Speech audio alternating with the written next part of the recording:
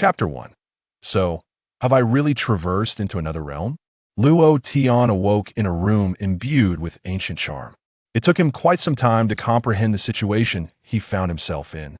The Tianyuan realm, Northern Domain, Fonlin Continent, Yefeng Kingdom, the Luo family of Bianbei City, and the slothful, gluttonous, wasteful heir, Luo Tian. Goodness, this character is simply perfect. Luo Tian excitedly slapped his thigh. A worthless second-generation rich kid, this was the ideal life he had yearned for in his previous existence. After all, having lost both parents at an early age, he had been burdened by financial constraints since childhood. Otherwise, he wouldn't have had to juggle school with part-time jobs just to make ends meet. Nor would he have ended up delivering takeout on a rainy night, tragically struck down by a truck that ran a red light. However, in a world where martial prowess reigns supreme, isn't it rather perilous to be a wealthy, good-for-nothing? Luo Tian fell into contemplation. Fortunately, he currently had his biological father, Luo Feng, to shield him. Yet, what if one day his father were to pass away? With such affluence, and yet being utterly incompetent, he would likely meet a most unfortunate demise.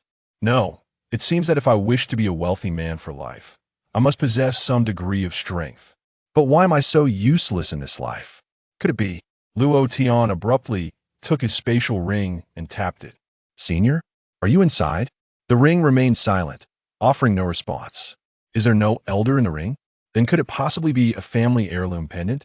The kind that recognizes its master through a drop of blood? Without hesitation, Luo Tian removed the pendant and bit his finger, letting a drop of blood fall upon it. It remained utterly still. If it's not a pendant, is it a finger stall? A jade pendant? A jade flute? A treasured sword? A vase? An ancient painting? A chambepot? A urinal? Luo Tian dripped blood on every object within the room. Yet, aside from the bloodstains, nothing changed. I'm feeling a bit dizzy and cold. Luo Tian hurriedly wrapped himself in a quilt and sat up. This ritual of bloodletting had left him feeling somewhat anemic. Sigh. It appears this isn't the traditional fantasy. What about the system? System, if you are here, why don't you come forth and present yourself? Silence reigned. System, my dear brother, I may have spoken rather harshly earlier. Would you kindly show yourself? Loneliness enveloped him. System, dear grandparent, come and meet your grandson. A gust of wind blew by, accompanied by the cawing of crows outside. What the heck, is there truly no system? Just a mundane existence? This is unfortunate. Luo Tian shook his head in resignation. But at that moment, buzz, a sound resonated within his mind. What is this? He felt a flicker before his eyes, and suddenly, 9 brilliant tomes appeared in his consciousness. 9 volumes of celestial scriptures? Luo Tian was taken aback. The 9 volumes, resembling 9 radiant suns, hung majestically within his awareness. Wow, is this my golden finger? How extraordinary! As he focused his thoughts, the first volume floated before him. Overview of the Tao of Heaven Sutra. A cultivation technique, features, unmatched cultivation speed, unparalleled accumulation of spiritual energy, and invincible energy density. Is it really that straightforward? Luo Tian proceeded to turn to the first page. Buzz. A wealth of information instantaneously fused into Luo Tian's memory. The Tao of Heaven Breathing Technique, Body Refinement Chapter. Luo Tian was astonished. The technique he had just learned felt as if it had been ingrained within him since birth. The second page won't turn? Luo Tian attempted to delve into the subsequent content, only to find the tome unyielding. Understood. It appears I must advance further before I can access the second page. Nodding, he returned this tome and summoned the second volume. The Tao of Heaven Body Refinement Technique, Overview. An unrivaled body refinement method, characterized by rapid cultivation speed and unparalleled power. Goodness, another invincible body refinement technique. Let's see the details. Luo Tian opened a page. Bang!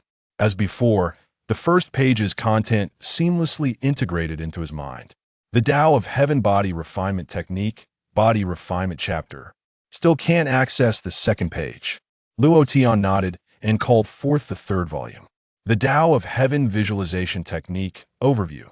The most potent soul refinement technique, characterized by invincibility, truly lacking in diversity. After absorbing this content, Luo Tian summoned the fourth tome, the Tao of Heaven Body Technique. Overview: the strongest body technique of all time, defying the heavens, impervious to all forms of attack. The fifth tome, the Tao of Heaven Sword Technique. Overview: Invincible. The Tao of Heaven Fist Technique. Overview: Invincible. The Tao of Heaven Palm Technique. Overview: Invincible. The Tao of Heaven Blade Technique. Overview: Invincible. The Tao of Heaven Spear Technique. Overview: Invincible. The content of the first pages of the 9 volumes had fully integrated into Luo Tian's memory. The 9 volumes returned to their original positions. All right, since my golden finger has been received, let's attempt some cultivation. Luo Tian settled into a cross-legged position, ready to practice the Tao of Heaven breathing technique. If the claims in scriptures are so grand, I am eager to discover just how formidable this breathing technique truly is. As he began to breathe rhythmically, an immense wave of spiritual energy surged toward him from within 100 meters of his room, condensing in the air before transforming into the purest white energy flowing into his body. Following this, buzz, buzz, buzz, a series of radiant lights erupted from within him. Why can't I draw on anymore? Luo Tian opened his eyes, examining himself.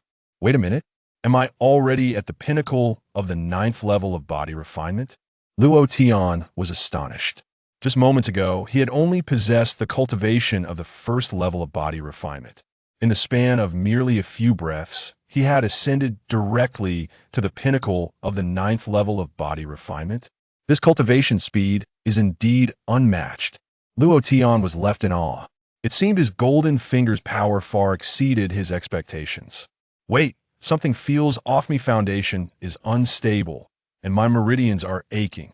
Is it that the rapid advancement has left my body and meridian strength struggling to keep up? Luo Tian recalled from his memories that this situation was perilous. If not careful, he could risk rupturing his meridians, leading to the complete destruction of his cultivation. Time to practice the Tao of Heaven Body Refinement Technique. Now aware of the advantages of the 9 volumes, Luo Tian approached his training with utmost seriousness. The first section of the Tao of Heaven Body Refinement Technique consisted of 24 movements, each uniquely intricate. Thus, during his initial practice, his movements were somewhat sluggish. However, after completing all 24 movements, the pain in his meridians and body had almost entirely dissipated. Oh, after 1 round of practice, my physical strength has reached the average level of the 9th level of body refinement. What if I do a few more rounds? Luo Tian's eyes sparkled as he began the 2nd round of practice. During the 2nd round, he distinctly felt a significantly reduced pressure compared to the first. His movements flowed much more smoothly, and he completed the round in half the time it had taken for the first. Let's keep going. 3rd round, 4th round, 5th round. In the blink of an eye, he had reached the 10th round. As he completed the final movement of the 10th round, buzz, a golden light erupted from Luo Tian, enveloping his form. A golden light shield? Luo Tian was stunned. The golden light shield was a testament to the strength of one's body reaching a certain level, far beyond what an ordinary body refinement realm martial artist could achieve. I recall that the last person in the history of Heaven Kingdom to cultivate a golden light shield was Master Tianan, right? That fellow was apparently the foremost body cultivator in Heaven Kingdom, one of the top 10 practitioners. Luo Tian was somewhat bewildered. Had he truly attained T0 level physical strength in the history of Heaven Kingdom after such a brief period of practice? Should I continue to practice? Luo Tian pondered before proceeding to the 11th round. However, after this session, he felt no increase in strength. Evidently, he had reached his limit. Next, let's practice the Tao of Heaven Body Technique. Luo Tian commenced his training. Approximately half an hour later, swish, swish, swish, Luo Tian's figure flickered around the room in various positions, ultimately returning to his original spot. I've roughly grasped it. The first section of the Tao of Heaven Body Technique is actually teleportation. It's a pity that the teleportation distance is only 10 meters. Luo Tian remarked with a shake of his head. Such a statement was rather presumptuous. Teleportation, even if it were just for a meter, was already a rarity. Yet here he was dissatisfied with a mere 10 meters. Next, he'll practice the Tao of Heaven Fist Technique. Initially intending to start with the sword technique, he had to begin with the fist technique instead, as there was no sword available in the room. The Body Refinement chapter of the Tao of Heaven Fist Technique consisted of only 9 moves, collectively known as the 9 forms of the dragon. With every punch delivered, a resonant dragon's roar accompanied it, the wind of his strikes howling fiercely. This was merely a result of his concern that the force of his punches might shatter the room. Thus he endeavored to suppress their power as much as possible. Were he to unleash his full strength, it would undoubtedly be a sight to behold. After half an hour had passed, he had thoroughly mastered the first chapter of the Heavenly Tao Fist Technique. Just as he was preparing to delve into the other celestial texts, a voice called from outside, "Young master, the head of the family requests your immediate presence in the front hall." What is it?" Luo Tian replied, his displeasure evident. He had only just begun his training, and now he was being summoned. "There are guests who have arrived. The head of the family insists you come at once." The individual outside hesitated to explain. "Very well, understood. I shall be there shortly," Luo Tian responded. With no other choice, he had to pause his training. After changing into a fresh outfit, he made his way to the front hall. "Younger master." Before he even entered, a young boy awaited him there. "Luo Rong? What is the matter?" Luo Tian inquired, noticing the troubled expression on his companion Luo Rong's face, which seemed rather grim. Despite the sizable number of members in the Luo family, they remained tightly knit, and Luo Tian, as a wealthy heir, was known for his affable nature. Thus, even though his cultivation was lacking, his peers within the Luo family held him in high regard. "Younger master, they are being excessively arrogant. You ought to see for yourself." Luo Rong's eyes brimmed with indignation. Allow me to investigate," Luo Tian declared as he strode purposefully into the hall. Inside, seated at the main position, was a man clad in a white robe. Beside him sat a girl in blue, her legs crossed and a disdainful expression sweeping across her face as she surveyed the room. Aside from the two of them, all members of the Luo family, including the head of the family, Luo Feng, stood respectfully before them, many bearing expressions of righteous anger. "Father, I have arrived. What is it that you seek from me?" Luo Tian asked upon entering. Seeing his son, Luo Feng's face betrayed a hint of embarrassment. "Tianer, this is Elder Mingxin of the Sword Xian sect, the master of Lan Xiao." Luo Feng spoke in a hushed tone. Luo Tian was taken aback, quickly rummaging through his memories to recall information about Lan Xiao. Lan Xiao?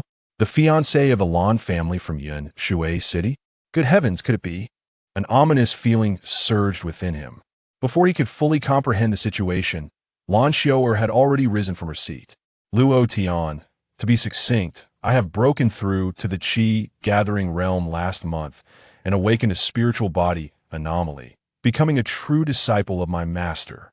You are aware that due to the foolishness of our elders, a betrothal was established between us. However, I am now a distinguished daughter of the Sword Xian sect. Do you truly believe that a mere waste who cannot even surpass the first level of body refinement is worthy of me?" She spoke with derision, her gaze fixed mockingly upon Luo Tian. The members of the Luo family glared with indignation at her blatant humiliation of Luo Tian. Yet, the young man himself remained impassive. "Oh, you wish to annul the engagement, is that it? What a trivial matter. Very well. Would you like me to draft a written agreement? As for compensation for emotional distress and the loss of youth, how much do you require?" "You may state your figure," Luo Tian inquired nonchalantly. This response left Lan Xiao utterly bewildered. She had come to annul the engagement, yet her words were laden with disdain. This should have been a humiliating affair for Luo Tian, yet he seemed to accept it with such ease. Little did she know, Luo Tian's mindset was shaped by the modern ideologies of Blue Star. In his view, arranged marriages were inherently unreasonable. Even if Lan Xiao does not call off the engagement, he himself must find an opportunity to dissolve the betrothal. Her deliberate arrival to annul the engagement has, In fact, spared Luo Tian considerable trouble. Now, Luo Tian's sole intention is to resolve this matter swiftly and send Lan Xiu'er on her way. He still has several volumes of celestial texts yet to cultivate. Where would he find the time to indulge in idle chatter with her? Just then, a voice rang out from the crowd. Haha, the young master indeed possesses remarkable composure and admirable breadth of character, Luo Rong praised. Indeed, the ability to endure and adapt is the hallmark of a true gentleman. An elder from the Luo family nodded in agreement, stroking his beard. Having such a young master in our Luo family is indeed a stroke of good fortune. Someone sighed. Luo Tian felt a wave of embarrassment wash over him. He merely harbored a simple dislike for Lan Xiu'er and arranged marriages. What were these people imagining? Meanwhile, Lan Xiu'er, witnessing this, flashed a glimpse of indignation in her eyes. Master, she turned to look at Ming Xian, who was seated, her expression filled with grievance. Ming Xian's eyes narrowed slightly, a flicker of murderous intent passing through them. Luo Tian, you do not intend to endure this, and bide your time until you cultivate enough strength to take revenge on my Xiu'er. Do you? He coldly addressed Luo Tian. No, I don't, Luo Tian replied. Haha, do not think to deceive me. I have traversed the world for decades. What kind of people have I not encountered? You are quite adept at patience. But your schemes have long been seen through by me. Ming Xian remarked. No, you are overthinking it. Luo Tian attempted to clarify. Ming Xian continued. You are not harboring some naive daydream of 30 years in the East. 30 years in the West, are you? Such naivete is utterly laughable. Luo Tian raised his hands in surrender, insisting, I truly am not. You are imagining things. Ming Xian waved his hand to interrupt, stating, let me tell you. Xiu'er possesses extraordinary talent, and with a master like me, her future achievements will far surpass yours, no matter how hard you strive. Luo Tian nodded. Oh, then congratulations to her. As Ming Xian spoke, he had already approached Luo Tian. However, I am a person who values steadiness in actions. Even a minuscule hint of risk must be eradicated. Therefore, I shall have to cripple you here, Ming Xian declared. Huh? Luo Tian was bewildered. What on earth was happening? He had already agreed to call off the engagement, yet the other party sought to cripple him. What absurdity had this man conjured in his mind? Ming Xian, what do you intend to do? Luo Feng bellowed angrily. Silence. Ming Xian waved his hand, enveloping Luo Feng in an aura of coldness. Luo Feng's face turned pale, his body trembling uncontrollably. Why you are in the sky control realm? Luo Feng stammered. The martial arts hierarchy consists of 5 major realms: body refinement, qi gathering, spirit transformation, sky control, and profound understanding. Luo Feng, at the 3rd level of spirit transformation, was already among the top 3 cultivators in Bianbei City. It had been a century since a person in the sky control realm had appeared in Bianbei City. Yet, Ming Xian before him was, astonishingly, in the sky control realm.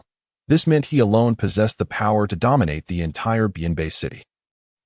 Ming Xian scoffed at Luo Feng, but he then turned his gaze to Luo Tian, saying, Luo Tian, do not accuse me of bullying the weak. That I offer you 2 choices. Point 1, I spare you, but I shall slaughter your entire clan. 2, you kneel before me now, allow me to cripple your dantian, sever your limbs, and gouge out your eyes and tongue, but your entire clan shall be spared. Such sinister choices. Lan Xiu'er, our families have been friends for generations. Even if the engagement falls through, it should not come to this. Luo Feng gazed desperately at Lan Xiu'er, hoping she would utter a single word to dissuade her master. To his dismay, a glint of malice flickered in Lan Xiu'er's eyes as she coldly replied, Friends? What friends? It was merely your father saving my grandfather's life. But did my grandfather ask for your help? Was it not your Luo family acting for its own reputation? You saved my grandfather. But your Luo family gained fame as a result. Thus, my Lan family owes you nothing. Luo Feng was infuriated to the point of spitting blood. His family had been wholeheartedly kind for generations. Yet the other party thought this way. So, have you made your choice? Ming Xian said with a sinister smile. Young master, flee quickly, and avenge me in the future. I, Luo Rong, fear not death. Luo Rong shouted vehemently. An elder from the Luo family also looked grim, declaring, Indeed, we Luo family members have steel-like resolve. We can die standing, but we will never live on our knees or succumb to anyone's coercion. Luo Tian, leave? What is there to fear in death? The members of the Luo family were all prepared to face death with unyielding spirits. This was not the expected turn of events. Luo Tian looked back at his family, deeply shocked. Although he was aware from his memories that the Luo family was united, this was an extraordinary level of solidarity. Meanwhile, Ming Xian's eyes glimmered with murderous intent. The Luo family members were tough as nails, and their character posed a significant nuisance. To guard against any potential risks, he was determined to annihilate them today, regardless of the outcome. However, before that, he wished to toy with Luo Tian a bit. Come now, Luo Tian, will you choose to live or die? The choice is yours. He regarded Luo Tian with a mocking expression. Should Luo Tian opt for survival, the resolve of the other Luo family members would surely crumble. The one they fought to protect would be revealed as a coward. To kill, one must also strike at the heart. Yet at that moment, Luo Tian was utterly speechless. Before him, Ming Xian and Lan Xiao'er were both repugnant figures.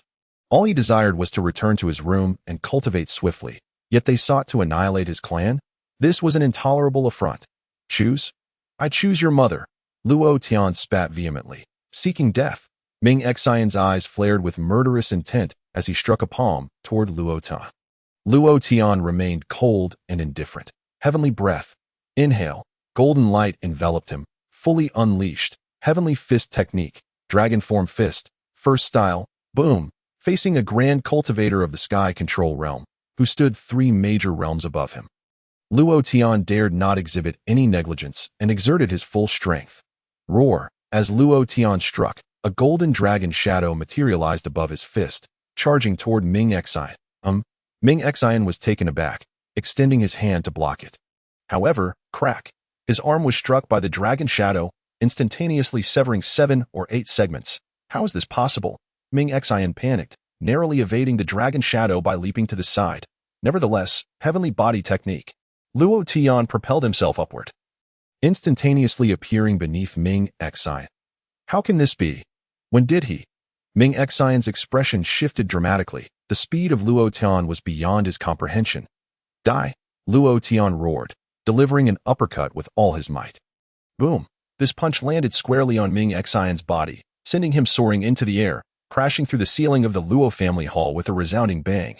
The onlookers were left dumbfounded, gazing skyward through the hole in the ceiling. A full 10 breaths later, boom! Ming Xian's corpse plummeted from the sky, crashing heavily to the ground. At that moment, half of Ming Xian's body had been obliterated. His death was a gruesome sight to behold. The surroundings fell into an eerie silence, as everyone struggled to believe their eyes.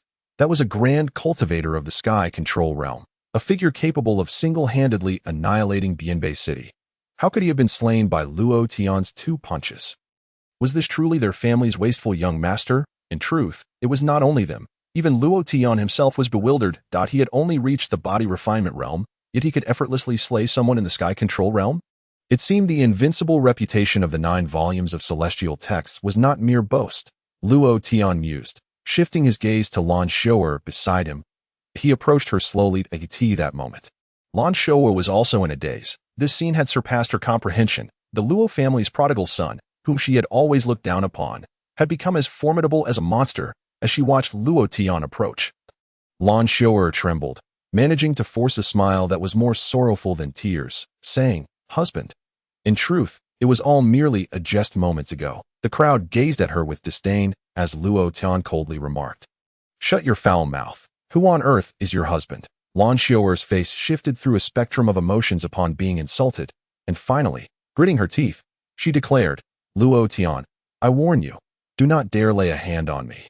Not only am I a true disciple of the Sword Xian sect, but I am also the woman of the heir to the divine martial king's estate of Heaven Kingdom. Even if you are strong now, your meager power is nothing more than that of an ant in the eyes of the divine martial king's mansion. If you dare to harm me in the slightest, I assure you that your Luo family will be utterly eradicated." As she spoke the last words, her voice escalated to a hysterical pitch. The members of the Luo family, upon hearing this, also changed their expressions. The divine martial king, how is he involved in this? One elder from the Luo family trembled with disbelief. The divine martial king, one of the top 10 powerful figures in Heaven Kingdom? Luo Feng's face also revealed a grave concern. "Are you done speaking?" Luo Tian inquired, fixing his gaze on Lan Xiao'er, who nodded slightly in response. With a swift movement, Luo Tian kicked out, striking Lan Shouer in her dantian. She coughed up a mouthful of blood. Her spiritual energy scattering. Why you destroyed my dantian? She stammered. Without uttering a word, Luo Tian advanced, crushing her arm beneath his foot with a sickening crunch. Ah! Lan Shouer shrieked in agony. Luo Tian, his expression devoid of emotion, raised his foot and with several more ruthless stomps, shattered her legs and remaining arm. How ruthless! The scene left the Luo family members utterly terrified. They witnessed Luo Tian lift Lan Shouer as though she were a lifeless animal. You worthless wretch, I offer you a chance. Whether it be the Sword Xian sect or the Divine Martial King's estate, call upon anyone you wish. Within 3 months, I will personally visit the Lan family and annihilate your entire clan. Now begone. With that, he tossed Lan Shouer aside. Outside, members of the Lan family were already present to carry her away. Why did you let her go? Luo Feng questioned. Worry etched across his face as he observed the departing Lan Shouer. To him, it seemed as if Luo Tian had allowed a tiger to return to the mountain. But Luo Tian merely smiled and replied, today's uproar is so significant that, even if I hadn't let her go, those who need to know will inevitably find out. If those individuals are lurking in the shadows, it would only complicate matters. By releasing her, I hope she will summon all enemies to me, allowing me to resolve everything in one go and save time and effort. With my current abilities, I am practically invincible. Why should I hide? I intend to revel in this. Luo Feng and the others exchanged glances, struggling to comprehend Luo Tian's mindset. Young master, how have you become so powerful? Luo Rong gazed at him with admiration. The others followed suit, curiosity evident in their expressions. Luo Tian, once known as the Luo family's notorious waste, now exuded an aura of formidable strength. Well, I encountered a fortuitous event and gained numerous benefits, Luo Tian explained. The 9 volumes of heavenly scriptures is indeed a remarkable stroke of fortune, a top-tier opportunity. Let us not dwell on that. I need to enter seclusion for a while. Once I emerge, I will explain everything. Father, I will take my leave now, Luo Tian stated. Luo Feng promptly nodded. Very well, you may proceed with your seclusion. We shall handle the remaining matters. As they watched Luo Tian depart, Luo Feng turned to the other elders. Esteemed colleagues, what do you think we should do now? The Luo family was a large clan, and in times of crisis, decisions were made collectively rather than dictated solely by the patriarch. The eldest elder, Luo Tong, spoke first. The Sword Xian sect can be considered a second-tier sect within Yefeng Kingdom, housing many experts in the Skyward Realm. Rumor has it there is even an ancestor in the Profound Realm who remains in seclusion for years. As for the Divine Martial King's estate, that is a true first-rate power, rivaling even the royal family of Yefeng Kingdom, particularly the current Divine Martial King, who is rumored to have surpassed the 9th level of the Profound Realm and is on the brink of entering the legendary Guishu Realm.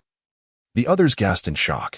What, the Guishu Realm? It has been 500 years since Yefeng Kingdom has seen a powerful figure of that caliber. If the Divine Martial King truly breaks through to the Guishu Realm, Yefeng Kingdom may face a monumental shift. The Divine Martial Guards, under the Divine Martial King's command, are the most formidable military force in our kingdom. Regardless of which side takes action, it is beyond what we, a group of old men, can withstand. Our only hope lies in Luo Tian. The crowd nodded in agreement. Don't forget, even a single Ming Xian almost obliterated the Luo family, while we possess some influence in Beibei City.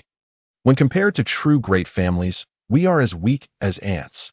Look, what level of power does Luo Tian currently possess? The eldest elder inquired. The group turned their attention to Luo Feng, who hesitated before answering. He dispatched Ming Xian in 2 moves. He should be around the 5th level of the Profound Realm. The others nodded in agreement. If Luo Tian can achieve the Guishu Realm during this seclusion, our Luo family's crisis could very well be averted. The eldest elder mused. The Guishu Realm. The group wore expressions of wry amusement. This realm had not seen a single practitioner in 5 centuries within Yefeng Kingdom. While Luo Tian might reach it, it was uncertain how many years that would take. The distant water cannot quench the immediate thirst. Sigh. During this time, let us summon all family members back to protect Luo Tian during his seclusion. The eldest elder proposed. Indeed, we cannot allow any disturbances to interrupt Luo Tian's seclusion. Another elder concurred. We can only hope that he concludes his seclusion within a month. Any longer, and it may spell trouble. Luo Feng added, his brow furrowed in concern. Just then, Luo Tian walked back in. Father, I am hungry, he announced.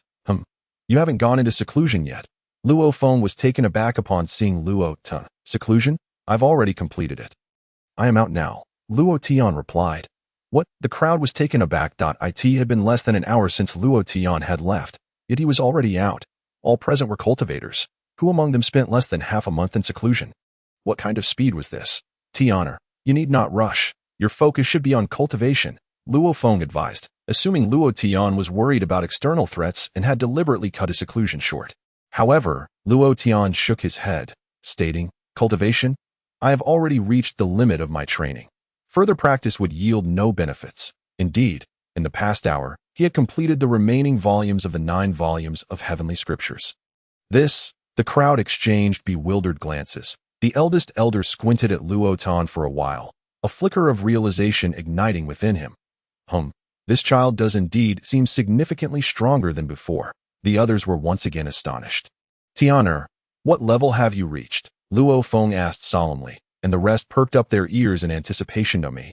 I am in the body refining stage, Luo Tian declared. The crowd was stunned. Luo Tian, are you joking? You are in the body refining stage? Who in that realm could defeat someone in the skyward realm with mere punches? We are family. Do not jest with us, the second elder protested. Luo Tian shot him a glance and replied, I truly am at the body refining stage. If you do not believe me, watch closely. With that, he clasped his hands together, releasing his realm. The crowd was left speechless. They could indeed sense that Luo Tian's power was confined to the body refining stage. But this was even more terrifying. Tanner, what kind of fortuitous event have you encountered? Luo Feng inquired. Knowing he was the most suitable person to ask, I acquired a technique, a body refining method, and several martial skills. Luo Tian stated. What? Just that. The crowd was left in a state of confusion. They had anticipated that Luo Tian had obtained some formidable artifact or the like, yet it turned out to be techniques and martial skills. Luo Tian nodded. Yes, just that. I am now at the pinnacle of the body refining stage. Once I reach the gathering chi stage, killing those in the profound realm will be as easy as swatting a fly. And taking down those in the Guishu realm should also be within my grasp. But a single utterance rendered the entire Luo family speechless. Were it to come from another, they would certainly deem the speaker mad. However, having just witnessed the terrifying prowess of Luo Tian, they all understood that his words were indeed true. Luo Tian, what resources do you require to break through to the Qi gathering stage? The family will lend you their utmost support, proclaimed the Grand Elder. What a jest! Once Luo Tian entered the Qi gathering stage, the Luo family would gain a powerhouse on par with those of the Return to the Void realm. What does that signify? It implies that within the Nightwind Kingdom, the Luo family would ascend to a first-rate force. At that point, their safety would be assured, and various resources would multiply tenfold, even 100-fold. Indeed, I do require certain items, and I must trouble the family for assistance. As he spoke, Luo Tian produced a list and handed it to Luo Feng. These are the materials I need for my Qi gathering. He stated, the cultivation of martial arts at a minor realm requires merely the consumption of spiritual energy. However, breakthroughs at major realms necessitate a considerable array of supporting materials. Moreover, the stronger the cultivator, the more complex and precious the required materials become. Such is the nature of cultivation. It is a costly endeavor. This list was derived directly from the Heavenly Tao scripture. Luo Feng scrutinized the list for a considerable time before passing it on to the Grand Elder. Upon reviewing it, the Grand Elder furrowed his brow. Most of the items on this list are manageable, but there are a few materials that the family lacks. It is likely that the entire Beibei city does not possess them. He remarked, "Oh, which materials are those?" inquired Luo Tian. The Grand Elder pointed out, firstly, the blood of a divine beast, secondly, the innate spiritual crystal, and thirdly, the 1,000-year stalactite. For these 3 materials, the family is powerless, but the others can be procured. Luo Tian frowned. Is that so? These 3 materials are irreplaceable. Should they be lacking, subsequent cultivation would undoubtedly encounter difficulties. Just then, the 4th elder of the Luo family suddenly interjected, I happen to have some information regarding the blood of a divine beast. Oh, Luo Tian turned his gaze towards him. The 4th elder continued, it is rumored that within the Tianneng mountain range resides a demon beast, a descendant of divine beasts that I wonder if its blood would suffice. Luo Tian's face lit up with joy. That would be no issue. As long as it possesses divine beast blood, even if it is diluted, it will do. The 4th elder hesitated. However, the Tianyang mountain range is the territory of demon beasts. Even a strong cultivator in the void realm would face peril. Luo Tian chuckled. That is easily resolved. I shall undertake the journey myself. The others nodded in agreement. Luo Tian's strength far surpassed that of a void realm cultivator. With him going, success was all but guaranteed. The third elder then spoke up, regarding the 1,000-year stalactite. I believe I know of a location that may have some. Oh, where? The gathered crowd inquired. The dimming sect. Their expertise lies in geomancy, and they possess numerous mines that I recall hearing that they sold 1,000-year stalactites several years ago, said the third elder. Luo Tian's eyes sparkled. Excellent. That leaves only the innate spiritual crystal. Upon hearing this, Luo Feng and several elders exchanged glances. What is it? Luo Tian asked. Luo Feng replied. Tenor, we know where to find the innate spiritual crystal, but acquiring it is somewhat troublesome. What sort of trouble? Luo Feng explained. The innate spiritual crystal can only be generated in a specific environment. Once removed from that setting, it rapidly loses its spiritual essence and turns to dust. In our Nightwind Kingdom, there are several secret realms that harbor innate spiritual crystals. However, these realms are only accessible during certain times, and each one is guarded by formidable forces. Our Luo family lacks the qualifications to enter. Indeed, while the Luo family is regarded as a prominent family in Beibei City, on a national scale within the Nightwind Kingdom, they rank below even the 5th tier. The disparity is vast. Which secret realm is set to open soon? Luo Tian inquired. The Ziwei secret realm of the Guiyuan sect will open on the first day of next month. Luo Feng responded. The Grand Elder added. The Guiyuan sect is a first-rate sect in our Nightwind Kingdom. With 3 Transcendence Realm powerhouses stationed within. It is said they do not monopolize the Ziwei secret realm, releasing a few slots each year, but our Luo family lacks the qualifications to claim any. At this point, he suddenly paused. Of course, this was true of the old Luo family. Now that the Luo family boasts a powerful expert like Nightwind, in terms of peak combat strength, they have indeed reached the threshold of a second-tier family. Luo Tian nodded. Understood, I shall retrieve these 3 items myself. But for the other resources, I shall rely on my father and the esteemed elders. The Grand Elder chuckled. What are you saying? It is our family's honor to have a talent such as you. We will exhaust our old bones to ensure your successful breakthrough. Luo Tian is the very hope for their family's rise. With a smile, Luo Tian suddenly turned to Luo Rong, who was gazing at him with admiration. Luo Rong, if I recall correctly, your dream is to become a body cultivator, is it not? Yes, Luo Rong affirmed. Luo Tian nodded. Very well. I shall impart to you 3 methods of body refinement. Luo Rong trembled with excitement. He understood that the techniques Luo Tian was about to share were far from ordinary. After all, Luo Tian had just stated that his immense strength was a result of his unique cultivation method. Could it be? Before he could ponder further, Luo Tian stood up. Let us step aside, suggested the Grand Elder. The transmission of martial arts techniques is a highly personal matter, especially when it involves such rare and powerful methods. The Grand Elder was naturally aware of the need for discretion. However, Luo Tian interjected. There is no need. The esteemed elders may observe. Under normal circumstances, Luo Tian would never reveal his secrets to ordinary individuals. Yet, after the events that had just transpired, he recognized that the elders were trustworthy and thus did not shy away from their presence. In an instant, everyone returned to their seats, fixated on Luo Tian, fearful of missing even the slightest detail. What an incredible opportunity! The transmission of skills from Luo Tian. Luo Tian swiftly demonstrated 3 intricate postures of body refinement. Did you understand? He asked, looking at Luo Rong. Yes, I understand. Luo Rong nodded fervently. Now, you give it a try, Luo Tian encouraged. Taking a deep breath, Luo Rong began to practice the postures from memory. However, midway through the first posture, he was suddenly beset by an unbearable force pulling at him. As if he were to be torn asunder. Bang! With a muffled thud, he was flung backward, a trickle of blood escaping from the corner of his mouth. What? Everyone was taken aback. What a domineering body refinement technique. The Grand Elder's beard quivered slightly. Though he had not practiced it, his experience allowed him to discern the technique's terrifying nature even from a mere glance. Tian Go. Luo Rong struggled to rise. A look of guilt etched upon his face as he gazed at Luo Tian. Luo Tian was equally stunned. What was happening? When he practiced this body refinement technique, it had been effortless and enjoyable. How was it that Luo Rong, upon merely striking a pose, had been knocked back and spat blood. Shouldn't Luo Rong's talent be superior to his own? Was he mistaken? Heh, I shall give this body refinement technique a try as well.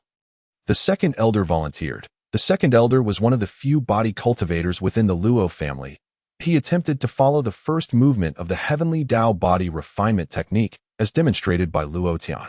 Yet, his movements were exceedingly slow, and his face flushed crimson as he neared the completion of the first posture. He finally could not endure it any longer. Staggering backward, he retreated several paces before finally coming to a stop, panting heavily.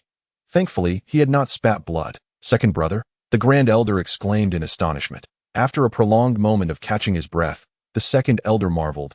What a remarkable body refinement technique. Just one movement, and its effects surpass our Luo family's strongest body cultivation technique. Having just practiced for a mere few seconds, I have gained more than I did in an entire day of past training. This revelation left the crowd utterly astounded. Although it was already known that the body refinement technique imparted by Luo Tian was exceptionally powerful, none could have anticipated its potency to such an extraordinary extent. And this was merely a single movement. Alas, the difficulty of mastering this body refinement technique is exceedingly high, and the process is fraught with immense suffering. Without formidable willpower, one simply cannot endure it. The second elder spoke solemnly. The crowd, filled with respect, turned their gazes toward Luo Tian.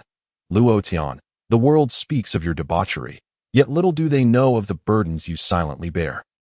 Just how much torment have you endured in secret? The Grand Elder gazed at Luo Tian, his eyes glistening with unshed tears. Indeed, to withstand such excruciating training without a hint of complaint, such resilience and determination. In all my decades of life, I have never witnessed. Luo Feng, you have a remarkable son. The second elder expressed his admiration. The eyes of all present now brimmed with reverence for Luo Tian. Only Luo Tian appeared somewhat embarrassed, internally lamenting the vivid imaginations of these individuals. However, he began to grasp certain truths. The might of the Heavenly Body Refinement Technique is indeed formidable. Yet, it seems that others find it exceedingly difficult to cultivate. It appears that the fortunate encounter I experienced is not merely confined to the 9 volumes of heavenly scriptures. Young master, rest assured, from this day forth, I shall devote myself entirely to mastering this body refinement technique. Luo Rong expressed his gratitude toward Luo Tian. In response, Luo Tian waved his hand and said, "Let us dispense with the title of young master. It sounds rather awkward. You may simply call me Brother Tian." Luo Rong hesitated for a moment, glancing at Luo Feng. Upon receiving a nod from him, he knelt on one knee and declared, "Yes, Brother Tian. Moreover, I swear I will never divulge this body refinement technique." However, Luo Tian shook his head and replied, "There is no need for that. From now on, let these exercises become the hereditary body refinement techniques of the Luo family." "What? Tenor, are you serious?" Luo Feng exclaimed, rising to his feet in excitement. In truth, he had just been contemplating the immense enhancement of the Luo family's strength if this body refinement technique were to be taught to their kin. Yet, this was ultimately Luo Tian's technique. Even though Luo Tian is his son, he could not take such liberties without permission. To his surprise, Luo Tian had proactively proposed it. Luo Tian smiled and affirmed, "Certainly, I am serious. Additionally, I possess a breathing technique, a visualization technique, methods for body movement, and techniques for fist, sword, knife, and spear, all of which shall be included as the Luo family's ancestral skills." The elders, upon hearing this, were all stirred with excitement, standing in awe of Luo Tian. Meanwhile, Luo Tian took paper and pen, diligently writing down the mental techniques and movements, which he then handed to Luo Feng. Of course, he only imparted one movement for each technique. While the Luo family had performed admirably, Luo Tian was not foolish enough to reveal everything at once. Moreover, from observing the previous reactions of Luo Rong and the second elder, he understood one thing. The difficulty of cultivating the techniques from the 9 volumes of heavenly scriptures seems to exist on an entirely different plane for himself compared to others. One movement is already sufficient for them. This breathing technique is astonishingly exquisite. What a remarkable sword technique. Such finesse exists in the world. I have wasted half my life. The elders wept openly. Luo Tian approached Luo Feng. "Father, this technique can be taught to the family members, but on the condition that the cultivator's character is beyond reproach. Furthermore, It must not be shared outside the Luo family, Luo Tian stated. Luo Feng nodded solemnly. Tanner, rest assured, I will carefully select the practitioners. Very well. I shall procure the 3 materials immediately. During my absence, instruct the clan to remain low-key and refrain from rash actions that I will return shortly, Luo Tian affirmed. Stepping out of the hall, Luo Feng, it seems our Luo family is about to soar, the Grand Elder said with heartfelt satisfaction. A night fell in Yunshui City, at the Lan family residence Dashioer. What has happened to you? Who has harmed you so? Lan Ming, the head of the Lan family, exclaimed, his eyes reddening at the sight of his daughter, Lan Shouer, with her limbs broken. Father, it was Luo Tian, Lan Shouer replied weakly. Luo Tian? That little scoundrel. How could such a wretched fool possibly harm you? Could it be that some old coots from the Luo family also intervened? It must be so. What a fine Luo family. Daughter, wait here. I will gather people and raise the Luo family to the ground, leaving no trace, Lan Ming bellowed in fury. But father, do not go. The Luo family is dangerous, Lan Shouer cautioned. Dangerous? What danger could the Luo family pose? Lan Ming dismissed her concerns. He was well aware of the Luo family's standing. Even Luo Feng, the strongest of the Luo family, was still inferior to him. My master died at the Luo family. Lan Shouer revealed. What? Lan Ming was immediately taken aback. Lan Shouer's master, Ming Xian, was a formidable figure of the Sky Sovereign realm. How could such a person perish at the Luo family? Could it be that the Luo family harbors hidden depths unknown to him? Father, give me the communication talisman. I must inform the sect and the divine martial prince's residence. Only they can help me exact my revenge. Lan Shouer's eyes burned with vengeance. The Sword Xian sect. The main peak, senior brother Huanan. Something terrible has happened. A middle-aged man in gray rushed into the main hall in a panic. The sect leader, Huanan, slowly opened his eyes, furrowing his brow as he regarded the newcomer. Han Feng, how old are you? Yet still so reckless. What has occurred? He inquired calmly. Han Feng's expression was grim as he replied, Senior brother, the Lan family has sent word that Ming Xian has perished at the hands of the Luo family in Bianbei City. What? Huanan's countenance darkened. Elaborate, he demanded urgently. Lan Shouer sent word that she had sent Ming Xian to the Luo family to annul the engagement. However, the Luo family, being tyrannical and unreasonable, not only refused but also launched a surprise attack, killing Ming Xian and crippling Lan Shouer's cultivation. Furthermore, the Luo family's young master, Luo Tian, has openly declared that 3 months hence, he shall come to our Sword Xian sect to slay all our disciples and obliterate our sect's legacy, Han Feng reported. Huanan's eyes glinted with cold light before he ultimately subdued his emotions. What this woman claims may not be entirely truthful. It is likely she seeks to incite us into action against the Luo family to eliminate her threats, Huanan suggested. Han Feng was taken aback, scratching his head. Senior brother, your insight amazes me. I had not considered that possibility. That if so, do we simply ignore it? Huanan's eyes sparkled with determination. Ignore it? How could that be? While her claims may be dubious, the death of Ming Xian cannot be denied. We must avenge this grievance, Han Feng immediately declared. Indeed, we must seek retribution for our fallen brother. Should I descend the mountain and annihilate the Luo family? Huanan glanced at Han Feng, disappointment evident in his gaze. Han Feng, when will you start to think?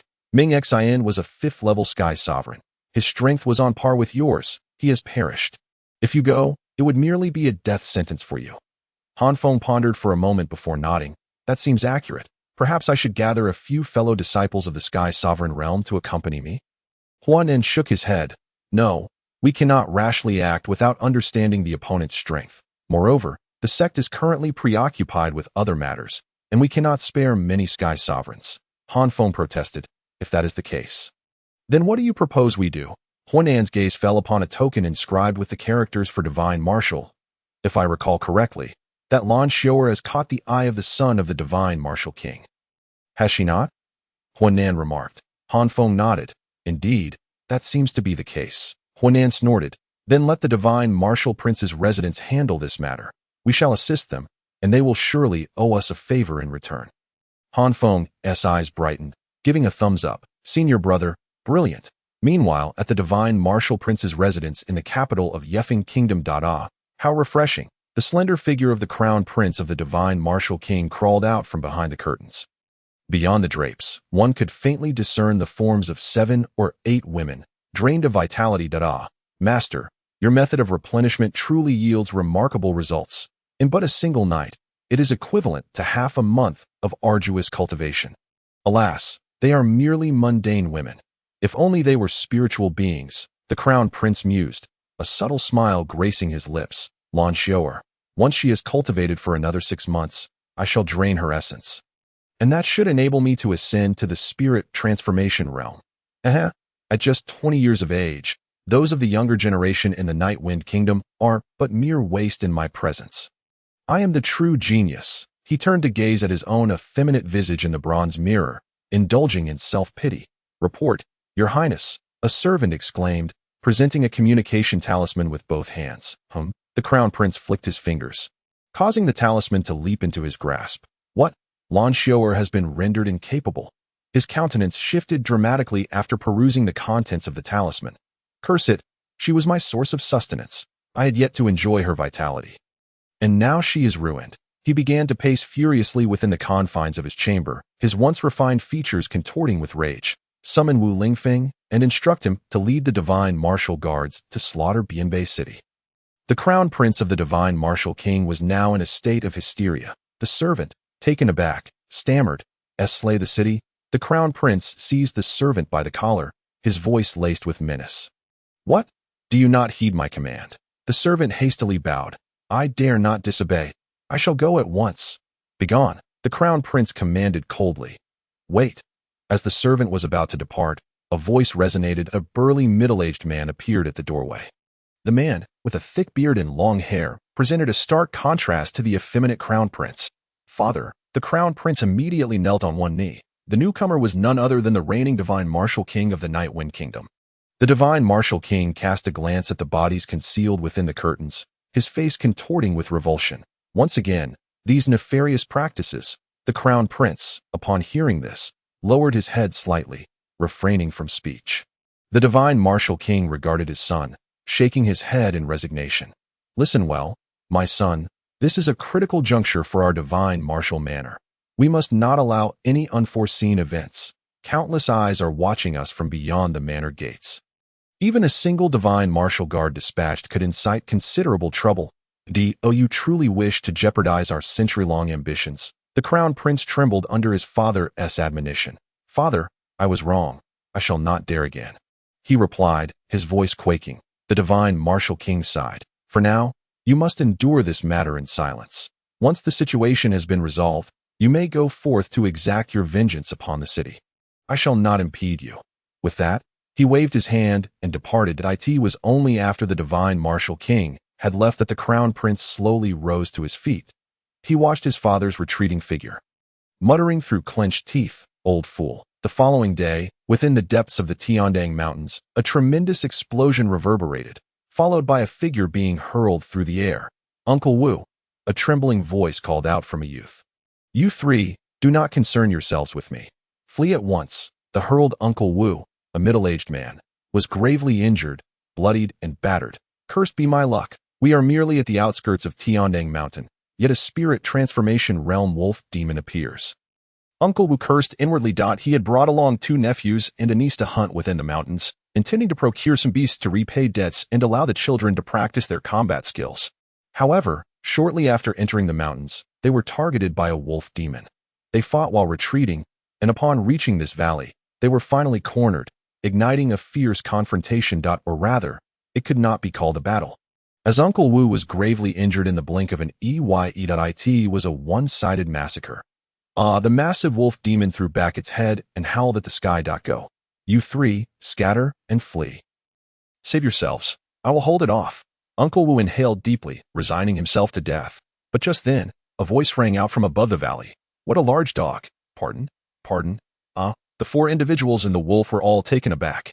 A large dog? Is it referring to this wolf demon? Who is mad enough to call this creature a dog? Roar. In the next moment, the wolf demon let out a deafening roar, with a furious howl.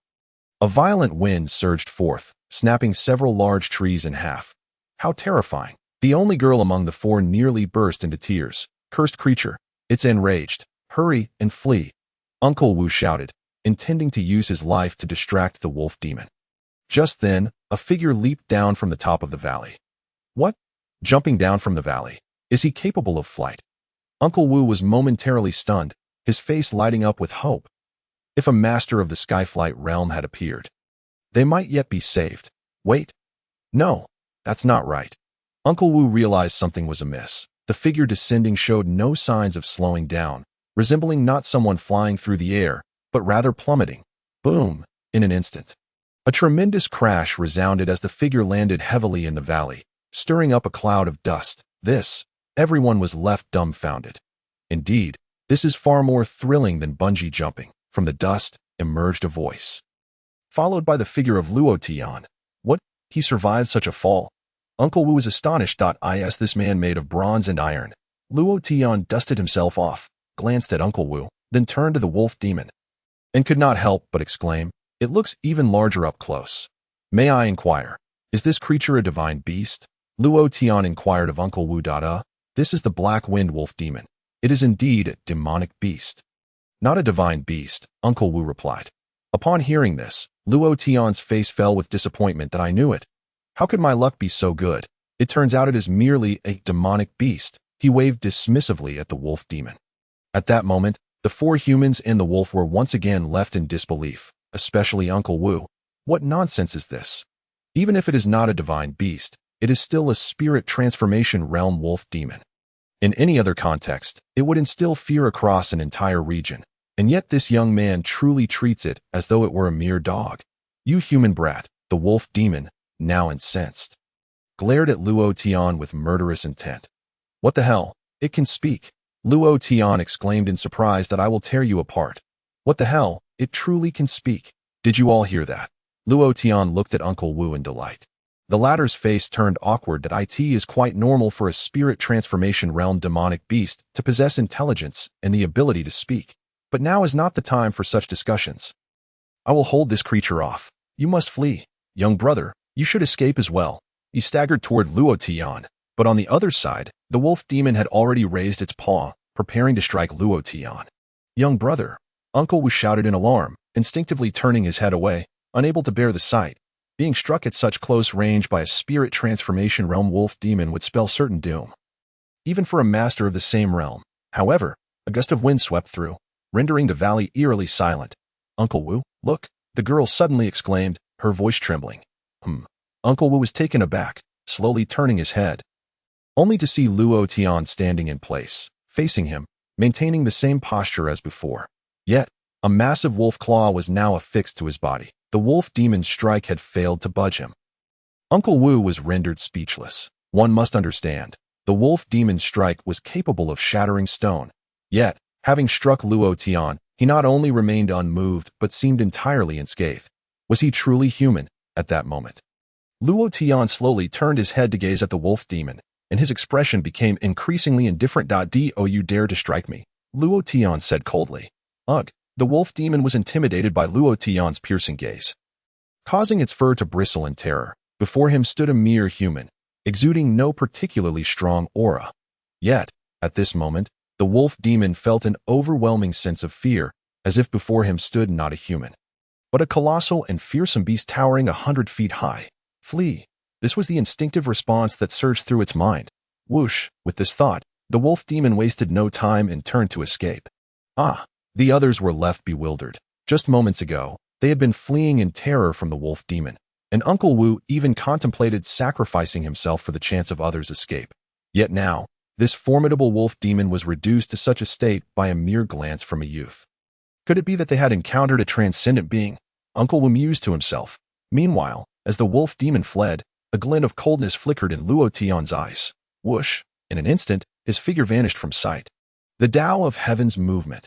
In the next moment, he appeared directly before the wolf demon. Howl! The wolf demon jumped in fright, nearly losing control of itself. What sorcery was this? How had this individual appeared before it without warning? As if it hadn't even registered the transition, little did it know, the Tao of Heaven's movement was akin to teleportation, the first form of the dragon fist.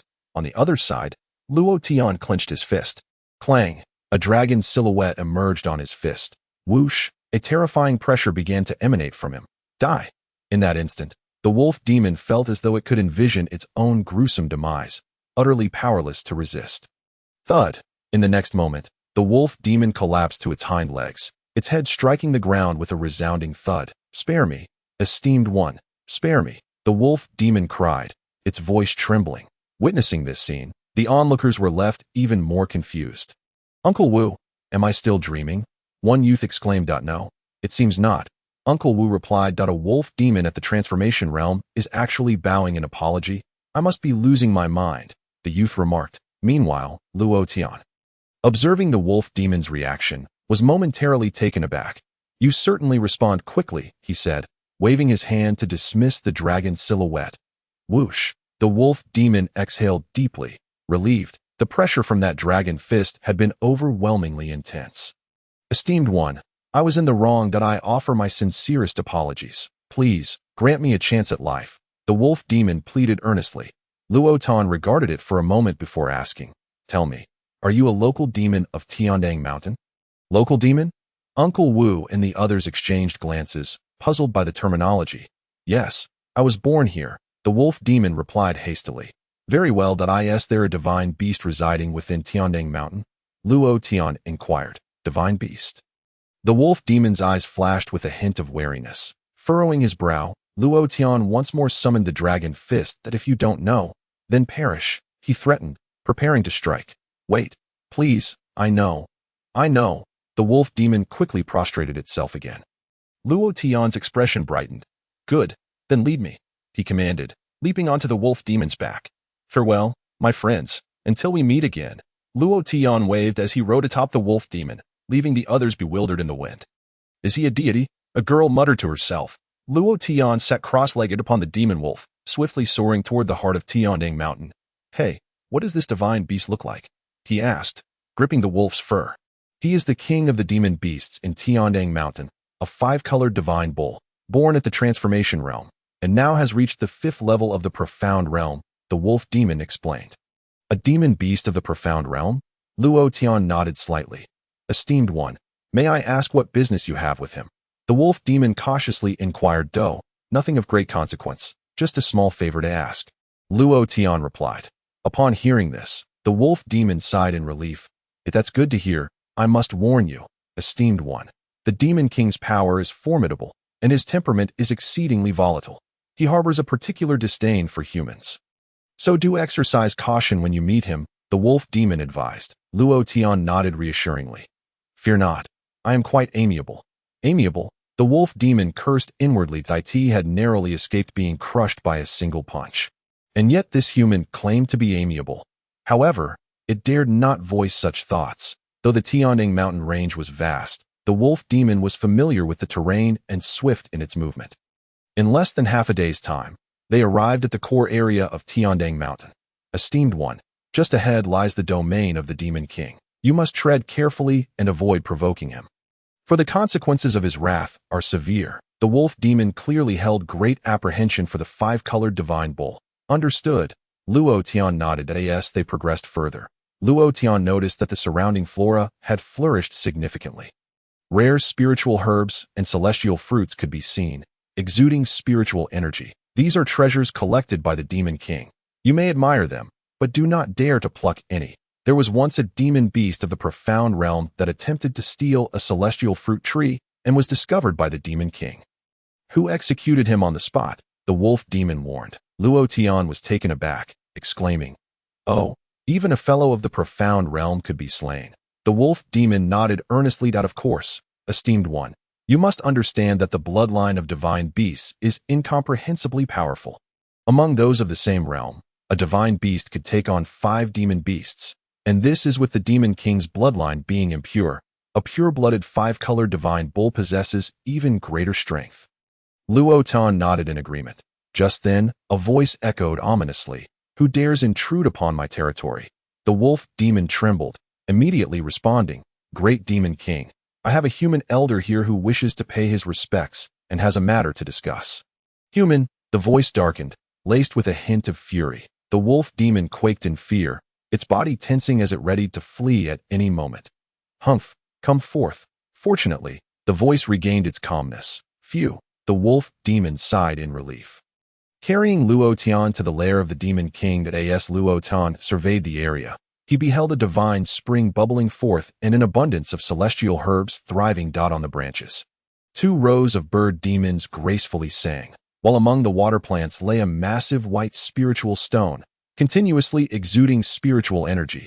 Upon this stone rested a 5-colored divine bull, larger than a locomotive, languidly absorbing the spiritual energy. Esteemed one, this is our Demon King. Remember, choose your words wisely. Do not utter anything inappropriate. The wolf demon cautioned, not overly concerned for Luo Tian, but rather anxious about implicating himself. After all, he had witnessed the Demon King's power firsthand. Should that being become enraged, he feared he would be reduced to nothing. Rest assured. Luo Tian nodded.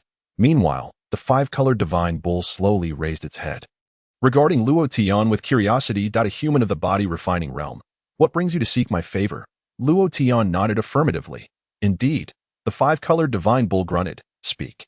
The wolf demon felt elated. It was well known that the 5-colored divine bull had a notoriously volatile temperament and despised humans. Today, however, it seemed unusually accommodating, which was quite surprising. That it appeared they were safe for the moment. The wolf demon thought to itself, that I wish to draw some of your blood. Luo Tian stated that in an instant. An eerie silence enveloped the surroundings. Even the singing bird demons ceased their melodies. That was the Demon King, the divine beast, the absolute sovereign of the Tiandang mountain range. A human had entered and brazenly declared an intention to draw its blood in its presence. Esteemed one, have you lost your mind? Drawing blood from the Demon King. Do you think this is a simple transaction? The wolf demon whispered, filled with regret for having brought Luo Tian here in the first place. On the other side, the 5-colored divine bull was equally astonished. You wish to draw my blood? Luo Tian nodded and, with a swift motion, retrieved a bottle from his spatial ring, stating, Indeed, just this one bottle will suffice. You even brought a bottle? The wolf demon was on the verge of fainting. Was this fellow out of his mind? He had already warned him about the wrath of the Demon King. Yet, he still dared to utter such words. Ha ha! The Demon King, enraged to the point of laughter, emitted a deafening roar. You want to draw blood and even brought a bottle? Excellent, human brat, if you have the ability. Come take it yourself, the Demon King declared. Luo Tian nodded affirmatively, responding, All right. With that, he lightly propelled himself off the wolf demon and landed before the multicolored divine ox. This fellow actually went through with it. Is he truly foolish? The wolf demon stared wide-eyed, utterly incredulous as he watched Luo Tian. In a swift motion, Luo Tian drew his sword, aiming at the back of the multicolored divine ox. The divine ox shot a cold glance at Luo Tian, a hint of mockery flickering in its eyes. The audacious human dared to seek my divine blood. With my body of bronze and iron, even the mightiest weapons cannot breach my defenses. If he dares to strike, my protective aura will obliterate him. As the multicolored divine ox contemplated how Luo Tian would meet his demise, suddenly, poof, Luo Tian's sword pierced through its protective aura and skin. Instantly, vibrant blood flowed from the wound.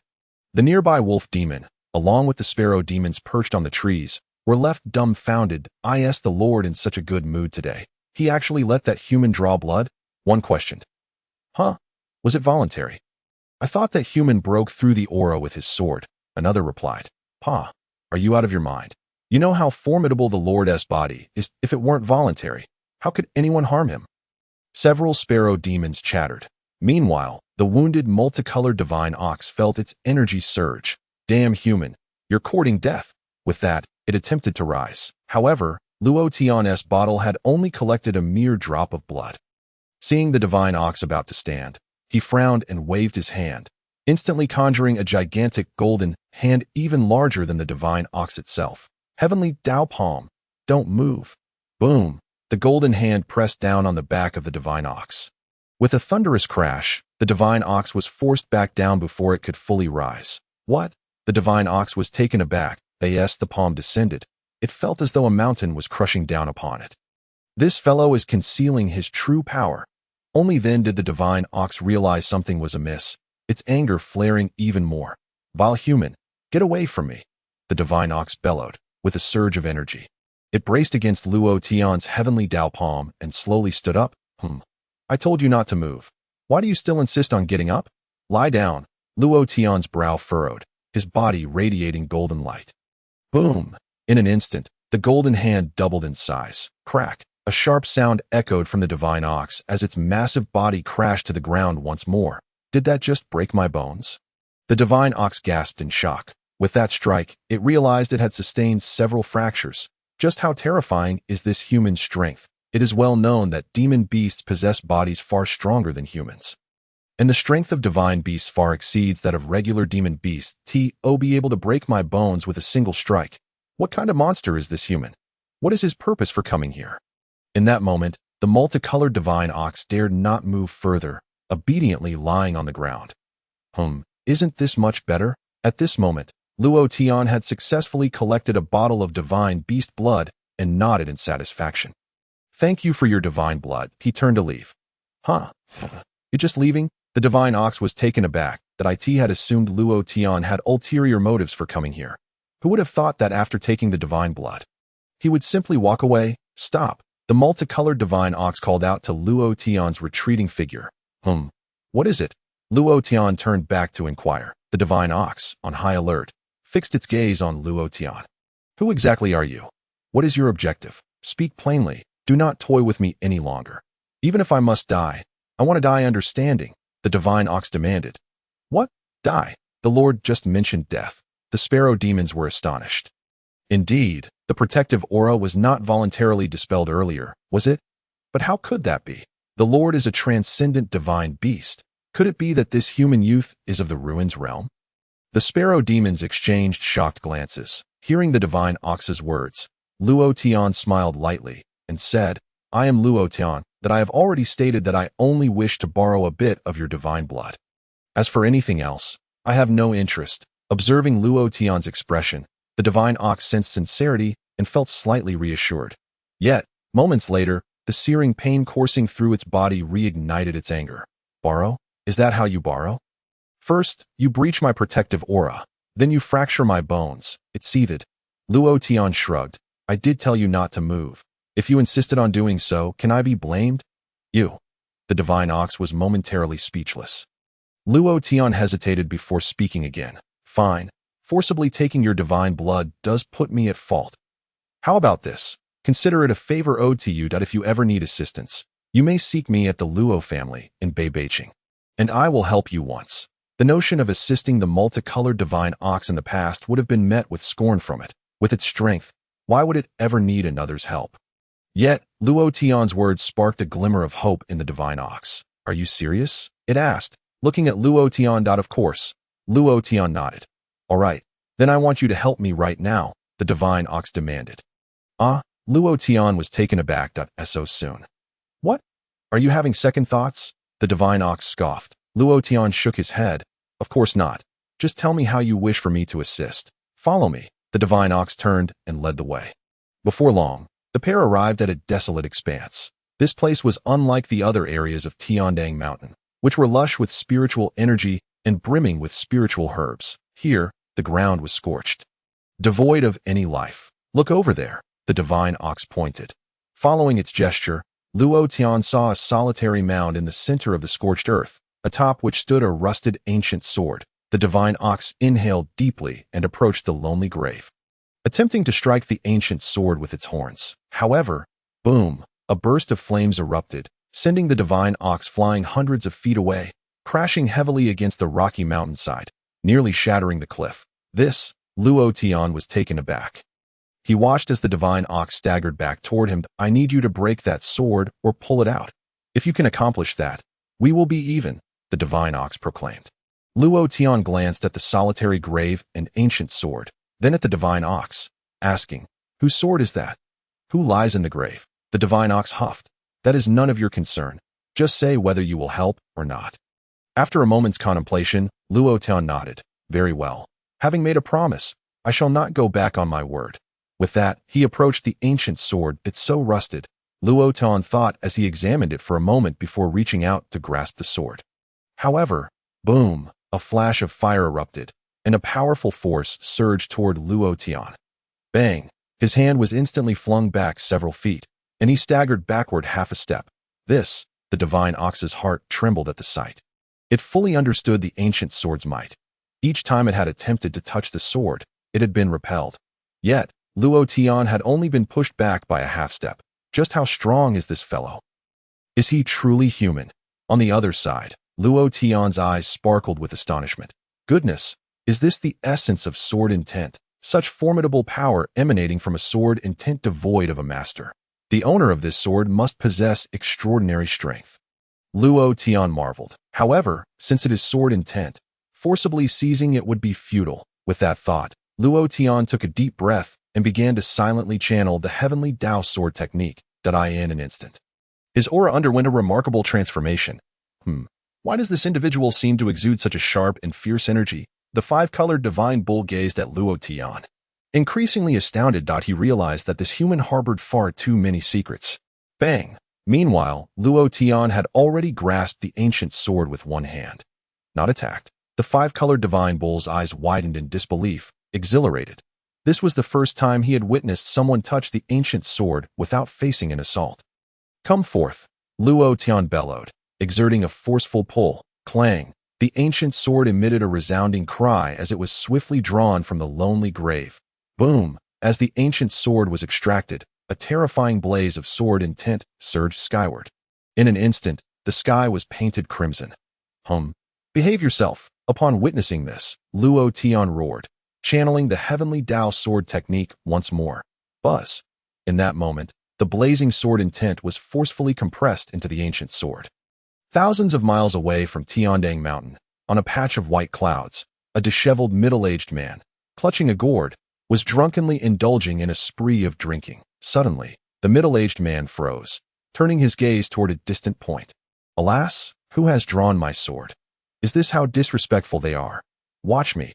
He attempted to soar forward, but it seemed he was too intoxicated, plummeting directly from the clouds to the ground with a heavy thud. Boom! This impact resembled a meteor crashing to Earth, creating a massive crater. Well, it seems I truly overindulged. The celestial brew from the Yaoqi is no joke. Forget it. I'll accept my fate, the one who drew my sword. Consider yourself fortunate. I shall now sleep. After speaking, he collapsed into the pit, falling into a deep slumber. Beside the drunken man's deep pit stood a dozen men clad in black, adorned with embroidered serpent patterns. Master, this fellow has intruded upon our sacred ground. Should we drive him away? One of the black-clad men stepped forward. The esteemed master shot him a fierce glare and said, "Are you blind? Take a closer look at the sword in his hand." The black-clad man was momentarily stunned, glancing at the sword, and his entire body trembled. The broken sky sword? He is the master cast a sidelong glance at him, coldly stating, "If you know, then shut your mouth. Do not seek trouble for yourself." The black-clad man promptly lowered his head. "Inform all disciples to refrain from approaching here until he sobers up. Otherwise, should he go on a drunken rampage, no one but our master can control him." The master commanded. "Understood." The black-clad man replied. On the other side, at Tiandang Mountain, the sword is merely an ordinary iron sword. However, the residual sword intent is so potent that it grants this commonplace iron sword such terrifying might. Luo Tian assessed the rusty sword in his hand, sword intent staining half the sky. "I wonder how my current sword intent measures up." As he spoke, Luo Tian drew his own sword, inhaled deeply, and slashed upward towards the heavens. Clang! The sword energy erupted, ascending into the sky. Whoosh! The fierce winds howled, cleaving the clouds in two. The five-colored divine bull was utterly convinced by this strike that if just now, Luo Tian had used this sword to draw blood from himself, then at this moment, he would likely be deceased. It seems he truly showed mercy. "Alas, I am indeed too weak," Luo Tian lamented, shaking his head in resignation. "Damn," the five-colored divine bull inwardly grumbled. "Weak? This rusty sword still harbors considerable residual sword intent. It can probably be used 3 more times. I shall keep it for future use," Luo Tian remarked, stowing the rusty sword into his spatial ring. Just as he was about to converse with the five-colored divine bull, a hand suddenly emerged from the lonely grave beneath his feet. What is this?" Luo Tian was startled, quickly leaping back, poised to attack. "Wait, do not strike." At that moment, the five-colored divine bull hurried over. He then knelt before the grave with a thud. "Mother," he cried out, bursting into tears. "But, what are you crying about? Your mother isn't dead yet. A woman's voice resonated from within the grave, and then the hand parted, revealing a figure crawling out. This is... Luo Tian gazed at the woman before him, momentarily stunned. The woman appeared to be no more than 17 or 18 years old. However, she sported a pair of horns atop her head and a large copper ring hanging from her nose. Coupled with the five-colored divine bull's address of her as mother, it was evident that she was a cow demon in human form. Mother, after 500 years, I finally see you again. The five-colored divine bull exclaimed as he rushed forward. However, bang, the woman slapped him, sending the five-colored divine bull flying. How dare you say that? After 500 years, you finally rescue your mother. Had you delayed another 100 years, I would have been sealed to death. The woman shouted angrily. I'm sorry, the five-colored divine bull murmured, appearing as innocent as a child. 500 years, mother and son. Luo Tian regarded the woman and the five-colored divine bull.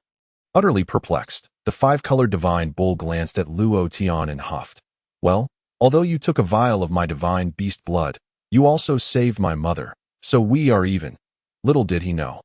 Before he could finish speaking, bang, the woman slapped the five-colored divine bull again. Mother, why do you keep hitting me? The five-colored divine bull asked, looking aggrieved. The woman scoffed. Hitting you is too lenient. You dare to say we are even after merely taking a vial of divine beast blood for saving your mother? Do you think that vial of blood is worth more than your mother? The five-colored divine bull instantly felt wronged, unable to retort. Meanwhile, the woman darted over to Luo Tian's side, grasping both of his hands and shaking them vigorously. With tears streaming down her face, she said, Benefactor, I was sealed in that grave for 500 years, and I thought I would be trapped there forever. I never imagined you would come to my rescue, allowing me to see the light of day once more. This kindness shall be repaid for eternity. From now on, you shall be my dear elder brother. I bow to you, my esteemed brother. Having said that, she prostrated herself. Mother, why are you kneeling to this human? The five-colored divine bull had a dark expression. However, bang, the woman slapped the five-colored divine bull on the head. Can't you speak? What do you mean by human? Call him uncle. The woman scolded. The five-colored divine bull attempted to protest, but upon seeing the glint in the woman's eyes, he was taken aback and reluctantly replied, Uncle die.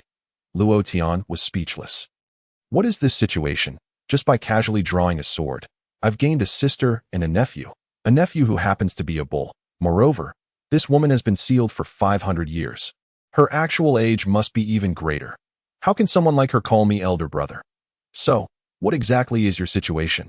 Luo Tian inquired.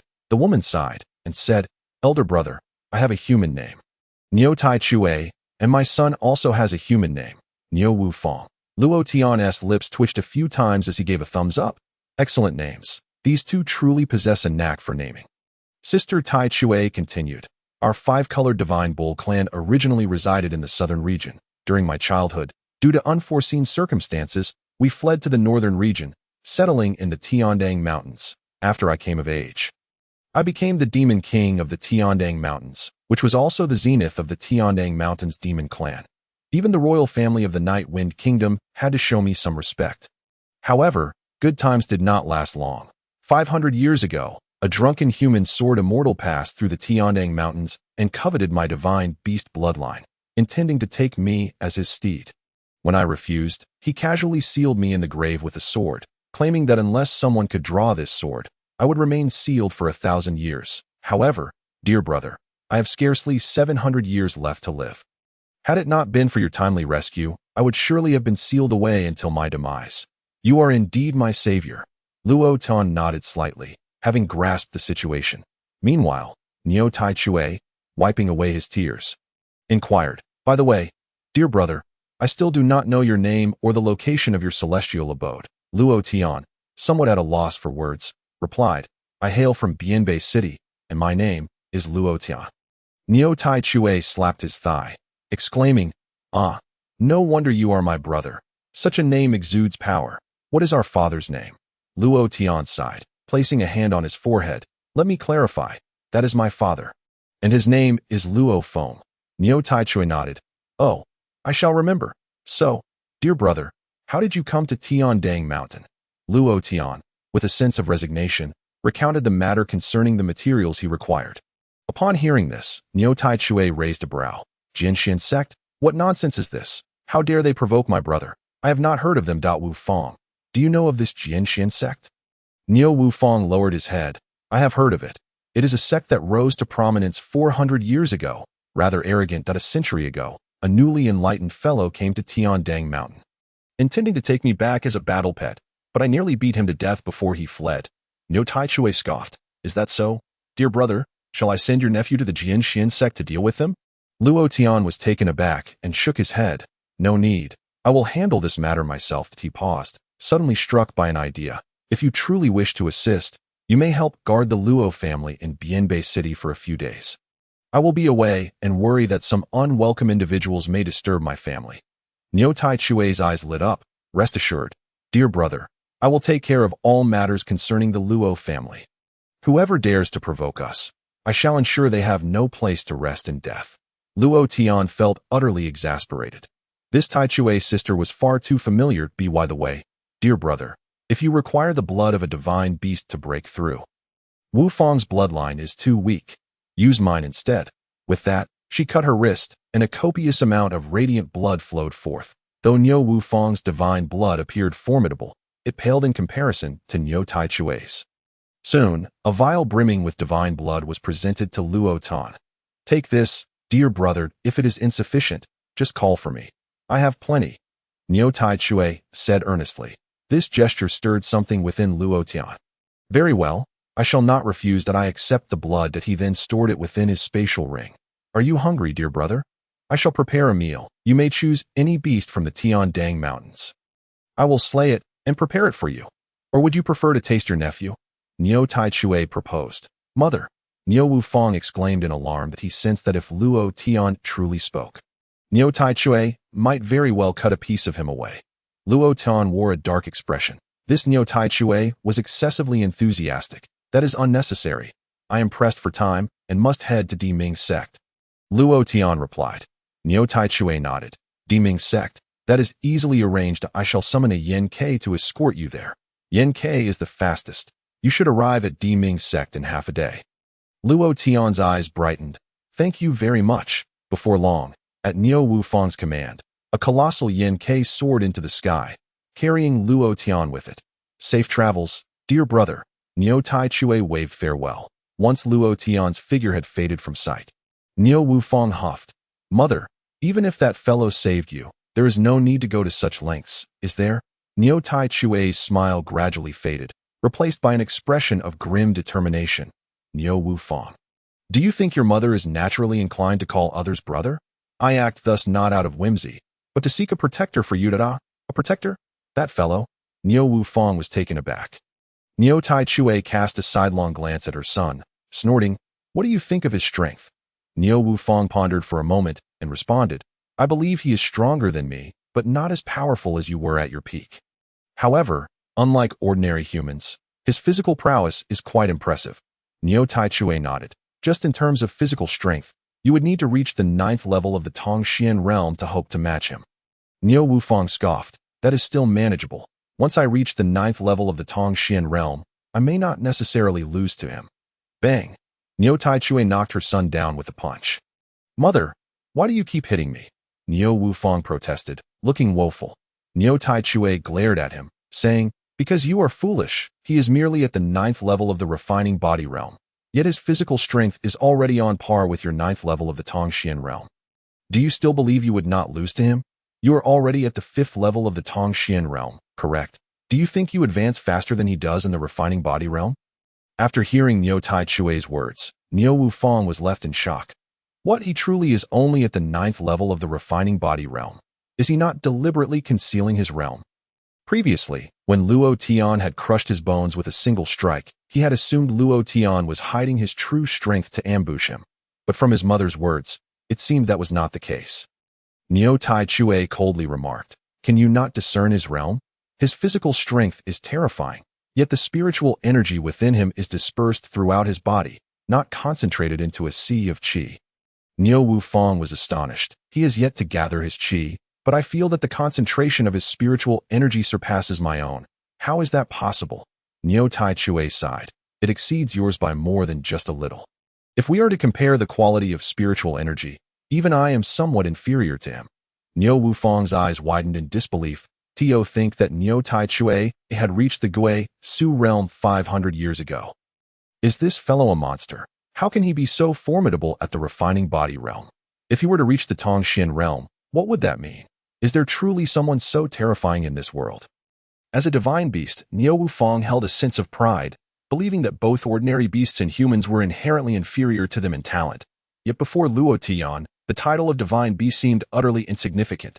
Humph, if my suspicions are correct, he is likely the legendary reincarnation of a martial emperor, Niu Tai Chue declared, holding her head high. Reincarnation of a martial emperor. What does that mean? Niu Wufang asked. Bewildered, Niu Tai Chue glanced at him and chuckled. You are still young. It is understandable that you do not know. Those are tales from the ancient era. It is said that several martial emperors, who were invincible in their previous lives, were either betrayed by their brothers or ambushed by their fiancés, leading to their untimely deaths. Though their bodies perished, their souls remained undying, ultimately seizing control of the bodies of some human wastrels. These wastrels were either rejected by their fiancés or bullied by their clansmen or peers, enduring immense hardship in the early stages. However, the more they suffered, the stronger they would become later on, suddenly surging in power and ultimately surpassing their previous selves. They would not only seek revenge, but also establish powerful holy lands and dynasties. Niu Wufang muttered to himself, humans, wastrels, rejection, sudden power surge. My heavens. It truly is the reincarnation of a martial emperor. Niu Tai Chue cast a glance at her son, pride swelling within her. Now do you understand why I am so eager to cling to his side? Niu Wufang nodded earnestly. I understand. You are seeking the support of a future martial emperor. Niu Tai Chue sighed. Our five-color Divine Ox clan has suffered greatly. Over the years, we have been hunted, enslaved, and treated as mounts. I have fled to this desolate place, only to be sealed away for 500 years that I can no longer endure this tragic existence. He is our only chance to defy fate. Niu Wufang took a deep breath. I understand. Mother, I will head to the Luo family at once. I swear, even if it costs me my life, I will ensure that no harm comes to any member of the Luo family. Niu Tai Chue nodded. Exactly.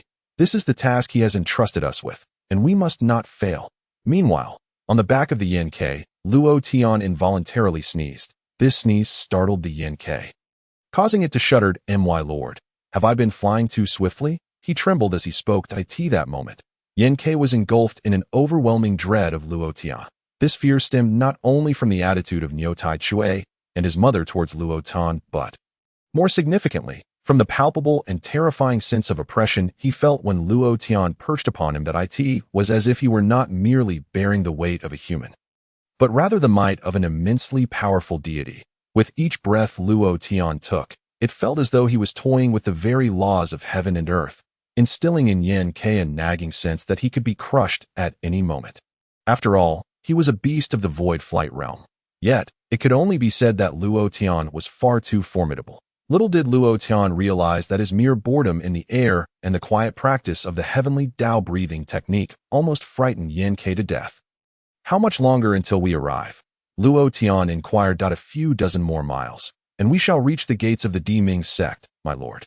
However, the situation at Diming sect is somewhat intricate, and as a mere beast, it is inconvenient for me to proceed. Yen K replied cautiously. In that case, you may set me down, Luo Tian said nonchalantly. Good. Good. Yen K exclaimed with a wide eye. In truth, he bore no fear of the Diming sect. He simply wished to be rid of the terrifying burden that was Luo Tian. Whoosh! Soon after, Yen K descended. My lord. Just ahead lies the gate of the Diming sect. If there are no further instructions, I shall take my leave, he stated. Go on. Luo Tian waved his hand dismissively. Farewell. Yen K, receiving the command, flew back with fervor. Damn. Next time, I will never take on such a task again. It nearly scared me to death. He muttered to himself. Meanwhile, Luo Tian, following Yen K's guidance, swiftly arrived at the gate of the Diming sect. However, he soon noticed something unusual about the entrance. That a thick mist enveloped the area, as if some force was preventing anyone from ascending the mountain. Frowning at the sight, Luo Tian called out loudly, I am Luo Tian from Beicheng, Here to pay my respects to the Diming sect, I hope to be granted an audience. Yet, the mist did not disperse. Instead, a cold voice rang out from within the gate. The Diming sect is closed to visitors. If you have matters to discuss, return in half a month, depart immediately, or face the consequences. Luo Tian's brows knitted together. He had spoken so courteously, yet they treated him with such disrespect. To suggest he return in half a month. Did he have that much idle time? Very well. If I cannot see you, I shall simply ask for 1,000-year stalactite to be given to me. And I will be on my way, Luo Tian declared. However, the misty figures grew enraged. You little brat, are you deaf? You have 3 breaths to leave, or you will be killed without mercy, one of them shouted.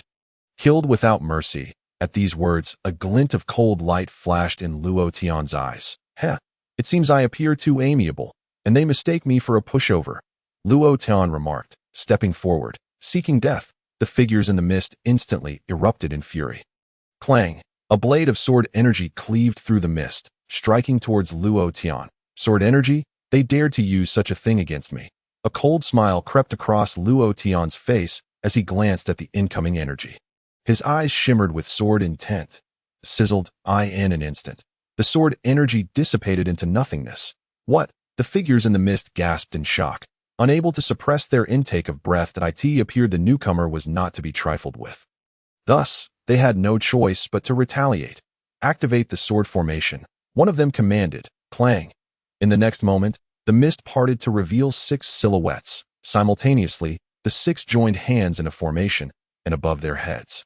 A colossal sword of energy materialized. Esteemed guest, this is one of the 3 great sword formations of the Sword Profound sect, the Bright Moon Sword Formation. Even a Void Flight Realm expert could be slain by it. I give you one last chance. Retreat at once, the leader said coldly. The Sword Profound sect? Luo Tian raised an eyebrow. It wasn't that the sect of Lan Xiu'er. He hadn't anticipated that the Diming sect had ties to them as well. One of the 3 great sword formations, you say? Very well. I am quite curious to witness its true power. With that, Luo Tian continued to advance. Seeking death, attack. The 6 simultaneously formed seals. Clang! In the next instant, the massive sword energy descended upon Luo Tian. Not dodging. The 6 gazed at Luo Tian, who strolled leisurely towards the mountain, seemingly unperturbed, and were momentarily stunned. Was this fellow mad? Who knows, since he seeks death. Let us grant him his wish. As they spoke, the sword energy was already upon Luo Tian. Yet, a radiant golden light enveloped Luo Tian, providing him with complete protection. Clang! A crisp sound resonated as the sword energy struck the golden light. Failing to advance an inch further, Luo Tian, as if oblivious to the sword energy, continued his steady march up the mountain. Bang! Bang! Bang! With each step he took, the sword energy shattered into fragments, after traversing a mere dozen steps. The colossal sword energy had completely disintegrated, vanishing without a trace. Puff! Puff! The 6 figures atop the mountain, affected by the sword energy's backlash, simultaneously spat blood and collapsed to the ground. The leader's face turned pale. Whoosh! In the next moment, Luo Tian stood before him. You were the one who said you would kill me without mercy, correct?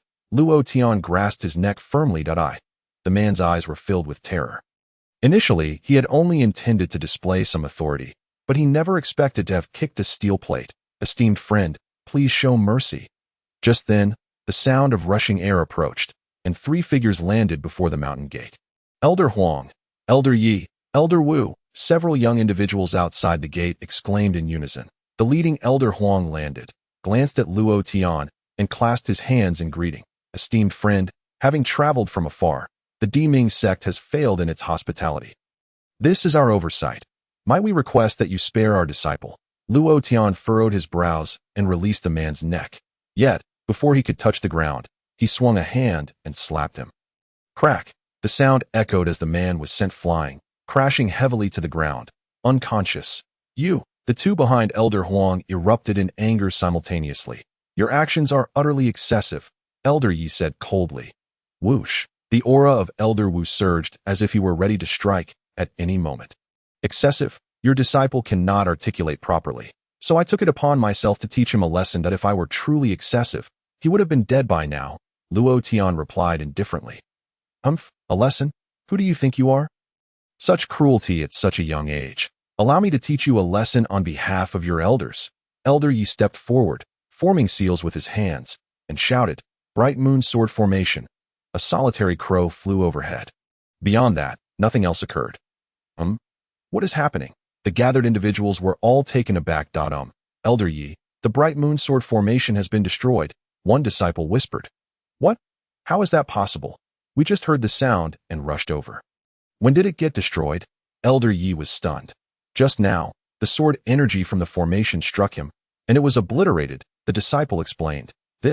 Elder Yi was dumbfounded. The bright moon sword formation had cost the Diming sect considerable resources to have set up by the Sword Profound sect. Intended for repelling external threats, its power was immense, capable of slaying experts of the Void Flight realm. Even ordinary Transcendence realm experts would bleed upon entering. Who would have thought it would be destroyed today? Was this man before him truly of a cultivation level beyond Transcendence? As Elder Yi regarded Luo Tian, a bead of sweat trickled down his forehead. Do you intend to do something? Luo Tian inquired. Looking at him, nothing at all. My arm is just sore, and I need to stretch a bit. Elder Yi quickly changed his demeanor. What a joke. Elder Yi was merely at the 8th level of the spirit transformation realm, relying on magical artifacts to fly. Challenging someone of the Transcendence realm? Did he wish to court death? All right, everyone retreat.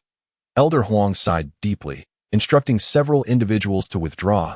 He then approached Luo Tian, clasping his hands in greeting and saying, Esteemed friend, I must apologize for the lack of hospitality displayed by my sect, Diming Zone, that I hope for your understanding. Luo Tian replied nonchalantly, Let us dispense with the pleasantries. I did not come to your esteemed sect to create trouble. I merely seek a piece of Millennium Stalactite. Once I acquire it, I shall depart immediately. Upon hearing this, Elder Huang's expression grew troubled. Is it possible that Diming Zone does not possess any? Luo Tian inquired, furrowing his brow. Elder Huang forced a smile and said, Though the Millennium Stalactite is indeed precious, we do have some within Diming Zone. However, at present, we are unable to provide it to you. Why is that? Luo Tian asked, astonished. Elder Huang sighed again. Our sect has encountered unfortunate circumstances, which we would prefer not to disclose to outsiders. However, given your arrival, it would be unwise to conceal the truth. You must be aware that Diming Zone excels in the art of geomancy, locating dragon veins and harvesting spiritual minds. Yet, this art can disturb the balance of heaven and earth, easily attracting malevolent entities. A few months ago, several esteemed elders in our sect inadvertently summoned a nefarious spirit while practicing geomancy, which subsequently took residence in our largest mining cavern. As a result, we are unable to extract the Millennium Stalactite or any other spiritual ore.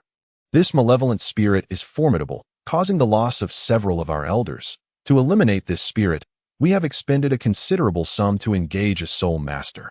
The soul master has set up a formation specifically for this purpose. Having prepared for 49 days, today marks the final day, and we cannot afford any disturbances. Thus, we have sealed our mountain gates and are not receiving guests. I sincerely apologize for the offense caused by my disciples. Elder Huang's demeanor was exceedingly courteous. Naturally, he did not extend such politeness to everyone. Had it been anyone else, he would not have bothered to say so much. However, having witnessed Luo Tian's capabilities, he dared not be disrespectful to such a formidable being. Luo Tian nodded. So, there is a possibility of expelling the malevolent spirit today. Elder Huang hesitated before responding. Indeed, there is a possibility, although it is not guaranteed, as the spirit is quite powerful. He then glanced at Luo Tian and added, If you do not mind, you are welcome to accompany us to the mining cavern. Should we succeed in ridding ourselves of the malevolent spirit today, Diming Zone would be more than willing to offer you a piece of Millennium Stalactite. Elder Huang was acutely aware that Diming Zone was not a sect renowned for martial prowess, but rather one blessed with great wealth. To survive in this world, one must seek powerful allies. And Luo Tian's recently displayed strength had already qualified him as a potential ally. Thus, despite the value of the Millennium Stalactite, he was willing to part with it. Very well, lead the way, Luo Tian replied. Esteemed friend, please follow me, Elder Huang said, as he summoned his flying artifact and ascended gracefully into the air. Simultaneously, Luo Tian vanished from his original position, reappearing upon the flying artifact of Elder Yi. What are you doing? Elder Yi exclaimed, startled, as he stared at Luo Tian in shock. That I cannot fly. Please take me with you. Luo Tian stated calmly. You cannot fly? Elder Yi could hardly believe such a claim. How could a being of the Xian realm not possess the ability to fly? It seemed an absurdity. This individual must be intentionally seeking to provoke him. Although Elder Yi was extremely reluctant, he understood that Luo Tian was not someone he could afford to offend, so he steeled himself and guided him as they soared toward the sect. Before long, they arrived at the rear mountain. Within a vast mining area, esteemed friend, the individual below is a third-grade soul master overseeing the expulsion of the malevolent spirit. I kindly ask that you exercise caution in your words and actions, as you are likely aware that soul masters can be quite temperamental, Elder Huang cautioned. Rest assured, I am well aware, Luo Tian replied casually. As they spoke, they descended. However, upon landing, they noticed an emaciated elder at the forefront. His eyes flashing with anger. I have admonished you countless times. Do not create a disturbance during the preparations. Yet, you still dare to fly about. Do you wish to forfeit the expulsion of this malevolent spirit? The elder berated. Elder Huang's face flushed with embarrassment, and he bowed respectfully, saying, Elder Su, I apologize. It was my oversight. Elder Su huffed. Step aside. If this occurs again, I shall take my leave. Yes, yes, Elder Huang replied, looking rather crestfallen as he retreated to the side. At that moment, Elder Su took a deep breath and approached one end of the altar. 5 spirit formation. Activate. With Elder Su's thunderous command, the braziers surrounding the altar suddenly ignited with green flames. Simultaneously, a powerful force field began to radiate outward. Malefactor, do not delay your appearance, Elder Su bellowed. Roar. In the next instant, a chilling howl echoed from the distant mountains. Following that, black mist surged through the forest, and a shadowy humanoid spirit slowly materialized. Everyone, be cautious. Do not allow that black mist to touch you. It is soul poison and extremely dangerous, someone shouted urgently. The members of Di Ming Zone all adopted a posture of heightened vigilance. Only Luo Tian appeared baffled. That a malevolent spirit. Is this truly it? He mused internally. Esteemed friend, do not underestimate that malevolent spirit. While it may appear weak, it is exceedingly perilous. Elder Huang seemed to sense Luo Tian's thoughts and offered a warning. Silence! Do not disturb my master's incantation. A young man shouted at Elder Huang. That in terms of age, he appeared to be merely in his 20s. However, Elder Huang dared not retort. What could he do against the disciple of a soul master? Upon the altar, Elder Su ignited a bundle of yellow paper money. Instantaneously, green flames soared into the air, accompanied by a cacophony of wailing spirits. Hundreds of soul phantoms began to converge above his head. Spirit subduing nail, manifest, Elder Su commanded. With a clang, a 1-foot-long spirit subduing nail materialized above his head. I asked that the manifestation of soul power. How formidable. Are you jesting? The manifestation of soul power truly possesses such might. The members of Di Ming Zone were all left in astonishment. Only Luo Tian wore a bemused expression. Is this really necessary? He inquired. Elder Huang, overhearing this, whispered, Esteemed friend, it is understandable that you are not familiar with soul cultivation. The cultivation of soul power is exceedingly challenging, attainable only by those of great prowess who can achieve the manifestation of soul power. Luo Tian smiled faintly, choosing not to elaborate further. After all, he was merely here to procure the Millennium Stalactite. There was no need for unnecessary discourse. Attack. On the other side, Elder Su waved his hand, sending the spirit-subduing nail hurtling toward the malevolent spirit. Colliding forcefully. Roar. The malevolent spirit emitted a piercing wail as it charged at the spirit-subduing nail. Bang. With a resounding crash, the impact reverberated through the area. Several younger disciples, lacking sufficient cultivation, were knocked unconscious and foamed at the mouth. This fluctuation of soul power, Elder Huang furrowed his brow, glancing at Luo Tian. However, the latter remained expressionless, showing no reaction. Such composure, Elder Huang could not help but admire. Meanwhile, Elder Su wielded the spirit-subduing nail, relentlessly bombarding the malevolent spirit, pushing it back repeatedly. Excellent. Master, apply more force and vanquish this evil. Elder Su's disciple cheered from the sidelines. Even the members of Di Ming Zone collectively exhaled in relief. That it seemed that the malevolent spirit could finally be dealt with. Only Luo Tian's brow gradually furrowed. Elder Huang, please urge Elder Su to halt. Otherwise, his life will be in jeopardy, Luo Tian stated. Elder Huang was taken aback. In the present situation, Elder Su held the upper hand. How could Luo Tian assert that his life was in danger? You dare to speak so audaciously about my master. Have you a death wish?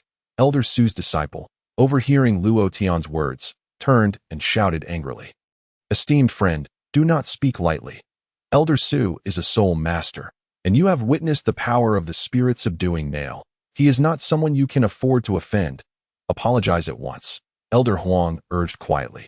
Realizing the situation was amiss, yet Luo Tian sighed, saying, the spirit-subduing nail can indeed counter the malevolent spirit, but alas, Elder Su's spirit-subduing nail is not a true spirit-subduing nail. Not a true spirit-subduing nail. What do you mean? Elder Huang was momentarily taken aback. Luo Tian gestured towards the flickering lights surrounding the altar and the ethereal souls entwined around Old Su. His soul power was insufficient to solidify the soul-subduing nails, compelling him to employ an array and, through secret techniques, burn wandering souls to forcibly manifest the nails. However, these soul-subduing nails were unstable and could not be sustained for long, that if he could vanquish the malevolent spirit within 3 attempts, victory was assured. Yet, if it extended beyond 5 attempts, his chances of success dwindled to 50%. Currently, he had already extended to 10 attempts, and with dwindling soul power, defeat was inevitable. Elder Huang listened intently to Luo Tian's explanation, his surprise palpable. Meanwhile, Old Su's disciple, feeling a surge of anxiety, stubbornly retorted, nonsense. What do you know of soul techniques? How dare you speak so presumptuously here? However, before he could finish his sentence, Luo Tian turned to regard him. This is the 2nd time you have spoken disrespectfully to me. Do you dare utter another word? I shall twist your head off. Luo Tian's voice was cold. Old Su's disciple wanted to protest further, but upon meeting Luo Tian's gaze, he felt a bone-chilling dread. He had no doubt that should he speak again, Luo Tian would indeed take his life. Humph! He gritted his teeth, turning his head away in silence. At that moment, someone shouted, "Look!" Suddenly, the battle in midair shifted dramatically. The previously overwhelming soul-subduing nails began to falter, retreating repeatedly, and on several occasions, nearly collapsing. What is happening? It was not like this before, someone exclaimed in astonishment. The soul-subduing nails have weakened. Another discerned the change. Look at Old Su. At that moment, someone pointed towards the altar. The green flames surrounding the altar began to fade, revealing their original color. Old Su himself appeared unsteady, struggling to maintain his balance. Finally, Old Su spat out a mouthful of blood, and the surrounding green flames abruptly vanished. The soul-subduing nails in the air instantly dissipated into nothingness. Old Su had been defeated. A profound silence enveloped the Di Ming sect. Only the malevolent spirit in the air howled in triumph, as if to provoke them. Not even Old Su can withstand it. Is there no stronger soul master in our Night Wind Kingdom? It seems we must abandon our ancestral grounds. The members of Di Ming's sect turned pale, their faces etched with despair. Elder Huang, equally helpless, turned to Luo Tian and said, "My friend, you have seen for yourself. The malevolent spirit remains unbanished, and thus, the 1,000-year stalactite cannot be given to you." Luo Tian glanced at Elder Huang and replied, "So, if we eliminate this malevolent spirit, you shall provide me with the 1,000-year stalactite. Correct?" Elder Huang was taken aback, but nodded, affirming, "Indeed, but you have seen that even Old Su is powerless." Luo Tian smiled and said, "Very well. It is settled then that I shall assist you in vanquishing the malevolent spirit. You prepare the 1,000-year stalactite." What? The members of Di Ming's sect were all bewildered. What do you mean by vanquishing the malevolent spirit? Even Old Su wore a peculiar expression. "Young man, which clan do you hail from? You seem to underestimate soul techniques far too much. How can you handle something that even I cannot?" Old Su wiped the blood from the corner of his mouth and spoke coldly. Luo Tian replied nonchalantly, "That is merely a reflection of your lack of skill." Upon hearing this, Old Su's anger flared. Who was he, the most formidable soul master in the Night Wind Kingdom? When had he ever endured such humiliation? "My skills are lacking." Huh. This is the first time someone has dared to say such a thing to me. Di Ming's sect. Is this how you treat your guests? Old Su said, a mocking smile on his face as he regarded Luo Tian. Luo Tian smiled faintly. Soul-subduing nails, is it? Yes, it seems that way. As he spoke, he formed a hand seal. Clang, clang, clang. In an instant, four soul-subduing nails materialized above his head. What? Those are the soul-subduing nails. This cannot be. How can four appear at once? Is it some kind of martial technique? The onlookers were all struck with astonishment. Only a few elders realized that the situation was amiss, particularly old Su on the altar. He stared in disbelief at the soul-subduing nails hovering above Luo Tian's head. Feeling as if his very soul was on the verge of shattering, I prepared for over a month, relying on formations and burning wandering souls to temporarily solidify one soul-subduing nail, yet this fellow has conjured four in an instant.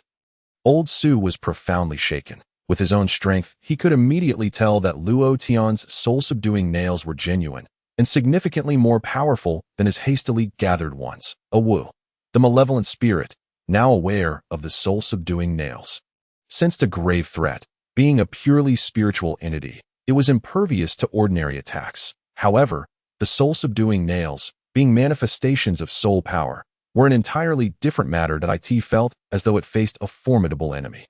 Malevolent spirit, I'll give you a chance. Leave the Diming sect and do not return, and I shall spare your life, Luo Tian declared, gazing at the spirit above. Whoosh, the malevolent spirit's eyes glowed red, and it lunged forward with claws bared. How audacious! Luo Tian frowned and waved his hand. Whoosh, whoosh, whoosh. The four soul-subduing nails shot towards the malevolent spirit. Boom! The two forces collided midair, and the spirit's body was immediately pierced by four gaping holes. What? Old Su's heart trembled at this sight. His own soul-subduing nails could only temporarily suppress the malevolent spirit, but Luo Tian's nails had penetrated its body in an instant. The disparity was stark. And Old Su felt this more acutely than anyone else at that moment. The disdain in his gaze towards Luo Tian had vanished, replaced solely by reverence. Powerful, incredibly powerful. Wu, the malevolent spirit, for the first time experiencing such a heavy blow, let out a horrific shriek. Whoosh! Just then, the soul-subduing nails returned and lunged at the spirit once more. This time, the spirit dared not confront them head-on.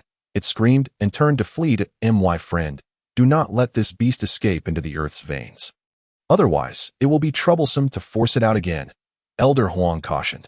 Luo Tian had already sensed the urgency. He waved his right hand, sealing off the spirit's escape route with two of the soul-subduing nails, while the remaining two relentlessly pursued. Wu, the malevolent spirit shrieked in despair as it attempted to flee in another direction, with the soul-subduing nails hot on its heels. This beast's movements were too erratic. The four soul-subduing nails struggled to keep up with it. If only there were one more soul-subduing nail. The sect leader of Di Ming narrowed his brow, realizing that in a direct confrontation, the malevolent spirit was destined to be defeated by Luo Tian. However, if this fellow was intent on fleeing, for soul-subduing nails would indeed pose a challenge. Prepare a resurrection pill for me. I shall lend this esteemed individual a hand, Old Su declared. What? The members of Di Ming's sect were all taken aback. Old Su had been with them for some time now, and even the sect leader had to bow to him. Yet now he was addressing Luo Tian as esteemed individual. Quality in art surpasses the mundane. Elder Huang mused inwardly. Master, your soul power is depleted. You cannot force yourself to act, Old Su's disciple urged from the side. But Old Su shook his head. No, if four soul-subduing nails cannot end this creature, I must assist this esteemed individual to atone for my earlier rudeness, even if my soul power is damaged beyond recovery. It is a price I must pay. The crowd was once again bewildered. When had this temperamental Old Su become so noble? Even Luo Tian couldn't help but regard this old man with newfound interest. This individual was indeed intriguing. No need to intervene. If four soul-subduing nails are insufficient to deal with this beast, then I shall conjure four more. Luo Tian smiled, channeling his soul power to manifest another four soul-subduing nails above his head. What? Once again, the crowd erupted in astonishment. The previous four soul-pinning nails had already appeared exceedingly terrifying in their eyes. Yet, in the blink of an eye, Luo Tian conjured four more. To what extent had his soul power reached? Perish! With a wave of his hand, Luo Tian sent the four soul-pinning nails hurtling towards the malevolent spirit. Roar! The evil spirit sensed the dire situation and desperately attempted to flee. However, the 8 soul-pinning nails sealed off all its escape routes, forcing it to dart back and forth in place. In just a few breaths, it was struck multiple times by Luo Tian's nails, causing its aura to wane. What a formidable, malevolent spirit! How could it endure for so long under the assault of 8 soul-pinning nails? No wonder we suffered such heavy losses among our comrades. The members of the Diming sect continually gasped in awe. Meanwhile, Elder Su's face turned ashen. He had not anticipated that the evil spirit would prove so tenacious. How shameful it was for him to have boasted about eradicating such a creature. Elder Su now realized that his own soul power was worlds apart from that of the malevolent spirit. If it were not for Luo Tian's presence, he might well have met his demise today. Clearly, he had underestimated Luo Tian's capabilities. The fact that he could wield 8 soul-pinning nails was nothing short of terrifying. However, as Luo Tian observed the soul-pinning nails failing to subdue the spirit, he gradually lost patience. "You little pest, think you can evade me? Very well. Let us see how well you can dodge. Soul-pinning nails. Soul-pinning nails, soul-pinning nails." Luo Tian's eyes locked onto the target as he spread his hands, instantly hurling soul-pinning nails at the malevolent spirit as if they were worthless. What? Everyone was left dumbfounded. 8, 16, 20, 30. An overwhelming barrage of soul-pinning nails filled the air, leaving the crowd in a daze. Were these still considered soul-pinning nails? Elder Su had expended tremendous effort to produce a single nail earlier, yet now, my lord, it's done. The evil spirit has been utterly annihilated. Elder Su was the first to regain his senses, urging Luo Tian to AT this moment. Luo Tian had already unleashed over 100 soul-pinning nails. The air was thick with them, completely sealing off a vast expanse of space. The malevolent spirit was not merely pinned down by the nails. It was crushed to oblivion under their sheer numbers. Is it over? Luo Tian, upon hearing the words, finally ceased his assault. Goodness, what a troublesome adversary. With a wave of his hand, he withdrew all his soul power. The crowd was left in stunned silence. Such a method, and he still dares to call others troublesome? Thank you, my lord, for ridding our sect of this great menace. May I inquire how to address you? The Diming sect shall forever be grateful. The sect leader of Diming also regained his composure, calling out loudly. What a jest! Not only had Luo Tian rendered them immense assistance, but the display of his prowess was also an opportunity he could not afford to miss. My lord, this esteemed friend is someone I brought to the mountain. Elder Huang chimed in, grinning. This credit could not be attributed to anyone else. However, smack, the sect leader of Diming slapped Elder Huang on the head. What do you mean, esteemed friend? Do you think you are worthy? Have you no self-awareness? Address him as my lord, he bellowed. Yes, my lord. Elder Huang immediately bowed to Luo Tian to AT this moment. Luo Tian was rendered speechless. There was no need for such formality. Elder Huang, our agreement still stands, right? Luo Tian inquired. Absolutely. Elder Huang nodded vigorously. Agreement? What agreement? The sect leader of Diming looked puzzled. Elder Huang quickly recounted Luo Tian's intentions. So, esteemed leader, may I have the Millennium Stalactite? Luo Tian smiled as he posed the question. The sect leader of Diming trembled and bowed. How could I dare let you address me as my lord? I am Wei Su, the sect leader of Diming, and I shall present the Millennium Stalactite immediately. May I ask your esteemed name? Thud. Before Luo Tian could respond, Elder Su, the Soul Master, knelt before him. My lord, I am Su Ping, an elder of the Night Wind Nation's Soul Master Association. May I inquire which esteemed individual you are? A Soul Master from the Tianyang Empire, or perhaps a dignitary from the headquarters of the Soul Master Association? He stood before Luo Tian with utmost reverence, even as blood still trickled from the corner of his mouth. He dared not lose his composure. The others, upon hearing these words, were immediately taken aback. The Tianyang Empire, one of the 3 great empires of the Wind Continent. They nodded in silent agreement, realizing that only a place of such stature could produce such a powerful Soul Master. Yet, amidst the crowd, Luo Tian was utterly perplexed. What is all this nonsense? My name is Luo Tian, and I hail from Bianbei City, he stated nonchalantly, unwilling to conceal his identity. Bianbei City. The crowd exchanged bewildered glances. After much contemplation, they could not recall which significant power Bianbei City belonged to. Only one elder cautiously inquired, Could it be the Bianbei city located in the northern part of our Night Wind Nation? Luo Tian confirmed, precisely. What? The crowd looked at one another in disbelief. Bianbei city was merely a small town within the Night Wind Nation, having produced neither formidable forces nor renowned experts in centuries. Yet, here stood Luo Tian, hailing from that very place, wielding such formidable soul techniques. My lord, you surely haven't yet joined the Soul Master Association, have you? Elder Su cautiously queried, having gleaned the implications of Luo Tian's words. No. What is the Soul Master Association? Luo Tian genuinely did not know. Elder Su was taken aback, exclaiming, My lord, how could a soul master of your caliber be unaware of the Soul Master Association? It was founded 8,000 years ago by the 9th-level Soul Master, Li Tianxiao, with the purpose of uniting soul masters worldwide. The Soul Master Association provides rank certification for soul cultivators. Once certified, soul masters receive a salary from the association, which increases with rank. Of course, as a member, one must fulfill certain obligations, such as completing at least one task commissioned by the association each year. However, upon task completion, there are additional rewards. As he spoke, he raised his head, cautiously inquiring, My lord, since you have not yet joined the Soul Master Association, would you be interested in doing so? Elder Su had already recognized the immense potential of Luo Tian's soul power. If he could recruit him into the association, not only would the Night Wind Nation's Soul Master Association grow significantly stronger, but as the one who made the recommendation, he would also reap substantial benefits. Well, what are the benefits of joining the association? Is it just spirit stones? Luo Tian asked. Elder Su was momentarily taken aback and quickly replied, Not just spirit stones. If you require it, we can provide martial arts techniques, celestial herbs, spiritual pills, and other cultivation materials. I'm not boasting. Our Soul Master Association is quite powerful, and there are very few things we cannot procure.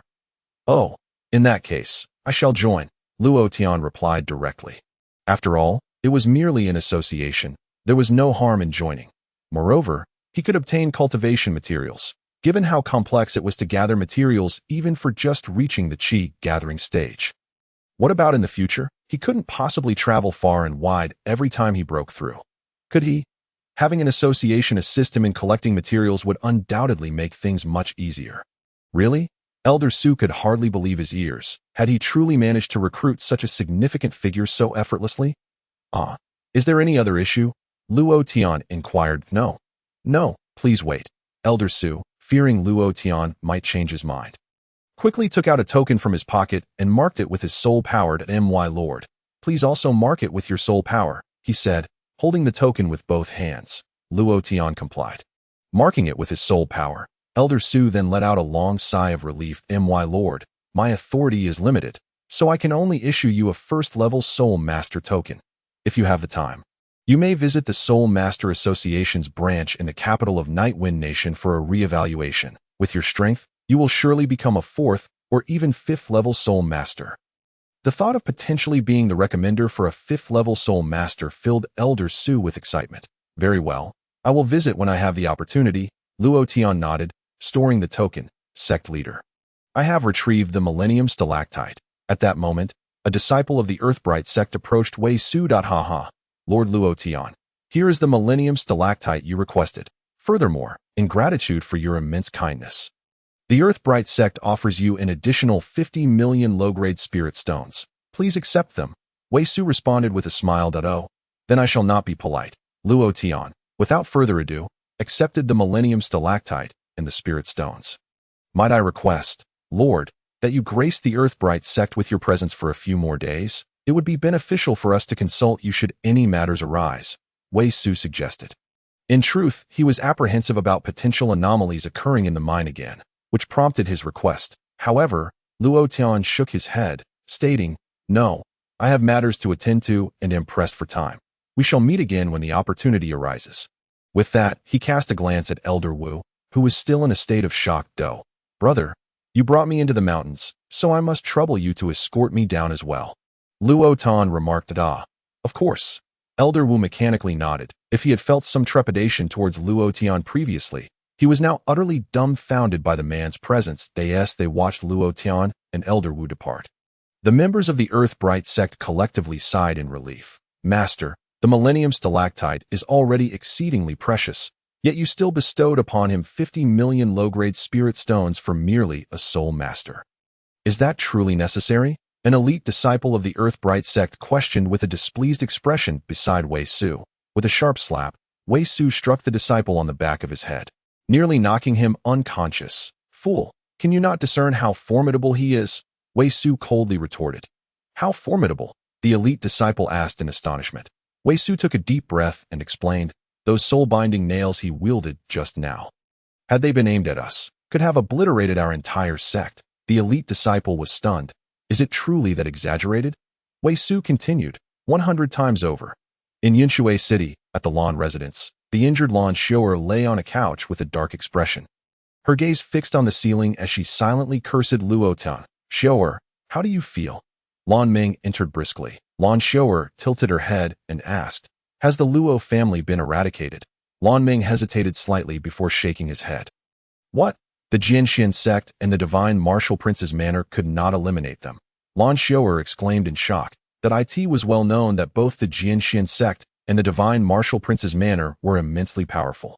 How could such formidable forces fail to extinguish a single Luo family? Neither the Jianxian sect nor the Divine Martial Prince's manor took action, Lan Ming explained. What? How can that be? Lan Shower found it hard to believe. The Jianxian sect, that I can understand, but I am the beloved of the Divine Martial Prince's heir, the future Divine Martial Princess. How could he not seek vengeance for me? Lan Shower cried out in desperation. The Jianxian sect stated they are currently preparing a significant endeavor and cannot spare personnel, requesting that you wait a few months. The Divine Martial Prince's manor claimed the Divine Martial Guards cannot leave the capital nor act directly. Lan Ming sighed. What? How can that be? Lan Shower was astonished. She had assumed that as the woman of the Divine Martial Prince's heir, her injuries in Beibeiqing would prompt both the Jianxian sect and the Divine Martial Prince's manor to take swift action for her revenge. To her dismay, both factions responded with such indifference. Shower, do not fret. Although the Jianxian sect will not act directly, they have informed a friend of your master, who has agreed to go to the Luo family in Beibeiqing. Lan Ming reassured her. Lan Shower was enraged at a friend of my master. How does that concern me? Father, I want Luo Tian dead. I want the entire Luo family dead. I want everyone in Beibeiqing dead. She screamed in hysteria. Lan Ming gritted his teeth. Shower, rest assured, I will ensure you receive justice. I have spent a significant sum to hire a killer from the Ghost Kill Hall to eliminate the Luo family. This assassin possesses the cultivation of the 8th level of Sky Ascension, surpassing even your master. Lan Shower narrowed her eyes. 2 Sky Ascension cultivators are not enough. Father, the Divine Martial Prince once gifted me a Divine Martial token, which can command a Sky Ascension guest elder from the Divine Martial Prince's manor. You can use it. Lan Ming's eyes brightened. Oh, is that so? If 3 Sky Ascension experts act together, even if that Luo Tian is extraordinarily gifted, he is assuredly doomed. With that, Lan Ming took the token and swiftly departed. Watching Lan Ming's retreating figure, Lan Shower's eyes glinted with murderous intent. Luo Tian, dare you challenge me? I will have your life. And the lives of your entire family, she hissed through gritted teeth. Meanwhile, thousands of miles away, Luo Tian was traversing the Great Path when he suddenly sneezed. What is going on? Am I catching a cold? He checked his body, finding no abnormalities. How peculiar, he muttered, shaking his head as he resumed his focus on the map. After leaving the Earth-Bright sect, he had been heading towards his next target, the Guiyuan sect. However, lacking the ability to fly through the air, his speed was still far too slow. Alas, what a miscalculation. Had I known, I would not have let that bird return. He sighed at this rate. It would likely take him over 10 days to reach the Guiyuan sect, which would impede his plans. Wait, how foolish of me. I could simply employ the Heavenly Path movement technique to hasten my journey. Luo Tian exclaimed, promptly beginning to teleport. Although each teleportation only covered a distance of 10 meters, his abundant spiritual energy allowed for continuous teleportation. Thus, he teleported 10 meters at a time, and before long, he had covered 100 miles. Using up all my spiritual energy for 100 miles. Teleportation consumes quite a bit. Luo Tian could not help but grumble. Nevertheless, he initiated the Heavenly Path breathing technique. Breathe in, breathe out. He stood still, channeling the technique. Boom! In an instant, The surrounding spiritual energy rapidly converged towards his body. After about 7 breaths, my spiritual energy is full. Time to continue my journey. Luo Tian smiled and teleported once more to a spot 10 meters ahead. Not long after he departed, several figures descended from the sky. Master Uncle, what was that fluctuation of spiritual energy just now? A young disciple inquired. The leading middle-aged Taoist's expression grew serious. I am uncertain. Perhaps a high-level practitioner was performing cultivation nearby. A high-level practitioner. How high could they be? Could they possibly be stronger than you, Master Uncle? The young man replied, prompting laughter from those behind him. The Taoist's face remained grave as he stated, they are likely far stronger than I. What? The young disciples were all taken aback. This middle-aged Taoist was a practitioner at the first level of the profound realm. To be stronger than him. The middle-aged Taoist scanned the surroundings and cupped his hands. I am unaware of which esteemed elder is practicing here. May I have the honor of meeting you? However, after calling out for a while, the surroundings remained silent, offering no response. Little did he know, at that moment, Luo Tian had already teleported several dozen miles away. The Taoist furrowed his brow and said, since the friend does not wish to meet, I shall take my leave. Farewell. He felt immense regret. Based on the recent fluctuation of spiritual energy, a top-tier powerhouse had undoubtedly been present. If only he could have made their acquaintance, perhaps they could have aided in averting a catastrophe for their sect. Alas, it seemed that the Guiyuan sect was destined for this calamity. The Taoist shook his head, muttering to himself. Turning to his companions, he instructed, let us depart. We must return to the sect before tomorrow. Yes, the disciples ceased their jovial demeanor, boarding the Taoist's flying artifact as they soared into the sky. Meanwhile, in a deep mountainous area 100 miles away, a towering tree was abruptly snapped in half. Oops, I miscalculated while teleporting and crashed into a tree. Luo Tian rubbed his forehead, having inadvertently broken an ancient tree during his teleportation. It seems teleportation poses risks. I must exercise greater caution. Most critically, he glanced at the map and realized he had become lost. Which direction is the Guiyuan sect? I believe it should be in that direction. Luo Tian spoke as his figure flickered, instantly teleporting once more. However, the direction in which he teleported was entirely different from that of the middle-aged Taoist and his companions. A few hours later, at a lair of demonic beasts, a tremendous crash resounded as the lair collapsed in an instant. Dozens of spirit transformation realm beasts trembled in fear, huddling together, their terrified gazes fixed on the human who had suddenly appeared and shattered their home. Damn it, have I gone astray again?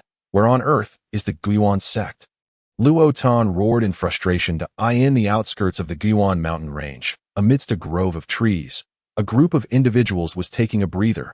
With a loud thud, a young man appearing to be in his early 20s struck a pile of wood with his palm, igniting a campfire. Elder what do you think of my fire palm technique? The young man asked with a grin. The hunched elder smiled faintly and replied, at just 21 years of age, with your second level of qi gathering, to wield such formidable power in a single palm strike, Du Xiaoyuan, you are indeed a remarkable youth. Flattered by Elder He's praise, Du Xiaoyuan beamed with pride.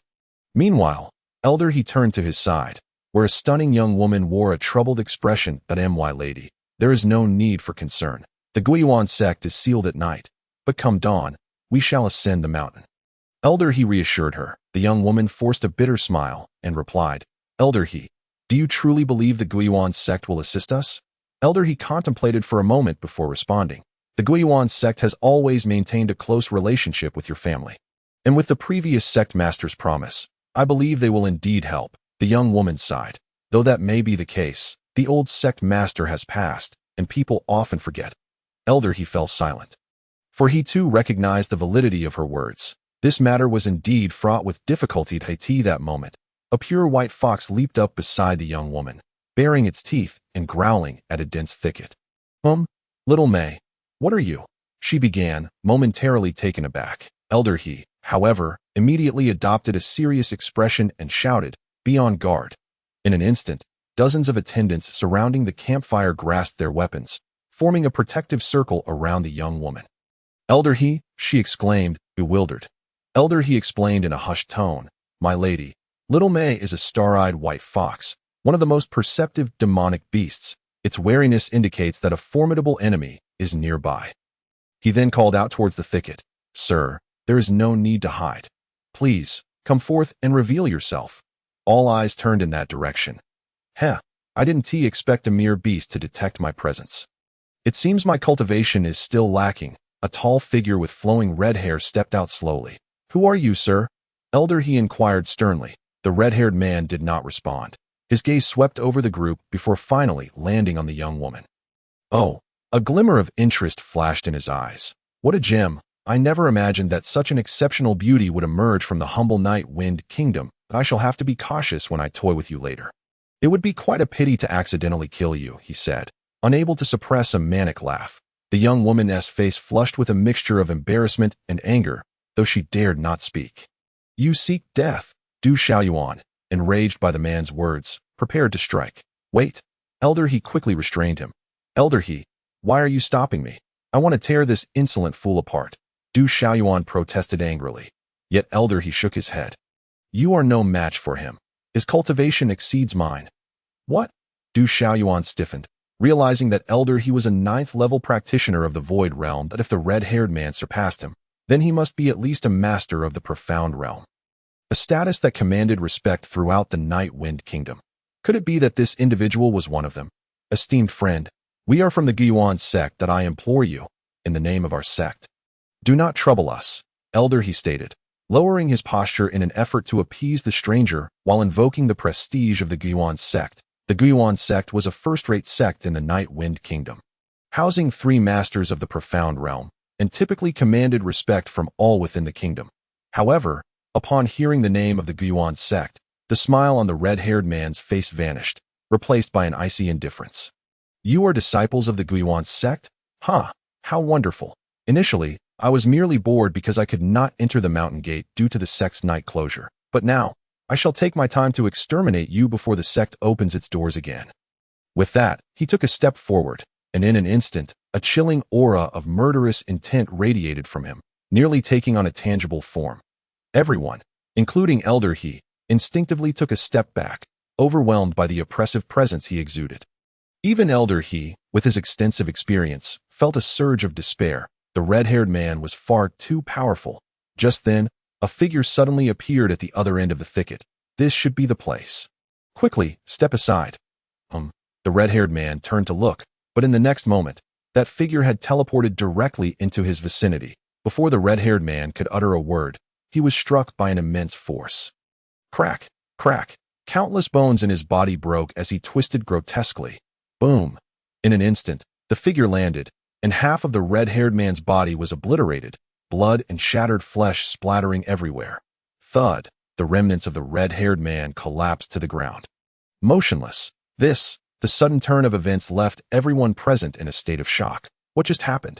One moment, a seemingly invincible powerhouse was threatening their lives, and the next he lay dead, and his demise was extraordinarily gruesome. Simultaneously, all eyes turned toward the figure that had just teleported in, none other than Luo Tian. At that moment, Luo Tian too was momentarily dazed, having lost his way for the better part of the day. He was rather irritable.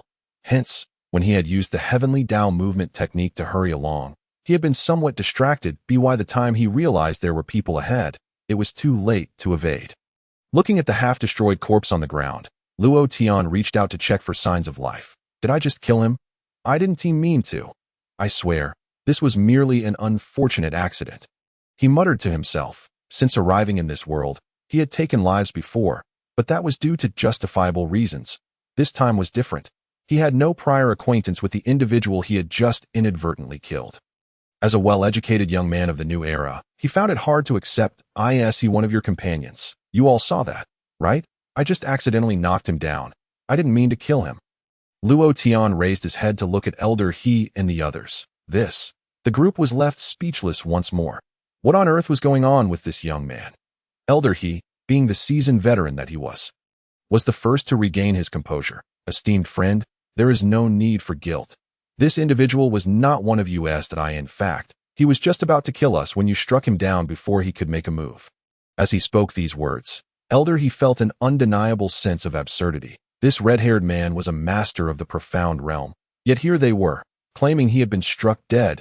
If he hadn't witnessed it with his own eyes, he would have never believed it. Upon hearing Elder He's explanation, Luo Tian shook his head. If he intended to kill you, that is your affair and has nothing to do with me. With that, he crouched down once more, looking at the red-haired man's remains with an expression of regret. My dear brother, you see, this is indeed my fault, but I assure you, it was unintentional. Let us proceed thus.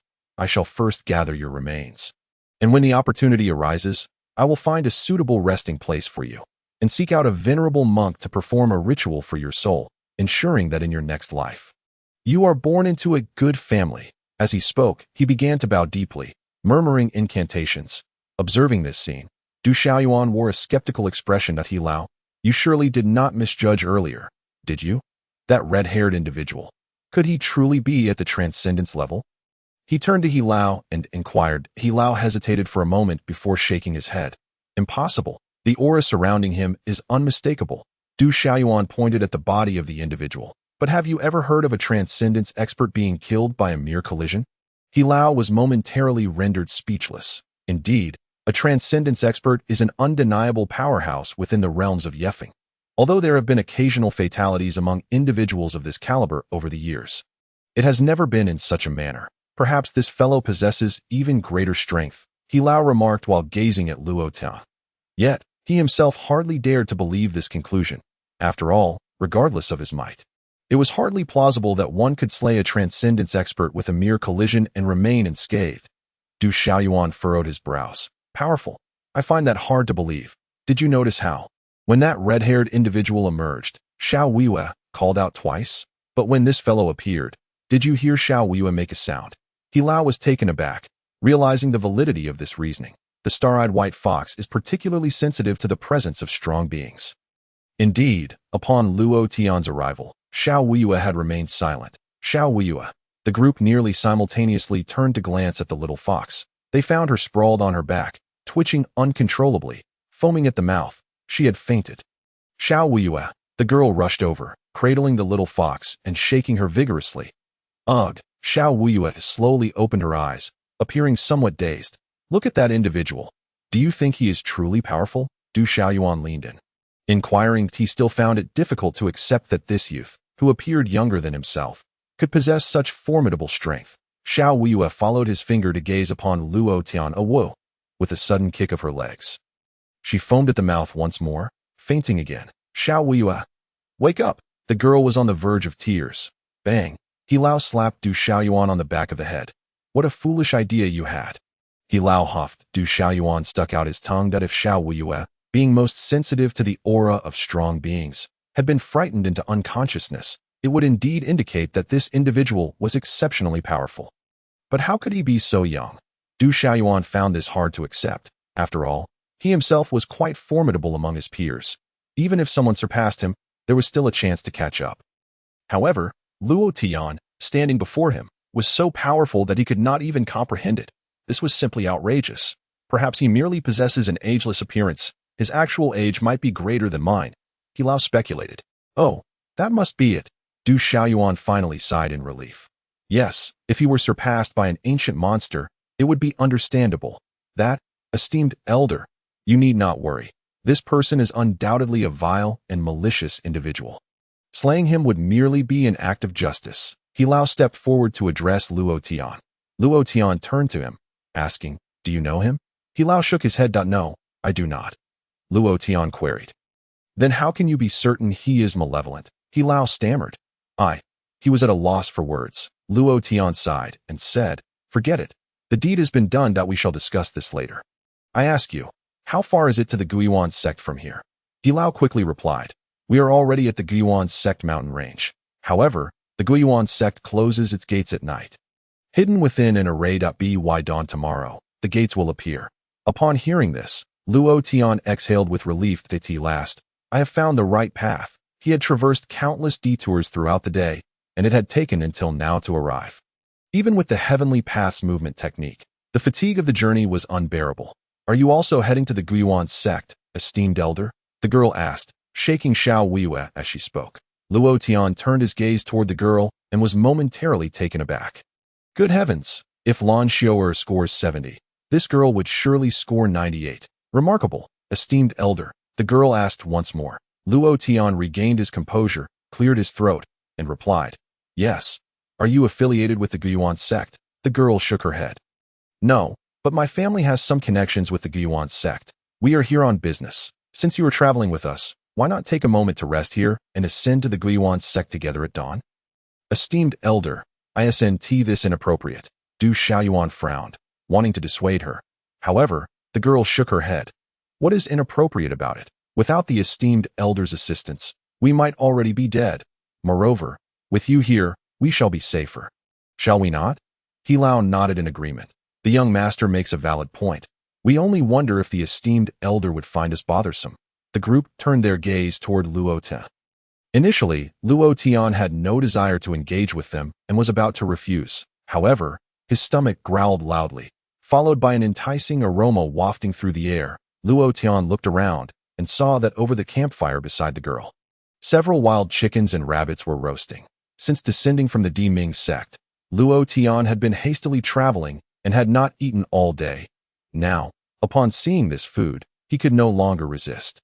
"Since you have so kindly invited me to dine, I shall stay." Luo Tian's eyes fixated on the roasted meat as he wiped his mouth.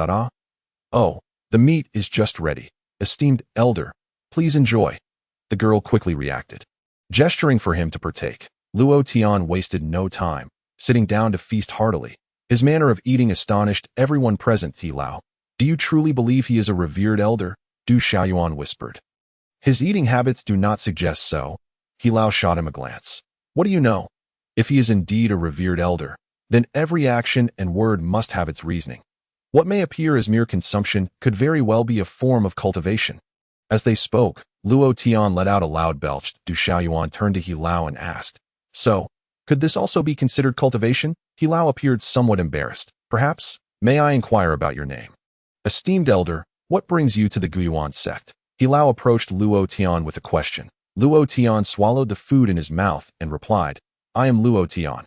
I am going to the Guiyuan sect regarding the Ziwei secret realm. Also, please do not call me esteemed elder.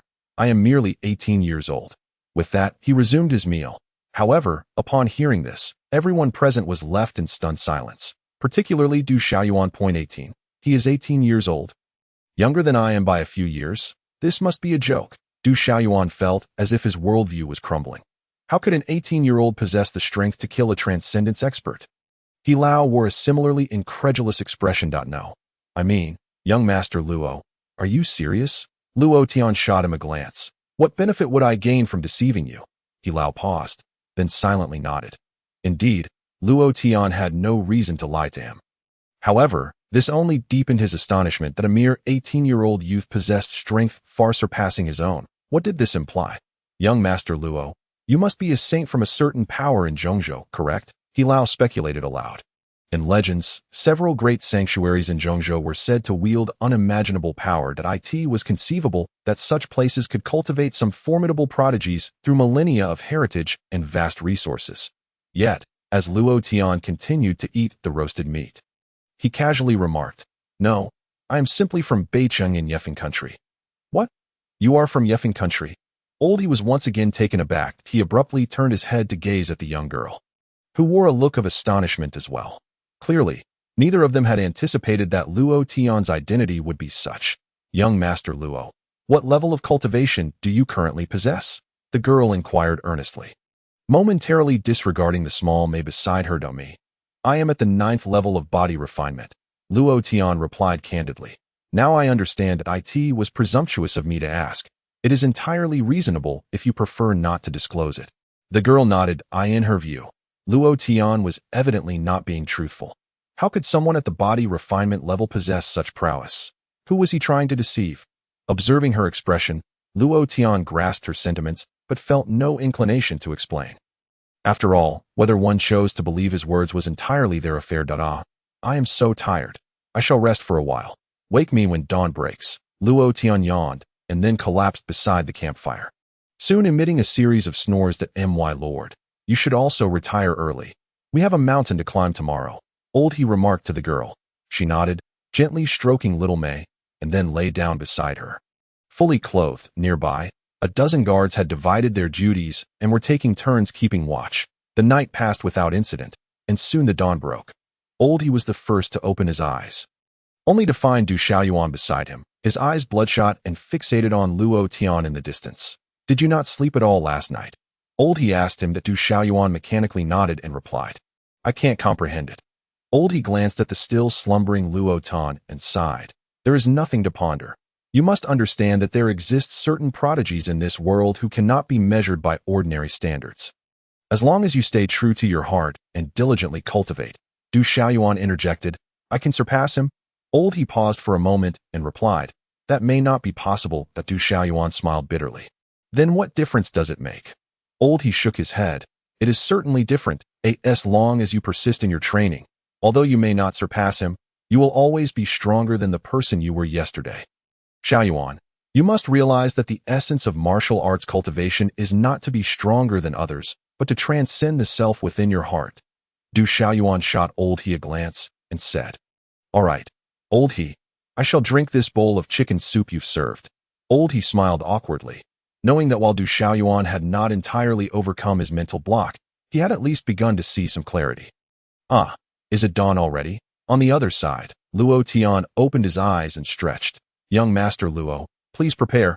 We shall set off immediately," Old He announced. "All right," Luo Tian nodded. Just then, a whimper emerged from beside the girl as the star-eyed white fox. Little May opened her eyes though. "What an interesting fox," Luo Tian exclaimed, moving closer to observe her intently. Meanwhile, little May, still groggy, slowly opened her eyes. The previous day had been exceedingly unfortunate for her. Not only had she endured a long journey, but she had also encountered formidable foes. That it is well known that the star-eyed white fox is highly sensitive to the aura of powerful beings, especially the young man they had last met. The mere thought of him made little May feel utterly uncomfortable. However, upon waking today, she was relieved to know she would no longer have to see him. Unfortunately, as soon as her eyes fluttered open, she was met with Luo Tian's face right before her. A woo! She let out a terrified shriek and fainted once more. "Little May," the girl exclaimed in alarm, immediately rushing to her aid. What is happening? Is this little creature so timid? What could have frightened her?" Luo Tian pondered in confusion. Everyone present looked at him with expressions of disbelief. What could have frightened her? "Why, it was you who scared her." "My lord, shall we set off?" Old He said helplessly. The girl nodded, continuing to shake little May back to consciousness while preparing to depart. Meanwhile, within the Guiyuan sect, an atmosphere of solemnity prevailed. Numerous disciples of the Guiyuan sect stood armed, positioned according to the formation, exuding an air of impending confrontation. On the jade steps before the main hall, 5 figures stood side by side, each emanating a formidable aura. Below the steps, a young disciple stealthily peered outside the main hall and quietly inquired, "Senior brother, who are those individuals beside Master Ling Shuzi?" The nearby senior brother glanced at him and replied, "You've only been on the mountain for 3 years. It's understandable that you don't recognize them." The middle-aged Taoist beside the sect leader is known as Ling Fade. He has been leading elite disciples on expeditions outside the sect these past few years, which is why you haven't seen him. The young disciple exclaimed, "Ling Fei, the master uncle? I have heard of him. He is one of the 3 great cultivators of the Guiyuan sect." The senior brother nodded. "Precisely. The other female elder beside the sect leader is known as Ling Yu. However, she resides on the back mountain of the sect, researching secret techniques, and rarely ventures out. Not only you, but I have only seen her 3 to 5 times in my 10+ years on the mountain." The young disciple's eyes widened. Ling Yu, the other master uncle among the 3 great cultivators. If we count the sect leader, all 3 great cultivators of our Guiyuan sect have arrived, the senior brother scoffed. "And that's not all. Do you see the scholar on the left? That individual is nicknamed Ghost Calculator, a master of divination, and he is also a first-level great cultivator. Furthermore, that great monk is the head of the Fumo Temple, Master Yuantong, who possesses at least a 3rd-level cultivation." After hearing the senior brother's words, the young disciple's face lit up with excitement. With 5 great cultivators stationed here, how could the enemies who dared to invade today possibly escape unscathed? The senior brother, brimming with pride, replied, "Of course." Upon hearing his words, the other disciples around them also displayed relaxed expressions. However, on the jade steps above, Ling Yu wore a look of deep concern. "Everyone, do you truly believe that we 5 can withstand that demon?" she asked hesitantly. Ling Shuzi sighed. "It will be difficult, That demon's cultivation level had already reached the 6th level of the Transcendence realm back in the day. Moreover, his techniques are exceedingly strange, rendering him nearly invincible among those of the same realm. In the past, to eliminate him, our master gathered 6 great cultivators to ambush him, but he not only killed 3 on the spot, but also severely injured our master, who ultimately succumbed 6 months later. Reflecting on the past, a complex expression clouded Ling Shuzi's eyes. Half a month ago, that demon suddenly sent a message to our sect, stating his intent to return to the Guiyuan sect today to avenge past grievances. I had no choice but to summon you all back, and even troubled the 2 of you to come lend a hand. Ghost Calculator waved his hand. Ling Shuzi, my brother, you need not be so polite. My elder brother fell at the hands of that demon, and my arrival at the Guiyuan sect today is solely for the sake of avenging him. Master Yuantong pressed his palms together. Ba, that demon cultivates using human lives that if he returns to the Night Wind Kingdom as he did back then, it will undoubtedly lead to a slaughter of innocents. Countless lives will be lost. I have come here to save the countless innocent citizens of the Night Wind Kingdom. The sect leader need not thank me. Upon hearing this, Ling Shuzi bowed his head in respect. Your noble intentions are admirable. However, that demon is far too terrifying. Should he regain his former cultivation, our odds of victory with just the 5 of us will not exceed 30%. Ling Yu's expression grew even more troubled. Ling Fei sighed, helplessly stating, it is a pity that I was unable to meet that mysterious senior on the way back to the sect yesterday. Otherwise, he couldn't help but recall the powerful surge of spiritual energy from yesterday. Yet, evidently, all of this was now irrelevant. Just then, a disciple rushed to Ling Shuzi, exclaiming, Sect leader, He Yunsing from the capital has come to pay his respects. The disciple presented a visiting card with both hands. He Yunsing, why would he come here? Ling Shuzi was taken aback but accepted the visiting card nonetheless. After reading it, Ling Shuzi furrowed his brows and passed it to Ling Yu and Ling Fei. Upon reading it, both of them also frowned. Senior brother, what are your thoughts? Ling Yu inquired. Ling Shuzi sighed. As for He Yunsing, whether we meet him or not is inconsequential, but that young girl has also arrived. If we do not meet her, it will lead to too much trouble. Ling Fei remarked. However, with the impending battle upon us, we are barely able to tend to our own affairs, let alone extend assistance to her family. After a moment of hesitation, Ling Shuzi responded, Very well, let us first escort them to the side hall for rest. If we manage to weather this storm, we can discuss subsequent matters then. Understood, the disciple replied. Turning to depart, moments later, outside the mountain gate, Elder He announced, the sect master has issued a directive. Please proceed to the side hall for rest. The side hall? Elder He was taken aback. The disciple nodded and explained. Indeed, the sect is currently facing some issues. Once resolved, the sect master will naturally come to meet you. Elder He glanced at the young girl beside him, who subtly nodded. It is understandable. Let us wait in the side hall. Shall we? Young Master Luo? Luo Tian nodded in agreement. Of course, since they had arrived at Guiyuan sect, he felt no urgency. The group swiftly made their way to the side hall, where the disciples of Guiyuan sect served tea before promptly leaving. Elder He, why do I sense an odd atmosphere? The young girl inquired, cradling the now-awake Xiao Weiyue in her arms. However, she dared not look directly at Luo Tian, instead choosing to hide in the girl's embrace. Trembling slightly, there are indeed some issues, but given that Guiyuan sect is a major sect, it is understandable that they have numerous affairs to manage, Elder He replied. Thus, the group quietly sipped their tea. And several hours passed without a summons from the sect master. Elder He, could it be that Guiyuan sect intends to deliberately neglect us, hoping we will retreat in the face of difficulty? Du Xiaoyuan finally could not contain himself, rising to ask. Not only him, but the young girl also wore a perplexed expression. Elder He furrowed his brow. I do not have extensive dealings with Taoist Ling Shuzi. But from what I know of his character, he should not act in such a manner. Then why? Du Xiaoyuan pressed for clarity. Elder He pondered. Let us find someone from Guiyuan's sect to inquire further. At that moment, a disciple from Guiyuan's sect passed by. Young man, please hold. Elder He called out. Might I inquire what has transpired within Guiyuan's sect? Why has Taoist Ling Shuzi yet to meet us? Though the disciple did not recognize Elder He was aware of his distinguished status. Thus, upon hearing his inquiry, he immediately bowed and replied, Elder, It is not that our sect master refuses to meet you, but rather that Guyuan's sect is currently facing a grave calamity, though. Could you elaborate? Elder, he pressed further. The others in the room perked up, eager to listen. The disciple glanced at the group, sighed, and said, "Very well, it is no secret. I shall share it with you. Elder, given your age, have you heard of the title Crimson Blood Scorpion? Crimson Blood Scorpion?" Elder, he contemplated for a moment, his expression suddenly shifting to one of alarm. Could it be that fiend from a century ago? The disciple nodded. Indeed, this person sent word a month ago, stating that he would ascend the gate of Guyuan's sect today. Oh, now you understand why our sect master is unable to meet you. With a thud, Elder, he collapsed back into his chair, his face pale. Du Xiaoyuan, witnessing this, exclaimed, "Elder, what has happened to you? What is this Crimson Blood Scorpion?" The others looked at Elder, awaiting his explanation. Elder, he took a deep breath. The Crimson Blood Scorpion is the moniker of a man from a century ago. His real name is Guyan Zhao, a once ordinary disciple of a second-rate sect.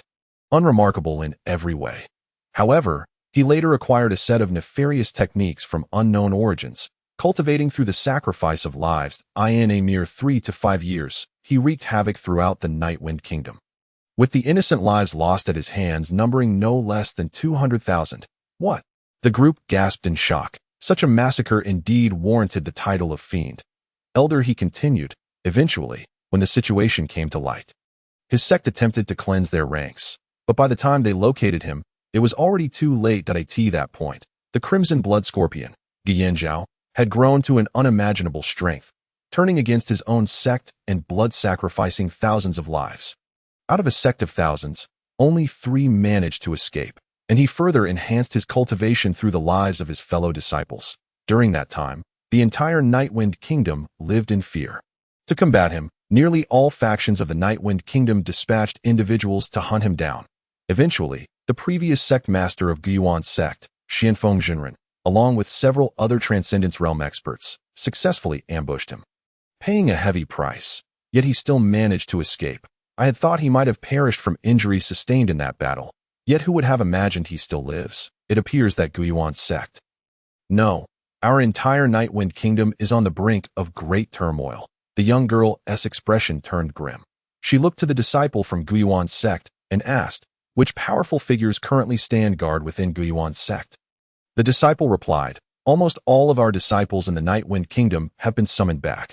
The leaders include our sect's 3 great Transcendence Realm cultivators. Additionally, we have invited Lord Gue Xuanzi and Master Yuan Tong from the Demon Subduing Temple." The young girl's eyes brightened. Lord Gue Xuanzi and Master Yuan Tong are also present. That makes 5 Transcendence Realm experts. Elder, do you think we stand a chance? Elder, he pondered for a moment before replying.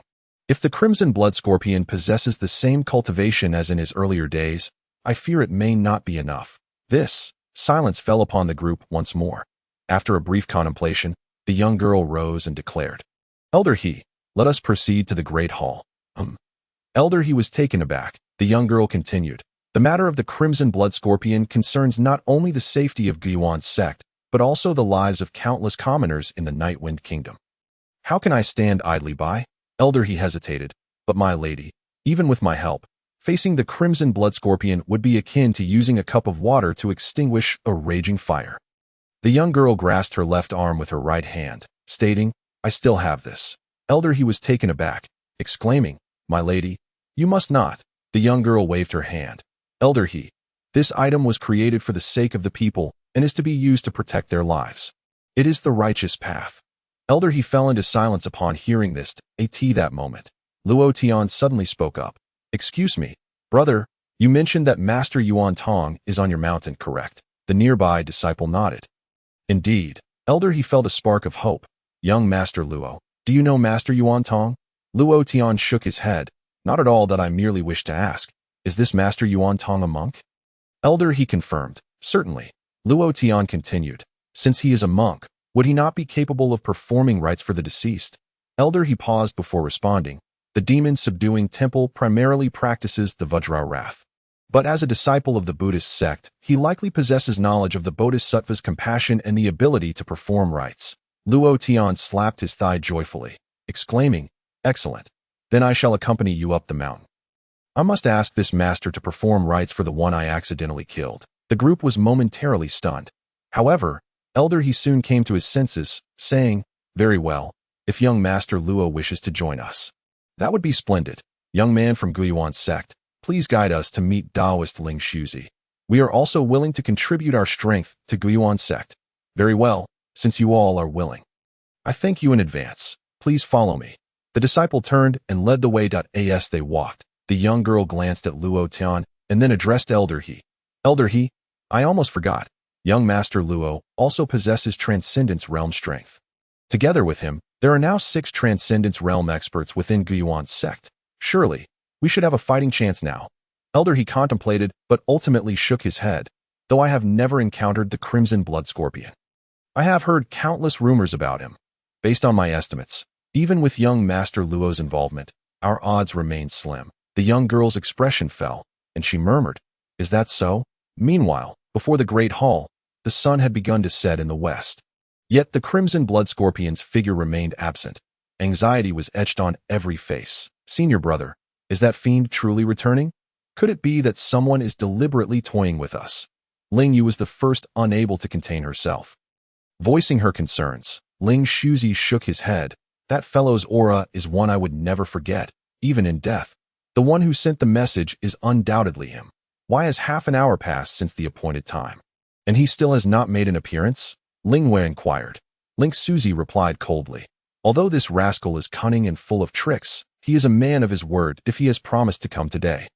He will undoubtedly arrive." Ling Yue shook her head and fell silent. Meanwhile, Gui Swanzi furrowed his brow and said, "Ling Yue, your concerns are not without merit.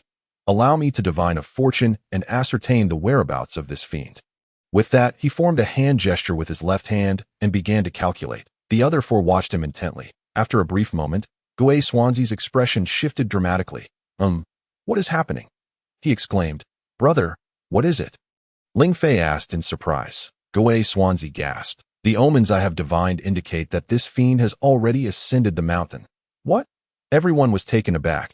If the Crimson Blood Scorpion had indeed already reached the mountain without their knowledge, it would spell grave danger for the Guyuan sect. "Brother, can you determine this fiend's precise location?" Ling Fei inquired. Gui Swanzi remained silent and continued his calculations. However, after a while, he shook his head repeatedly. Strange, just as I reached a crucial point in my divination, my thoughts were interrupted, as if a great mountain stood before me, blocking my path, rendering me unable to see beyond. Gui Swanzi muttered, "If he could not ascertain the truth, the others would undoubtedly be at a loss."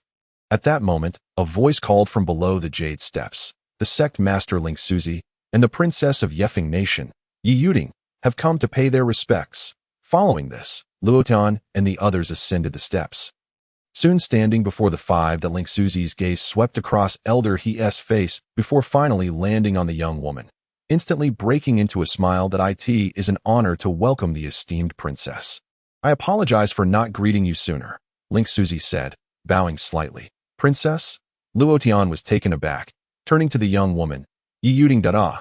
So she is the princess of Yefeng Nation. No wonder she possesses such striking beauty." Luo Tian thought to himself. Why Yi Yuding turned to glance at Luo Tian, offering a faintly apologetic smile. She then addressed Ling Suzi. "Sect Master, you are too kind. I have heard of the Crimson Blood Scorpion's attempts to invade the Guyuan sect a century ago. I, Yi Yuding, am willing to lend my modest strength to the sect." Ling Suzi smiled gently. "Your intentions are greatly appreciated, Princess." While the two engaged in conversation, Luo Tian had approached Master Yuantong. "Excuse me, are you the Master Yuantong?" Luo Tian inquired. Master Yuantong was momentarily taken aback, unsure why this young man beside Yi Yuding sought him out, yet he nodded. "Indeed, I am Yuantong. Do you have business with me?" Luo Tian nodded. "Yes, I have a matter to discuss. I accidentally killed someone and would like to ask the master to perform a rite for him, as a way to ease my conscience." Master Yuantong frowned slightly. Such a transgression is indeed grave. It is most inappropriate to take life so frivolously. However, since we have met, I shall assist you in resolving this karmic debt. May I ask who the person you accidentally killed is, and where he is buried?" Luo Tian immediately cupped his hands in gratitude. "Thank you for your compassion, Master. I have brought the body with me. It is in my spatial ring." Please take a look. Saying this, he retrieved the unfortunate soul's corpse from his spatial ring. Master Yuantong merely glanced at the body before leaping up in shock, exclaiming, "What the?" Everyone on the jade steps turned to stare at Master Yuantong. He was the head monk of the Fumo Temple. A renowned practitioner of the Transcendence realm, such a prominent figure would remain unflappable even in the face of calamity. Yet here he was, suddenly losing his composure. "Master Yuantong, what is the matter?" Link Suzy inquired with concern. Taking a few deep breaths to regain his composure, Master Yuantong pointed at the corpse and said, "You should take a look for yourself." Link Suzy paused for a moment before lowering his gaze. Upon seeing the body, he too was startled into a jump. "What the?" Link Suzy exclaimed. The others were even more bewildered. If Master Yuantong's reaction was shocking, then Link Suzy's disquiet was equally perplexing. Goei Swansea frowned and said coldly, "What is the cause of such alarm? This is unbecoming of your positions." Goei Swansea intended to reprimand the two, but upon catching sight of the body, he too leapt back in shock. The three distinguished figures all displayed such reactions. Leaving the others dumbfounded, Luo Tian surveyed the three, equally confused. "Is it really that surprising? They are all prominent figures. Is it truly so?" he asked. Meanwhile, Guyutsai and Elder He were also left in a daze. "Senior brother, what is happening?" Ling Fei and Ling Wei approached, unable to discern anything unusual. The three exchanged glances, and it was Master Yuantong who finally spoke. "Esteemed guest, is this person the one you killed?" Luo Tian replied, "It was an accident. I did not intend to do so." Link Suzy wore an expression of disbelief. "An accident? Are you certain?" Luo Tian exclaimed, "Of course. Is he someone you know? I truly did not mean to kill him. They can all testify." He gestured towards Elder He and the others. Elder He quickly nodded. "Yes, we can attest. It was indeed an accident." This only served to deepen the peculiar expressions of Link Suzy and the others. "Senior brother, what is going on?" Ling Fei asked, equally puzzled. Link Suzy took a deep breath and said, "What are we doing here?" Ling Fei was bewildered. My senior brother confused. Why would he ask such a question? "We are here to confront the great fiend, the Crimson Blood Scorpion," he replied. Link Suzy pointed at the dismembered corpse, saying, "This is..." A gust of wind swept through, leaving the atmosphere eerily silent. After an indeterminate period, everyone took a collective step back, exclaiming, "What the?" The Crimson Blood Scorpion? The great fiend of a century ago? A being responsible for countless atrocities? The formidable adversary against whom the Guiyuan sect has summoned nearly all its disciples to combat? This is... The crowd was momentarily struck dumb. Unable to believe their ears, the figure that had instilled such despair in them was already dead. Is this truly the Crimson Blood Scorpion? Ling Fei could hardly believe it. Link Suzy sighed. "Junior brother and junior sister, a century ago, your cultivation was insufficient to partake in the encirclement of this fiend. At that time, I had just broken through to the Transcendence realm, so I accompanied my master into that battle. It is a memory that haunts me still. Even in my dreams, I can be awakened by the thought of him. Even were he reduced to ashes, I would recognize him without fail." This, Ling Fei and Ling Wei were left even more perplexed. Goei Swansea, having calculated for quite some time, finally shook his head and sighed. "No wonder I divined that he had ascended the mountain. Even if I could not discern anything else, it was the result of his corpse reaching the mountain." Once again, everyone fell into silence. "Elder He, Princess, may I ask how this fiend came to be accidentally killed?" Link Suzy inquired of the two, yet, at this point, he found himself unaccustomed to the term. Was it truly possible for a being of such caliber to meet their end by accident? Elder He, still dazed, finally came to his senses upon hearing Link Suzy's question and explained, returning to the sect master, "We arrived at the foot of the Guiyuan sect's mountain last night and happened upon this fiend, who attempted to make a move against us. However, before he could strike, this young master, Luo Tian, accidentally collided with him, resulting in his untimely demise. By the time he finished, even he felt a twinge of guilt. The Crimson Blood Scorpion killed by mere collision? Who would believe such a story?" Indeed, Link Suzy and the others exchanged glances, all eyes filled with skepticism. "Collided? How did that happen?" Goei Swansea asked. "Just a sudden collision, and he was done for." Elder He replied. "A sudden collision? Just like that?" Master Yuantong inquired. "Yes, just like that," Elder He affirmed. The group turned their gazes toward Guyutsai, hoping for a different account. However, Guyutsai merely nodded. confirming, indeed, it was just a sudden collision, and he perished. Was he truly the Crimson Blood Scorpion? Several individuals exchanged glances, their expressions revealing a mixture of surprise and curiosity. Esteemed guests, please follow me to the Grand Hall, Ling Shuzi announced, ushering everyone inside while instructing the remaining disciples to disperse and attend to their respective duties. Half an hour later, within the Grand Hall. Ah, so this is the immensely powerful Crimson Blood Scorpion you all spoke of? Luo Tian, after a series of explanations from the crowd, finally grasped the situation. It should be, Ling Shuzi nodded, although he felt a peculiar sense of doubt. Immensely powerful? Just half an hour ago, I was quite certain. Yet now, I find myself wavering. Luo Tian, regardless of the circumstances, the demise of this fiend is solely dependent on you. You alone have saved countless citizens of the Night Wind Kingdom. Please allow me to bow before you. Ling Shuzi bowed deeply. Please accept my humble bow, Master Luo. The others also inclined their heads in reverence. Luo Tian looked at the assembly and remarked, so, you're implying that my accidental demise of this creature is not a bad thing, correct? Master Yuantong chuckled. Indeed, not only is it not a misfortune, but it is also a tremendous merit. Upon hearing this, Luo Tian exhaled a long sigh of relief. He was indifferent to the act of killing, as long as his conscience remained clear. Luo Tian, I have heard from the princess that you have come to our Guiyuan sect in search of entry into the Ziwei secret realm? Ling Shuzi inquired. Luo Tian nodded. Precisely. I seek permission to enter the Ziwei secret realm. Ling Shuzi smiled. Such a trivial matter is hardly worth mentioning. With that, he retrieved a purple crystal from his robes and handed it to Luo Tian. Master Luo, this is the supreme key to enter the Ziwei secret realm. With this, you may bring up to 100 individuals with you. Upon receiving the key, Luo Tian's eyes sparkled with delight. Wonderful. Thank you, Sect Master. A quota of 100 meant not only could he enter, but the entire younger generation of the Luo family could also partake. Ling Shuzi quickly waved his hand.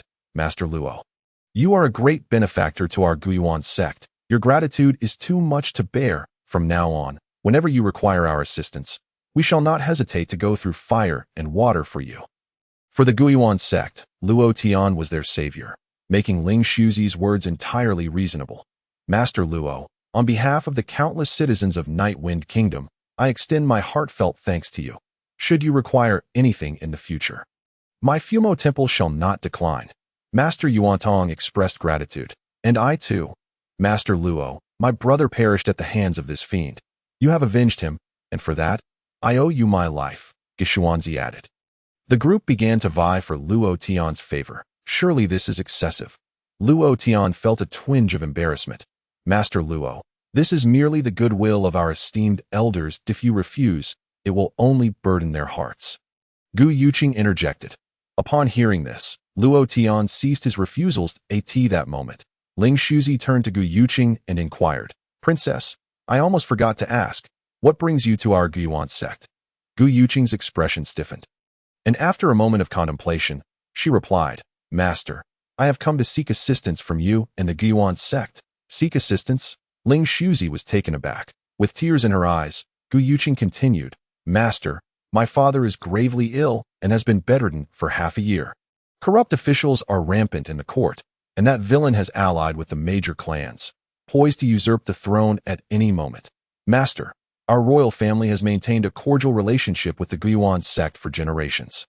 I beseech you, for the sake of our past friendship, to aid my father. With that, she knelt before Ling Shuzi. Ling Shuzi promptly rose to assist her, saying, Your Highness, please rise.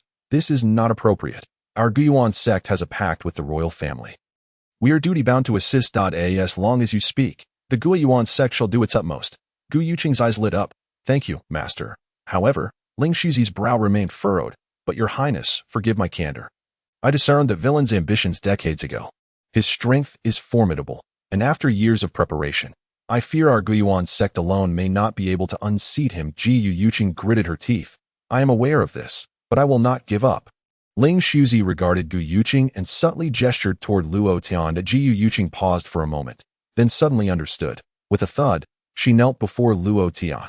Master Luo, I am Gu Yuqing, the princess of Night Wind Kingdom. Now that treachery lurks in the court, I dare to request your assistance in eliminating the traitors. Yet, upon hearing Gu Yuqing's plea, Luo Tian stood up abruptly. I apologize, but I am not interested. With that, he turned to leave. Luo Tian was quite clear in his thoughts. Such royal power struggles were merely internal conflicts among the ruling class. The outcome was of no concern to him. Surely, he would not wade into this murky water simply because Gu Yuqing was attractive. He was no sycophant. With no benefit to be gained, why entangle himself in this web of consequence? Gu Yuqing appeared taken aback by Luo Tian's refusal. Her eyes filled with despair. Very well, I realize I have overstepped. Nonetheless, I will never forget the life-saving grace you have bestowed upon me.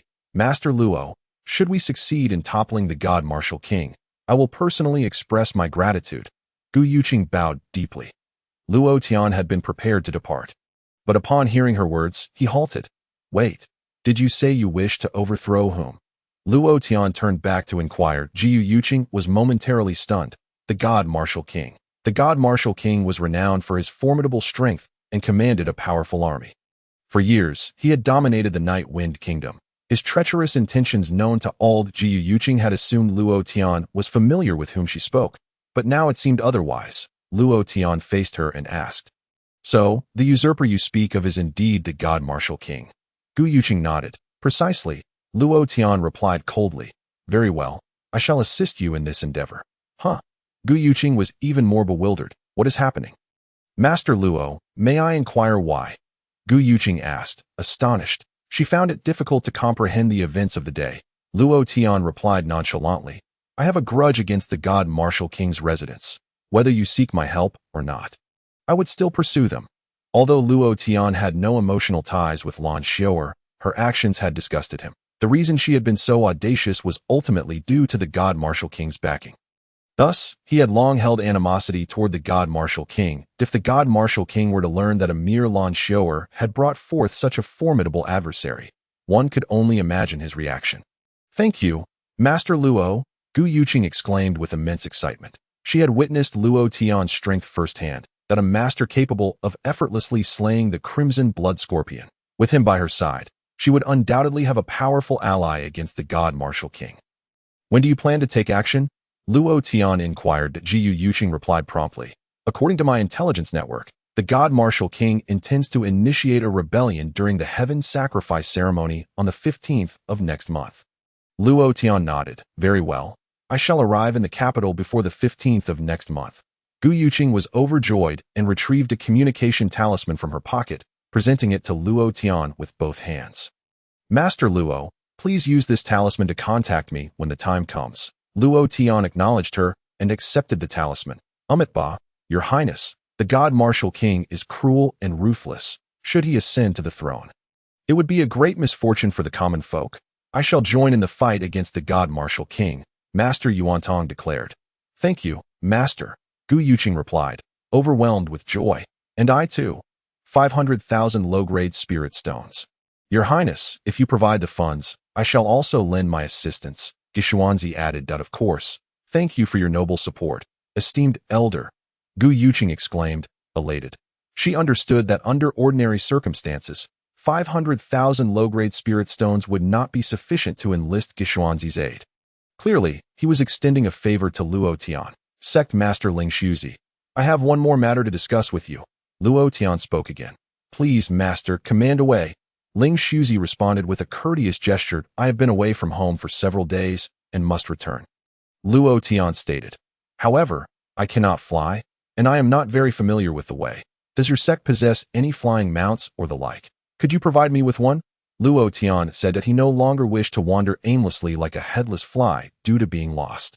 Ling Shuzi was taken aback and replied, Of course we do. Someone, go and choose the finest dragon steed. Someone below promptly brought forth a top-tier dragon steed, presenting it before the Grand Hall. Young Master, all the dragon steeds of our Guan sect are spirit beasts well-versed in human nature. You merely need to inform it of your destination, and it will transport you there at the swiftest speed. Ling Shuzi explained. That sounds splendid. Luo Tian's eyes sparkled with excitement. With this, many of his troubles would be alleviated. Everyone, I have been away from home for several days and am somewhat concerned, so I shall take my leave for now.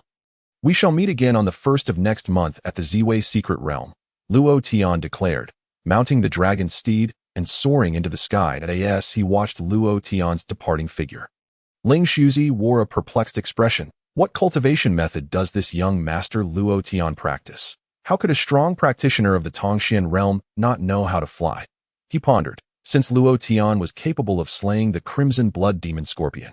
Ling Shuzi subconsciously regarded him as a practitioner of the Tongxian realm as well. Nearby, Elder He cleared his throat and remarked, Master, young Master Luo Tian is merely at the body refinement stage. What?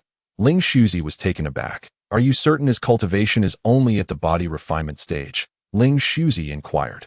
Elder He chuckled wryly. I had my doubts before, but after careful observation, I found that the spiritual energy within young Master Luo Tian has indeed not converged in the Qi Si. Rather, it is dispersed throughout his meridians, which is a distinctive sign of the body refinement stage. This Ling Shuzi gasped in astonishment. This revelation was utterly shocking. Suddenly, Gui Swanzi spoke up. I suspect that young Master Luo Tian is emulating some ancient powerhouses. Perhaps? What do you mean? The others asked. Gui Swanzi stroked his beard and explained, I have read in ancient texts that during the ancient era, when the paths of cultivation were not yet unified, some unique practitioners would forsake Qi gathering to focus solely on body refinement. They possessed no bizarre techniques, merely honing their bodies to the utmost, achieving unparalleled strength. There have indeed been formidable figures that shook the very foundations of history. However, this path is exceedingly difficult. Among millions, one might not emerge, which is why it gradually fell out of favor among practitioners. Yuan Tong nodded in agreement, stating, I, too, have heard of this theory, and in earlier years, Master Tianin sought to cultivate along this path, though he ultimately failed. Ling Fei exclaimed, Master Tianin failed? He is one of the 10 strongest in the Night Wind Kingdom, even more powerful than my senior brother. Yuan Tong sighed. I once sought advice from Master Tianin, and he told me this path is too arduous, nearly impossible to traverse. However, from my perspective, young Master Luo Tian is likely following this path and has advanced even further than Master Tianin. Upon hearing this, the crowd nodded in unison, regardless of the outcome. Even if young Master Luo Tian were to fail, his current strength was already exceedingly terrifying, remarked Ling Shuzi. Indeed, with him around, even against the divine martial king, we stand a chance, they all expressed, their faces alight with fighting spirit. Meanwhile, at the city of Bianbei, outside the city gates, a red-haired middle-aged man, wielding a towering door-slicing blade, entered with a fierce aura. Halt, if you wish to enter the city. You must first stow your weapon, a guard shouted at him. Yet, in the next moment, swish, a sharp wave of blade energy instantly slashed the guard down. What? In an instant, chaos erupted near the city gates. A dozen guards swiftly drew their weapons, surrounding the red-haired man. You all wish to stop me? Then perish, the red-haired man declared. Wait. At that moment, a leader of the city defense forces called out from a distance. Yet, it was too late. Swish, swish, swish. Without any visible movement from the red-haired man, the heads of the guards soared into the air. Upon witnessing this, the crowd fled in panic. Was the power of his blade energy truly so formidable? By the time the city defense leader arrived, he realized it was already too late. This red-haired man was even stronger than he had anticipated. Why had such a person come to Bianbei City? Do you also wish to stop me? The red-haired man turned to inquire of the city defense leader. I dare not. The city defense leader immediately lowered his head.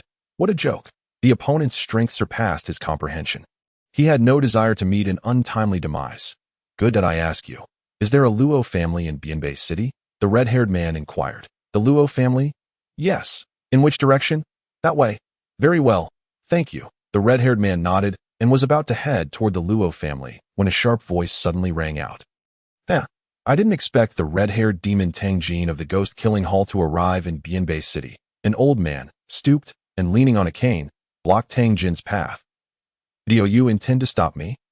The red-haired demon Tang Jin asked expressionlessly. The old man was about to speak, but saw Tang Jin suddenly swing his blade toward him. What? The old man's expression changed, and he quickly raised his cane. Boom! A tremendous sound echoed as a terrifying shockwave erupted, centered around the two of them, sweeping in all directions. In an instant, buildings within 100 meters were flattened. Was this power that of a practitioner at the Skyward Realm? A practitioner at the Skyward Realm? How could they appear here? This is bad. Bianbei City is likely to face a grave disaster today. Panic spread among the people. Yet, amid the crowd's attention, the red-haired demon Tang Jin furrowed his brow.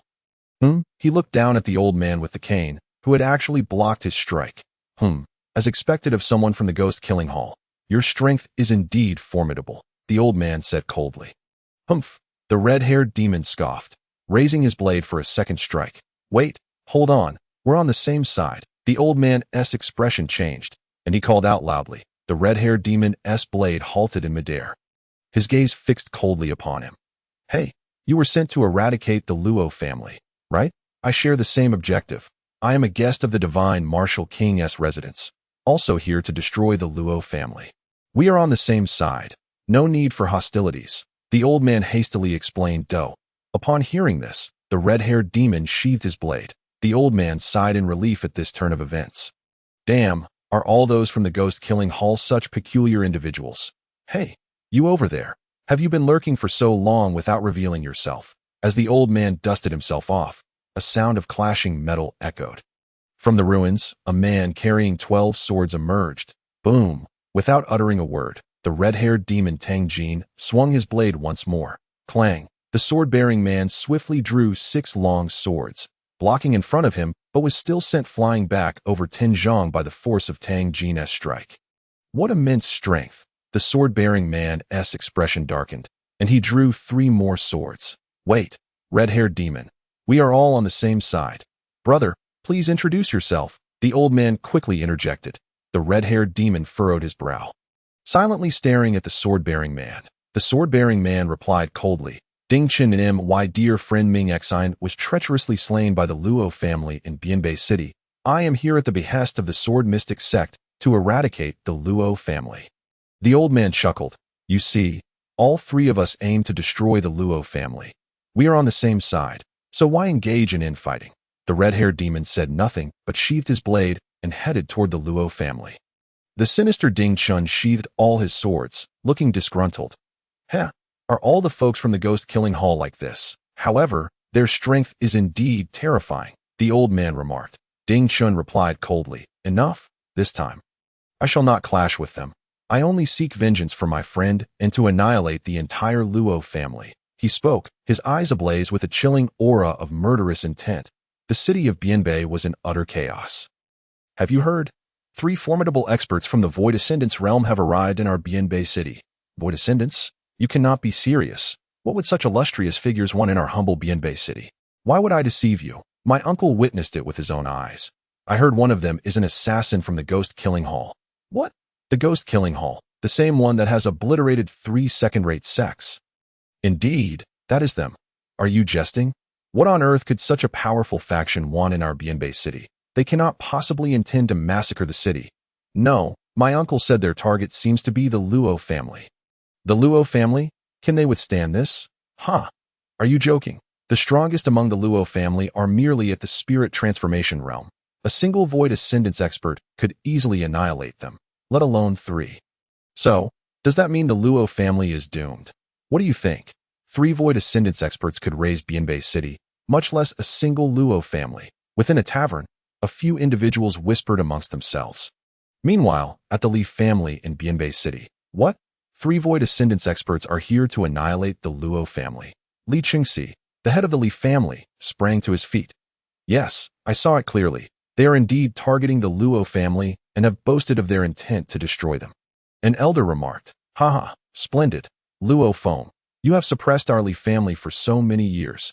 Now your day has come. Inform the clan. Once the assault on the Luo family commences, we shall immediately seize all their assets.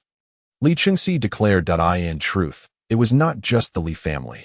Nearly all families, great and small, in Bianbei City were stirring with anticipation. A great whale falls, and myriad creatures thrive. The Luo family in Bianbei City was undoubtedly a colossal entity. Now that this giant was on the brink of destruction, countless individuals yearned to feast upon its remains. Meanwhile, at the Luo family point 12 long swords floated in midair, enveloping the entire Luo family. Above the Luo family, Ding Chun looked down with an expression devoid of emotion. The Luo family has been sealed off by me. Not even a fly can escape, he stated coolly. Hee. Indeed, Brother Ding is meticulous in his endeavors. An elder chuckled ominously. Boom! At that moment, the crimson-haired ghost raised his broadsword, ready to strike the crimson-haired ghost. Hold on, the elder hastily interjected. You wish to stop me? The crimson-haired ghost replied, his face expressionless. The elder realized this fellow was rather obstinate and prone to violence at the slightest provocation. So he immediately spread his hands and said, No, I am not attempting to impede you.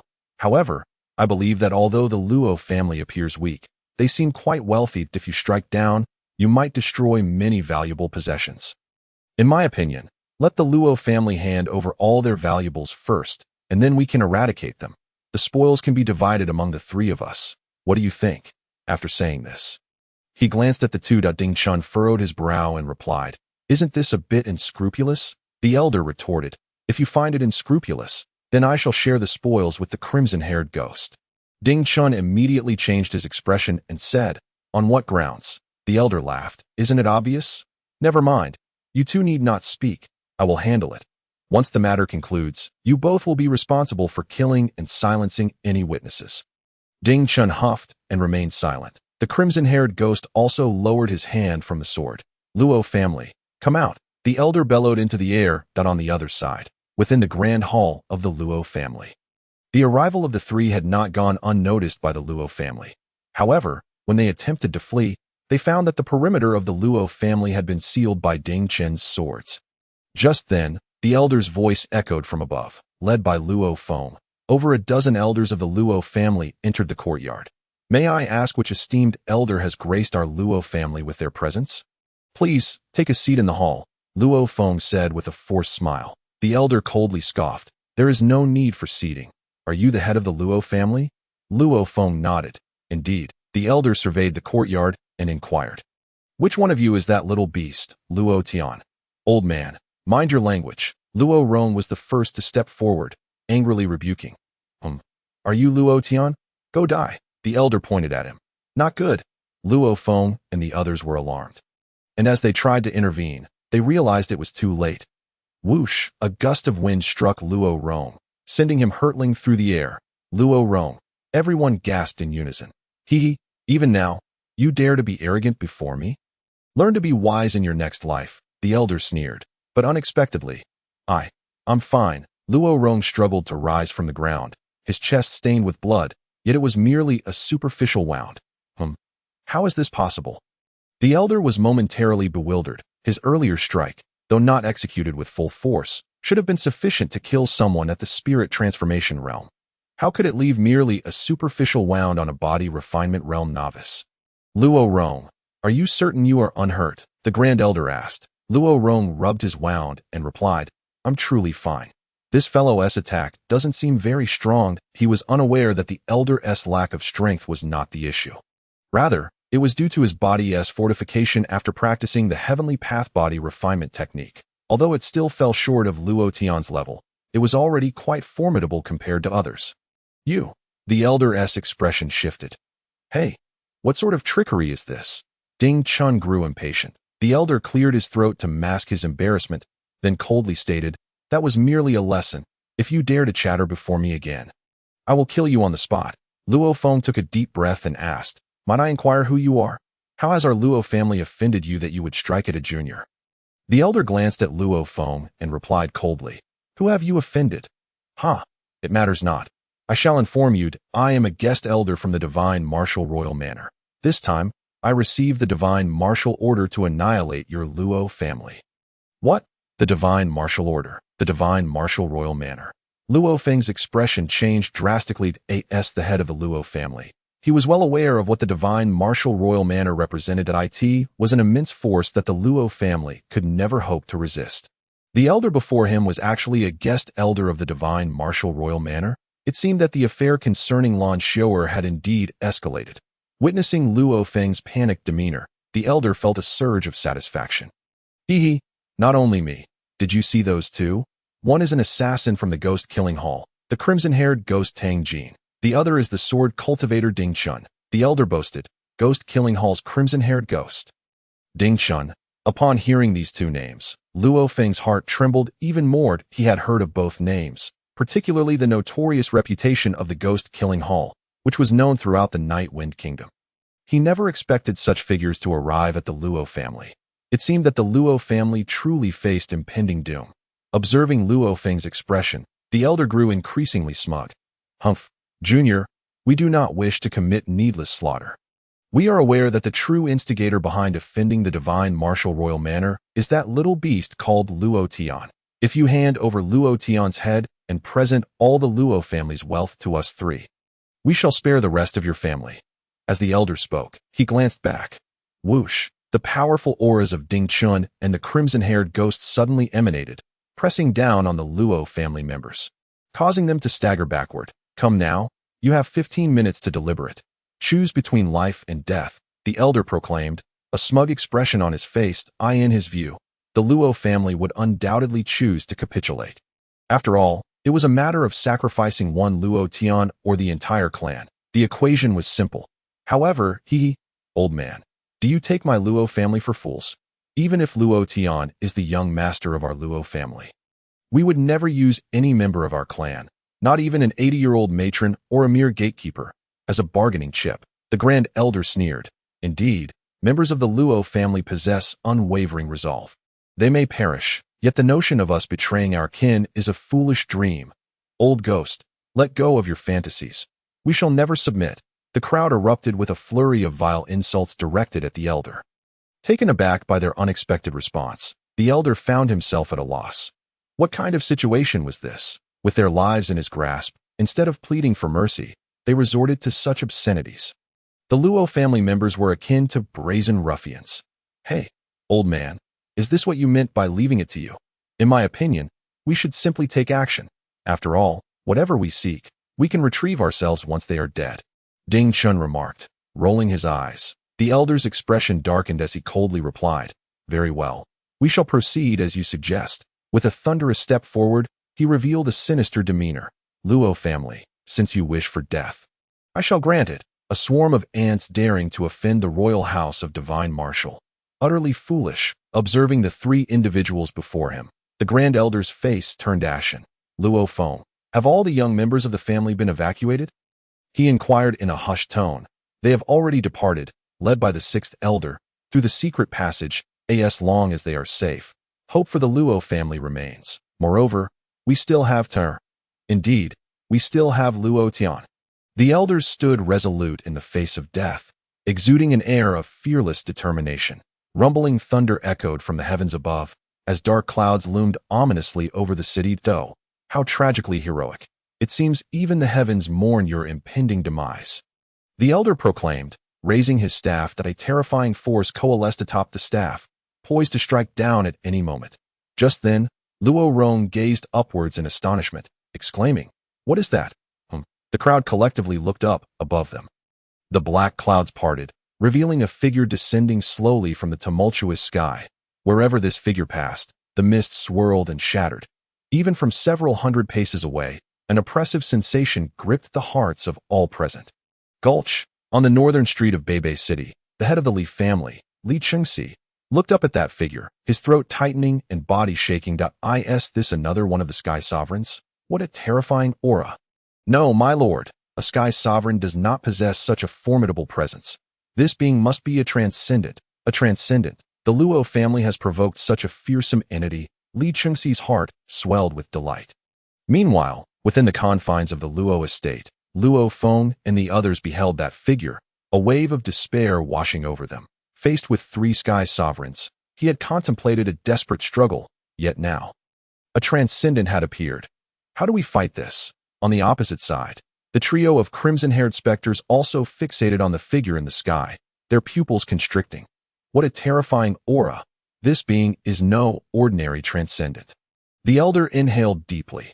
Indeed, none of the transcendents I have encountered exuded such overwhelming power. Is he from your royal house of divine marshal, or the ghostly fiend hall? Ding Chun inquired. Neither belongs to the ghostly fiend hall. The crimson-haired specter revealed an unusual gravity in his expression. Nor is he affiliated with the royal house of divine marshal. I am acquainted with all the transcendents under their banner. Wait, look. That figure is not human. It is a beast, the elder exclaimed, fixating on the figure in the air, prompting the others to gaze upwards in realization. The figure in the sky towered over 3 meters, possessing a bull's head and a robust human body. Wielding a spiked club, I recognize this aura. This is the Beast King of Tiandang Mountain, Ding Chun cried out. Tiandang Mountain? Yes, it is the 5-color divine bull of Tiandang Mountain. How did he come to be here? The elder questioned in astonishment. The 5-color divine bull of Tiandang Mountain is immensely powerful yet harbors a deep disdain for humanity. In the kingdom of Nightwind, several transcendents had previously attempted to subdue him, only to meet their demise or sustain grave injuries. Thus, the core region of Tiandang Mountain was regarded as a forbidden zone for humans. The arrival of such a formidable being in Beibei City was unfathomable. Brother Tang, do you have any ties with Tiandang Mountain? Ding Chun inquired. The crimson-haired specter shook his head. No ties. Only enmity. We lost 2 transcendent assassins in Tiandang Mountain. Ding Chun furrowed his brow, turning to the elder. And what about the royal house of Divine Martial? The elder stroked his beard. I am uncertain, but I have heard that the king of Divine Martial indeed has plans to form an alliance with several great beasts of the Nightwind Kingdom. Upon hearing this, Ding Chun's brow unfurled as he smiled. Then it must be so. The king of Divine Martial has surely persuaded the Beast King to come to our aid. The elder regarded him with skepticism. Is that so? Ding Chun chuckled. Otherwise, do you think this Beast King would come here out of goodwill towards the Luo family? The elder was left speechless, unable to reconcile the Luo family with the Beast King of Tiandang Mountain. Undoubtedly, the Beast King's arrival in Beibei City was to curry favor with the king of Divine Martial. Who else in the Nightwind Kingdom would warrant his presence? With this realization, a smile returned to the elder's face. We welcome the esteemed Beast King, he declared with a bow. The words "we welcome the esteemed Beast King" caused the hearts of the Luo family to plummet. Indeed, this being was aligned with the royal house of Divine Martial. Luo Feng's complexion paled. The king of Divine Martial was undeniably too powerful. Did the Luo family still have hope? The third elder stood in a daze. The grand elder clenched his fists, reassuring them. Fear not, with Luo Tian's talent, given time, perhaps in 30 years or even 20, he will undoubtedly restore the Luo family to greatness. Our sacrifices shall not be in vain. Indeed, let our deaths serve as motivation for Luo Tian. The second elder glanced at Luo Rong, lamenting, It's a pity, my child, that you. Luo Rong had initially been able to accompany the sixth elder in leaving, but resolutely refused, insisting on staying with the others to face the situation together. Head of the family, esteemed elders, please do not say any more. This is my choice, he declared proudly. Like my elder brother, how could I stand idly by while the father of my brother sacrifices for me? I, too, am a son of the Luo family. How could I fear death? Good lad, the elders nodded in approval. Meanwhile, in midair, the gaze of Niu Wufang settled upon the elder, who was still wearing a fawning expression. Do you know me? Niu Wufang inquired. Indeed, I am but a humble guest of the royal house of Divine Martial. I have long heard of your esteemed name, and today, I am fortunate to witness your grandeur. Truly, you exude heroism and majesty, the elder effusively praised. However, Niu Wufang merely snorted coldly. Royal House of Divine Martial. I have heard of it. That I ask you, is this Beibei City? The elder swiftly bowed his head. Yes, this is indeed Beibei City. Niu Wufang continued. Oh, so there is a Luo family in Beibei City. Do you know of them? The elder's heart surged with joy. The fact that he inquired about the Luo family left no doubt that he had come to annihilate them. Your Excellency, this is the Luo family. The members are right below, the elder replied, though. Niu Wufang's eyes brightened as he suddenly descended towards the ground. Behind him, the elder and the other 3 exchanged glances before following suit. There was no way they could act defiantly before a transcendent beast king. As Niu Wufang approached, the Luo family members tightened their fists, striving to maintain composure, even in the face of death. They would die with dignity. Niu Wufang's gaze swept over the crowd before he inquired, May I ask, who among you is the head of the Luo family? Why so courteous? The crowd was momentarily taken aback. I am the head of the Luo family, Luo Feng, he declared with pride. Though fear gripped him, he could not let it show. Oh, may I inquire, who is Luo Tian to you? Niu Wufang cautiously asked him once more. Luo Tian? He is my son, Luo Feng declared with pride. Speaking of his son Luo Tian, he felt an immense sense of pride. Heh, this fool still carries himself in such a manner. If the Demon King were to discover he is Luo Tian's father, wouldn't he slap him into a meat paste? The old man chuckled inwardly. Just then, Niu Wufang suddenly knelt before Luo Feng, bowing deeply. "Grandfather, your grandson Niu Wufang pays his respects," he said while bowing repeatedly. The entire Luo family ancestral residence trembled with each of his bows. Everyone present wore a look of bewilderment. Grandfather? Grandson? Who? The Demon King is Luo Feng's grandson, but this guy is a bull-headed man. As for Luo Feng, head of the family, when did this happen? The elder asked, tugging at Luo Feng's sleeve. Huh? What do you mean when? Luo Feng appeared confused. Head of the family, impressive. I admire you. The second elder glanced at Niu Wufang and gave Luo Feng a thumbs up, albeit with a peculiar gaze. What do you mean by that, elder? Luo Feng inquired of the second elder. Head of the family, one cannot judge a person by their appearance. I never expected you to be so undemanding. The third elder said, visibly shocked at this point. Luo Feng finally grasped the situation. Elders, you misunderstand. Who exactly are you? Why do you call me grandfather? Luo Feng was uncertain how to address Niu Wufang. Niu Wufang hastily raised his head and said, Luo Tian is your son, right? Luo Feng nodded. That is indeed correct. Niu Wufang continued. Then it's not wrong. Luo Tian is my maternal uncle, my mother's biological brother, which makes you my grandfather. I can't explain this clearly. Please stand up and elaborate, Luo Feng said. His face darkened. Niu Wufang slowly stood and recounted his connection to Luo Tian. After listening, the Luo family members finally understood the sequence of events. Yet, at the same time, they were even more astonished. Luo Tian can actually suppress a divine beast of the transcendence realm. He even made a demon king from 500 years ago recognize him as an elder brother. Luo Tian seems to be even more formidable than we imagined. Oh, by the way, grandfather, are these three individuals also from your residence? I sense some hostility from them. Niu Wufang turned to the three individuals of the Sky Sovereign Realm. Luo Feng quickly replied, No, they are here to annihilate the Luo family. What? Niu Wufang's eyes widened, and his aura surged. To destroy my grandfather's family. You three have some audacity. Niu Wufang stood tall, looking down at the trio. The three were utterly stunned. They never dreamed that the Demon King from the Heavenly Dangers Mountain would stand on the side of the Luo family. Even more absurdly, he referred to Luo Feng as grandfather? This fellow must be significantly older than Luo Feng. Run! The elder among the three reacted the fastest, turning to flee. However, bang! Niu Wufang extended his hand and captured him effortlessly. Demon King, please show mercy. I am merely carrying out orders for the Divine Martial King's manor. The elder pleaded, Divine Martial King's manor?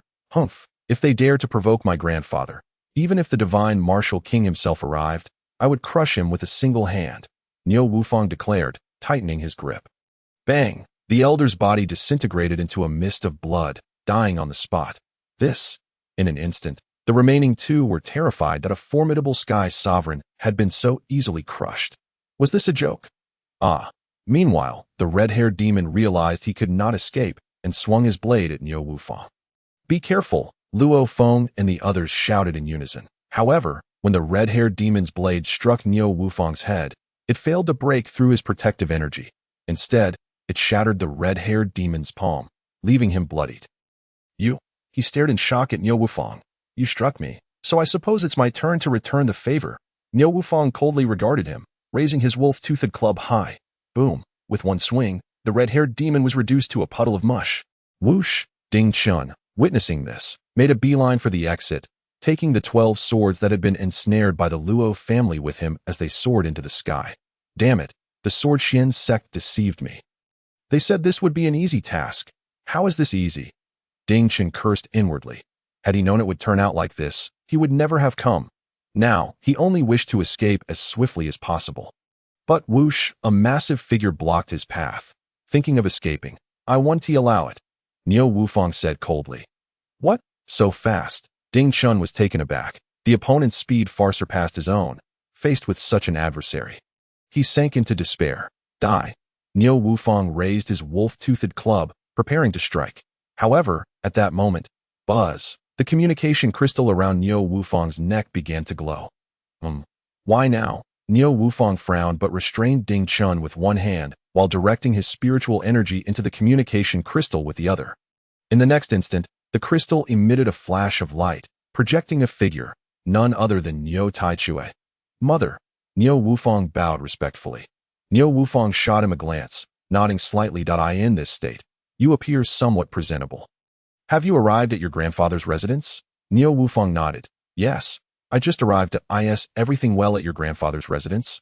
Niu Taichue inquired. There was a minor issue, Niu Wufang explained, recounting the earlier events. After finishing, his expression changed. What? Something truly happened. Were there any casualties in the Luo family? Niu Taichue pressed. It seems not, Niu Wufang replied.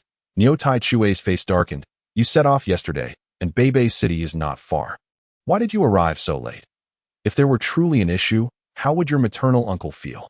Niu Taichue scolded him relentlessly, causing Niu Wufang to lower his head in fear. Mother, didn't you say I shouldn't use my true form to come? I hadn't transformed in many years. It took a long time to succeed, hence the delay. Niu Taichue's expression remained stern. Forget it for now. What about the 3 fools attacking the Luo family? Niu Wufang replied, I killed 2 of them. This is the last one, and I'm about to crush him. With that, he prepared to strike. Ding Chen's face changed dramatically. Just then, Niu Taichue coldly interjected, wait a moment. Are you really going to kill him just like that? Huh. What else should I do? Niu Wufang was taken aback. Niu Taichue wore a look of exasperation. If you simply crush him like that, how will you earn merit in front of your maternal uncle and grandfather? Niu Wufang scratched his head in confusion.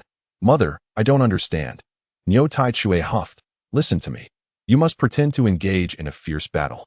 Then sustain some injuries, and after great difficulty, kill him. That way, the Luo family will value you. Niu Wufang glanced at Ding Chun and said, but these guys are too weak. One slap, and they're dead. How can I pretend to fight hard? Niu Taichue sighed. How did I end up with such a foolish son? They can't defeat you. So why don't you just stand there and let them hit you? As long as you get injured, that is sufficient. Niu Wufang paused for a moment before nodding. All right. With that, he casually tossed Ding Chun aside. Whoosh, regaining his freedom, Ding Chun let out a sigh of relief. Yet simultaneously, he became increasingly wary of Niu Wufang. This fellow was simply too powerful. Hey, kid, use your sword and strike me. Niu Wufang proclaimed arrogantly. Huh? I dare not. Please spare me. Demon King. Ding Chun quickly cupped his hands in respect. Dare not? If you don't strike me, I'll kill you. Niu Wufang insisted. Ding Chun's face fell. What was wrong with this Demon King's logic? Come on, use your strongest technique to strike me. If you win, you might just survive. This is your only chance, Niu Wufang declared. Upon hearing this, a flicker of ruthlessness flashed in Ding Chun's eyes. Very well. Those are your words. 12 swords, draw. With a clang, clang, clang, 12 swords simultaneously unsheathed. Gathering behind him. Demon King, this is your own doing. I do not boast. My strongest sword is derived from the true teachings of a top-tier sword cultivator. The might of this sword transcends realms. And even if you are the Demon King, you shall not withstand it. Ding Chun shouted. Is that so? Niu Wufang regarded him with an expression of eager anticipation. Humph, you have sought your own demise. 12 swords unite. Clang. In an instant, the 12 swords coalesced behind him into a colossal sword shadow. Heaven's destruction sword. Slash. With a thunderous roar from Ding Chun, the massive sword shadow cleaved towards Niu Wufang. Boom! A resounding explosion echoed through the air. The vast sword shadow, upon striking Niu Wufang's protective aura, advanced slightly before shattering into fragments. In the blink of an eye, the 12 swords were reduced to mere scrap metal. Having failed to penetrate even Niu Wufang's protective barrier, Niu Wufang lowered his head, gazing in astonishment at the spot where Ding Chun had attacked. The Heaven's Destruction Sword. Such an arrogant name, and yet this is all its power? He pondered in confusion. It was worth noting that Luo Tian had easily shattered his protective aura with a mere flick of his hand. Yet this fellow had gathered energy for so long, only to produce such feeble strength? Ding Chun was equally stunned that he had always held great confidence in his offensive capabilities. He believed that even if he could not slay Niu Wufang, he should have been able to inflict severe damage. But now, die! Niu Wufang exclaimed disdainfully as he swung a wolf fang club towards him. Damn it, block it for me! Ding Chun roared, attempting to fend off the blow. However, it was all in vain. Thud. Unsurprisingly, Ding Chun was obliterated. Fool, if you kill him, how will you endure the ensuing battle? The phantom of Luo Tian looked on, his face filled with indignation. Forgive me, mother. I momentarily lost control. What should we do now? Luo Wufang finally came to his senses. Luo Tian, with a grim expression, said, since he is dead, you must find a way to shed some blood yourself. That is how you earn merit. Understand? We are both outsiders, and to gain your maternal grandfather's recognition, you must shed blood for the Luo family. Shed blood for the Luo family? Luo Wufang lowered his head, glancing at his Wolf Fang club. In the next moment, he seemed to make a resolution. Raising the club and striking himself on the head with great force. Boom! A tremendous crash reverberated, akin to thunder. Splatter! Blood gushed forth from the top of Luo Wufang's head. Mother, is this acceptable? Luo Wufang, dazed from his own blow, struggled to maintain flight. Yes, very good. Now you may descend. Remember, from this day forth, you shall steadfastly guard the Luo family. As Luo Wufang spoke, the phantom dissipated. Boom! Luo Wufang, drenched in blood, plummeted from the sky, landing within the ancestral residence of the Luo family. Upon witnessing this, the members of the Luo family all changed their expressions. How did you sustain such severe injuries? The Grand Elder looked at Luo Wufang, momentarily at a loss for words. It was well known that he was the Demon King of Tiandang Mountain, a divine beast of the Transcendence realm. In the past, he would have been in existence they could not even approach. Yet now, this fellow claimed to be Luo Feng's grandson. The title felt awkward. The enemy was too strong, and I sustained some injuries. Grandfather, I bled for our Luo family. You must clarify this to my uncle later, Luo Wufang said, clutching his wound. Luo Feng immediately replied with a serious expression. Rest assured, I will ensure Tanner is informed of this matter. That is good. Find me a room, for I need to recuperate. Luo Wufang's words were not mere formalities. He had struck himself with great force, and his injuries were indeed severe. Quickly, prepare a fine courtyard, Luo Feng personally instructed, arranging for Luo Wufang to have a residence. Once all was settled, the elders exchanged glances. Master, what should we do next? The Grand Elder inquired first. After pondering for a moment, Luo Feng replied, I am uncertain. We shall wait for Tanner to return and hear his opinion. However, with this Transcendence Realm Demon King at our side, at least our Luo family will be safe from now on. Upon hearing this, everyone nodded in agreement. It was known that in Beibeiqing, not even a single practitioner of the Skyward Realm could be found. Yet now, their family housed a being of the Transcendence Realm. Not to mention Beibeiqing, even across the entire Yefeng Kingdom, they could rival a second-tier powered AT. That moment, a report came in. Master, the family shop is in distress. The Li family is seizing our Luo family's assets. A servant of the Luo family rushed in to report. What? The Li family? Seeking death? Luo Feng immediately grasped the situation. Clearly, the Li family believed that with the Skyward Realm powerhouse attacking the Luo family, they were finished and dared to act. However, they were unaware of Luo Wufang's presence. Everyone, follow me.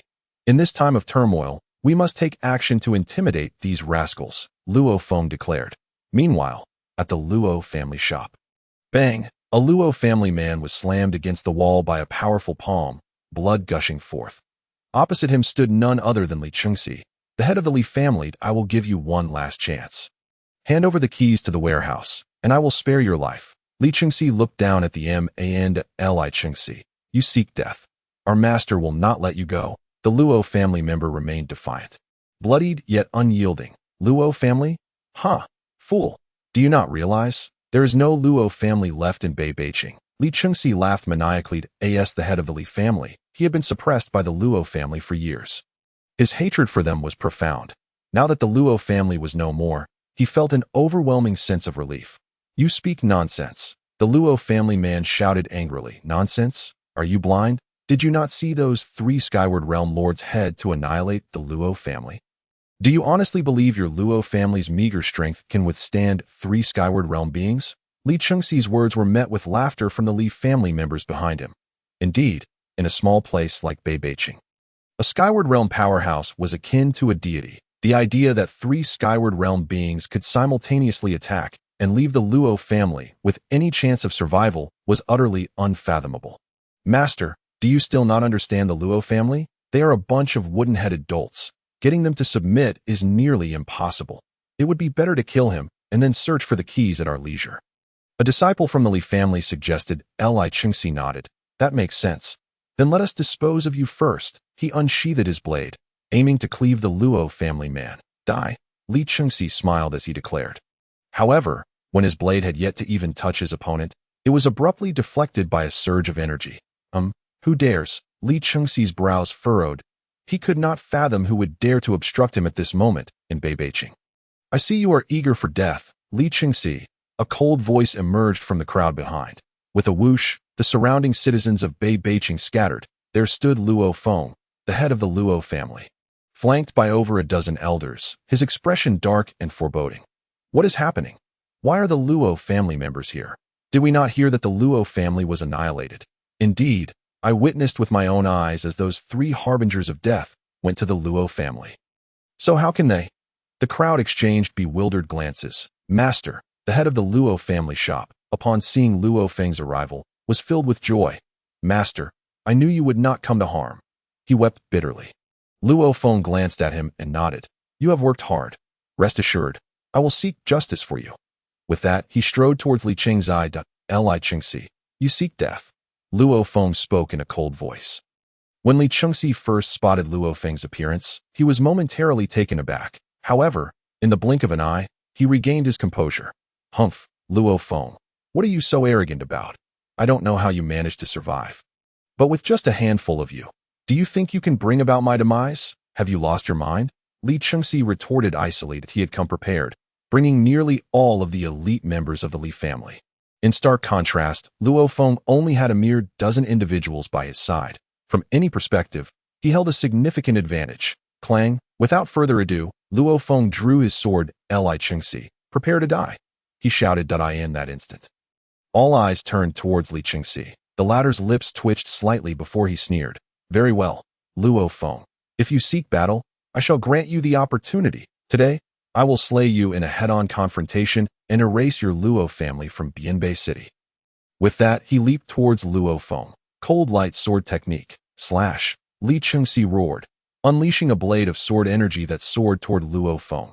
However, with a thunderous crash, Luo Feng met the attack with his own strike, causing Li Chengxi to be sent flying in an instant. Buffed. Before he even touched the ground, Li Chengxi was already adorned with numerous wounds, blood gushing forth. Boom. The next moment, he crashed to the ground, struggling to rise. Everyone was left in shock. It was known that Li Chengxi and Luo Feng had been rivals for decades, their strengths always evenly matched. As the two decided to engage in combat, everyone anticipated a protracted struggle. Yet, who could have imagined that Li Chengxi would be defeated in a single strike from Luo Feng? Not only the onlookers, but even Luo Feng himself was somewhat astonished. Although he had long known of the formidable sword techniques imparted by Tian, he never expected them to be this powerful. That he murmured to himself. Indeed, the technique he had just executed was the first move from the Heavenly Dao sword technique taught by Luo Tian. Ever since Luo Tian's departure, Luo Feng had been diligently practicing. Alas, even now, he had only grazed the surface of its mastery, with true proficiency still a distant goal. Yet, even so, he had managed to eliminate an opponent who was previously his equal in a single blow. The might of the Heavenly Dao sword technique was evidently extraordinary. Master, what should we do about the remaining Li family members? At that moment, the second elder reminded Luo Feng from behind. Luo Feng snapped back to reality and commanded the other Luo family members beside him. Kill. The Li family had previously launched a brutal assault on the Luo family, and naturally, the Luo family could not simply stand down.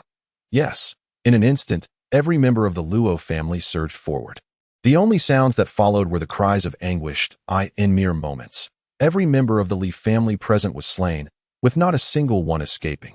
Observing the blood-soaked battlefield, everyone in Bianbei City understood. A new era had dawned for the Luo family. Not only had they survived this crisis, but more crucially, the strength of the Luo family had dramatically increased. These individuals faced the Li family members, and nearly all dispatched them in a single strike. Despite being outnumbered, the outcome was a complete rout. It was hard to imagine that not long ago, these two families were evenly matched forces. That day, News of the Luo family's triumph spread throughout Bianbei City.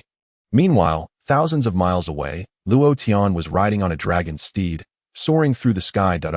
Indeed, having a mount is quite convenient, Luo Tian mused as he gazed down at the rapidly receding landscape. Feeling quite content at this pace, he should be able to return to the Luo family before nightfall. But just then, a terrifying wave of energy surged from the ground, barreling toward him like a cannonball. By the time Luo Tian noticed, it was already too late. Boom! The energy wave struck both him and the dragon steed. Puffed! The dragon steed was pierced through by the energy wave, blood gushing profusely. Hey! Just as Luo Tian reached out to grab it, he was sent plummeting to the ground alongside the dragon steed. Boom! Moments later, both man and steed crashed to the earth, creating a large crater. Damn it! Struggling to emerge from the crater, Luo Tian found himself uninjured but covered in the steed's blood and dirt, looking quite disheveled. Upon looking down, he discovered that the dragon steed was beyond saving. Who dares to ambush me? Anger flared in Luo Tian's eyes. His gaze flickered, catching a glimpse of glimmering light from a nearby valley, the very direction from which the energy wave had originated. Is that where it came from? Luo Tian said, and with a quick leap, he shot toward that direction. In the valley, a massive bird was ensnared by hundreds of chains, a colossal cauldron pressing down upon it, rendering it unable to move. Surrounding the giant bird were dozens of gray-clad individuals, murmuring incessantly, as if chanting incantations. The imprisoned bird struggled, appearing to be in great agony, as expected of a fifth-tier quasi-divine beast. 3 days and nights have passed, and it still refuses to yield. If I hadn't reacted swiftly just now, it would have surely blasted me to smithereens, a man in armor said, his face etched with lingering fear. Military general, if it weren't for the caliber of this divine beast, what right would it have to serve as the mount of the divine martial king? An elderly man with white hair remarked. Holding a chain while chuckling, the military general glanced at the giant bird, his brow furrowed. Can this creature truly be tamed? The elder nodded with a smile. Of course, military general need not worry. The Beastmaster Sect's Spirit Destruction Sutra is a top-tier taming technique. By sunset today, this creature will become nothing more than a mindless puppet that obeys commands. The military general nodded. I see. Then I shall leave it to you, Master Bai. It is an honor for me, Bai Zhongmin, to serve the divine martial king, the elder replied with a grin. Meanwhile, at the entrance of the valley, Luo Tian's eyes glinted with murderous intent as he prepared to step inside. But at that moment, a voice suddenly rang out. Halt! Instantly, 4 figures appeared before him. This valley is sealed. Outsiders must leave immediately. The leading young man in white declared. Move aside. Luo Tian dismissed him with a wave of his hand. What did you say?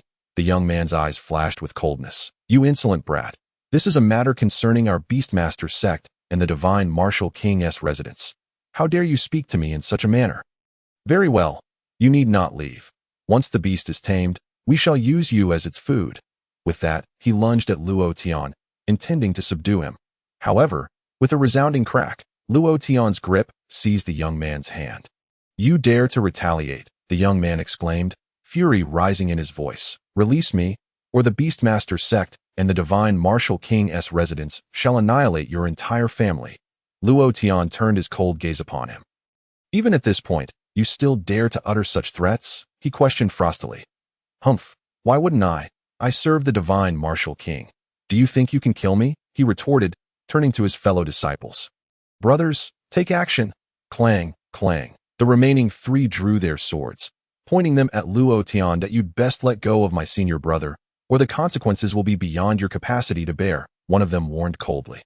Consequences? Luo Tian shot a glance at him, and suddenly exerted force. Puffed. A cloud of blood mist erupted as the young man in his grip was crushed to death. What? You dare? The others' faces turned ashen. You seek death, they shouted, their eyes aflame with rage.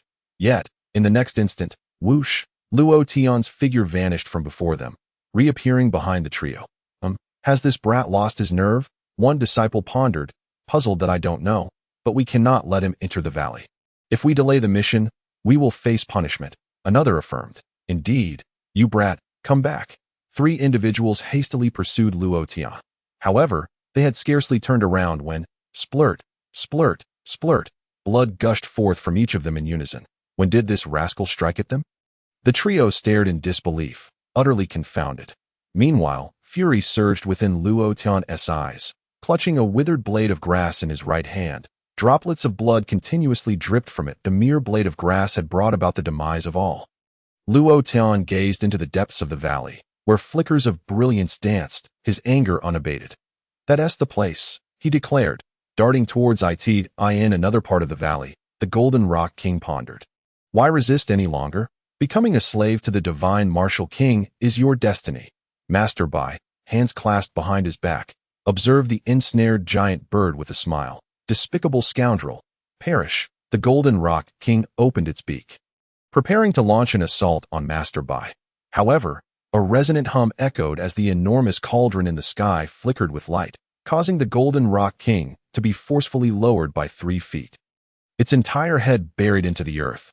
"Humph, that last strike was merely a lapse in my vigilance. Did you think I would grant you a second chance?" Master Bai said, a smug expression on his face. Only the Golden Rock King, with its once golden eyes now blood-red, glared menacingly at him. That moment. Did that bird just spit into the air? Luo Tian's voice resonated from behind Master Bai. Both Master Bai and the military general were taken aback, swiftly turning around to see Luo Tian, holding a piece of withered grass, staring at the Golden Rock King. How did this other person manage to sneak in? Are the guards outside utterly incompetent?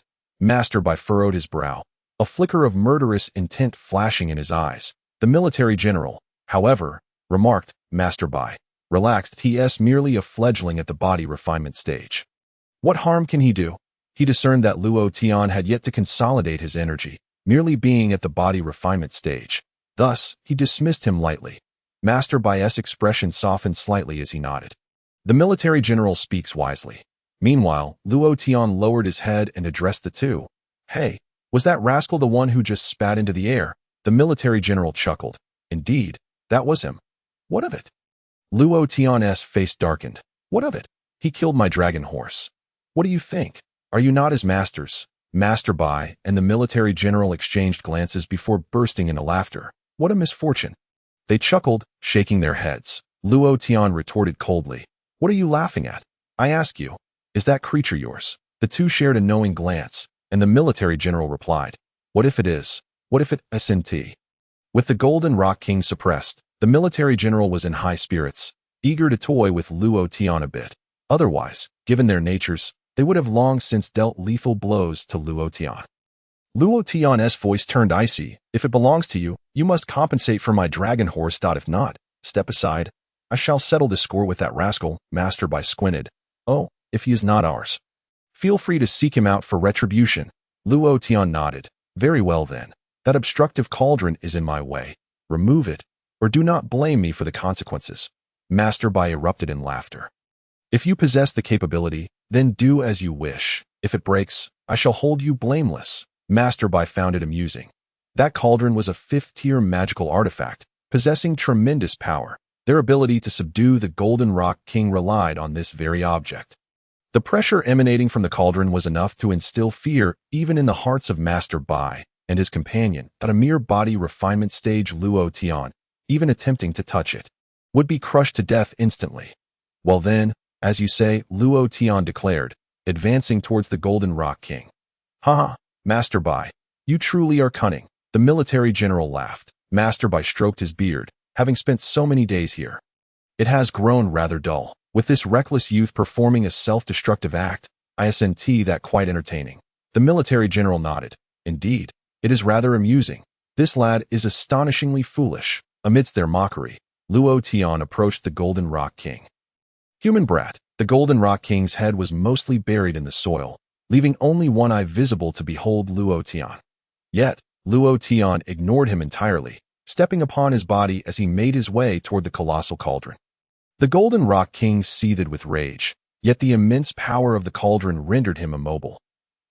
Soon, an entertaining spectacle shall unfold," Master Bai remarked, watching Luo Tian with a smile. In his view, the moment Luo Tian touched the cauldron, he would be obliterated into a mere puddle of flesh. However, bang! Luo Tian grasped one of the cauldron's legs and hurled it backward with tremendous force. Whoosh! Boom! The cauldron was astonishingly flung away, crashing heavily into the mountainside, embedding itself deep within, its shadow entirely obscured. What? This scene left everyone in shock that a cauldron capable of subduing a quasi-divine beast had been discarded like refuse. Am I still dreaming? Master Bai mumbled. Trouble, the Golden Rock King. The military general was the first to react. Boom! At that moment, an overwhelming pressure surged forth from the valley below. Crack, crack. The chains binding the Golden Rock King instantly shattered. All of you from the 100 Beast sect and the Divine Martial King's manor. Prepare to die. The Golden Rock King soared into the air, rising from the ground. Oh no! This creature, both Master Bai and the military general stood dumbfounded. The Golden Rock King's power was truly terrifying.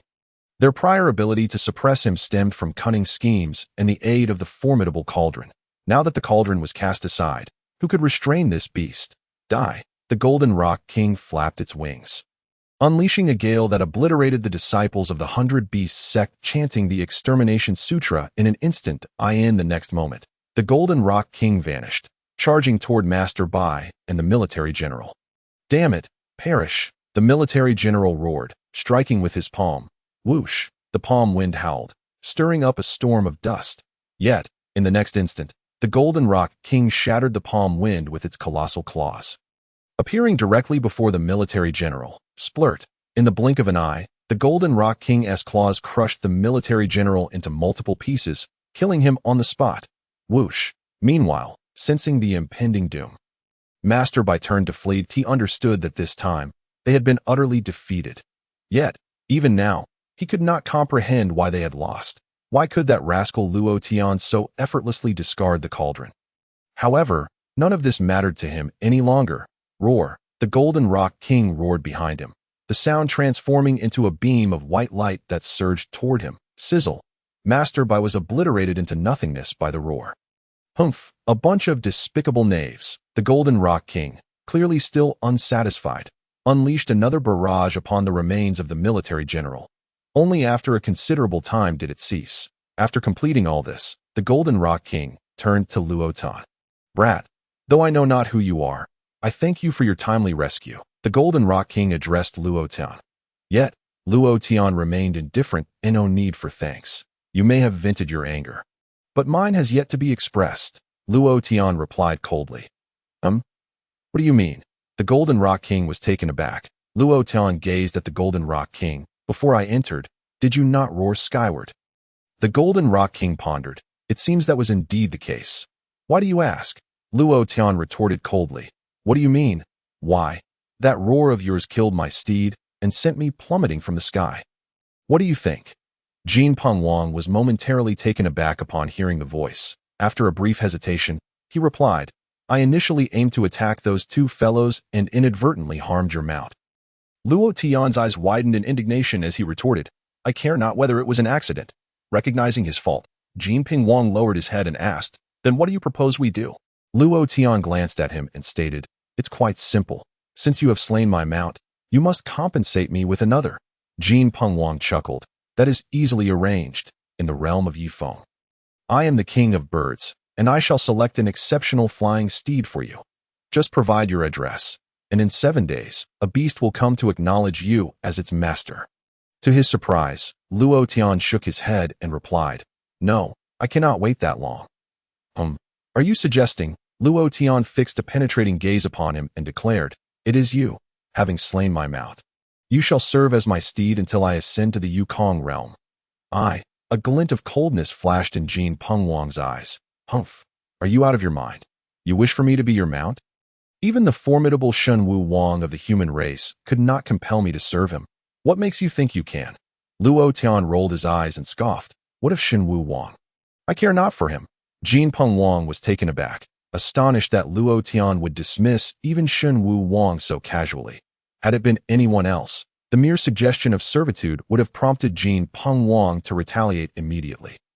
However, given that Luo Tian had saved his life, such a response seemed inappropriate. After a moment of contemplation, Jin Peng Wang suddenly conceived a plan. Listen, if you desire me to be your mount, it is not impossible. However, I once vowed that anyone wishing to become my master must withstand 3 of my attacks. Otherwise, I shall never submit. His intention was clear, to dissuade Luo Tian from his audacious request, especially considering the formidable power he had just displayed. Yet to his astonishment, Luo Tian readily agreed. 3 attacks. Very well. Bring it on. This left Jin Pengwang utterly bewildered. Hey, kid, did you hear me correctly? I am to strike you. Not the other way around. I heard you loud and clear. Just hurry up and strike. Once you're done, we shall set forth. Luo Tian replied, growing increasingly impatient. Jin Pengwang fell into silence, surprised by Luo Tian's blatant disregard for the situation. Fine, let me teach this brat a small lesson. As long as I do not endanger his life, I can find a way to repay him later.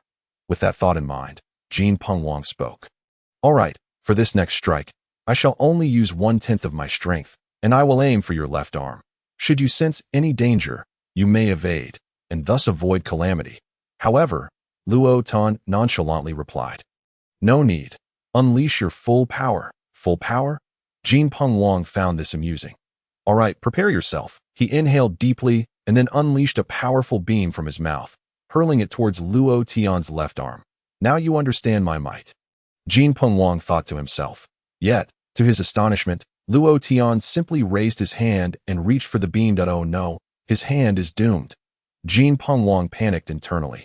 Yet in the next moment, the golden light struck Luo Tian's palm, not shattering it as anticipated, but rather the beam began to disintegrate, completely vanishing within the confines of Luo Tian's grasp. His palm bore only a slight smudge. Without any trace of injury, is this truly your 1/10 strength? You are weaker than I imagined, Luo Tian remarked, disappointment evident in his eyes as he glanced from his palm to Jin Pengwang. Jin Pengwang's face turned pale. What was happening? Though he had not exerted his full strength, this outcome was far from acceptable, especially after boasting so grandly. To merely leave his opponent's palm dirty was humiliating. Observing Luo Tian's expression only intensified Jin Pengwang's embarrassment. Humph, it seems I underestimated you. I initially thought you were merely a genius adept in artifacts, capable of discerning the use of that massive tripod. But I never expected your strength to be so formidable. While you feign the guise of merely being in the body refinement realm, you truly have concealed your capabilities well. Enough of the chatter. Let us proceed to the second strike, Luo Tian urged. Humph, very well, but let me be clear. Although you are my savior, this time I shall not hold back. I will strike you with 80% of my power. If you wish to avoid death, it would be wise to evade, Jin Pengwang warned. Bring it on, Luo Tian declared boldly. Jin Pengwang narrowed his eyes, realizing that Luo Tian's strength was indeed formidable. To secure victory, he could no longer afford to show mercy. Shenshi, golden roar. With that, Jin Pengwang unleashed a furious roar in an instant, a beam of light, several times more potent than the last, crackled with lightning as it surged towards Luo Tian. This strike possessed a terrifying power, surpassing even that which he had used to slay Bai Zhongmin. With a resounding boom, the beam struck Luo Tian directly, generating a colossal mushroom cloud within the valley. Oh no, I may have overdone it. Is this kid in danger? Jin Pengwang watched his own attack, a sense of dread creeping over him. If he inadvertently harmed his savior, it would be utterly disgraceful. However, amidst the smoke and dust, a coughing sound emerged. Cough, cough, cough. This dust is suffocating. Soon after, Luo Tian emerged from the haze. What a devious trick you have there, using dust to choke your opponent. Luo Tian said with a mock expression of disappointment directed at Jin Pengwang. Jin Pengwang was left speechless. His renowned technique had failed to harm his opponent, only to have the resulting dust irritate Luo Tian's throat. If word of this spread, it would surely ruin his reputation for a lifetime. Hey, there's one final strike left. Hurry up, Luo Tian urged from the other side. That, Jin Pengwang could not help but break into a sweat.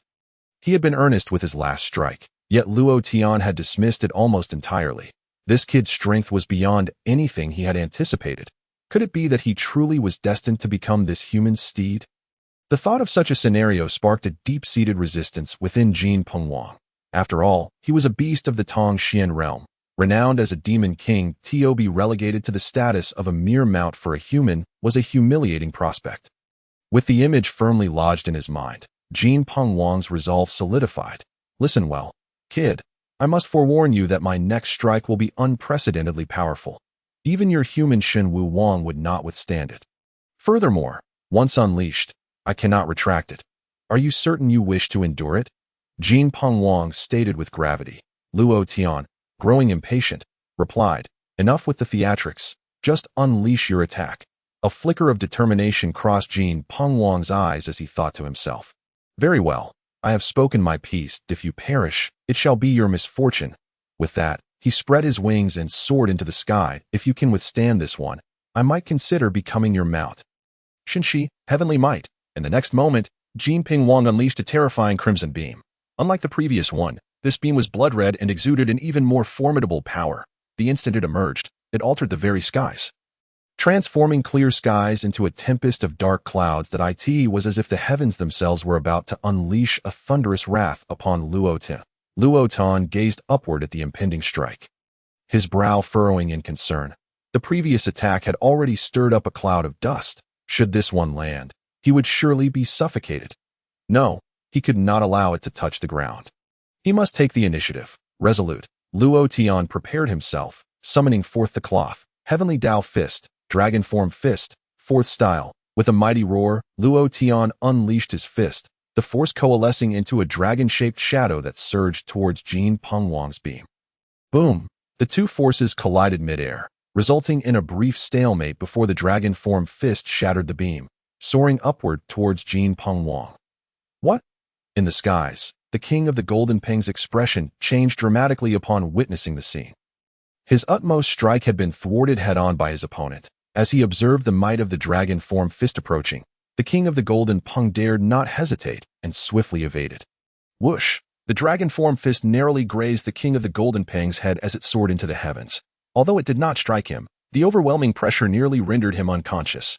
Boom! The force of the punch ascended, scattering the dark clouds across the sky, revealing a radiant sun once more. The king of the Golden Ping was left dumbfounded at this sight. Was this some sort of jest? Could such power from a single punch possibly belong to someone at the returning Void Realm? He understood all too well that had he been struck by that punch, even survival would have been a grim affair. Just a single punch. In an instant, he turned to face Luo Tian, his eyes filled with awe. Well then, 3 moves have passed. What do you say now? Luo Tian inquired, gazing at him. The king of the Golden Ping's eyelids twitched involuntarily a few times before he threw his head back and laughed heartily. Enough, enough.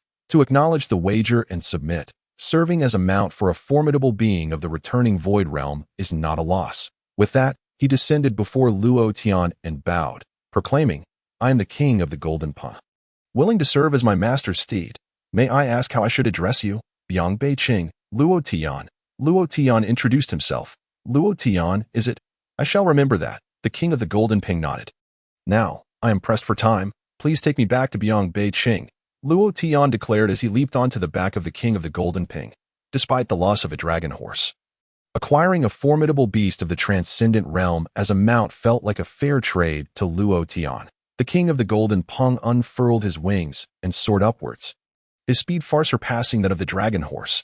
Master, may I inquire what realm you currently inhabit? The king of the Golden Ping asked during their flight. Me. Haven't you discerned it already? I am in the body refinement stage. Luo Tian replied nonchalantly from his perch. Body refinement. Are you jesting? The king of the Golden Ping was taken aback. He had long assumed that Luo Tian's cultivation surpassed his own, allowing him to conceal his true power. Yet, from Luo Tian's words, it seemed, do you believe I would jest with you? Why do you think I sought a mount? It is precisely because my cultivation is too low, merely at the body refinement stage. And I cannot even fly. Otherwise, would I not be struck by your attack up in the skies?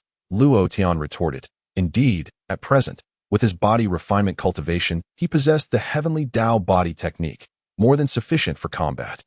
However, for traveling, it proved cumbersome. Not only did it require constant expenditure of spiritual energy for teleportation, but more critically, it also posed a risk of accidents. The last time, he had inadvertently killed a formidable demon. What if next he were to accidentally harm an innocent old lady? Yet, upon hearing this, the king of the Golden Ping grew increasingly astonished. Was this a jest? A body refinement cultivator wielding such terrifying power? He glanced back at Luo Tian, his astonishment reaching new heights. Master, Could it be that you are emulating the ancient powerhouses, specializing solely in body refinement? The king of the golden pung asked again. Luo Tian, however, responded in surprise, specializing in body refinement.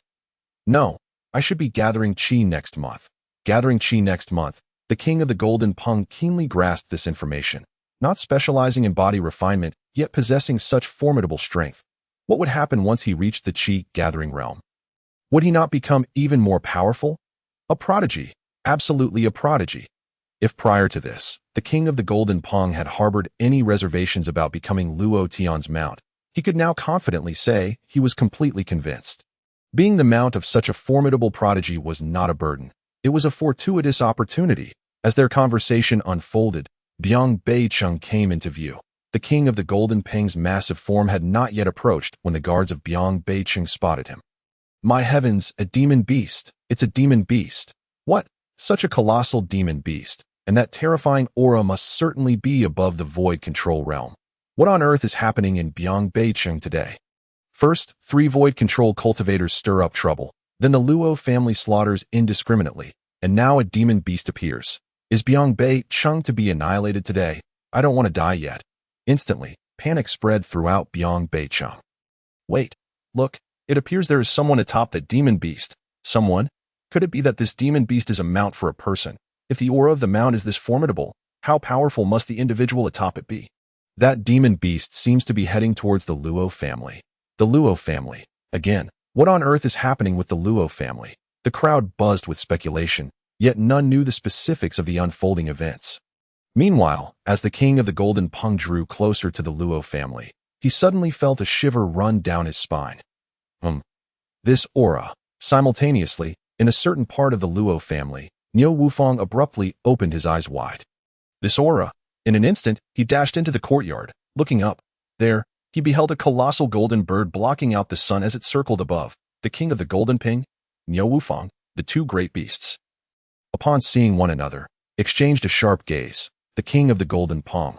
Is this fellow plotting against the Luo family as well? This troublesome adversary. Given my current injuries, I may not be able to stop him. Niu Wufang thought, gripping his wolf-toothed club tightly. Niu Wufang, being a 5-colored divine bull, possessed a bloodline even more potent than that of the king of the golden ping.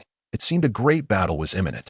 The king of the golden pung too felt a sense of impending danger. Just then, Luo Tian, perched atop the king of the golden pung, suddenly poked his head out. Stand down. He is one of us. Luo Tian called out. Uncle? Niu Wufang exclaimed in delight upon seeing Luo Tian. Upon hearing this address, Luo Tian wore an expression of helplessness. The king of the golden pung, however, looked at Niu Wufang and Luo Tian with bewilderment, struggling to comprehend the situation. Uncle? What sort of title is that? Under Luo Tian's guidance, the king of the golden pung gently set Luo Tian down in the courtyard. He then transformed his form, shifting from a giant bird to a humanoid figure with a bird's head and wings sprouting from his back. Despite the transformation, he still stood over 2 zhang tall, nearly equal to Niu Wufang. You 2 stay here. I will go see my father, Luo Tian instructed before departing. I in the courtyard. Only Niu Wufang and the king of the golden pung remained. Hey, king of the golden pung, how is it that you are with my uncle? Niu Wufang asked suspiciously. The latter looked up and replied nonchalantly. I have decided to follow my master. Master, you can't mean you've become my uncle's mount, right? How is that possible? Aren't you the one who abhors constraints? Niu Wufang asked, astonished as fellow demon beasts. He and the king of the golden pung had been acquainted for many years. He was well aware of the latter's temperament. This was a being who would rather die than submit. The king of the golden ping shot him a sidelong glance, stating, This matter is quite lengthy to explain. But what about you? Why do you address my master as uncle? Niu Wufang chuckled awkwardly. My mother insisted. Your mother? The king of the golden pung was momentarily taken aback before exclaiming, Your mother has broken free from her seal. That seal was so robust. How could she? Years prior, the king of the golden pung had been invited by Niu Wufang to join in breaking the seal atop Tundang Mountain. However, a single strike had nearly resulted in his demise due to the sword intent of the ancient sword. He was acutely aware of the terror the seal embodied. Yet, after a brief moment of contemplation, the king of the golden pung realized, could it be that it was my master who freed her? Niu Wufang beamed with pride. Exactly. My uncle effortlessly drew the ancient sword and rescued my mother. After which, she recognized him as her elder brother, making him my uncle. The king of the Golden Peng rolled his eyes at Niu Wufang, commenting, "Your circle is truly chaotic, by the way. Your mother has unsealed? What realm is she at now? How does she assess my master?" Unable to fathom Luo Tian's cultivation, the king of the Golden Peng sought confirmation through Niu Tiexing. Niu Wufang absent-mindedly picked his nose. I asked her, "My mother is still at the returning void realm, but her realm is unstable, only at the first level of returning void. She said that in her current state, she is no match for my uncle. However, if she fully recovers her strength, she should be able to surpass him." The king of the Golden Peng's pupils constricted in shock. "The first level of returning void is not even a match for my master?" He murmured, "Indeed, this is merely her current state." Niu Wufang added, "If my uncle manages to break through to another realm, then even if she were to regain her peak strength, she would likely not stand a chance against him." The heart of King Jinping was once again shaken. Meanwhile, within the Grand Hall, upon receiving the news of Luo Tian's return, the members of the Luo family gathered together. Was everything smooth this time?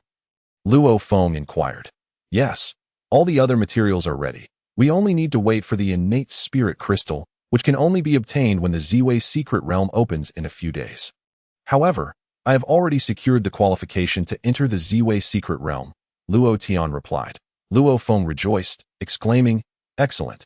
Wonderful. We have also completed the procurement of the other materials. Once the Ziwei secret realm opens, you will be able to break through to the Qi gathering realm." A Luo Tian at the body refinement realm was already so formidable that if he were to break through to Qi gathering, Luo Feng could hardly fathom the consequences. By the way, father, when I arrived, I saw smoke rising throughout the city. What is happening? Luo Tian asked. Luo Feng chuckled, saying, "Oh, it's nothing serious. Merely the major families of Bianbei City attempting to encroach upon our Luo family's enterprises. However, those blind fools have all been annihilated by us." Luo Tian was taken aback, his brow furrowing in concern. How dare they attack the Luo family? That's impossible. The Luo family's strength is unparalleled in Bianbei City. Over the years, only the Li family has been able to contend with us. Have these people lost their minds to dare to strike against the Luo family, because they believe our Luo family might be on the verge of destruction? With that, Luo Feng recounted the incident involving 3 experts of the sky-soaring realm who had invaded the Luo family. Just as he finished speaking, he noticed Luo Tian, with his head slightly bowed, enveloped in an aura of palpable killing intent. Seeing this scene, Luo Feng was momentarily lost in thought. Had he not witnessed it with his own eyes, he would scarcely have recognized Luo Tian. Annihilate the clan? Who are they? What is their origin? Luo Tian's voice was laced with frost. He had not anticipated that, due to the matter concerning Lan Xiu'er, the other party would truly resort to such extreme measures. Had it not been for Niu Wufang, the Luo family might have indeed faced annihilation. The mere thought of such a possibility sent a shiver down Luo Tian's spine, though he had long been aware of the world's brutality. He now comprehended that he had remained too naive. "Young master, the investigation is complete. The 3 assailants include one known as the red-haired ghost, an assassin from the ghost-killing hall, hired by the Lan family.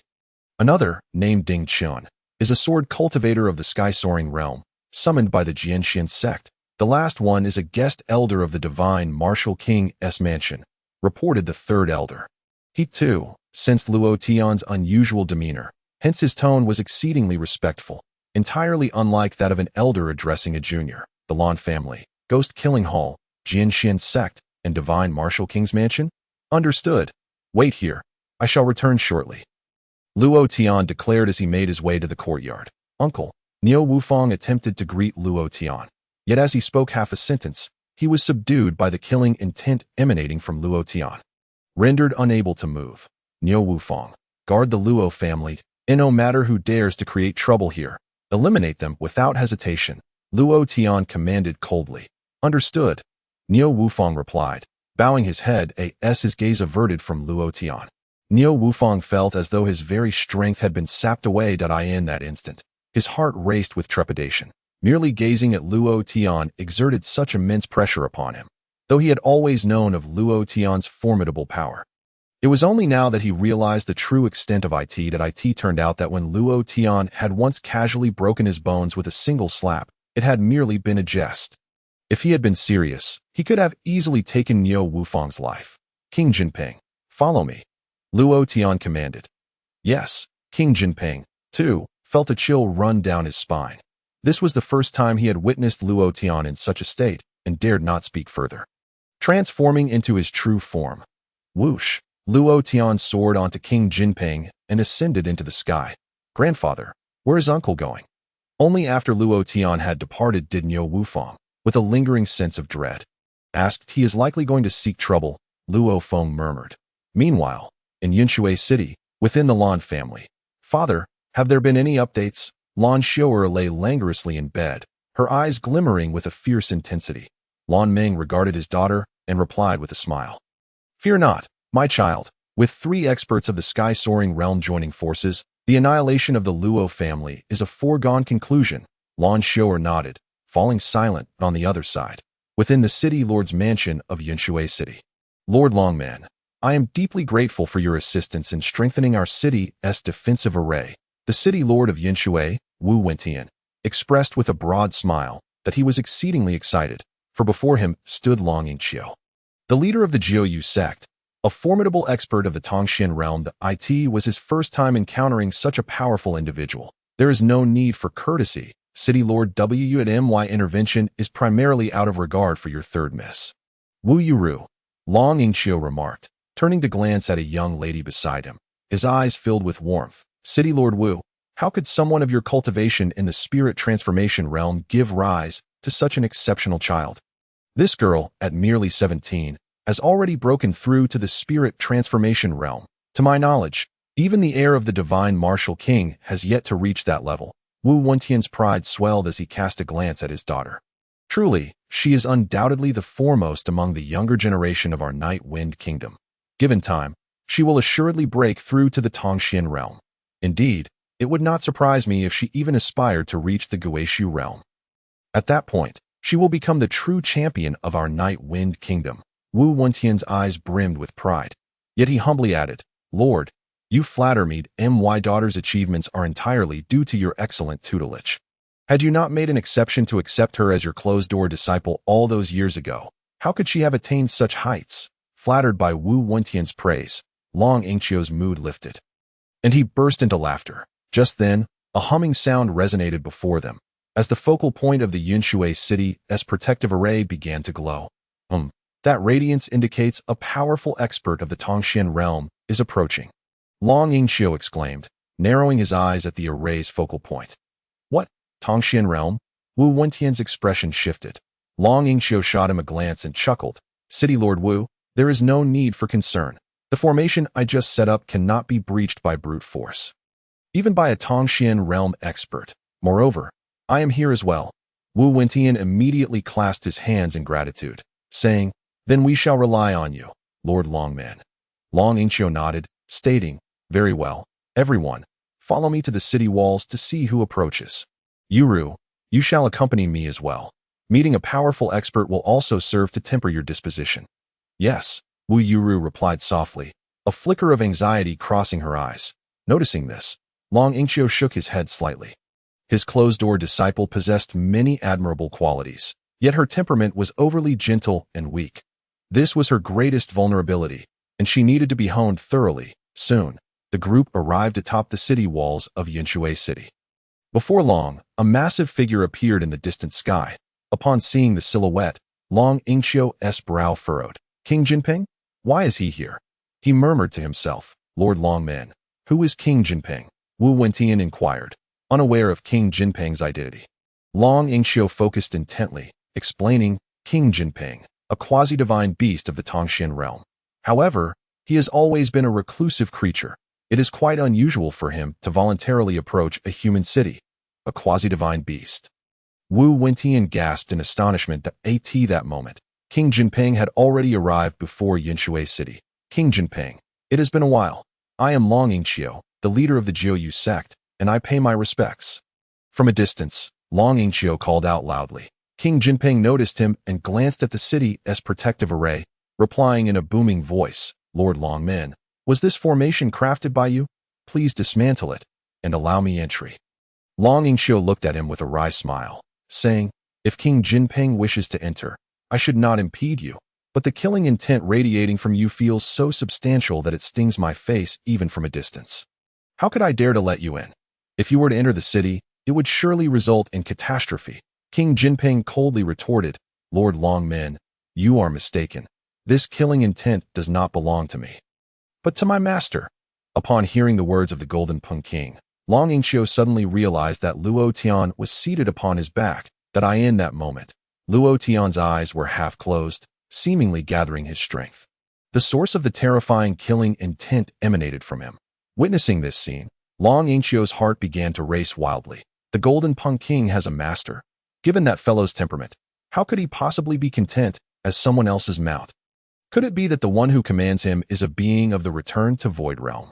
The mere thought sent beads of sweat trickling down Long Yingxiu's forehead.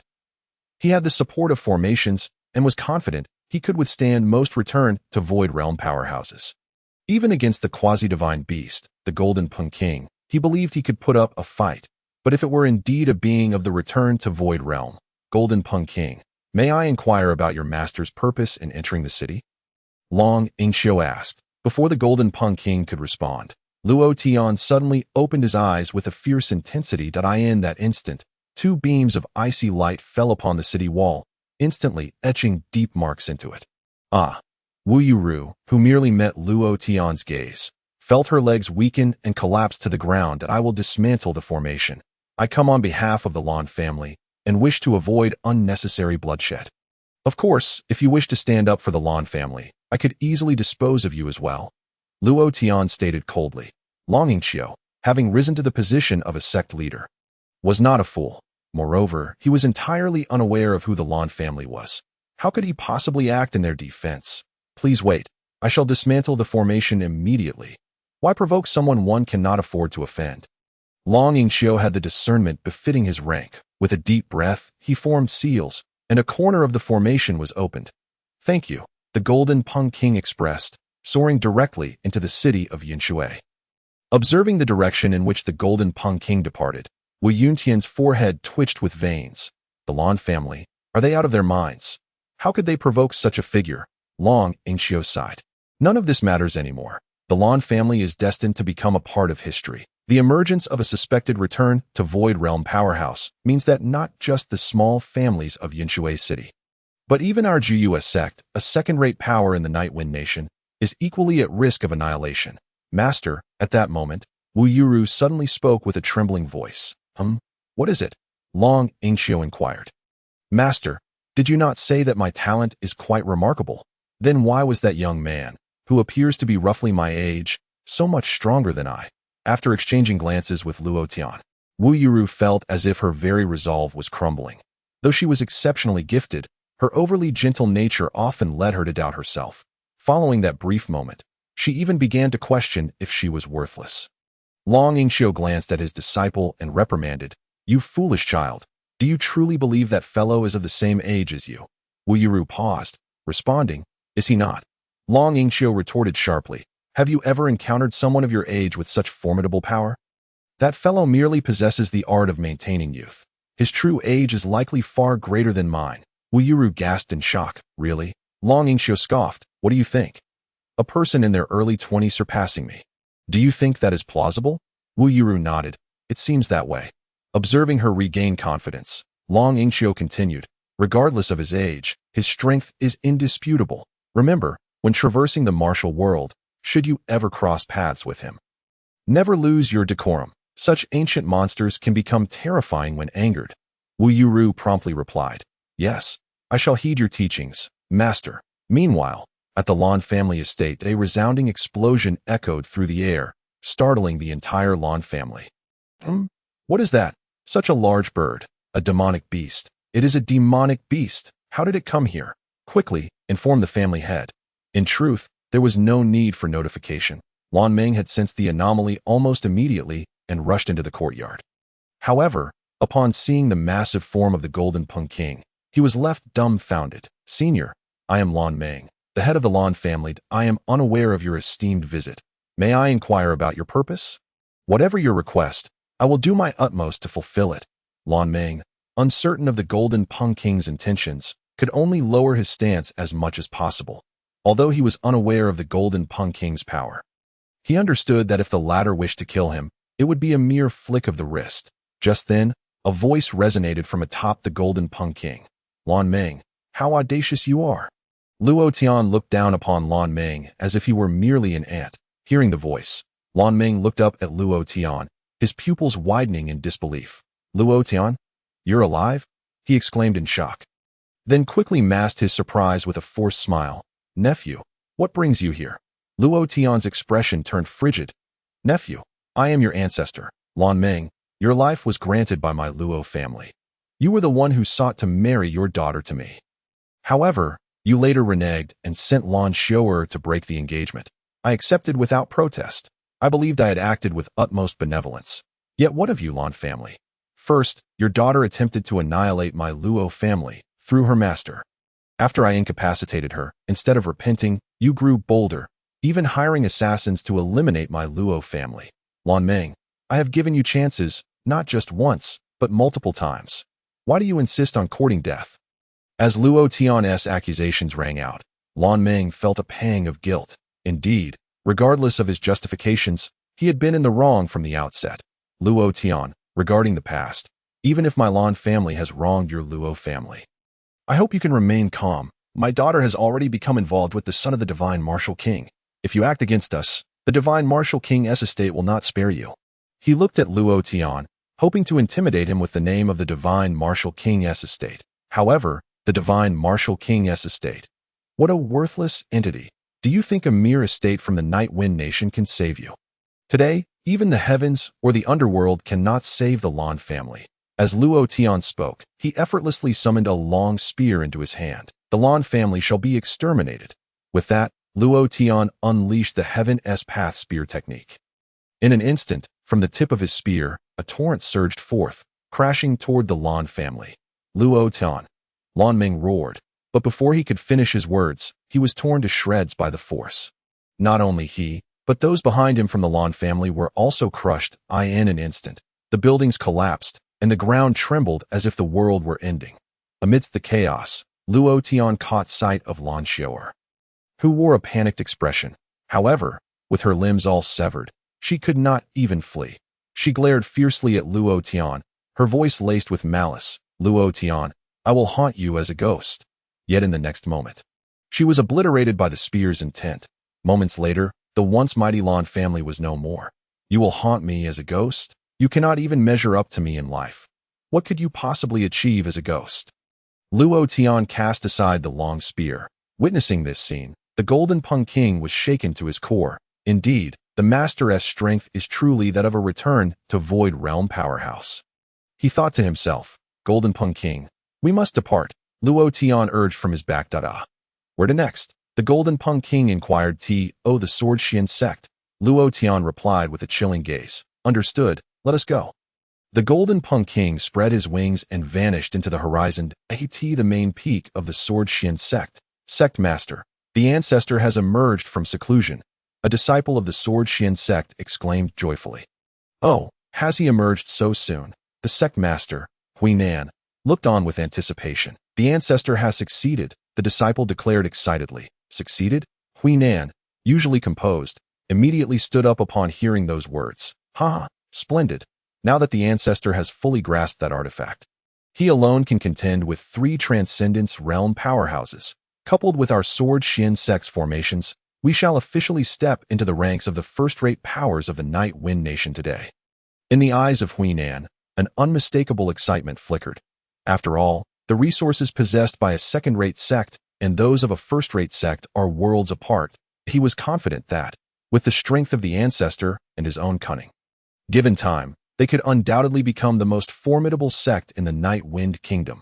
However, at that moment, a thunderous sound interrupted his reverie. "Sect Master, trouble is afoot." An elder from the Sword Profound sect rushed in, panic written all over his face. "What is happening?" Huinan inquired. "The Golden Pung King. That creature has destroyed our mountain gate," replied the elder. Huinan was taken aback, bewildered. "The Golden Pung King? That beast? We have no enmity with him. Why would he destroy our mountain gate?" The elder shook his head. "I do not know. But the Golden Pung King is notorious. If he truly goes mad, it could spell disaster. Suddenly, Huinan let out a cold laugh. If it were in the past, perhaps it would indeed be troublesome. But now, our Sword Profound sect is no longer the same. As he spoke, he soared to a picturesque spot within the Sword Profound sect and knelt on one knee. Ancestor, the Sword Profound sect is in peril. I beseech you to come forth. Huinan called out loudly. Creak. The door of a distant thatched cottage swung open, and an elderly man with white hair and an ethereal presence stepped out slowly. Alas, truly, the younger generations are lacking. They require the old man to resolve such matters, the elder remarked. This man was none other than Gutong, the ancestor of the Sword Profound sect. Ancestor, had it not been for the dire circumstances, I would not disturb your tranquil cultivation. However, the situation is urgent, and I must implore you to take action. Huinan stated. Ji Tong, however, responded nonchalantly. Urgent? Is it merely a bird demon? Is it worth your panic? Once I capture him, he shall serve as our mountain guardian beast. With that, he began to stride away. Behind him, Huinan was filled with inner disdain. A bird demon? A mountain guardian beast? Just a year ago, Gutong warned me against provoking powerful beasts, advising me to endure if possible. Yet now, after acquiring that artifact, he has changed his tune. Of course, these thoughts remained unspoken, confined to the privacy of his mind. Meanwhile, Gutong had already soared into the air. Arriving before the mountain gate at this moment, the Sword Profound sect's entrance lay in ruins. In midair, the Golden Pung King, with Luo Tian at his side, surveyed the chaos below. Little Golden Pung, you possess quite the audacity to dare destroy my mountain gate. Gutong called out from a distance. His voice, infused with the power of the transcendent realm, resonated like thunder. Is that our Sword Profound sect's ancestor making an appearance? Ancestor? Is it that elusive elder from the back mountain? Indeed. I had the fortune of seeing him once years ago. There is no mistaking it. But, can the ancestor withstand the Golden Pung King?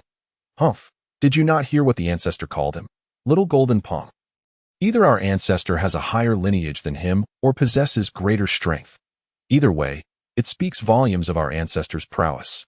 Initially, the atmosphere among the Sword Profound sect's members was one of trepidation. Yet now, with Gutong's casual reference to Little Golden Pung, they began to regain their composure. The Golden Pung King, however, furrowed his brow. Little Golden Pung? I am not even acquainted with this fellow. Although Gutong also held the cultivation of the transcendent realm, he ranked lower among the experts of the Night Wind Kingdom. How could such a being be so brazen? You dare to speak for the Sword Profound sect? At that moment, Luo Tian, who was perched upon the back of the Golden Pung King, suddenly interjected.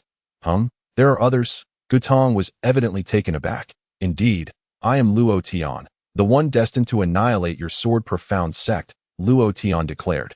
Annihilate my Sword Profound sect? Gutong paused, then erupted into laughter. Even Huinan could not help but smile. Luo Tian. The Luo Tian from the North City? You used despicable means to bring about the demise of my junior brother, and I once thought you a clever man, which is why I cautiously entrusted others to confront you. Yet now I see you for the fool you truly are. Huinan shook his head repeatedly. I even used Ding Chun as a pawn to test you. And your trump card is merely the Golden Pung King. It seems I have been overly cautious. Luo Tian ignored both men, standing atop the Golden Pung King as he proclaimed, Do not say, I have not given you a chance. Within 30 breaths, those who swear to leave the Sword Profound sect and depart shall be spared. The rest will be mercilessly slaughtered. At his words, laughter erupted from below. What? Swear to leave the Sword Profound sect? Who do you think you are? I have never encountered someone so foolish, relying on a Golden Pung King. You dare to utter such bold claims. The Golden Pung King must be cursing this incompetent ally right now. Fool, your Golden Pung King is no match for our ancestor. You should cease your bravado. With Gutong as their backing, the members of the Sword Profound sect grew increasingly brazen, disregarding Luo Tian's threats entirely. Gutong, shaking his head with a chuckle, added, Golden Pung King, I offer you a chance as well. Slay the boy on your back and become our Sword Profound sect's guardian beast, and I shall spare your life. Upon hearing this, the members of the Sword Profound sect burst into another round of mocking laughter. Great bird, hurry and kneel, for the ancestor has promised you mercy. Little Golden Pung, if you do not surrender, we shall soon feast on roasted bird wings. Faced with the collective derision, the Golden Pung King felt his fury surge. You youngsters are courting death. Divine breath. Golden Pung roar. In a fit of rage, the Golden Pung King unleashed a beam of light toward the ground. The terrifying aura split the air, causing the very heavens to change color. The ordinary disciples of the Sword Profound sect turned pale, witnessing the might of a transcendent realm expert for the first time. Humph, mere parlor tricks, Gutong scoffed, soaring into the air to meet the Golden Pung King's breath with a slash of his sword. Clang, the sword energy howled as it collided head-on with the Golden Pung King's breath. Boom, the two forces clashed in the air, sending tremors through the very fabric of the world. The ancestor has withstood it. No, the ancestor's power seems to be inferior to that of the creature. Under the watchful eyes of the crowd, Gutong's sword energy was gradually suppressed by the Golden Pung King's breath. Is this the power of a quasi-divine beast? Though our realms are comparable, his strength surpasses mine so greatly. Had it been in the past, perhaps he would have truly faced defeat today. Yet, regrettably, he was no longer the same as before. Gutong thought, wielding his sword to contend with the Golden Pung King while his other hand retrieved an object from his robe that was a copper seal inscribed with the words Turbulent River. Ha! Golden Pung King, allow me to demonstrate my true power. Turbulent River Seal, strike. In the next instant, the Turbulent River Seal shot from his hand, hurtling toward the Golden Pung King's breath.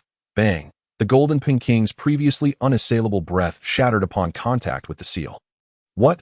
A flicker of shock flashed in the Golden Pung King's eyes. The Turbulent River Seal imparted upon him an overwhelming sense of helplessness. Since you refuse to submit, then perish, with a cold expression. Gutong continued to manipulate the Turbulent River Seal toward the Golden Pung King. Damn it! The Golden Pung King's expression shifted drastically as he swiftly dodged. However, under Gutong's control, the Turbulent River Seal veered and pursued the Golden Pung King at an astonishing speed. Witnessing this scene, Huinen's eyes lit up. Truly a sixth-tier artifact. Though its power may not quite match that of a true returning Ruins realm expert, it is certainly not far off, with this artifact in hand. Within the vast Night Wind Kingdom, few can rival our ancestor. Huinen praised Ji Tong, however, merely smirked and replied, without this artifact, how many in the Night Wind Kingdom could stand against me? Huinen felt a wave of inner dissent. When not wielding an artifact, he had just been suppressed by the Golden Pung King. How quickly he seemed to forget. Certainly, he still did not voice those words. Meanwhile, the disciples of the Sword Xian sect, upon witnessing Gutong gain the upper hand, continued their mockery. Little Golden Pung, weren't you quite arrogant? How have you turned into a stray dog now? Stray dog? More like a stray bird. Ha! What a foolish bird. And you up there, weren't you just boasting about showing us no mercy? Why the sudden silence? Indeed, the one who vowed to annihilate our Sword Xian sect, keep barking, will you? A wave of scorn erupted among the crowd. On the other side, King Golden Pung, seeing that he was about to be caught by the Jiangyin imprint, wore an anxious expression. Master, what should we do? He inquired of Luo Tian. Stop. Luo Tian replied nonchalantly. Huh, stop? But he cast a glance at the Jiangyin imprint that was still pursuing them. No worries. Just stop. Luo Tian reassured him. Gritting his teeth, King Golden Pung indeed halted in midair. Have you given up? That is fine. After all, death is inevitable. Everything will come to an end. Gutong chuckled, continuing to urge the Jiangyin imprint towards them. Just then, Luo Tian extended his hand from King Golden Peng's back, and a massive golden hand began to coalesce before him. It was indeed the Heavenly Dao Palm technique. Meanwhile, the Jiangyin imprint was nearly upon the two of them. Luo Tian's golden hand suddenly curled its thumb against its middle finger, advancing towards the Jiangyin imprint. What is that guy doing? Is he condensing his energy into a palm? It's a commendable technique, but alas, before the ancestor, it amounts to nothing. Several elders of the Sword Xian sect stroked their beards. Grinning to them, Luo Tian's demise was a foregone conclusion. However, at that moment, bang, just as the Jiangyin imprint was about to descend, Luo Tian's golden hand flicked its fingers, striking the Jiangyin imprint directly. What had once seemed almost insurmountable. The Jiangyin imprint was unexpectedly sent flying like a glass or by a mere flick of Luo Tian's finger. Whoosh! In the next instant, the Jiangyin imprint shot skyward, briefly shimmering in the air like a star. Before vanishing from sight, Ancestor, Huinen immediately turned to Gutong upon witnessing this. Yet he found Gutong frozen in place. Ancestor, what's wrong? Where is the Jiangyin imprint? Hui Nan inquired. Ji Yitong swallowed hard and replied, I can no longer sense it. Why? Hui Nan exclaimed in shock. Ji Yitong's lips twitched a few times as he said, one possibility is that the Jiangyin imprint has been sent to an extremely distant location. The second possibility is that it has been destroyed by that flick. What? Hui Nan was taken aback. Both of Gutong's hypotheses seemed utterly implausible. After all, it was a sixth-tier magical artifact. Its destructive power was nearly on par with the quasi-returning ruins realm. For such an object to be flicked away to an undetectable distance or even destroyed was simply terrifying. If that were true, then Luo Tian's strength. Hui Nan abruptly turned to look at Luo Tian. A sense of foreboding growing within him. Could it be that Luo Tian, rather than relying on King Golden Pong, was the one who killed Ming Xian and then eliminated Ding Chun? The thought made his heart sink. It was a miscalculation that he had truly miscalculated. Was the illustrious history of the Sword Xian sect coming to an end? Meanwhile, Luo Tian withdrew his hand and looked down at the people of the Sword Xian sect. 30 breaths had passed, and no one had withdrawn. Very well. It seems you all are resolute in accompanying the Sword Xian sect to its grave. Allow me to grant your wish, as Luo Tian spoke. With a casual gesture, he retrieved the blade of the Scarlet Blood Demon Scorpion from his spatial ring. Heavenly Dao Blade Technique. For symbols slash, Luo Tian declared, slashing in all 4 directions consecutively. Terrifying blade energy traversed dozens of miles, forming a shape that enveloped the Sword Xian sect within. What has he done? Did he miss? No, this guy managed to flick the ancestor's Jiangyin imprint away. It can't simply be a fluke. Several elders of the Sword Xian sect wore expressions of doubt. On the other side, Luo Tian said to King Golden Pong, let us leave. Huh? King Golden Pong was taken aback, unable to comprehend why Luo Tian would choose to depart. Those 4 slashes had clearly struck nothing at all. Yet, he had no choice but to obey Luo Tian's command. With a flap of his wings, King Golden Pong turned to leave. Why is that guy leaving? It was unclear. Perhaps there was some cunning scheme at play? Or perhaps that lad was merely bluffing. Or could it be that his power had some limitation, usable only once, and fearing exposure, he chose to flee? This speculation seemed plausible. The disciples of the Sword Xian sect murmured. Even Gutong appeared confused. Though he couldn't fathom why Luo Tian would act this way, he felt a sense of relief seeing Luo Tian depart. After all, that fellow's strength was too enigmatic. Master, are you not going to kill them? King Golden Pong, bearing Luo Tian, asked with a puzzled expression. That it was evident that Luo Tian's earlier killing intent was no jest. Departing so hastily was uncharacteristic of him. However, Luo Tian replied coldly, I have already killed them. Huh? King Golden Pong was stunned, and instinctively turned his gaze back. Buzz. Behind King Golden Pong, where Luo Tian's blade energy had just landed, a beam of blade light erupted from the ground. Immediately after, 3 other locations erupted with massive beams of blade light, shooting skyward and enveloping the Sword Xian sect. This, King Golden Pong's pupils constricted. Even from a distance, he could sense the terrifying threat emanating from those beams of blade light. He felt that even he would be doomed if touched by them. What is happening? Is this guy trying to trap us here? Look, those beams of blade light seem to be shattering, amidst the astonished cries of the Sword Xian sect disciples. The enormous beams encasing the Sword Xian sect suddenly exploded into countless tiny beams of light, rushing towards the disciples. Damn it, break for me.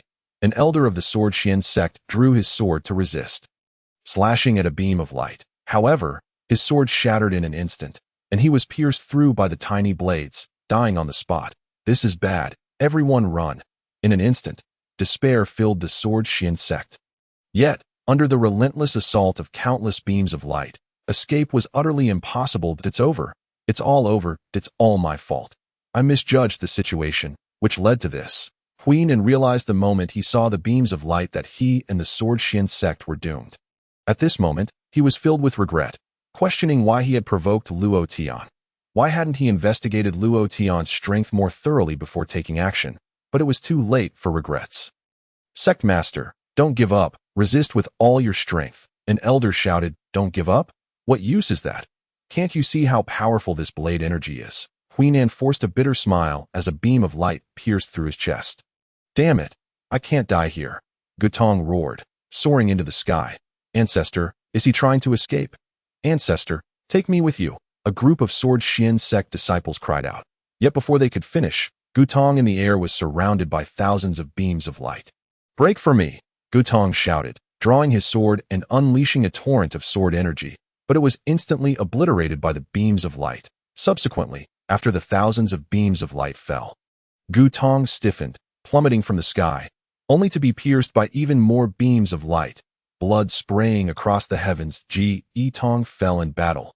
In an instant, the Jianxian sect was plunged into utter despair. In the span of mere breaths, the entire sect lay in ruins. Such terrifying power.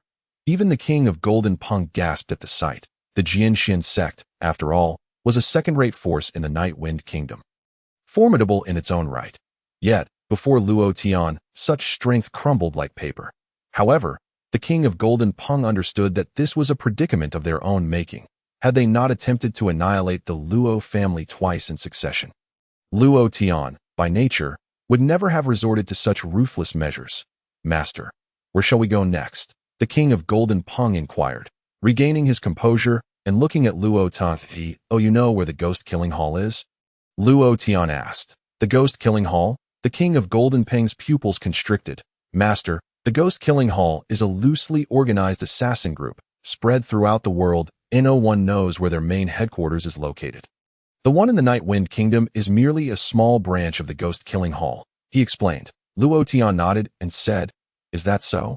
Do you know the locations of their branches? The king of Golden Pung replied, I know of one. Take me there. Luo Tian commanded. Without further ado, the king of Golden Pung increased his speed. In a remote mountain village, there stood a dilapidated grocery store. Inside, an elderly man, pipe in mouth, perused a list in his hands. This month, they had accepted 360 assassination missions, yet astonishingly, 9 had failed. The old man furrowed his brow, fixated on those 9 failed tasks. 6 of them involved the failed assassination of the Divine Martial King, 1 the failure to assassinate Master Tianin, and another the failure to kill the master of the Divine Moon sect. For these individuals, the ghost-killing hall had lost hundreds of assassins over the years. Truly, they were difficult to kill. As he spoke, his gaze fell upon the final entry. The Luo family from Bianbei City and their young master Luo Tian also failed. How is that possible? The old man appeared incredulous. The elderly man scrutinized the task list, confirming it multiple times before conceding to the unbelievable. Bianbei City, that small border town, which seemed devoid of any experts in the skyward realm. The red-haired ghost, that lad, was one of our elite assassins in the Night Wind Kingdom.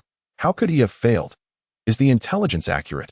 He wondered aloud. From the shadows behind him, a voice slowly emerged. It is accurate. Our investigation is thorough. The red-haired ghost perished in Bianbei City, and it was an instant kill. Instant kill? Who could have done that? The old man exclaimed in shock. The demon king of the Tiandang Mountains. The divine beast was Shinyu, came the reply from the shadows. The old man's expression shifted to one of understanding. Is it that fellow? No wonder. In terms of brute strength, that bull ranks among the top 3 among all human and demon races in the Night Wind Kingdom.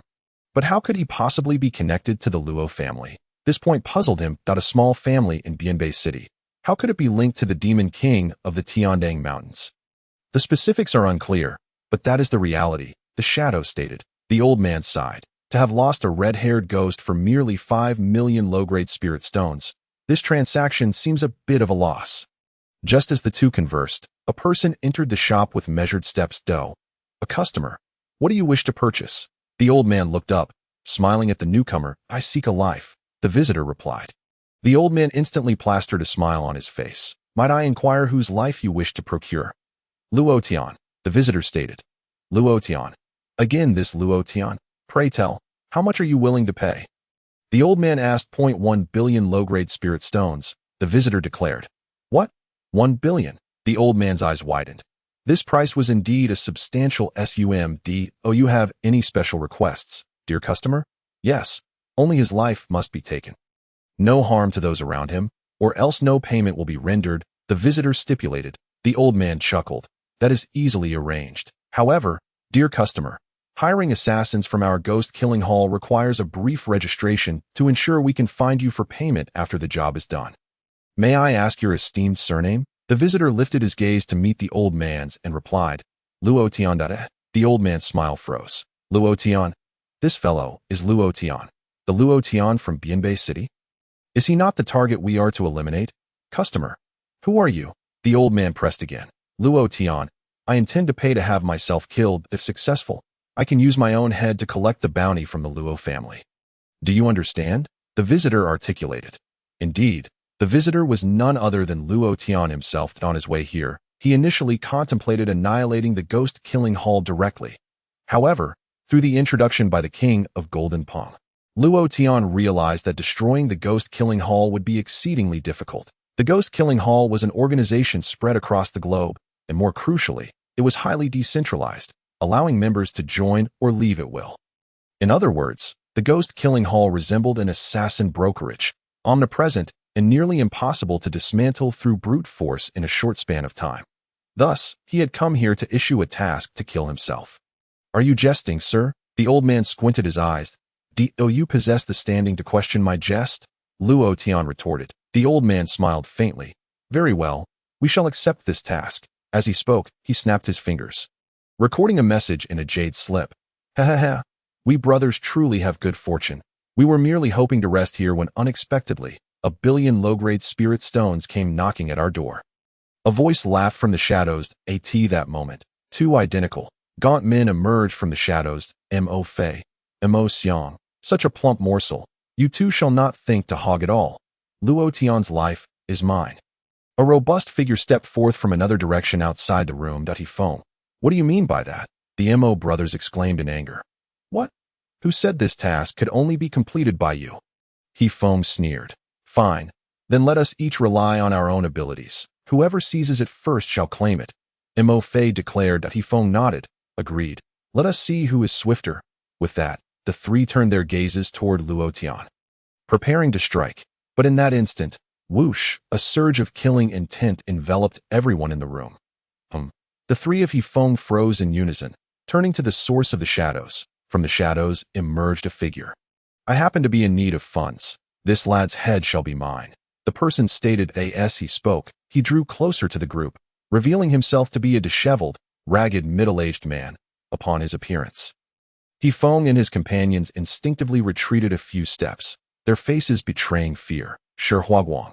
How can it be you? He Feng gasped in astonishment. Shi Huaguang, one of the few transcendent assassins of the ghost-killing hall in the Night Wind Kingdom? Mo Fei questioned. You were suppressed by Master Tianin. How could you be here? Mo Xiang echoed, equally shocked. Shi Huaguang, however, appeared nonchalant. Of course, I escaped. That detestable bald monk captured me after I failed to assassinate him. For over a decade, I've been forced to listen to his sermons and was nearly driven mad. Recently, I seized the opportunity to flee. As he spoke, he turned his gaze toward Luo Tian. Originally, I had depleted all my savings, and I was just lamenting my lack of funds when I unexpectedly found someone knocking at my door with a delivery. His gaze shifted to the other three. This lad's head is mine. You have no objections, right? None. Absolutely none. The three exclaimed in unison. What a joke. These three were merely at the skyward realm. Their strength was commendable, but the Shi Huaguang before them was a transcendent assassin. Although he was only at the first level of the transcendent realm, to eliminate the three of them would be a simple task. Good to hear. Young man, your head is now mine. Shi Huaguang laughed heartily, extending his hand toward Luo Tian. Yet, in the next instant, Shiguang was suddenly felt as though the very heavens and earth had turned upside down. Almost immediately, he beheld a headless corpse standing before him. The figure appeared vaguely familiar. Wait a moment. Was that not his own lifeless body? His own head? It was only at this juncture that he comprehended the horrifying truth. His head had been severed from his body by another's hand. But who could have committed such an act? A fleeting glance revealed the final scene. Luo Tian sheathing his blade. Could it be this young wretch? Yet how could this be? I refuse to accept this. I had only just attained my freedom. Amidst Shiguang's despair, his consciousness began to fade, ultimately dissolving into nothingness. Next, it would be your turn, the three of you. Meanwhile, Luo Tian turned his gaze towards He Feng and the other two. A killer of the transcendent realm had fallen, and the onlookers scarcely comprehended how Luo Tian had executed the deed. At that moment, Luo Tian's eyes shifted towards the trio who had just attempted to kill him. In an instant, the three felt as though they were plummeting into an abyss. "Flee!" An unknown voice cried out, and the three nearly synchronized in their desperate escape. However, as they turned, they each spewed forth blood and then collapsed in despair. They were dead, in the blink of an eye. 3 more souls had perished. The room fell into an eerie silence. After a prolonged moment, the elder swallowed hard, struggling to articulate. "What does this mean, my lord?" Hearing this, Luo Tian turned to face him, a cold smile gracing his lips. "What? Is it permissible for you to slay at will while denying others the right to retaliate? Their demise is merely a testament to their inadequacy. If you wish to kill me, send forth stronger assassins. I await your challenge." With that, he walked away, hands clasped behind his back. Outside, the Golden Rock King had long been waiting, transforming into his true form to escort Luo Tian away. Once Luo Tian departed, the elder regained his senses. This fellow is openly provoking the ghost-killing hall. Does he not comprehend the vast power of the ghost-killing hall? The elder's expression darkened. "Humph, young man. You shall undoubtedly come to regret your decision," he muttered to himself. Meanwhile, high above in the sky, "Master, where shall we go next?" inquired the Golden Rock King. Luo Tian pondered momentarily and replied, "To the capital. How long will it take?" The Golden Rock King considered and responded, "Flying at full speed. The round trip will take approximately 6 days." Luo Tian furrowed his brow. Is it truly that long? If we depart now, it may jeopardize the matters concerning the Ziwei secret realm. Perhaps it would be prudent to allow the Divine Martial King's manor to survive a few more days. "Take me home," Luo Tian commanded. "As you wish," the Golden Rock King replied, with the Golden Rock King soaring at full speed. Luo Tian quickly returned to Beijing. Upon arriving at the Luo residence, the Golden Rock King transformed into a birdman figure with wings and went off to reminisce with Niu Wufang. Meanwhile, Luo Tian re-entered the main hall. The members of the Luo family had not yet dispersed. "Where have you been?" Luo Feng inquired hastily upon Luo Tian's return. "Young master, although the Jiangxuanzong has overstepped their bounds this time, they are a formidable sect with centuries of history. To seek revenge, we must proceed with caution and not act impulsively," the Grand Elder advised. "Indeed, young master, our family has not suffered losses. Let Jiangxuanzong revel in their triumph for a time. After 50 years, or perhaps 30, our Luo family shall not yield to them. At that time, we shall unite against Jiangxuanzong and annihilate them utterly," the third elder asserted seriously. Upon hearing the third elder's words, the members of the Luo family were filled with eager anticipation. Jiangxuanzong had once been an unattainable existence for the Luo family. Yet now, the Luo family appeared to have a chance to catch up. According to the third elder's words, in 30 years, the Luo family could stand shoulder to shoulder with Jiangxuanzong. This prospect stirred a fervor within them all. However, Luo Tian shook his head. "There is no need for that." The third elder was taken aback, thinking Luo Tian lacked confidence, and laughed. "No worries, if not in 30 years. Then 50 will suffice. Our Luo family will repay any grievances." Luo Tian responded with a smile. "What I mean is, there is no need for revenge. The Lan family and Jiangxuanzong have both been eradicated." "What?" Everyone was momentarily stunned, unable to believe their ears. "Whom did you say was destroyed?" "Jiangxuanzong." Luo Feng stood up in astonishment. The destruction of the Lan family was not surprising, but Jiangxuanzong was an entirely different matter. Luo Tian smiled and recounted the events that had transpired. Now that Jiangxuanzong had been dealt with, the ghost-killing hall would not act against the Luo family in the short term. At most, they would send someone to assassinate me alone. As for the Divine Martial King's manor, I shall visit the capital and eliminate them after the Ziwei secret realm. Luo Tian spoke as if discussing mundane matters. However, the members of the Luo family listened with their mouths agape. Unable to close them. One person had annihilated Jiangxuanzong, then dared to provoke the ghost-killing hall and eliminate 4 formidable experts. Furthermore, he claimed he would casually destroy the Divine Martial King's manor. What was the Divine Martial King's manor? It was undoubtedly a top-tier power in the Night Wind Kingdom if one disregarded the disorganized royal family. It would not be an exaggeration to call them the strongest force in the Night Wind Kingdom. Ordinary people spoke of the Divine Martial King's manor with deep reverence. Yet Luo Tian spoke of destroying them, as if it were a mere afterthought. "How powerful are you now?" Luo Feng took a deep breath and inquired his words. All eyes turned to Luo Tian with curiosity.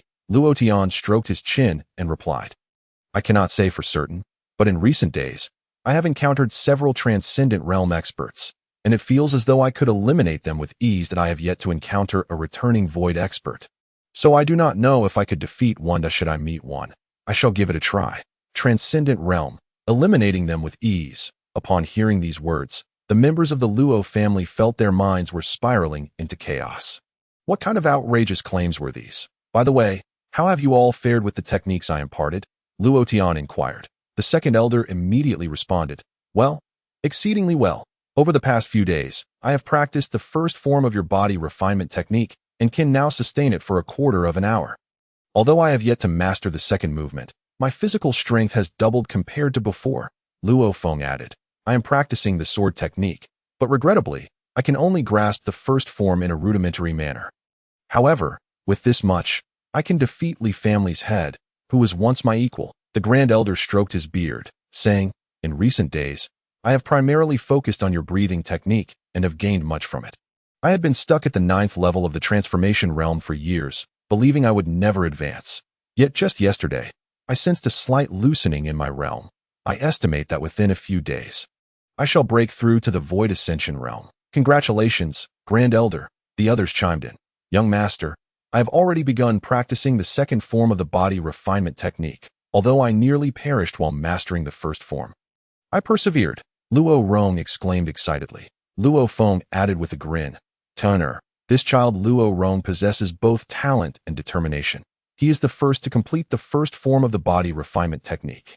Luo Tian glanced at Luo Rong and nodded. Well done, continue to strive forward. He then turned to Luo Feng. How are the young members of the family progressing in their training? He understood that for a family to grow strong, the cultivation of the younger generation was of paramount importance. That in accordance with your previous instructions, we have made your techniques and martial arts available to all family members. However, these techniques are still too advanced for them. Currently, only 3 of the younger generation have fully mastered one form, and merely 12 have begun to grasp the basics. The rest are still in the arduous phase of training, Luo Feng sighed. Only so few? Luo Tian's brows furrowed. The Grand Elder chuckled. Young Master, this is already a considerable achievement. After all, the difficulty of the techniques you imparted is exceptionally high. To reach this level in such a short time is no small feat. Luo Feng nodded in agreement. Indeed, and even if they have only grasped a fraction, it is still a tremendous enhancement to their strength. The 12 who have begun to grasp the basics are nearly invincible among those of the same realm. While those like Luo Rong, despite being in the body refinement realm, can still contend with early transformation realm experts. Engaging in battles across vast realms is a feat that only a genius can achieve. Even among the elite forces, such individuals could be deemed prodigies. In a place like the Luo family, the emergence of such extraordinary talent would typically warrant lavish support. However, due to the presence of Luo Tian, these prodigies seem rather unremarkable in comparison. Some of them even feel a sense of embarrassment, for who could possibly rival Luo Tian's unparalleled prowess? Let us continue our training. Anyone who can grasp the rudiments may accompany me to the Z-Wei secret realm, Luo Tian declared. Upon hearing the mention of the Z-Wei secret realm, the members of the Luo family erupted in a flurry of excitement. That it is well known as a legendary realm within the Yifeng kingdom, brimming with myriad opportunities. Yet, access to such places has historically been reserved for the elite. For the Luo family, this has been a lifelong aspiration, and now it feels tantalizingly within reach.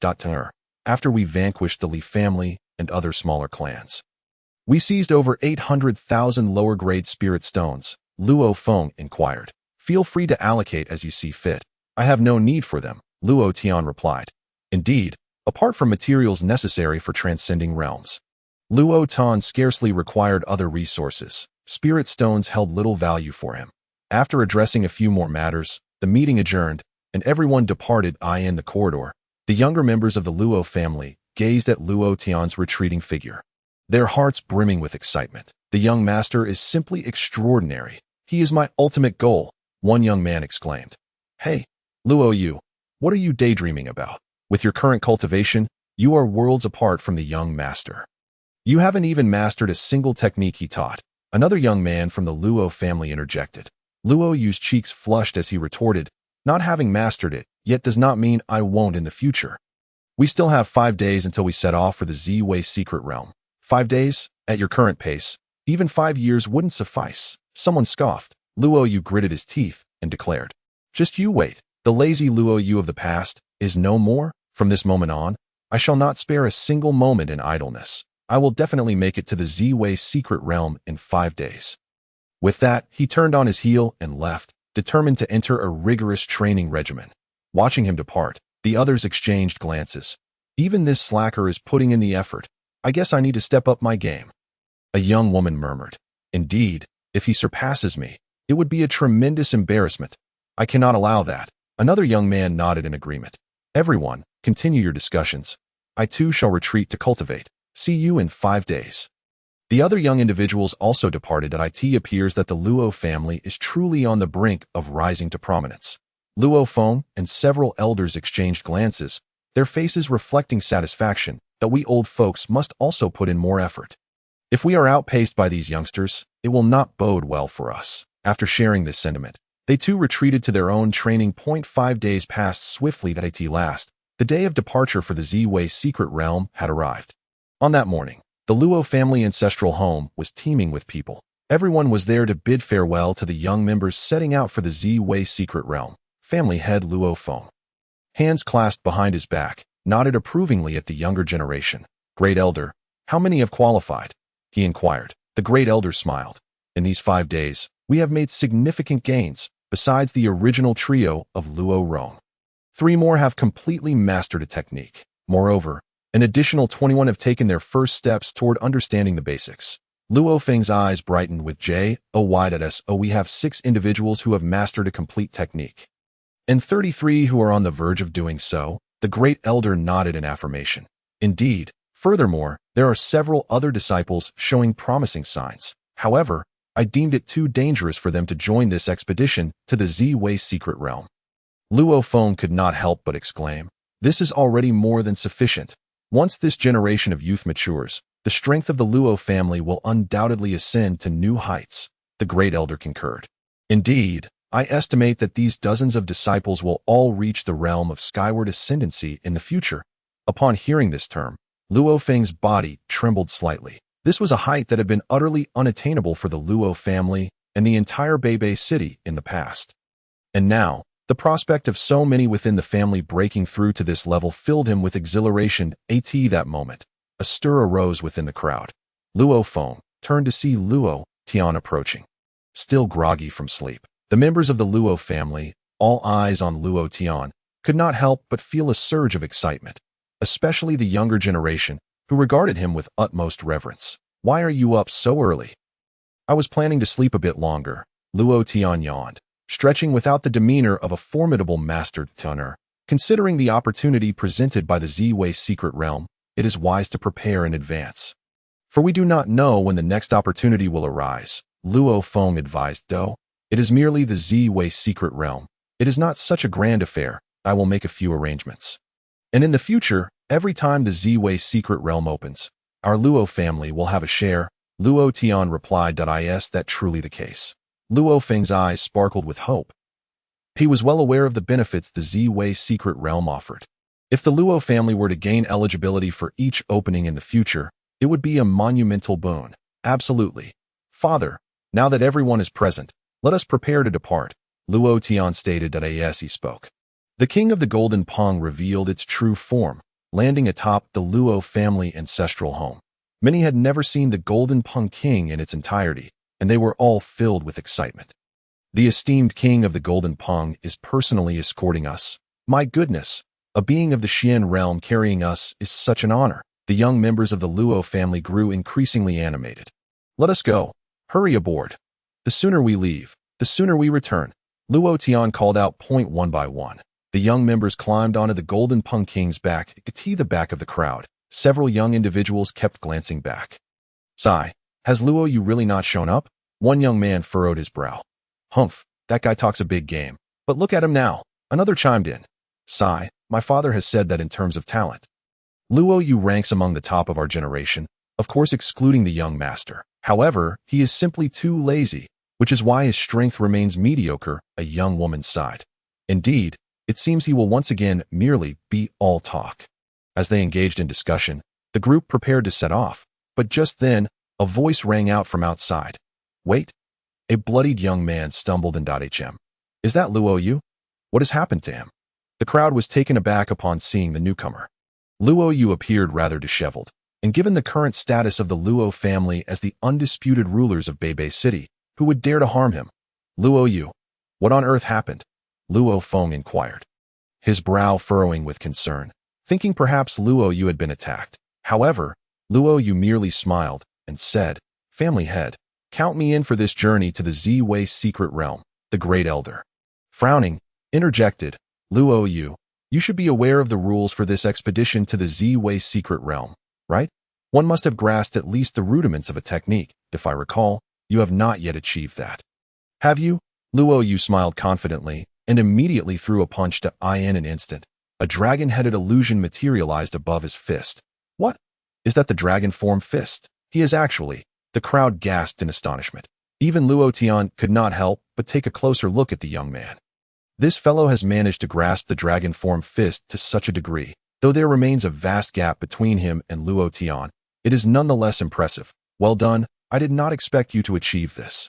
The Grand Elder gazed at Luo Yu, nodding incessantly. Master of the household, Grand Elder, may I venture into the Z-Wei secret realm? Luo Yu inquired with a smile. Of course, you may go. Luo Feng replied. Thank you. Luo Yu exclaimed as he soared onto the back of the Golden Rock King. The members of the Luo family instinctively cleared a substantial space for him, aware that at this moment, Luo Yu had become one of the 7 most formidable figures of the younger generation in the Luo family, excluding Luo Tian. Niu Wufeng, keep watch over the household. Golden Rock King, we are setting off. Luo Tian commanded. Understood. Both the Golden Rock King and Niu Wufeng acknowledged the ordered in an instant. The Golden Rock ascended, carrying dozens of young members of the Luo family, swiftly vanishing from sight. Let us hope they reap some rewards this time. Luo Feng murmured, watching their retreating figures. Fear not, with the young master present, there will be no issues, the Grand Elder reassured him. Luo Feng nodded in response. Meanwhile, at the entrance of the Z-Wei secret realm, the moment of its impending opening drew near. The factions granted entry had already secured their positions in advance, eagerly awaiting the opportunity to surge forward and seize their fortunes upon the realm's activation. Boom! A resounding chime echoed as an elderly monk, accompanied by several young acolytes, descended from the distant sky and landed atop a hillside. Is that the Zen Heart Elder from the Fumo Temple? He is personally leading the team. From the Fumo Temple? I wonder what prodigies they have in this generation. Prodigies? Surely. It's that one. Monk Roaming, age 22, at the 9th level of Qi Gathering. It is said he practices the indestructible Vajra technique. Inheriting the lineage of the legendary Master Tianin, rumor has it his indestructible Vajra body surpasses that of the young Tianin Master. Oh, so formidable! Clang! Another sound of swords ringing out echoed as a dozen flying swords pierced the air. The Sword Rain sect has arrived. That is the little sword immortal, Shaolin, the one regarded as a contender for the title of the foremost youth in the Night Wind Kingdom. The crowd gasped in astonishment. He is indeed the little sword immortal, Shaolin. I heard he mastered the Sword Rain sect's sword control technique at the age of 6, capable of flying with his sword. Earlier this year, he even personally slew a beast at the Transformation Realm. What? He is merely at the 9th level of Qi Gathering, yet he could slay a beast at the Transformation Realm. That is too powerful. The onlookers marveled at Xiao-Lin.at that moment. Whoosh! The sound of rushing air signaled the arrival of an elderly man and a young one. The Chun family from Xingqing, one of the foremost families in the Night Wind Kingdom, has only sent 2 individuals. Hey, do not underestimate them. That young man is an extraordinary talent. He is a genius swordsman. Rumored to be on the verge of manifesting the embryonic form of sword intent. The embryonic form of sword intent. The crowd gasped once more. Look over there. The disciples of the Guiyuan sect have arrived. Following the sound, they indeed saw a young man clad in the attire of the Guiyuan sect, riding a dragon horse, gracefully descending upon a peak. That I know this fellow. He is Luo Tian, the foremost youth of the Guiyuan sect. There are tales that he is quite eccentric. Eccentric? How so? Well, his cultivation appears unremarkable, seemingly lacking any particular specialty. Yet over the years, he has faced many prodigies from various sects, and the results have always ended in a stalemate. Ah, a stalemate with prodigies. Does that not indicate he possesses considerable strength? You do not grasp my meaning. I am saying that regardless of his opponent's strength, he remains evenly matched. That is utterly astonishing. Could it be he is deliberately concealing his power? That is a possibility, but I consulted a senior brother who has sparred with him. The brother claimed Luo Tian exerted his full strength and was not intentionally hiding his capability. How peculiar. The crowd nodded in agreement. But just then, boom, a tremendous sound echoed through the air. Following that, a grand palanquin, drawn by 72 dragon horses, descended from the heavens. Which faction does that belong to? 72 dragon horses. Such extravagance, as the crowd marveled. The palanquin gradually approached a mountain peak where two sects had already claimed their territory. Upon noticing the arrival of the outsiders, an elder from one of the sects immediately clasped his hands and spoke. May I inquire which esteemed faction this is? We have already occupied this area. I kindly ask you to take your leave and seek another place to settle. However, get lost, someone coldly retorted from the palanquin. The elder on the hillside frowned. He had already spoken with considerable courtesy, yet the other party showed such blatant disrespect. I do not know who you are, but I am the Grand Elder of Helongmen. Though Helongmen is merely a second-rate faction in the Night Wind Kingdom, we are not to be trifled with. The Elder of Helongmen intended to say more, but at that moment, a hand suddenly extended from the enormous palanquin and, with a crash, struck him down instantly, leaving not a trace behind. What? A cultivation at the Tongxian realm, and at least at the 5th level of Tongxian. Who could it be, regardless of their identity, even if you possessed Tongxuan level cultivation? You cannot kill indiscriminately, can you? The members of Helongmen had not committed any egregious acts. Is it not excessive to slay someone without cause? I wish to see who possesses such audacity. The actions of the individuals from the palanquin had evidently provoked public outrage. In almost an instant, 3 Tongxian realm experts soared into the air, positioning themselves before the palanquin. Yet at that moment, a mocking voice emerged from the palanquin. Heh, are the ants of the Night Wind Kingdom so oblivious to their own mortality? As he spoke, a young man, hands clasped behind his back, approached the edge of the palanquin, looking down upon the crowd. While his demeanor was unperturbed, those standing beside him elicited gasps of astonishment from all present. There stood 4 individuals of varying heights and builds beside the young man, all exuding powerful auras, each one, astonishingly, at the Tongxian realm, for Tongxian experts. Furthermore, they were all at least at the 5th level of Tongxian. What is the meaning of this? It is known that in the Night Wind Kingdom, possessing a single Tongxian expert within a sect signifies a second-rate faction. 3 Tongxian experts elevate a faction to first-rate status. Yet here, 4 Tongxian experts appeared simultaneously. Moreover, judging by the respectful demeanor of these 4 Tongxian experts towards the young man, it resembled a master-servant relationship. To have 4 Tongxian experts as subordinates. Even the royal family would lack such power. Are you not from the Night Wind Kingdom? Asked an elder at the Tongxian realm. Night Wind Kingdom? What a pitiful nation. I am certainly not from there. I am Wei Tianyi, the young master of the Wei family from Yulong Kingdom. Wei Tianyi declared with pride. Yulong Kingdom? He is actually from Yulong Kingdom. The Yulong Kingdom's power is several times that of the Night Wind Kingdom. How could they possibly find themselves here? Moreover, I have heard of the Wei family from Yulong Kingdom. It is said that their ancestor is a 7th level expert in the Guishu realm. A 7th level Guishu realm expert. Are you jesting? It has been years since a Guishu realm expert has appeared in the Night Wind Kingdom. Yet, the Wei family possesses a 7th level Guishu realm ancestor. In comparison, the disparity is staggering. What? Does my Wei family wish to claim a territory, and you would dare to obstruct us? Wei Tianyi, satisfied with the astonishment of the Night Wind Kingdom's crowd, provocatively scanned the onlookers. The 3 previously bold Guishu realm experts now found themselves in an awkward position. They were well aware of the Wei family's reputation, which was beyond their capacity to provoke. One by one, they could only swallow their indignation and retreat. You are mistaken, young Master W. It is our honor for you to visit our Guiyuan sect's territory. Who would dare to obstruct you? Luo Tian, as the host, immediately smiled and spoke. Humph, I doubt the rustic folk of the Night Wind Kingdom would dare. Wei Tianyi, however, wore a disdainful expression and gestured for his palanquin to descend, observing his brazen demeanor. The people of Night Wind Nation gritted their teeth in indignation. This fellow is utterly detestable. Luo Tian approached the palanquin and clasped his hands in greeting, saying, "May I inquire what brings you here?" "Young Master Wei?" Wei Tianyi cast a fleeting glance at him and replied, "Nothing of great importance. I merely ventured here to observe the so-called secret realm that has recently opened, purportedly attracting many prodigies from your Night Wind Nation. I am curious to see what treasures might dare to claim such a title in this wretched place." With that, he strode forward, his gaze sweeping across the crowd, and declared, "I have heard tales of a bald monk from the demon-subduing temple. Hailed as a genius, let him step forth and show himself." In an instant, all eyes fell upon the few individuals from the demon-subduing temple. The person Wei Tianyi referred to was, of course, Monk Ruoming. Yet, Monk Ruoming remained aloof, his eyes fixed serenely, seemingly oblivious to Wei Tianyi's provocation. However, another young monk beside him could not contain his anger. "Wei, has your head and backside switched places? How dare you spew such filth?" he exclaimed sharply.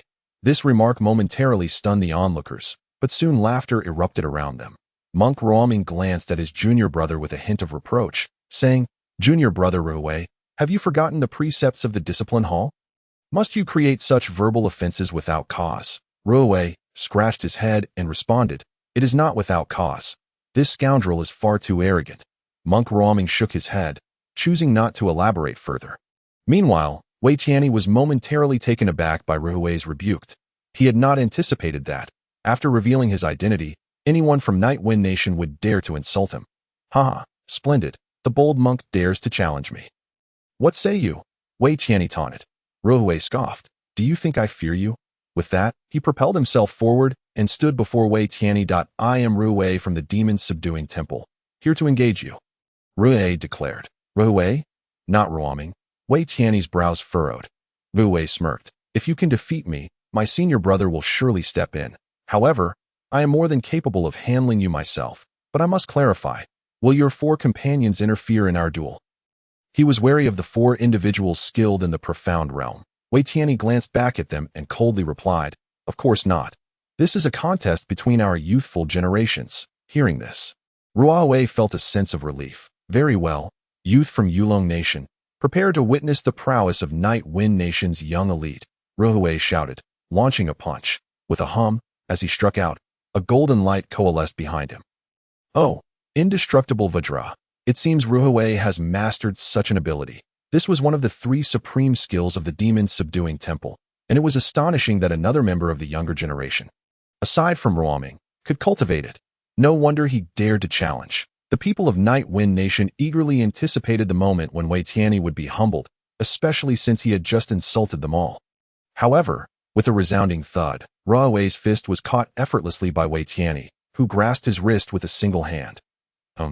Ruwei was taken aback and immediately summoned all his strength to break free. Yet, Wei Tianyi's grip felt as though it were forged from solid iron, impervious to Ruwei's struggles. The crowd gasped in astonishment. They knew that Ruwei's cultivation was renowned for its brute strength. Yet, at this moment, he was being utterly dominated. Wei Tianyi looked down at the struggling Ruwei, a cold smirk appearing on his face. "You dare challenge me, you pitiful bald fool. Allow me to impart a lesson." As he spoke, he exerted force, and with a crack, Ruwei's wrist shattered, flung aside like refused to. Wei, he cried out in agony, collapsing to the ground and struggling without rising for some time. "Junior brother," the members of the demon-subduing temple rushed over, particularly Ruoming, who was the fastest to reach Ruwei's side. "Senior brother Ruoming, my hand, my meridians," Ruwei gasped, before losing consciousness from the pain. Ruoming, startled, looked down to discover not only had Ruwei's wrist been broken, but a potent force had surged through his meridians, severing them along the way. This, Ruoming gasped in shock. He realized that Ruwei's arm was irreparably damaged. Even if the bones healed, he could never cultivate with that arm again. "Amitba, your actions are exceedingly cruel." Ruoming suddenly lifted his gaze, his earlier indifference replaced by a fierce glare at Wei Tianyi. "So you are Ruoming. I have heard much of your reputation since entering Night Wind Nation. Do you wish to avenge your junior brother? Then come forth." Wei Tianyi taunted provocatively. Ruoming gestured for his fellow disciples to carry Ruwei away, stepping forward to face Wei Tianyi alone. "Very well. If it is a battle you seek, I shall oblige." He clasped his hands together, and a golden swastika symbol materialized behind him. This is indeed intriguing. Wei Tianyi narrowed his eyes. Subdue the demons, Ruoming roared, launching a powerful punch. Wei Tianyi met his strike with an outstretched hand. Boom! The two fists collided with a thunderous sound, reverberating far and wide. As they exchanged blows, the younger generation of Night Wind Nation wore expressions of delight. Wei Tianyi, are you not arrogant? Before Master Ruoming. What are you? You were so boastful earlier, yet now you are being pressed down. They felt as if their grievances were finally being avenged. However, after exchanging several blows with Ruoming, disappointment flickered in Wei Tianyi's eyes. Is this all you have? I must have overestimated you. Let us end this. Dark waters raging. As he spoke, he formed a hand seal. Boom! In an instant, dark spiritual energy surged behind him like crashing waves. With each palm strike, the black waves crashed down, dramatically enhancing his power. Ruoming, who had previously held his own, now found himself at a distinct disadvantage. With each of Wei Tianyi's strikes, Ruoming was forced back several paces. By the time Wei Tianyi's seventh palm descended, the golden swastika behind Ruoming shattered. Spitting a mouthful of blood, Ruoming was sent flying. Ruoming, an elder monk from the demon-subduing temple, swiftly reached out to catch him. Preventing further injury, Uncle Master, Ruoming struggled to speak. Do not speak. Focus on healing, the elder instructed. Ruoming closed his eyes, falling silent. Meanwhile, Wei Tianyi, observing the fallen Ruoming, burst into laughter. Is this the pinnacle of Night Wind Nation's prodigies? How utterly pathetic. You actually consider such weaklings to be treasures. It seems the youth of your nation are all worthless. Wei Tianyi mocked. The people of Night Wind Nation seethed with indignation, yet none dared to voice their anger. The situation was simply too daunting. At that moment, a voice rang out sharply. Wei Tianyi, do not be so arrogant. I shall battle you. As the words fell, a young man soared in on a flying sword. Landing atop a hillside. Little sword immortal. Shaolin, so he has finally made his move. The crowd murmured in excitement. Indeed, the sword rain sect's swordsmanship is formidable. He can fly at merely the Qi gathering stage. Shaolin had once slain a beast in the transformation realm, and this battle might be his victory. The youth of Night Wind Nation rallied behind Shaolin, cheering him on. Wei Tianyi turned to glance at Shaolin. A look of disdain crossing his face. Swordsmanship. Merely a trivial art, Wei Tianyi remarked. Shaolin, holding his head high, replied, whether it is an unorthodox path or not, one must experience it to know. Martial arts are not merely reliant on words. As he spoke, after landing, he wielded his sword with one hand, formed a sword technique, and shouted, sword control technique, sword Qi rampant. Clang, clang, clanged in an instant. Dozens of sword energies coalesced behind him and surged towards Wei Tianyi. Wei Tianyi, observing the incoming sword energies, smirked disdainfully and similarly executed a sword technique, calmly declaring, Heishui sword technique, strangulation. Clang, clang, clanged out in that moment. The surging black water behind him transformed into the semblance of flying swords. Colliding head-on with Shaolin's sword energies. Clang, clang, clang. Within mere breaths, Shaolin's sword energies were utterly shattered by the Heishui sword. Moreover, the Heishui sword did not relent. It relentlessly pursued Shaolin. What? Shaolin exclaimed in shock. He had never anticipated that his sword energies would be defeated so completely. As the Heishui sword approached, realizing he could not withstand it, he took to the skies, attempting to create distance between himself and his opponent. Trying to escape after striking me. How naive. A glint of malice flashed in Wei Tianyi's eyes as the speed of the Heishui sword abruptly increased. This, Shaolin, astonished, turned to glance back, only to find himself unable to evade in time. Thud. In an instant, several Heishui swords pierced through his body, sending him plummeting from the sky. Shaolin, the elder of the sword rain sect's expression changed dramatically as he flew over to catch Shaolin. However, upon inspecting Shaolin, he discovered a bloody hole at his dantian, and the young man had fainted. The elder staggered, nearly falling from the air. This was the foremost talent of their young generation. To think he had been rendered incapable, one must understand that if the dantian is destroyed, his life would be irrevocably altered. Wei family. He turned to glare at Wei Tianyi to his surprise. He found Wei Tianyi wiping his hands and chuckling. What's wrong? You're not satisfied after striking the young. Feel free to take revenge on me. But I must warn you, my 4 companions will not stand idly by. If you strike, not only will you perish, but your sect will be annihilated as well. The Sword Rain sect elder clenched his fists, ultimately choosing to swallow his anger and turn away. There was no other option. The Wei family of Yulong Kingdom was not to be trifled with. Meanwhile, the arena fell into an eerie silence. The Night Wind Kingdom had fought 3 matches, losing all 3.1 had an arm severed, another had their golden body shattered, and yet another had their dantian destroyed. It must be noted that the 3 combatants were all top talents of the younger generation. With their defeat, who else could possibly win? Alas, why has no one else arrived? Could it be that the younger generation of your Night Wind Kingdom is utterly devoid of merit? Wei Tian's gaze swept over the crowd, dripping with derision. The people of the Night Wind Kingdom could only grit their teeth in silence. Possessing no other recourse that moment, someone in the back of the crowd exclaimed, "Haha, Brother Wei single-handedly suppresses an entire nation. How imposing." Humph, this is only possible in a trash nation like the Night Wind Kingdom. It counts for nothing. 2 figures at the back of the crowd exchanged banter. Who? The exchange between the two drew displeasure from both the crowd of Night Wind Kingdom and Wei Tianyi on the hill. Everyone turned to locate the source of the sound. There, at the back, stood 2 young men, one seated and one standing, both wearing expressions of mockery. The seated young man was about 7 feet tall, adorned in resplendent attire, idly twirling a folding fan. The standing young man towered nearly 2 zhang, his muscular frame exuding raw power. The people of Night Wind Kingdom regarded the 2 with puzzled expressions, completely unrecognizing them. However, Wei Tianyi's heart jolted. Han Wenzhou and Tang Diaolong of the Tianhe sect from Yulong Kingdom. Why are you here? Wei Tianyi squinted as he posed the question. Upon hearing this, the people of Night Wind Kingdom realized that they were also from Yulong Kingdom and elder gasped in astonishment. Is it truly the Tianhe sect of Yulong Kingdom? That is a force with a Goeishu realm expert. Goeishu realm. The crowd felt a shiver run down their spines. Meanwhile, Han Wenzhou, still fanning himself, stood up and addressed Wei Tianyi. I am here for the same reason you are. You too. Wei Tianyi glared at them, his expression grave. Han Wenzhou chuckled. Little Wei, don't be so tense. It's just the inheritance of the ZY Taoist. Let us rely on our own abilities. The inheritance of the ZY Taoist. His words felt like a stone cast into still waters, instantly creating ripples of commotion. Master, what does it mean that he speaks of the inheritance of the ZY Taoist?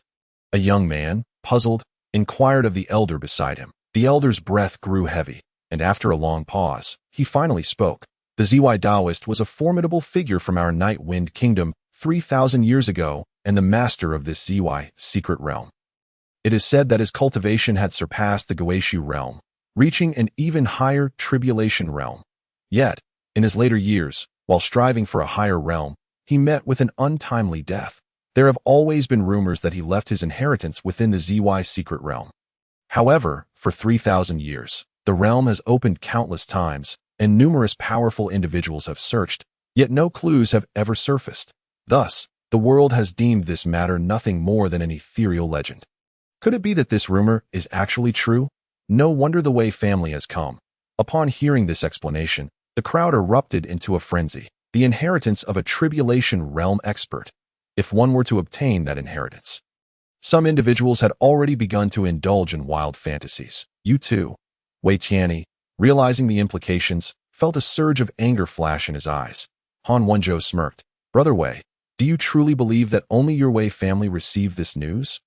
Though it is merely a rumor, the influential forces likely all know of it. Do you believe that not only we from Yulong Kingdom, but even other surrounding nations have not sent individuals? They simply lack your audacity. This, Wei Tianyi's expression darkened further. He had initially thought that by stealthily entering the Night Wind Kingdom, he could effortlessly crush the local bumpkins and secure the ZY Taoist inheritance with ease. However, upon hearing Han Wenzhou's words, he realized that matters were far more complex than he had believed. Observing Wei Tianyi's demeanor, Han Wenzhou added, However, I must say, I wholeheartedly endorse your recent tactics. The ZY secret realm is indeed not suitable for everyone to access. If the rumors are true, and you or other strong individuals were to acquire the ZY Taoist's inheritance, I would have no objections. As he spoke, he cast a glance at the crowd from the Night Wind Kingdom and continued, However, if these worthless individuals were to obtain the inheritance, that simply cannot be permitted. A pack of wolves fighting for prey should not afford a local mutt any advantage. Henceforth, the ZY secret realm shall not admit the people of Night Wind Kingdom. The crowd from Night Wind Kingdom was filled with indignation. This man's words were even more disdainful than Wei Tian's. Beside them, Luo Tian furrowed his brows and remarked, "Friend, the ZY secret realm is, after all, the secret realm of our Night Wind Kingdom's Guiyuan sect. Your domineering stance, barring our Night Wind Kingdom's people from entry, seems rather inappropriate, does it not?" Yet, before Luo Tian could finish, Han Wenzhou's companion, Tang Jialong, suddenly sprang into action. Whoosh! In an instant, he was beside Han Wenzhou, and his fist, the size of a fan, swung directly towards Luo Tian. "Who do you think you are? What right do you have to speak here?" Tang Jialong declared, landing a punch. Bang! A single strike sent Luo Tian flying. What? This fellow's aura is actually at the Hualing realm. Someone recognized Tang Jialong's realm and couldn't help but gasp. Looking at Tang Jialong's age, he appeared to be merely 25 or 26, yet he had already attained such a level. Meanwhile, Luo Tian was only at the 9th level of the Gathering Qi realm at this distance. Being struck in the head by someone a realm higher was tantamount to certain death. Heh, the local mutt still refuses to yield. Han Wenzhou chuckled at the scene. However, over there, Luo Tian's body, like a tattered rag, drifted in the air for a few moments before finally stabilizing and landing. "Gentlemen, can we not discuss this amicably?" Luo Tian suggested to him. As the crowd witnessed the scene, astonishment swept over them. They had assumed that Luo Tian was doomed, yet not only was he alive, but his face bore no signs of injury whatsoever. "Jialong?" Han Wenzhou cast a dubious glance at Tang Jialong, suspecting that the latter had shown mercy. However, Tang Jialong appeared equally bewildered. "I did not hold back," he stated. Han Wenzhou narrowed his eyes, scrutinizing Luo Tian, and nodded. "Your technique is intriguing. Very well. Out of respect for you, I shall grant you an opportunity. If any one of the young talents from the Night Wind Nation can defeat one among us three, I will permit your entry into the ZY secret realm." With that, Han Wenzhou and Tang Jialong simultaneously unleashed their formidable auras. Both of them are at the 3rd level of the transformation realm. The onlookers from the Night Wind Nation exchanged glances. Meanwhile, Wei Tian, observing the two beside him, let out a cold chuckle and released his own aura. A wave of pressure surged forth, rivaling that of the two. The crowd's expression shifted once more. What? Wei Tian is also at the 3rd level of the transformation realm. However, just moments ago, when he had made his move at that moment, the monk roaming from the Fumo temple had regained consciousness and stared at Wei Tian, his lips twitching. "When he defeated me, he was merely utilizing the strength of the Gathering Qi realm. Are you saying that he did not take me seriously at all?" This revelation struck Roaming with profound shock. As he realized for the first time the extent of his own weakness, "My fellow compatriots from the Night Wind Nation, the opportunity is yours, but do not accuse us of bullying," Han Wenzhou remarked with a smile. The crowd from the Night Wind Nation exchanged glances, their spirits dampened. The 3 individuals before them exuded overwhelming strength. Roaming and Shaolin were already top-tier powerhouses, yet they had met with utter defeat before these foes. Who, then, could possibly triumph? Was it true that they would have to forfeit the opportunity to enter the ZY secret realm? "Luo Tian, can you?" someone inquired, casting a concerned glance at him. After all, he had just withstood a blow from Tang Jialong. Perhaps he could. However, Luo Tian shook his head with a wry smile. "My technique is unique. It can dissipate my opponent's attacks. Yet, after taking that punch from Tang Jialong, I have expended 30% of my spiritual energy. If I were to engage further, I could only endure 3 more punches before succumbing." Despair overwhelmed the crowd.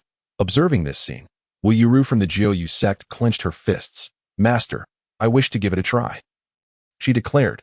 She was a prodigy of the Jiu sect and had attained the realm of transformation. "No, Yuru, your strength is far inferior to theirs." Her master, Long Yingqiu, shook his head. Yuru was not only at a lower realm compared to the 3, but the disparity in techniques and martial arts was even greater.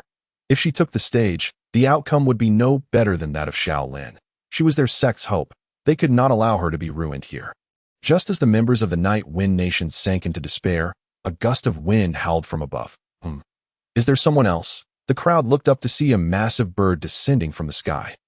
Golden Pumpkin. Long Ingqiu recognized the newcomer immediately. The arrival was none other than the Golden Pumpkin, carrying the members of the Luo family. Look, there are people on top, a great demon of the Tongxian realm as a mount. Which formidable force do they belong to? No, the Golden Pumpkin is our Night Wind Nation's demon king. Could it be that they belong to our Night Wind Nation? As some among the crowd recognized the identity of the Golden Pumpkin, a flicker of hope ignited within them. Under the gaze of the assembly, the Golden Pumpkin slowly landed on a hillside. Master, we have arrived. The Golden Pumpkin announced that finally arrived. Let us disembark, Luo Tian. Atop the Golden Pumpkin, instructed the Luo family members as they jumped down. Upon landing, the members of the Night Wind Nation were instantly deflated. Damn, I thought they were from some superpower in our Night Wind Nation. But it turns out they are merely a group of body refinement realm practitioners, with only 2 at the Gathering Chi realm. Alas, their strength is even inferior to that of our sect. How can we rely on them? The crowd shook their heads in disappointment. Yet, on the contrary, Luo Chen's eyes lit up upon seeing Luo Tian, and he hastily rushed over. Disciple of the Guyuan sect. Luo Chen pays his respects to Senior Luo Tian. He exclaimed, bowing deeply. People from the Guyuan sect? Where is your sect leader? Luo Tian inquired lazily. The sect leader is currently planning a journey to the capital. And since the Ziwei secret realm is not of great significance, he entrusted me, the chief disciple, to preside over matters, Luo Chen explained. Luo Tian nodded in understanding. I see. Then let us open the secret realm now. Hearing Luo Tian's words, Luo Chen's expression turned troubled. Luo Tian noticed his demeanor and furrowed his brow. What? Is there a problem? Luo Chen sighed and recounted the events that had transpired. After listening, Luo Tian's brows knit together as he glanced at Wei Tian and the other 2. So, in essence, if we defeat these 3, we can enter the Ziwei secret realm? Luo Chen affirmed. Indeed, and there is even a possibility of obtaining the legacy of the Ziwei Taoist. Luo Tian snorted. Very well. I shall send these 3 flying. With that, he stepped forward, but just then, one of the Luo family disciples stepped out from behind him. Young master, why use a sledgehammer to crack a nut? They are merely 3 braggarts. Allow me to relieve the young master of his worries, he proclaimed loudly. Luo Tian turned to glance at him, then at Wei Tian and the others, and after a moment of contemplation, he nodded in agreement. Very well, go ahead and do not hold back, he instructed. He also wished to seize this opportunity to hone the skills of his family as disciples. The 3 young individuals at the transformation realm would serve as excellent sharpening stones.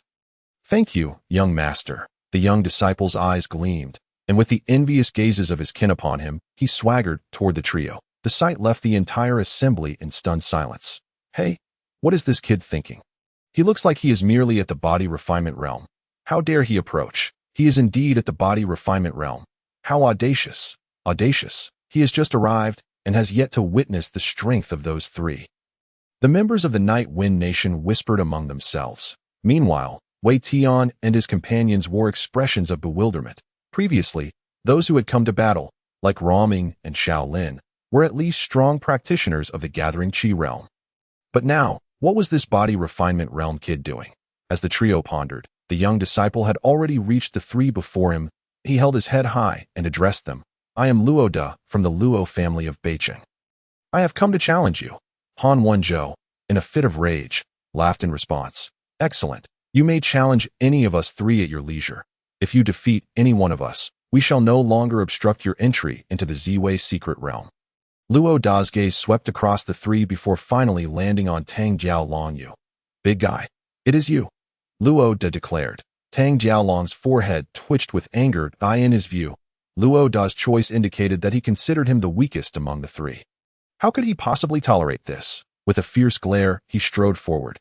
Observing his expression, Han Wenzhou shook his folding fan and chuckled. That fellow named Luo is in for a rough time, and enraged Tang Jiaolong. Even I must retreat in the face of his fury. Meanwhile, Tang Jiaolong had approached Luo Da Kid. Do you have any last words? He asked. Last words? Speak your piece, Luo Da replied. You. Tang Jiaolong's eyes nearly bulged from their sockets. This fellow was insufferably infuriating. In that case, perish, Tang Jiaolong roared, launching a fist toward Luo Da. Boom. a thunderous sound erupted, and in an instant, dust and debris filled the air. That it's over. The onlookers, witnessing this, all shut their eyes. Unable to bear to watch a practitioner of the transformation realm striking a body refinement realm individual head-on. The outcome was all too predictable. Without a doubt, Rotter must be utterly crushed by his opponent. Not a single whole body should be left behind. Yet, amidst the chaos, a voice rang out from the center of the battlefield. "Da. It hurts." It was Rotter. The crowd turned towards the sound, only to find Tang Jialong still poised to strike. While Rotter staggered back several paces, rubbing his fist and exclaiming in pain. This, in the midst of the throng, Luo Tian was taken aback by the sight. That previous blow had evidently been delivered by Tang Jialong with the upper hand. However, the crux of the matter lay elsewhere. It should be noted that Tang Jialong was at the transformation realm. Luo Tian had personally witnessed the might of his fists. The power of a single punch from this man was more than sufficient to annihilate an ordinary gathering chi realm expert. Yet, when striking Rotter, a mere refinement realm warrior, the result was merely this. "Tang Jialong, what on earth are you doing?" Han Wenzhou furrowed his brow in concern. However, Tang Jialong paid him no heed, his gaze fixated intently on Rotter. What kind of fists does this kid possess? At this moment, Tang Jialong was equally perplexed. He had not held back with that last punch. His intention was to eliminate Rotter in a single blow to establish his dominance. Yet the outcome was merely to inflict pain? There must be some extraordinary technique at play. I refuse to believe your physical strength could reach such heights. With this thought, Tang Jialong bellowed and charged towards Rotter once more. The detestable fiend.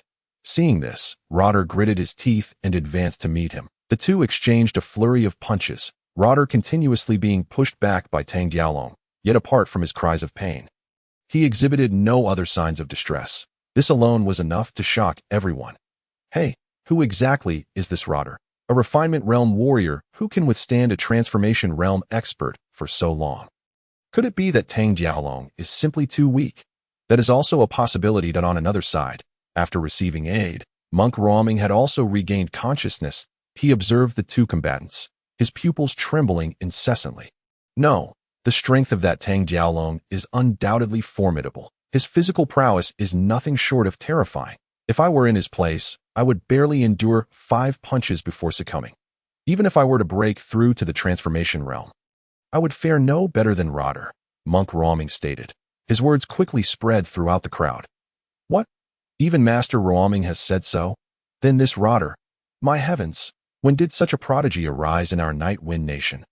How was I unaware of this? If such a person were to reach the gathering chi or transformation realm, how powerful would they become? The crowd looked at Rotter with eyes filled with reverence. At this moment, Rotter had endured another 10 punches from Tang Jialong and was finally beginning to falter. Wait, I cannot match you. I concede, Rotter shouted, clutching his hands. You. Tang Jialong glared at Rotter, his eyes aflame with fury. Meanwhile, the members of the Rotter family looked at him, all wearing expressions of dissatisfaction. Hey, Rotter, what on earth are you doing? Is that guy's punch truly so painful? Surely, you are not afraid, are you? Don't disgrace the Rotter family. Hearing the scornful remarks from his kin, Rotter turned back, his face reflecting his displeasure. Damn, as if I were deceiving you all. That guy is undeniably strong. I cannot win, if any of you dispute this. Come forward and try for yourselves, Rotter retorted, returning to Rhodatian's side. That I apologize, young master. I have brought shame upon you. Rotter lowered his head. Rhodatian glanced at him and nodded, recognizing shame and striving to improve. Return to your training diligently, and next time, you shall prevail. Yes, Rotter replied, stepping aside. Beside him, Luo Tian wore a look of disbelief, recognizing shame and striving to improve, with the strength of a refinement realm fighter. To endure so many punches from Tang Jialong and lose, he calls this shame. For a moment, Luo Tian felt as if his entire worldview was collapsing. I refuse to believe that this giant possesses such strength. Young master, allow me to face him. A different young man from the Rotter family stepped forward. Rodophi? Then go ahead and give it a try. Rhodatian nodded. Rodophi agreed, and turned to face Tang Jialong. Big guy, I'll fight you, Rodophi declared. Another one? Tang Jialong's forehead twitched as he launched a punch. Boom! With a resounding impact, The ground shook once more to in the astonished gazes of the crowd. Rodophi was also sent stumbling back several steps. Yet, like Rotter, he remained unscathed, showing no visible injuries. Another prodigy. What on earth is this Rotter family? Who knew they would possess two prodigies? The crowd was thrown into a frenzy. This detestable fellow, what is happening? How could this guy drive Tang Jiaolong to the brink of madness? One Rotter had already brought him enough disgrace, and now another Rodophi emerged, equally formidable. This guy, is he truly at the refinement realm? Whose refinement realm warriors are so powerful?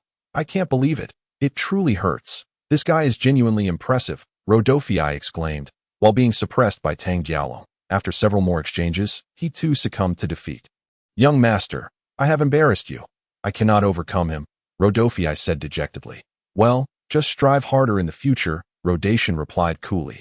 Rodophi returned to the ranks. Young master, let me give it a try. Young master, let me take my turn. My refinement technique is superior to those two fools. I am stronger than them. My comprehension surpasses theirs. They are no match for me. Damn, stop boasting. You are at best on par with Rodophi. You're not much stronger than me. How about we decide by rock, paper, scissors, and the winner faces him?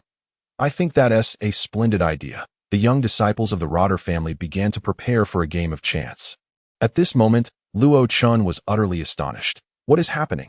Those three Transformation Realm warriors had previously been figures who could suppress the youth of the Night Wind Nation. Yet, how is it that the Rotter family members are clamoring to fight? It was as if they were vying for a precious prize. What is going on with this Rotter family? It was not only Luo Tian. On the other side, Tang Jiaolong was also twitching at the corners of his mouth. A horde of Refinement Realm warriors clamoring to be his opponents. He was, after all, a once celebrated prodigy. When had he ever endured such humiliation? Damn it, a pack of rabid curs. Come at me together, Tang Jiaolong roared. Swish, the Rotter family members immediately fell silent, turning to glare at Tang Jiaolong. Who are you calling a rabid cur? Which of us is the garbage? You want us all to attack, do you? Then let it be. The young members of the Rotter family shouted, rushing forward with bared teeth and claws. Humph, I do not believe that each of you is that strong. Tang Jiaolong seethed, raising his fists to strike. As he charged into the midst of the Rotter family, mere seconds later, to hell with you. How dare you insult us, Rotter? Huh? Aren't you the arrogant one? You wish to challenge us all. Who do you think you are? Just a pile of refuse. Do you believe I want to kick you to death? Those at the front, if you've had enough, step aside. I haven't even had a turn yet. In the center of the battlefield, Tang Jiaolong had already been taken down, surrounded by the Rotter family members who proceeded to rain down punches and kicks upon him. Those outside could not even push their way in. In that moment, everyone was left dumbfounded. Wasn't this supposed to be a duel between prodigies? When did it turn into a street brawl? Where is the semblance of a true expert? Luo Tian stood beside Rodatian, completely aghast. Although the Rotter members were outnumbered, the 10 or so who had attacked were all at the refinement realm. If it had been anyone else facing a master like Tang Jiaolong, even 100 refinement realm warriors would merely serve as human targets. Yet these 10 young members of the Rotter family had managed to bring Tang Jiaolong to this state. Each of those who had struck was no weaker than Rotter or Rodophi. What on earth is going on with this Rotter family? On the other side, Han Wenzhou regained his composure. Stop right there, he bellowed, transforming into a bolt of lightning as he dashed into the crowd, rescuing Tang Jiaolong from the fray. At that moment, Tang Jiaolong's face resembled that of a battered pig. His consciousness seemingly extinguished, he appeared utterly wretched. Yet fortunately, his life was not in jeopardy. What is the meaning of this? You rascals? Han Wenzhou glared at the members of the Luo family. What do you mean by that? He was the one who insisted we all join in, came a retort. Indeed, it was his request. And we all heard it, another added. Exactly. If he hadn't said anything, would we have ganged up on him? Am I to blame for this? The Luo family members looked at Han Wenzhou, their expressions a mix of defiance and indignation. Han Wenzhou was infuriated, practically seething with rage. However, he found himself at an impasse. After all, it was indeed Tang Jiaolong who had called for their joint assault. Humph, fine, even if he called for it. But we previously agreed that one must defeat any one of us three in a duel to earn the right to enter the Ziwei secret realm. Therefore, this battle does not count, Han Wenzhou declared. Upon hearing this, The crowd from the Night Wind Nation erupted in discontented murmurs. All right, if it doesn't count, then let's have another fight. Let me go first this time. Get out of the way. I should go first. Or shall we continue with rock, paper, scissors? The Luo family members began to squabble once more, leaving the onlookers speechless. The Luo family was truly peculiar at that moment. Luo Rong, standing beside Luo Tian, interjected, "Enough! Step back, everyone. Can't you see? The three of them are formidable cultivators at the transformation realm. You half-baked fellows might stand a chance in a group fight, but in a one-on-one duel, you are no match." Luo Tian, watching from the sidelines, was nearly driven to expletives. How could the Luo family's monsters be considered half-baked? What did that make him? He then saw Luo Rong turn to Luo Tian and say, "Young master, allow me to take this fight." Among the various martial arts techniques imparted to the Luo family, Luo Rong had absorbed the most and had cultivated the deepest, and it could be said that among the younger generation of the Luo family. Aside from Luo Tian, Luo Rong was the foremost. Thus, it was only natural for him to volunteer for battle. Luo Tian glanced at Luo Rong and nodded. "All right, go ahead and make it quick." "Yes." Luo Rong's face lit up with joy as he bowed to Luo Tian before promptly turning to leave. His gaze swept across Wei Tianyi and Han Wenzhou, ultimately settling on Wei Tianyi. "I challenge you," Luo Rong declared. "You wish to challenge me? Excellent." A glimmer of ferocity flashed in Wei Tianyi's eyes. Black water rages. He struck without hesitation. In an instant, a torrent of energy surged behind him. Unlike before, he revealed his full strength this time, showcasing his prowess at the transformation realm. Consequently, the density of his spiritual energy was significantly greater than prior. Even before he made contact, the onlookers felt an overwhelming pressure. Not only the youth, but even a group of middle-aged individuals could not help but feel shaken.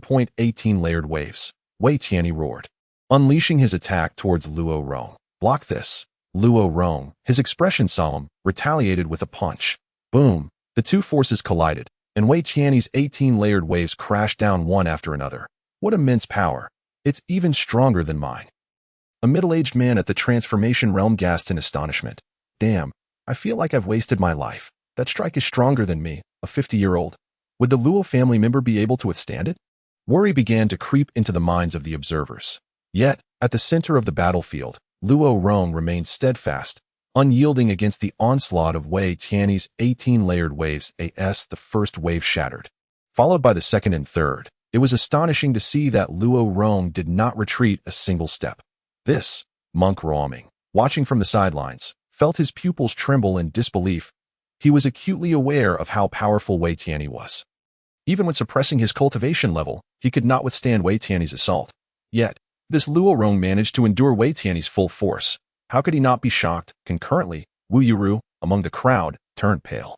With reddened eyes, she looked at her master, Longing Qiu, and trembled. "Master, did you not say that I am the foremost genius among the younger generation of the Night Wind Nation?" She had always been a person lacking in confidence.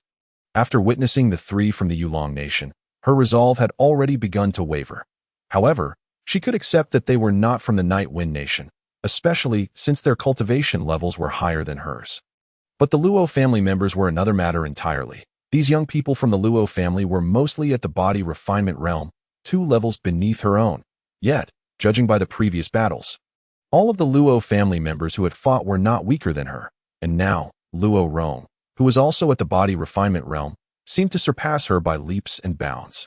In an instant, she felt as though she was utterly worthless. Her resolve was shaken. Longing Qiu, standing nearby, was equally at a loss for words. He wished to offer his disciples some words of comfort, but he found himself unable to formulate any reassurances. What in the world was happening with the Luo family? Having one gifted prodigy in a family is not unusual, but is it normal for every single member to be a monster? Longing Qiu was left with a head full of questions. Meanwhile, on the battlefield, after Wei Tianyi's 18 layered waves had concluded, he too found himself in a state of confusion. Luo Rong, looking at him coldly, declared, "You've finished your turn. Now it's mine." He stepped forward. "Behold my fist." Luo Rong roared. This punch was none other than the Heavenly Dao Fist technique of Luo Tian. However, as Luo Rong primarily practiced body techniques, his understanding of the Heavenly Dao Fist technique was limited. Nevertheless, with the strength of his formidable physique, it was more than sufficient. Whoosh! In an instant, a tumultuous energy gathered around his fist, although it did not form a complete dragon shape. It still exuded a terrifying aura of Tao. Block this. Wei Tianyi's complexion turned pale as he immediately summoned his full energy.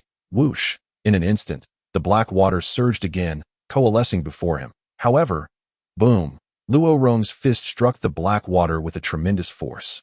In mere moments, Wei Tianyi's defenses were utterly shattered. The kinetic energy continued unabated, landing squarely on Wei Tianyi. Puffed! Wei Tianyi spat out a mouthful of blood, his body propelled backward, after spinning through the air for several circles. He barely managed to stabilize himself, landing heavily on the ground. Wei Tianyi attempted to rise, but struggled to do so, his disbelief evident as he locked his gaze on Luo Rong. One punch. He had been grievously injured by a single blow? What kind of monster was this? Meanwhile, the surrounding members of the Night Wind Nation fell into a stunned silence before erupting into thunderous cheers. Luo Rong was extraordinary. He had defeated Wei Tianyi with a single punch. Ha! You people from the Yulong Nation, did you not claim we were worthless country bumpkins? So what do you say now? Trash like Wei Tianyi is nothing. Arrogant, aren't you? You're really something. The surrounding jeers intensified, causing Wei Tianyi's face to darken to the extreme. So, what is it going to be? Do you concede? Luo Rong inquired.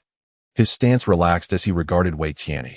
Wei Tianyi rolled his eyes a few times, then managed a forced smile, clasping his hands in respect. Brother Luo, your talent is exceptional. I admire you. This battle. I concede. Luo Rong nodded.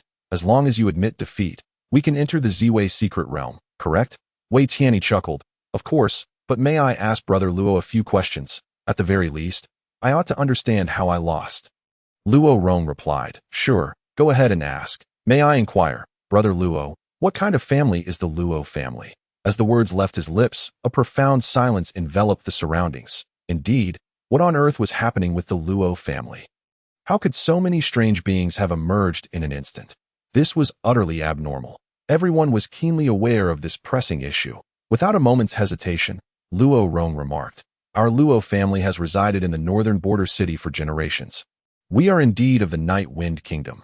Northern border city? The crowd discreetly noted this, intending to conduct a thorough investigation after the Ziwei secret realm. Meanwhile, Wei Tianyi continued his inquiry. I see. May I ask? Brother Luo, is your cultivation technique passed down from your ancestral line? What realm does your esteemed ancestor currently inhabit? I find myself perplexed regarding certain aspects of cultivation and would like to seek your guidance. Luo Rong promptly responded. Our Luo family's ancestor? He has long since passed away. What realm could he possibly possess? If we speak of realms, the strongest among us is our family head, Luo Feng, who has merely reached the 9th level of the transformation realm. Our family lacks even a single master of the void realm, so you might as well refrain from seeking my counsel. What? Wei Tianyi was taken aback. The others were equally stunned at a family that did not even possess a master of the void realm.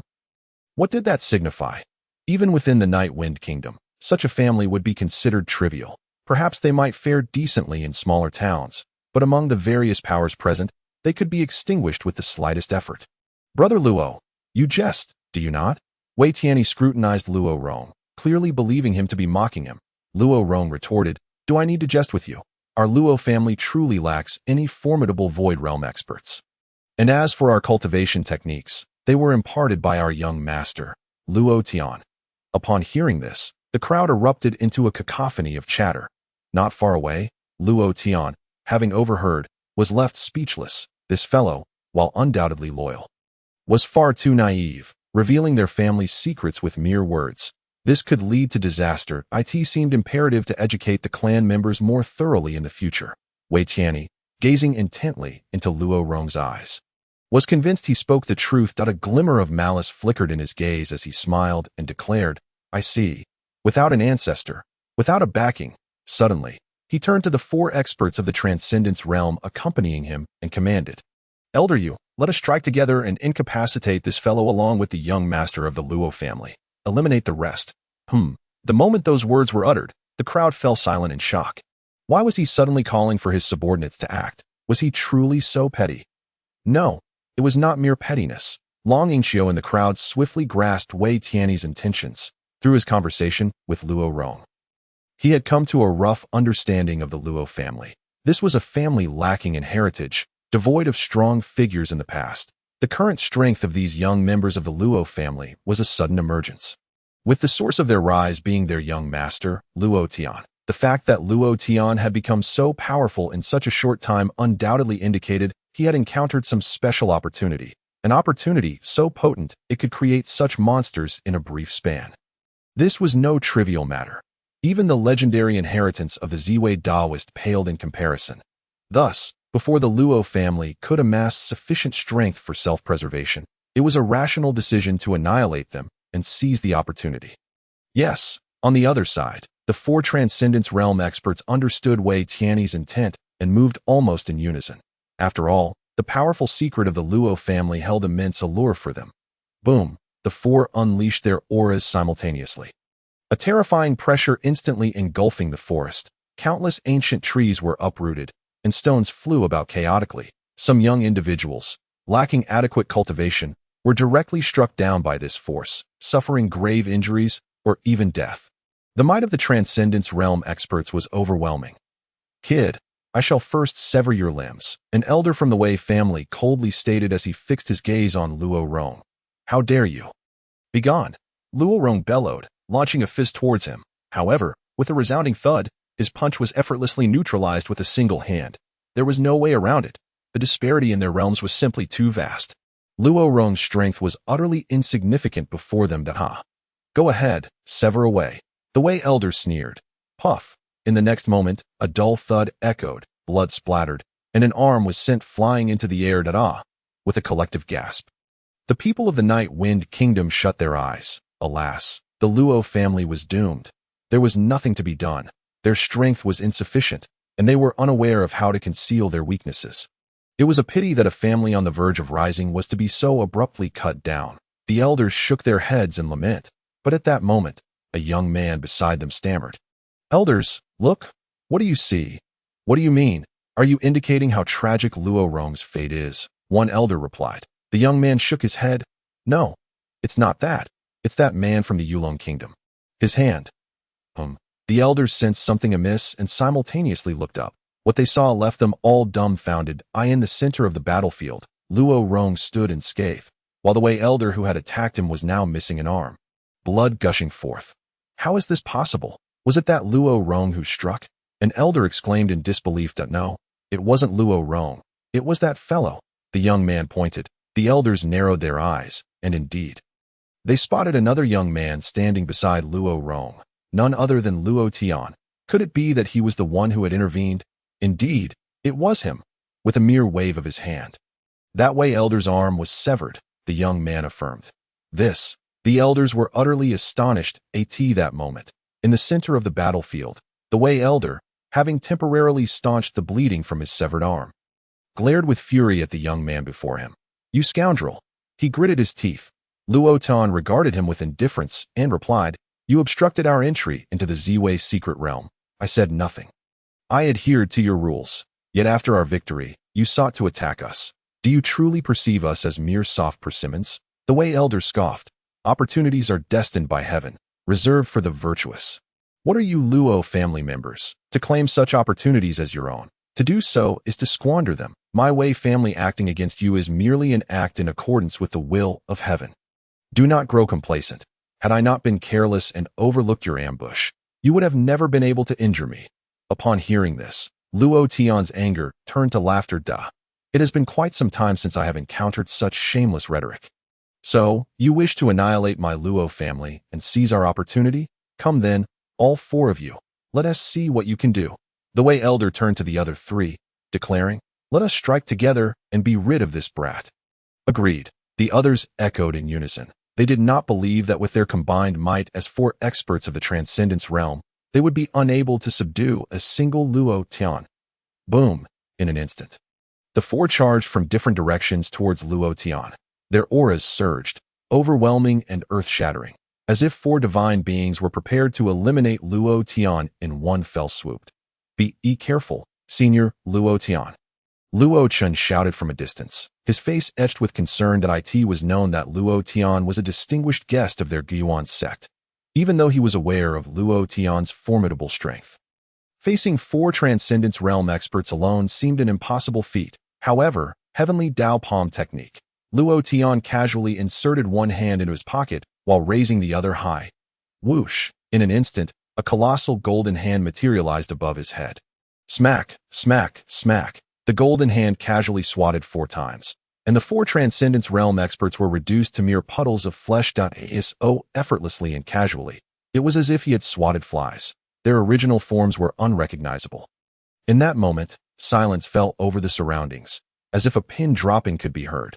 Everyone stood in shock, scarcely believing their eyes. 4 experts of the Transcendence Realm had simply vanished. In the midst of it all, Wei Tianyi maintained his previously arrogant demeanor, but the triumphant smile on his face had frozen into a mask of disbelief.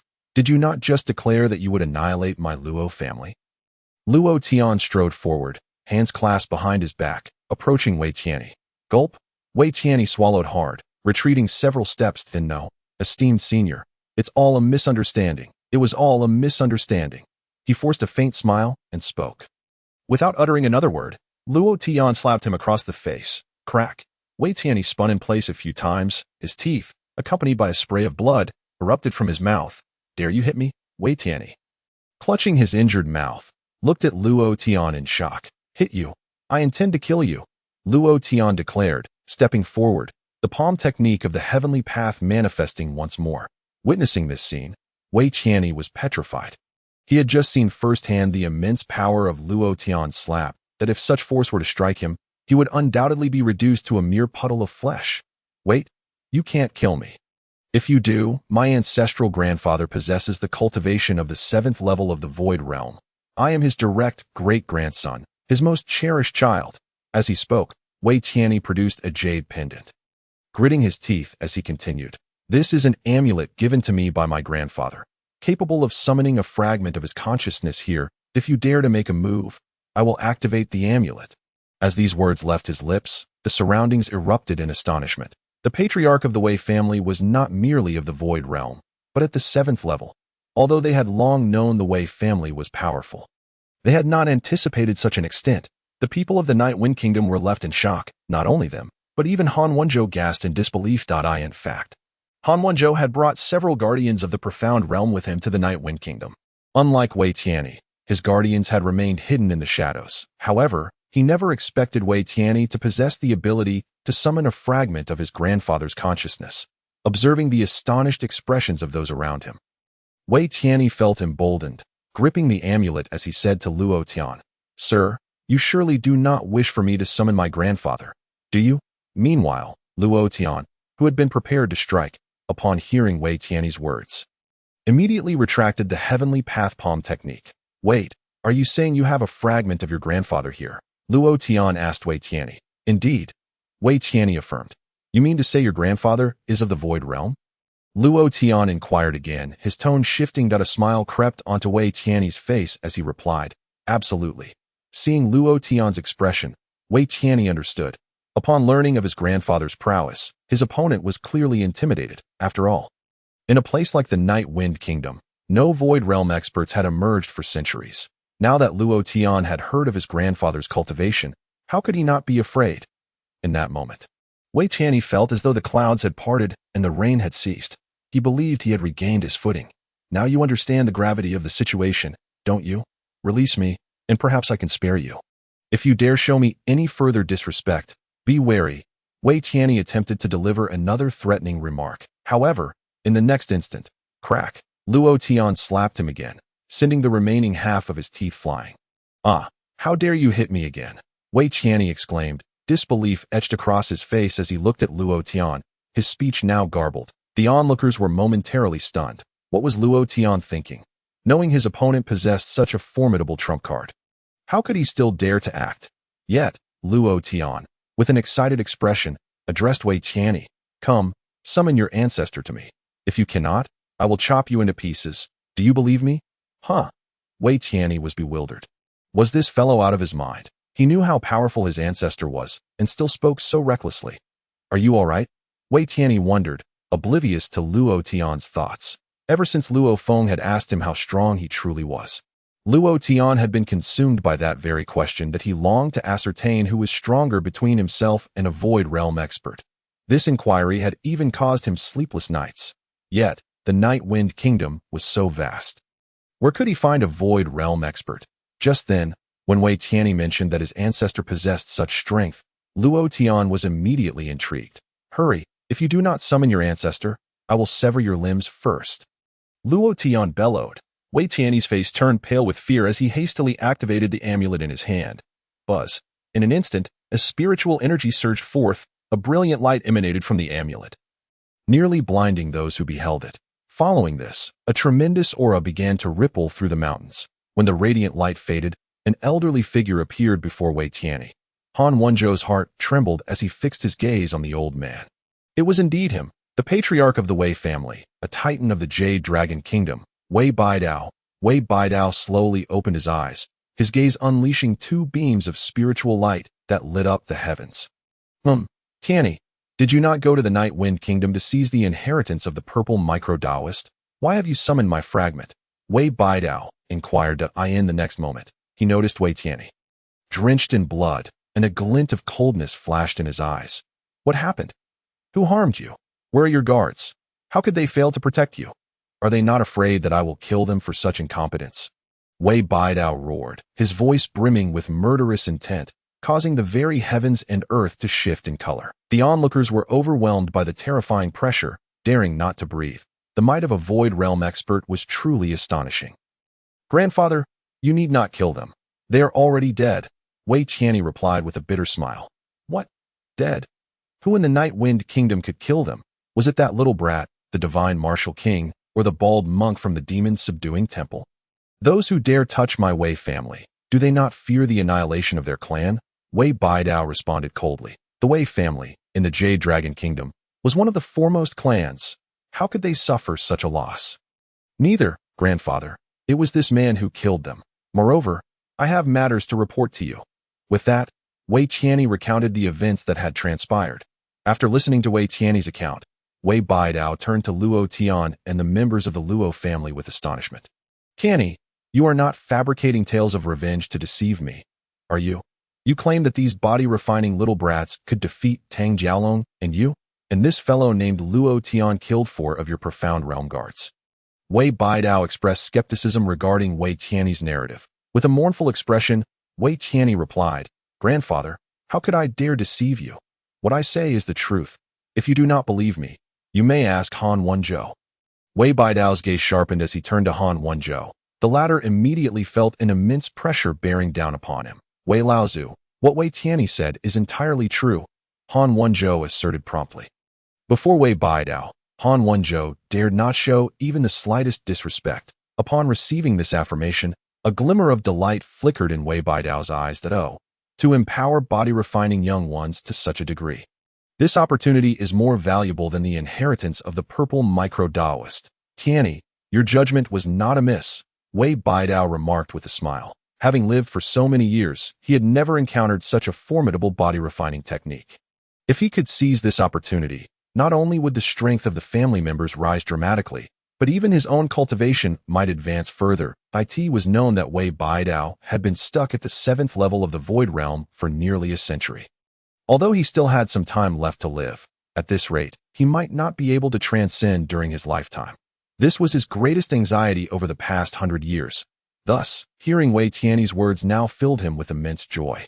A man of broad experience understood that the opportunity that had empowered the Luo family so significantly was indeed extraordinary. He approached Luo Tian with a smile, saying, Young man, you dare to kill members of my Wei family and injure my great-grandson to such an extent. This matter cannot simply be resolved. However, I possess a compassion for life and cannot bear to see such talent extinguished. How about this? You bring your kin and accompany me to the Jade Dragon Kingdom, where I shall take you as a named disciple. You will serve my Wei family for 100 years to atone for your transgressions today. What do you say? Upon hearing these words from Wei Baidao, the crowd was momentarily taken aback. They had expected the Wei family to be unreasonable, yet they found Wei Baidao to be quite reasonable. It seemed there was a reason for the Wei family's immense strength. This level of magnanimity was truly remarkable. Several young people expressed their approval. However, not everyone shared this sentiment. What a cunning old fox Wei Baidao was. Long Yingxiu gazed at Wei Baidao, shaking his head repeatedly. Master, what is the matter? Isn't what Wei Baidao is doing quite fair? Wu Yuru asked, perplexed. Long Yingxiu cast a glance at his Na'vi disciple and sighed. You are too inexperienced in the ways of the martial world. The reason Wei Baidao speaks thus is far from being fair. He has two primary motives. Firstly, he does not wish to be labeled as one who bullies the weak, potentially leaving himself open to ridicule in the future. Secondly, he aims to thwart other factions that might, under the guise of justice, come to the aid of the Luo family, seizing their opportunities for themselves. Once Luo Tian submits to him, he will have countless methods to extract fortune from the Luo family. At that point, the members of the Luo family will find that even death comes with great difficulty. Wu Yuru exclaimed in shock. What? How can he be so wicked? Shouldn't we warn him? Long Yingxiu shook his head, stating, My dear girl, the affairs of the Wei family are beyond our station to meddle in. Wu Yuru glanced at Luo Tian with concern, asking, Then what should Luo Tian do? Long Yingxiu sighed. At present, the most rational course of action for him is to temporarily acquiesce to the Wei family, then seek an opportunity to extricate himself. After speaking, he too let out a sigh, lamenting the sudden rise of this talented family now on the brink of catastrophe. Meanwhile, Wei Baidao scrutinized Luo Tian, narrowing his eyes as he inquired, Young man, did you hear my words? At that moment, Luo Tian was examining Wei Baidao from head to toe. You are at the Guishu realm? Luo Tian asked. Wei Baidao paused for a moment before laughing.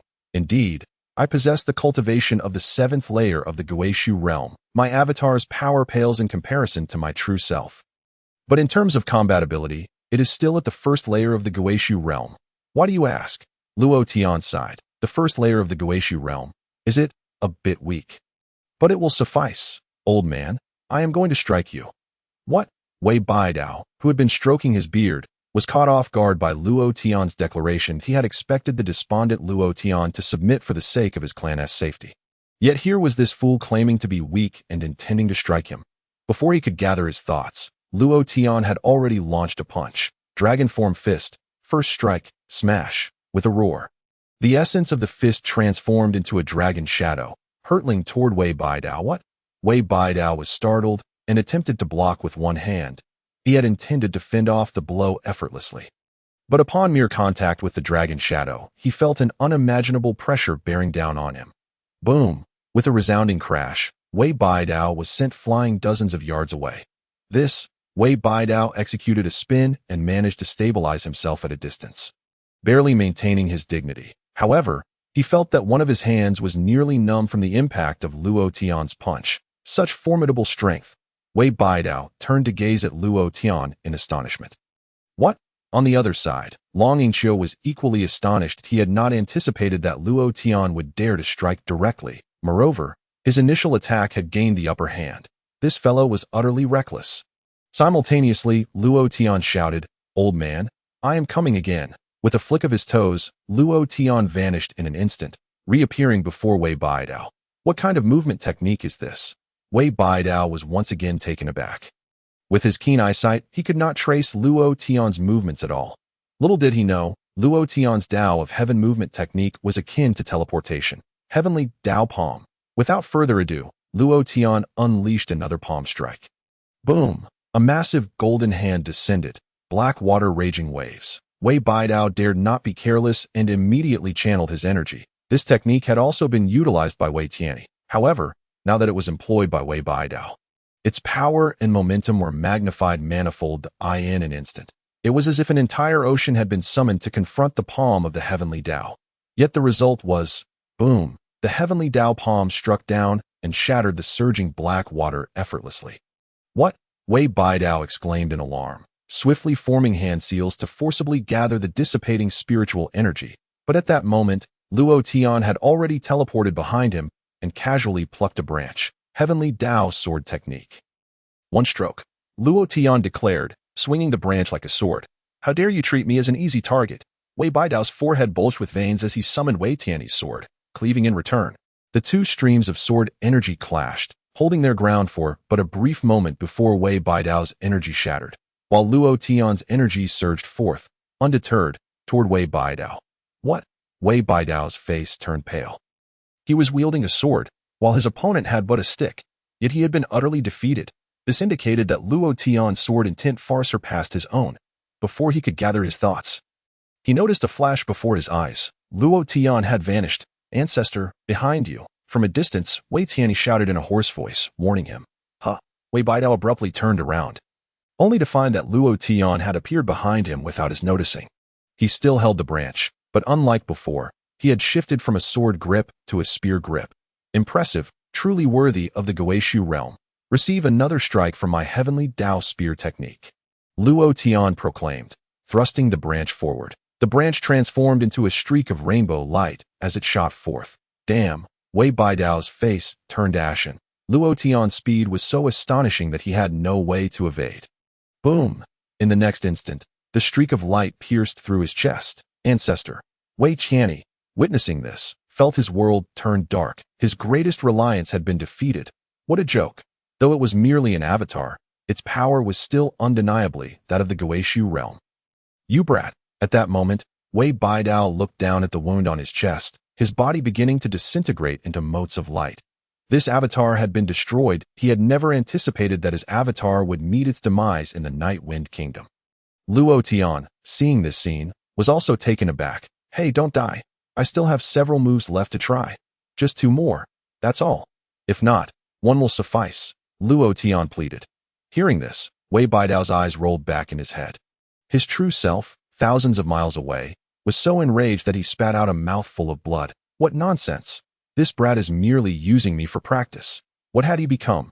Noticing Wei Baidao's silence, Luo Tian approached Wei Tian and delivered 2 punches, nearly knocking him out.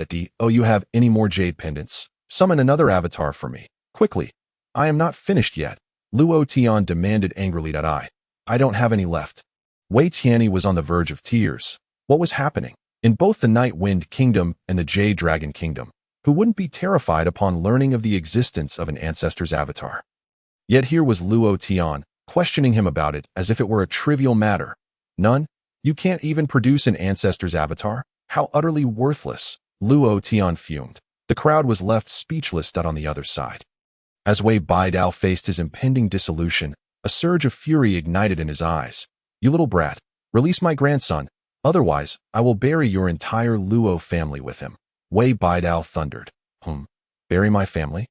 Luo Tian abruptly halted, turning to regard him coldly. Wei Baidao's voice turned icy. My true self will soon arrive in the Night Wind Kingdom. If I see even a scratch on my grandson, I will annihilate your Luo family. Luo Tian fixed his gaze on Wei Baidao, while his other hand brushed against Wei Tian. Bang! In an instant, Wei Tian's head exploded. Wei Baidao's eyes widened in disbelief. He had not expected Luo Tian to dare to act, one after another, threatening to annihilate my entire family. Do you think I will let you off easy? Wei Baidao growled. If you have the guts, come and kill me. If you dare not come, I will go and wipe out your Wei family. Wait for it. Wei Baidao's eyes turned crimson as he uttered his final words before vanishing completely. In an instant, the surroundings fell into an eerie silence. Everyone remained in a state of shock. All that had just transpired had exceeded their comprehension. That a being of the Guishu realm, such a powerful figure, had not been seen in the Night Wind Kingdom for 500 years. Yet now, a mere avatar of Wei Baidao had been vanquished by Luo Tian. Does this imply that Luo Tian is also at the Guishu realm? The mere thought of this possibility altered the expressions of the onlookers towards the Luo family. In the Night Wind Kingdom, possessing 3 individuals at the Tongxian realm is the threshold for becoming a first-rate power. And what of a Guishu realm? Undoubtedly, the Luo family now stands as the foremost power in the Night Wind Kingdom, far surpassing all others. Yet, at this moment, Luo Tian wore a countenance of deep frustration. Damn, it took so long to encounter a Guishu realm expert, and I had hoped to exchange a few moves, only to find it was over so swiftly. This leaves me utterly lost regarding my own strength. Suddenly, his gaze shifted, landing upon Han Wenzhou in the distance. That moment, Han Wenzhou was cradling the unconscious Tang Diaolong, preparing to make a discreet escape. However, the instant Luo Tian's eyes fell upon him, Han Wenzhou felt a jolt of terror surge through him. Senior, I was ignorant and have offended you in the Night Wind Kingdom. Please forgive me. What a jest. This Luo Tian is the one who has even defeated the avatar of Wei Baidao. Han Wenzhou felt a flicker of relief. Earlier, when Wei Tianyi commanded his subordinates at the Tongxian realm to engage Luo Tian, he too had considered letting his own Tongxian realm protector attempt to seize Luo Tian. After all, such an opportunity was enticing. Yet, due to a moment's hesitation, several of Wei's experts had perished. He felt fortunate for his delay. Otherwise, he would undoubtedly face death now. While Han Wenzhou pondered, Luo Tian strolled confidently towards him, but as he heard the approaching footsteps, Han Wenzhou felt as if he were being struck by bolts of heavenly lightning. Soon drenched in sweat. "Hey, do you have any avatars of your ancestors, or the like? Summon one for me. I wish to confront it," Luo Tian commanded. "Huh?" Han Wenzhou was taken aback. "What kind of request is this?" Luo Tian furrowed his brow and replied coldly. "Huh, what? Hurry and summon it." Han Wenzhou immediately lowered his head and said, "Senior, I do not possess one." Instantly, the temperature around them dropped significantly. Han Wenzhou trembled and added, "Senior, I assure you I am not deceiving you. Wei Tianyi is the scion of the Wei family, and Tang Jialong and I are merely true disciples of the Heavenly River sect in Yulong Kingdom. While we may not lack in strength, our standing within our respective factions is incomparable to his. How could we possibly carry an ancestor-s avatar?" Observing the sincerity in Han Wenzhou's words, Luo Tian ceased his pressing inquiries. Feeling the pressure alleviate, Han Wenzhou finally exhaled. Meanwhile, Luo Tian turned to Luo Chun and stated, "All right, the matter is settled. Let us activate the Ziwei secret realm. Oh, all right." Luo Chun had been momentarily stunned. Only regaining his senses at that moment, he retrieved a token from his bosom and infused it with a surge of spiritual energy. Buzz! In an instant, the mountains and rivers shimmered with brilliance as luminous points surged forth from every direction. Ultimately, these points coalesced before Luo Chun into the shape of a door, marking the entrance to the Ziwei secret realm. "Senior Luo Tian, the Ziwei secret realm has been activated. The realm will remain open for 3 days. After that, it will close, and everyone will be teleported out. Within the realm, various treasures abound, though most are suitable for the Gathering Qi realm, with only a few for the Transformation Spirit and Sky Sovereign realms. There are also numerous perilous entities within, such as demonic beasts and various spirits. Although they pose little danger to you, by the way, the innate spiritual crystals you requested can be found in several regions. I have marked them on this map for you." As Luo Chen spoke, he handed a map of the Ziwei secret realm to Luo Tian. After perusing it, Luo Tian nodded and remarked, "You are quite thoughtful." Luo Chen smiled and replied, "Senior, you were too kind. Do you have any further instructions?" Luo Tian shook his head and said, "None. Members of the Luo family, follow me." With that, he stepped boldly into the Ziwei secret realm. The surroundings fell silent, as none dared to move. Only after all members of the Luo family had entered did the crowd erupt into chaos. "Step aside. I want to go in first." "Damn, why are you pushing? Why didn't you push before?" "Nonsense. Weren't you too afraid to take a step in front of Luo Tian?" "Who are you talking about?" The crowd surged forward, clamoring to enter the secret realm. Han Wenzhou. "What shall we do?" On the other side, Han Wenzhou's protector finally dared to make an appearance. Holding the unconscious Tang Jialong, Han Wenzhou pondered briefly before saying, "I still wish to see, perhaps I can obtain the legacy of the Ziwei Taoist, which would benefit the sect." The protector contemplated for a moment and replied, "Very well. But remember, under no circumstances should you provoke anyone from the Luo family." Han Wenzhou forced a smile and said, "I know without you saying. What a joke. Who would dare provoke a member of the Luo family? Do they wish to court death?" After speaking, Han Wenzhou and his companions also entered the Ziwei secret realm. Not long after, only Luo Chen remained outside the realm. Just as he was about to enter, his communication talisman suddenly lit up. "Greetings, esteemed sect master." Luo Chen activated the talisman and spoke. On the other end was the sect master of the Guiyuan sect, Ling Shuzi. "Luo Chen, matters concerning the sect remain unresolved, so I must entrust the Ziwei secret realm to you. I appreciate your efforts. By the way, has anything unusual occurred in the secret realm?" Ling Shuzi inquired. Luo Chen replied, "Sect master, there has been a bit of a disturbance. The scion of the Wei family from Yulong Kingdom, Wei Tianyi, has arrived." Ling Shuzi was clearly startled. "The Wei family of Yulong Kingdom? Why have they come?" Luo Chen continued, "They are not the only ones. The Heavenly River sect has sent people as well. From what I gather, Someone has predicted that the legacy of the Ziwei Daoist will manifest this year. What? On the other end, Ling Shuzi was evidently shocked. The legacy of the Ziwei Daoist? How could this happen? We of the Guiyuan sect control the Ziwei secret realm, and even we were unaware of this. It is no surprise that the Yulong Kingdom's divination skills surpass ours. He paused before continuing. If the Wei family and the Heavenly River sect have come, you must remind young Master Luo Tian to avoid conflict with them. After all, young Master Luo Tian is a benefactor of our Guiyuan sect. Luo Chun, feeling somewhat awkward, replied, Sect Master, they have already clashed. Ling Shuzi gasped. What? They have clashed. Young Master Luo Tian was not injured, was he? Luo Chen assured him. No. Ling Shuzi let out a sigh of relief. That is good. However, Wei Tianyi and his protector were killed by young Master Luo Tian. Luo Chen added. What? Ling Shuzi exclaimed. Wei Tianyi was killed. This is serious. I have heard that Wei Baidao is extremely protective of his kin. If his descendant was killed, what will become of us? Will the Night Wind Kingdom not be turned upside down? Ling Shuzi exclaimed. Luo Chen scratched his head and said, Wei Baidao's avatar has already arrived on the other end. Ling Shuzi gasped. Wei Baidao's avatar has arrived. His avatar possesses Guishu realm cultivation. Does that not mean Luo Tian? Just as he contemplated the arrival of a Guishu realm powerhouse, Ling Shuzi felt a chill run down his spine. Yet, he heard Luo Chun continue. He fought with young Master Luo Tian and was then killed by young Master Luo Tian using a grass stick. Ling Shuzi. A long silence ensued. After a considerable time, Ling Shuzi's voice came through the talisman, filled with astonishment. What did you just say? You cannot be deceiving me. Can you? Wei Baidao's avatar was slain by young Master Luo Tian. With a grass stick, no less. Surely, it was not some supreme artifact. Ling Shuzi exclaimed in disbelief. Luo Chen picked up the grass stick that Luo Tian had just used and snapped it effortlessly in two. Sect Master, I assure you, it is merely an ordinary grass stick. I broke it with a single hand. Luo Chen stated Haiti that moment. He too felt a sense of unreality.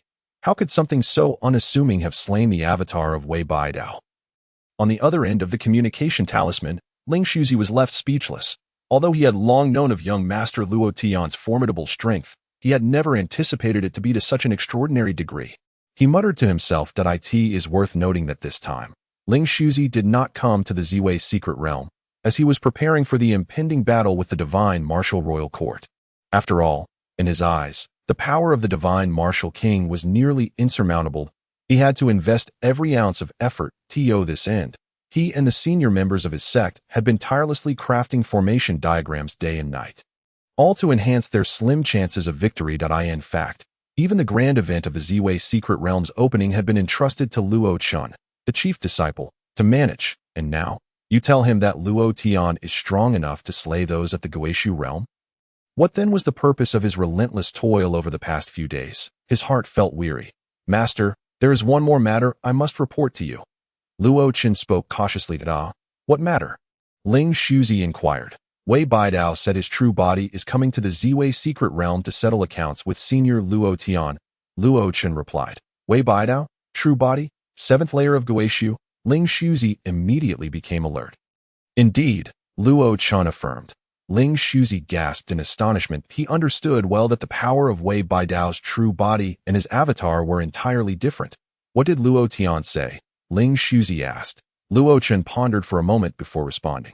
Senior Luo Tian did not take it seriously. Ling Shuzi was momentarily bewildered. What was the meaning of this? Did he not recognize the strength of Wei Baidao? Or had Luo Tian truly reached such an extraordinary level? No, I must personally investigate, Ling Shuzi resolved, turning to Luo Chun. All right, you may enter the Ziwei secret realm as well. If possible, also strive to seize the legacy of the Ziwei Daoist. I will arrive shortly. Yes, disciple obeys, Luo Chun replied. With that, he ventured into the Ziwei secret realm.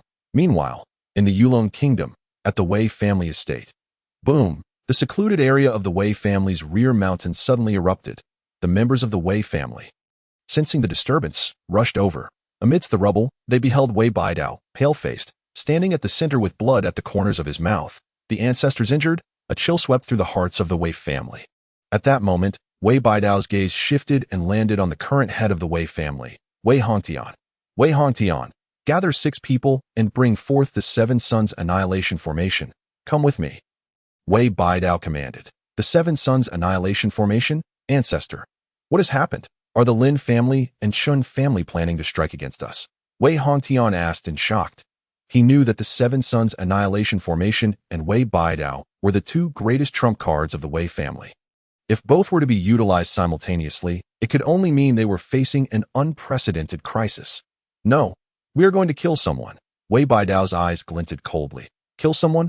Wei Hongtian was momentarily taken aback. Suddenly feeling a chill in his heart. Two trump cards to kill one person? Could it be?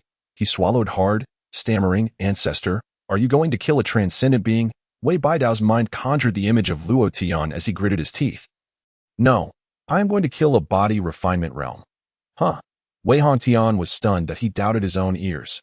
Ancestor, what realm did you say to kill? He confirmed once more. A body refinement realm junior from the Night Wind Kingdom. Wei Baidao reiterated. This time, everyone clearly understood. The expressions of the Wei family members were full of unutterable complexity. Their ancestor, a seventh-layer Guishu powerhouse, a titan in the cultivation world of the Yulong Kingdom. A guest elder of the royal family, a martial arts master, one of the top 10 strongest in the Yulong Kingdom, was targeting a mere body refinement realm brat from the Night Wind Kingdom. This alone was enough to be a source of embarrassment. Yet, he intended to bring along other strong members of the Wei family, even deploying their greatest trump card, the Seven Sons Annihilation Formation. Such a grand display for the sake of a body refinement realm practitioner. Ancestor, are you all right? Wei Hongtian asked, concerned. What do you mean? Wei Baidao glared at him. Are you perhaps experiencing a delusion due to a lapse in your cultivation?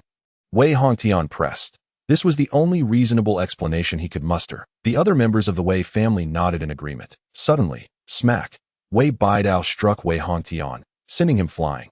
You fool, do you think I have the time for jokes? Your son, Wei Tian, has been killed in the Night Wind Kingdom, Wei Baidao bellowed. What? Wei Hongtian, who had collapsed to the ground, trembled all over. Wei Tian was his eldest son, whom he had high hopes for. How could he have been killed? Impossible. I sent 4 individuals of the Transcendence realm to accompany him, and he still had one of your avatars with him. How could anyone possibly kill him?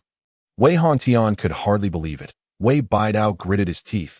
Those 4 are all dead. My avatar was also destroyed. Everyone present was astonished. Who in the Night Wind Kingdom possessed the capability to annihilate the ancestor's avatar? Was it the Master of Heavenly Grace or the Divine Martial King? No, the ancestor's avatar also possessed the strength of the first layer of Guishu. Even if those two joined forces, they could not have destroyed the ancestor's avatar. The crowd buzzed with speculation, yet they saw Wei Baidao's grim expression as he stated, the one who destroyed my avatar is a body refinement realm brat. The one who killed Tian is also him. The crowd was once again left dumbfounded. A body refinement realm killing a Guishu. This must be a joke. Observing the expressions of the gathered, Wei Baidao coldly elaborated, that young man must have acquired some extraordinary opportunity. Although he is only at the body refinement realm, his strength, by my estimation, should be around the 3rd layer of Guishu. A body refinement realm cultivation level with the strength of a 3rd layer Guishu? Upon hearing this, everyone felt a chill. Some began to grasp the implications, their eyes widening in realization. Wei Baidao continued. Tian was still too reckless. He attempted to seize the opportunity from that individual, underestimating his power. Therefore, whether for the sake of avenging Tian or for the enduring legacy of our Wei family, we must swiftly eliminate that brat and uncover the secrets he possesses. After Wei Baidao finished speaking, one of the Wei family members frowned and said, Ancestor, even so, is such a grand display truly necessary? Even if he possesses the strength of the 3rd layer of Guishu, you could easily handle it with just 2 people.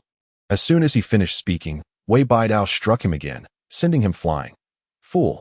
Have you forgotten the lessons I've taught you over the years? You know this child cannot be allowed to live. Yet you still hesitate to act with full force. Do you want to assist that brat in honing his skills? Wei Baidao chastised angrily. The individual who had been reprimanded immediately wiped the blood from his lips and bowed his head. I apologize, Ancestor. I was wrong. Wei Baidao huffed. Bring the Seven Sons Annihilation Formation along with every available Transcendence Realm expert from the family, and come with me. I will not allow that brat the slightest chance of escape. Yes, the members of the Wei family responded in unison. On that day, the Wei family was in turmoil. Meanwhile, in the Ziwei secret realm, After Luo Tian led everyone into the realm, it felt as though they had entered an entirely different world. There was no sun in the sky, yet countless stars formed a celestial tapestry, illuminating the land in vibrant splendor. The spiritual energy in the air was considerably denser than in the outside world. Is this the Taoist sanctum of the Ziwei? Truly extraordinary. Someone couldn't help but exclaim. All right, having entered the Ziwei secret realm, the resources you obtain will depend on your own fortune. You may form your own groups. Just be sure to prioritize your safety, Luo Tian declared. Yes, young master. Everyone was filled with immense excitement, for this was their first time visiting this place. Soon, they formed their respective teams and set off in search of opportunities. Luo Tian also took out the map that Luo Chun had given him and began to study it. There are still many locations where innate spiritual crystals have appeared. This Yuling Palace seems to be the closest. Let's head there first, Luo Tian said, lightly pressing off the ground with his toes as he darted in a particular direction. Behind Luo Tian, two individuals from the Night Wind Kingdom held maps in hand. Looking at Luo Tian's retreating figure with astonishment. Why is this senior Luo Tian heading in that direction? Isn't that the beast nest? It seems that according to the map, there are no resources there apart from demonic beasts.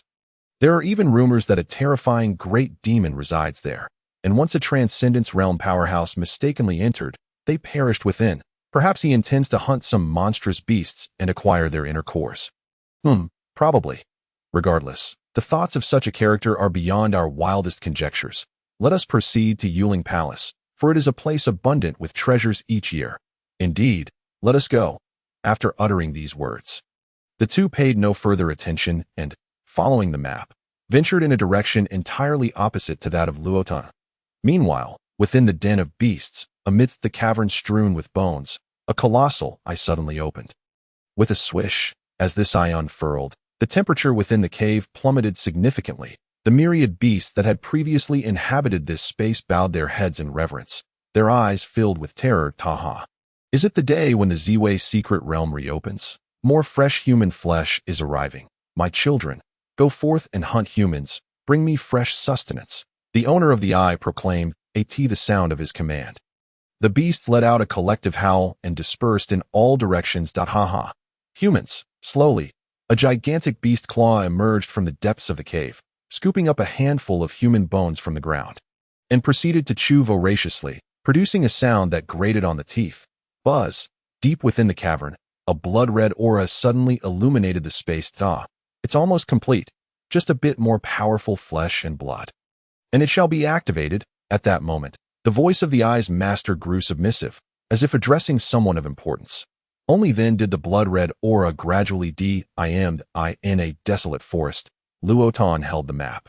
His expression one of skepticism. Does the map not claim that Yuling Palace is ethereal, filled with spiritual herbs?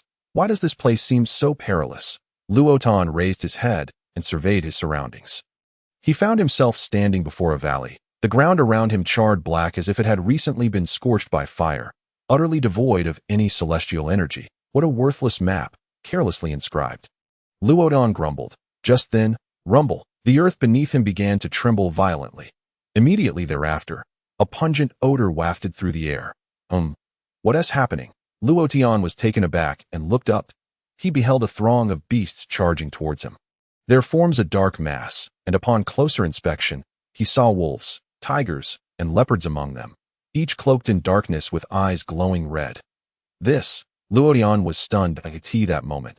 The beast tide noticed Luo Tian.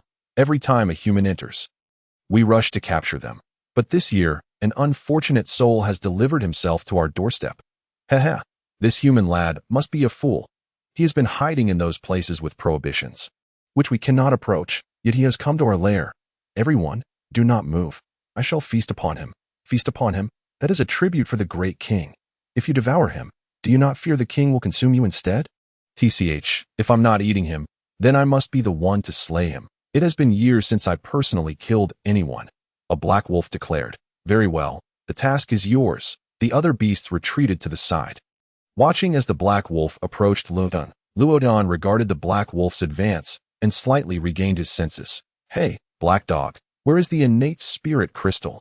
Luo Tian inquired this utterance. The surrounding beasts were taken aback. Black dog, this human lad is finished. He dares to address the Black Wolf leader as a black dog. The Black Wolf leader despises being called that. This fellow is bound to meet a particularly grim fate. Indeed, the Black Wolf leader's eyes flashed with cold light.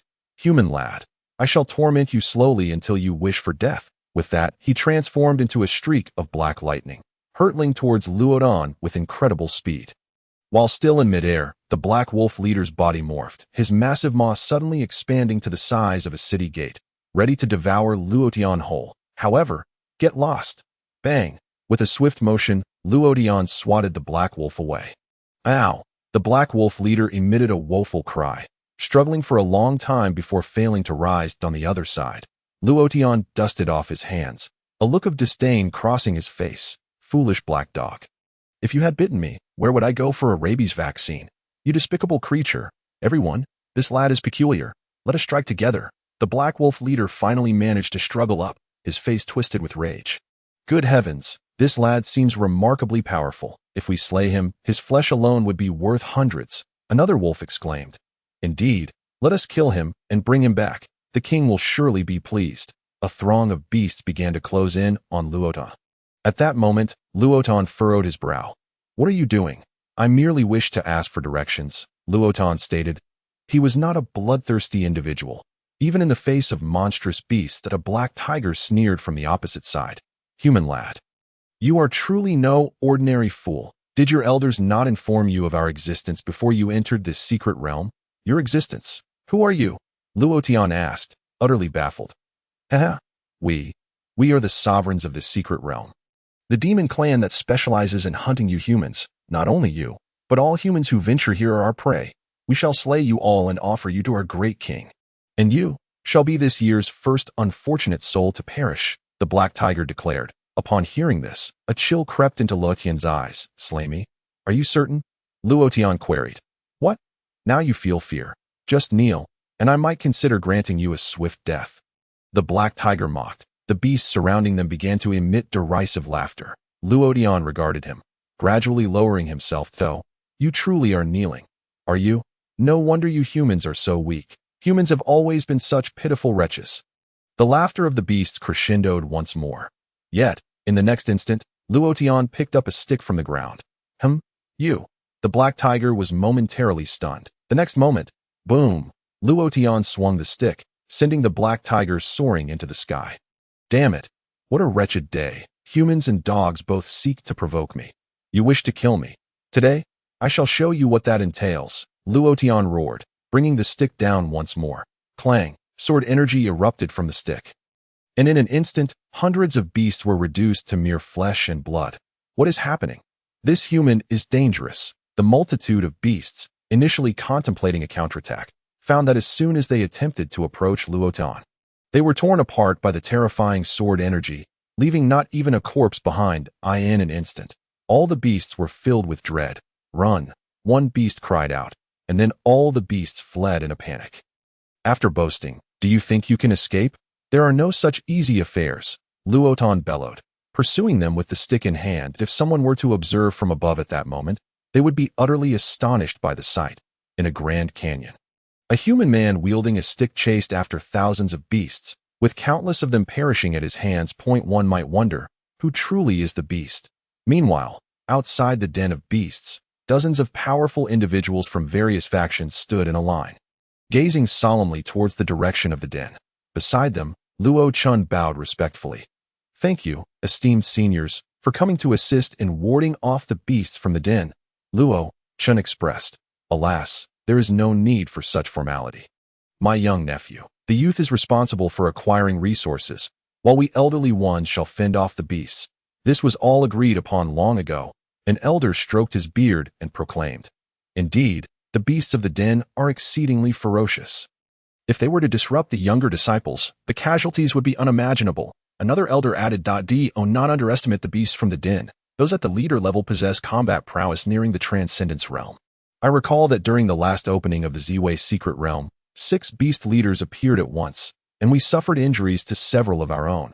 A middle-aged woman remarked, By the way, Luo Tian, your Guiyuan sex beast chart should indicate how many beast leaders are present here, right? Long Yingqiu gazed at Luo Tian and inquired.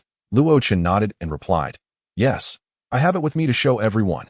As he spoke, he produced the beast chart and infused it with a strand of spiritual energy. Suddenly, Luo Tian's expression shifted dramatically. What? Impossible, he exclaimed in astonishment. What is it? Let me see. Long Yingqiu approached for a closer look. And his face paled instantaneously. 40 heads. 40 beast commanders? What? The others also panicked. Does that mean there are 40 demon beasts at the Transcendence realm level? What on earth is happening this year? Why are so many emerging? Has something occurred in the beast lair? Damn it. Our fighting force at the Transcendence realm consists of merely 12 individuals. Can we withstand this? Luo Tian, we must terminate the Ziwei secret realm early. Otherwise, we will face a calamity, someone proposed. Indeed, with 40 Transcendence demon beasts, in addition to thousands of lower-tier demon beasts, it was beyond the capacity of their group to resist. It seemed imperative to conclude the trial. Just as Luo Tian was about to make a decision, the beast chart suddenly exhibited a change. What is happening? Luo Tian was taken aback. What do you mean? Hurry and make a decision. This is no trivial matter. Long Yingqiu frowned. However, in the next moment, he too was left speechless. The beast chart indicated that there were still 35 demon beast commanders remaining. 5 demon beast commanders have perished, an elder exclaimed in shock. To be aware, the demon beast commanders possessed combat capabilities comparable to the Transcendence realm, not much different from their own group. How could 5 die in an instant? As the group remained bewildered, the beast chart underwent yet another transformation. 2 more demon beast commanders have fallen. Long Yingqiu cried out in surprise. The speed was astonishing. Moreover, look at the count of the lower-tier demon beasts beneath them. It is rapidly diminishing, someone shouted. Only then did the crowd shift their attention from the demon beast commanders to the lower-tier beasts. Initially, when the beast chart was unveiled, it displayed over 60,000 lower-tier demon beasts. Yet in the blink of an eye, the number had dropped to just over 50,000 in such a brief period. Over 10,000 demon beasts had perished. The group exchanged glances, each filled with disbelief. Clearly, something monumental had transpired within the beast's lair. The monk from the demon suppression temple spoke that we cannot delay any longer. We must close the Ziwei secret realm prematurely. An elder sighed. Premature closure, another elder lamented. After all, it was rumored that this year's Ziwei secret realm would present the inheritance of the Ziwei Taoist. The outcome was disheartening. Everyone, I believe we should first ascertain what has transpired within the beast's lair before making a final decision. Long Yingqiu insisted, unwilling to relent. Indeed, I concur. Even if we must close the Ziwei secret realm, we must understand what has occurred. Someone echoed. After a moment of contemplation, the monk from the demon suppression temple suggested. Very well, we shall split into 2 groups. Select 3 individuals to venture towards the beast's lair to investigate. The rest will gather the remaining individuals within the secret realm. And Luo Tian, you must find young Master Luo Tian. If he is present, our safety will be enhanced. A middle-aged woman nearby chuckled bitterly. Master Yuansheng, with tens of thousands of demon beasts, including dozens at the Transcendence realm level, even if young Master Luo Tian arrives, he may be powerless. Master Yuansheng from the demon suppression temple sighed. It is still better than our current predicament. Long Yingqiu nodded in agreement. All right, it is settled then. I, Master Yuansheng, and Aunt Xiaowei will enter the Beast Valley to investigate. If we find anything amiss, we will retreat immediately. The rest shall handle the remaining matters. Understood. The group responded, dispersing, leaving only Long Yingqiu and the 2 others. Sigh, let us proceed. I wonder what truly transpired within the beast's lair. Long Yingqiu mused, gazing at the entrance. Meanwhile, inside the beast's lair, help! There are monsters! A black panther wailed as it fled. Not far behind, a figure wielding a stick, with a ferocious countenance, was hot on its heels. That figure was none other than Luo Tian. Damn it, what is wrong with this guy? Hey, is this how humans behave when I venture out for the first time? You deceived me, claiming humans are our food. They are terrifying. Some newly emerged demon beasts nearly burst into tears. Among the fleeing herd, a massive black elephant stood out. It glanced back at the pursuing Luo Tian, then at its companions, coldly declaring, Everyone, I have noticed something. That human relies solely on the stick for all his attacks. So what? A black bear questioned. The elephant revealed a strange smile and said, Do you think it is possible that he is only powerful with his weapon? But his physical strength is actually quite fragile. Hence, he dares not use any means other than the stick. A black snake flicked its tongue and remarked, "You make a valid point. The human body is indeed weaker compared to our demon kind. Moreover, our bodies have been augmented by our elders. But what does that change?" The elephant grinned maliciously. "What does it change? I believe I have devised a method to deal with him. If my assumption is correct, I merely need to evade one of his attacks and then land a punch on his body to end him." The black snake replied, "What you say holds some merit. Go ahead and try. We will support you." The elephant responded, "All right, but if I succeed, I shall take the credit for this battle." "No problem." The other demon beasts chorused in unison. Boom! The elephant halted abruptly, while the other beasts stayed a distance away to observe. "Haha, human, your time is up. I have found your weakness. Prepare to die." The elephant roared at Luo Tian from behind. Simultaneously, its gaze fixated on the stick in Luo Tian's hand. The stick. As long as I can dodge the stick, victory is mine. The elephant thought to itself, that moment. Luo Tian had already reached in front of it. "That I can see you."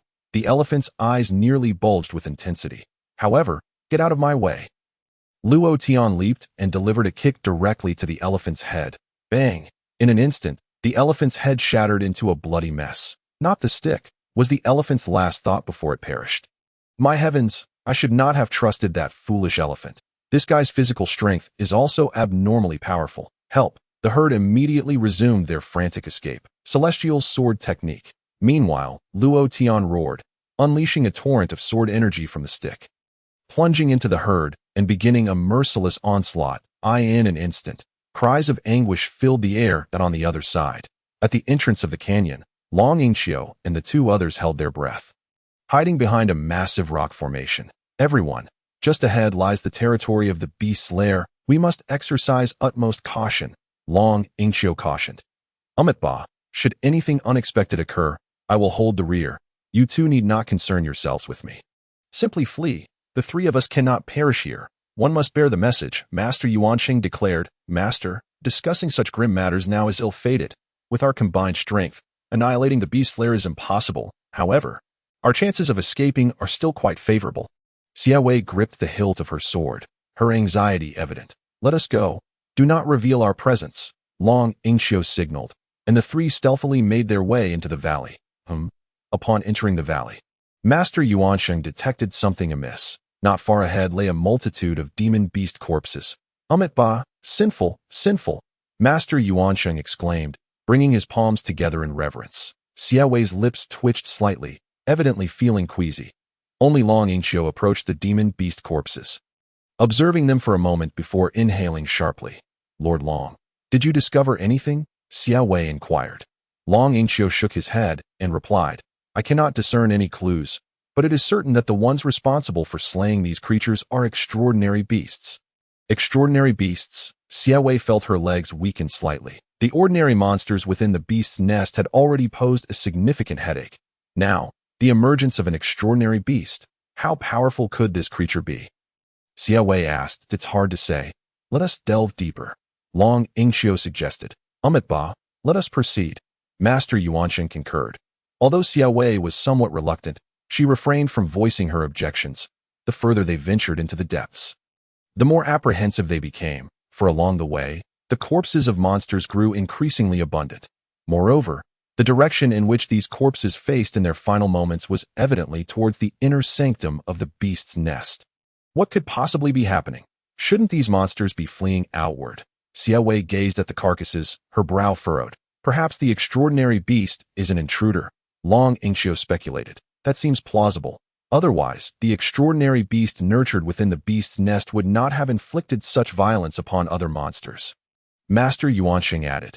"And what might that imply regarding the strength of this beast?" Xia Wei inquired. Master Yuanqing hesitated momentarily, choosing not to elaborate. Just then, Long Yingxiu suddenly exclaimed, "Could it be?" He swiftly moved towards a massive corpse of a beast. "Dragon Gate Master, what is it?" Xia Wei hurriedly followed up with her question. Long Yingxiu took a deep breath, pointing at the gigantic headless beast's carcass before him, stating, "I recognize this beast. You recognize it?" Xia Wei was taken aback. Long Yingxiu nodded. "A few years ago, when I brought disciples into the Ziwei secret realm, we happened upon this beast emerging from the Beast Valley. It was exceedingly ferocious. Only by combining our strengths with the leader of the Thunder sect were we able to barely subdue it. I still recall its fangs, which were as formidable as two divine weapons. I bear scars from that encounter to this day. Long Yingqiu recounted, a look of lingering fear etched on his face. Fangs? Where are they? Xia Wei was momentarily stunned, and when she circled to the other side of the carcass, she nearly gasped in shock. My heavens! Xia Wei exclaimed. What is it? Master Yuanxing asked as he also circled to the opposite side. What they beheld was that the beast's mouth was completely devoid of anything. Dragon Gate Master, are you certain this creature was formidable? Xia Wei questioned Long Yingqiu at that moment. Long Yingqiu appeared equally bewildered. He vividly remembered the fierce battle from years past. He knew all too well the strength of this elephantine monster. In a one-on-one confrontation, he would have struggled to match its prowess. Yet, such a formidable being now lay lifeless before them. Moreover, judging by the condition of the body, it was clear it had been slain in one swift strike. The entity that dispatched this elephantine beast must be even more powerful than I imagined. Sweat began to beat on Long Yingqiu's forehead. Dragon Gate Master, shall we continue deeper? Xia Wei asked, feeling apprehensive. Long Yingqiu pondered for a moment before declaring, I believe we should proceed a little further. I still sense something amiss. Master Yuanxing nodded in agreement. I concur. This matter could potentially spell disaster for our Night Wind Kingdom, and I must witness it with my own eyes to feel at ease. Very well, Xia Wei sighed. Though she was filled with reluctance, she steeled herself to advance. Meanwhile, at the deepest recess of the beast's nest, a voice cried out, My king, save us! There are monsters! Several commander-level monsters scrambled back in disarray. These beasts were in a wretched state, their bodies covered in dust. One monkey beast even had a severed arm. Just then, a massive white claw emerged violently from the depths of the cave, puncturing the body of one monster. Great king, that monster died with unblinking eyes that I have warned you countless times. Here, silence is paramount. Have you all lost your wits? The claw retreated, and a deep voice resonated within the cave. The other monsters immediately prostrated themselves, trembling in fear. How many humans have you brought back so quickly? Inquired a voice from the depths of the cave. My lord, not a single one. A monster replied. Not a single one, and yet you dare return. Do you wish for death? The voice from the cave erupted in fury. In an instant, a murderous aura enveloped the depths of the beast's nest. A group of monsters immediately knelt, pleading for mercy. My king, this matter is truly not our fault. We encountered a monster, and our brethren were nearly all slain. One monster spoke bravely amidst the oppressive aura. At that moment, the murderous aura began to dissipate. A monster? What manner of creature? The king's voice was tinged with curiosity. It is a human. A human? The king's voice was laced with astonishment. You were pursued by a human? What was his level? Was he from the Guishu realm? Could he possibly be akin to that old fool Ziwei? Is he at the transcendent stage? As he spoke, the king's tone grew increasingly anxious. Just then, footsteps echoed from outside the cave. The monsters, still cowering on the ground, nearly soiled themselves and feared. My king, he is coming. The monsters frantically sought refuge. A bunch of useless fools. The voice roared, yet it paid them no heed. Within the cave, a giant eye opened wide, fixated on the direction from which the footsteps emerged. Those few must have run here? Is this the Yuling Palace? Why does it reek so? The newcomer, naturally, was Luo Tian. The human spiritual energy is scattered. It has not coalesced into a sea. Is he at the body refinement stage? The giant-eyed demon king appeared somewhat astonished. Just then, within the cave where the giant-eyed demon king resided, a blood-red glow surged forth. He glanced around, narrowing his eyes slightly. Interesting. Although he is merely at the body refinement stage, this fellow's physique has been honed to such an extent that the power contained within his bloodline is indeed enticing. Rest assured, I shall rend this fellow's body and use his flesh and blood as offerings to you, the giant-eyed demon king proclaimed. Who is speaking? Luo Tian, hearing the voice, looked around. In the next instant, a white claw emerged from the cave. You dare to trespass on my territory, human brat. It seems your fate is sealed. Die. The claw stealthily lunged towards Luo Tian. The beast's claw, with its razor-sharp nails, was akin to divine weaponry. The demon king possessed absolute confidence that a single strike would pierce through Luo Tian's body. However, when the claw struck Luo Tian's back, it emitted a piercing metallic clang. In the next moment, the claw's nails shattered upon impact. What? The giant-eyed demon king was taken aback. He had never missed with this technique before. Yet today, Not only had he failed to slay Luo Tian, but he had also broken his nails. Oh, the Demon King sensed something was amiss and swiftly retracted his claw. But just then, Luo Tian raised his left hand, activating the Heavenly Dao Palm technique. A golden hand manifested, seizing the claw and yanking it outward with great force. Boom, the cave collapsed, and the Demon King was forcibly dragged out. At that moment, the Demon King finally revealed his true form. However, his appearance was rather peculiar. He resembled a massive fleshy sphere with two enormous eyes, surrounded by a multitude of beastly claws that surged towards Luo Tian, while Luo Tian's other hand clenched into a fist. The fist energy coalesced into a dragon shape, poised for action. Heavenly Dao Fist.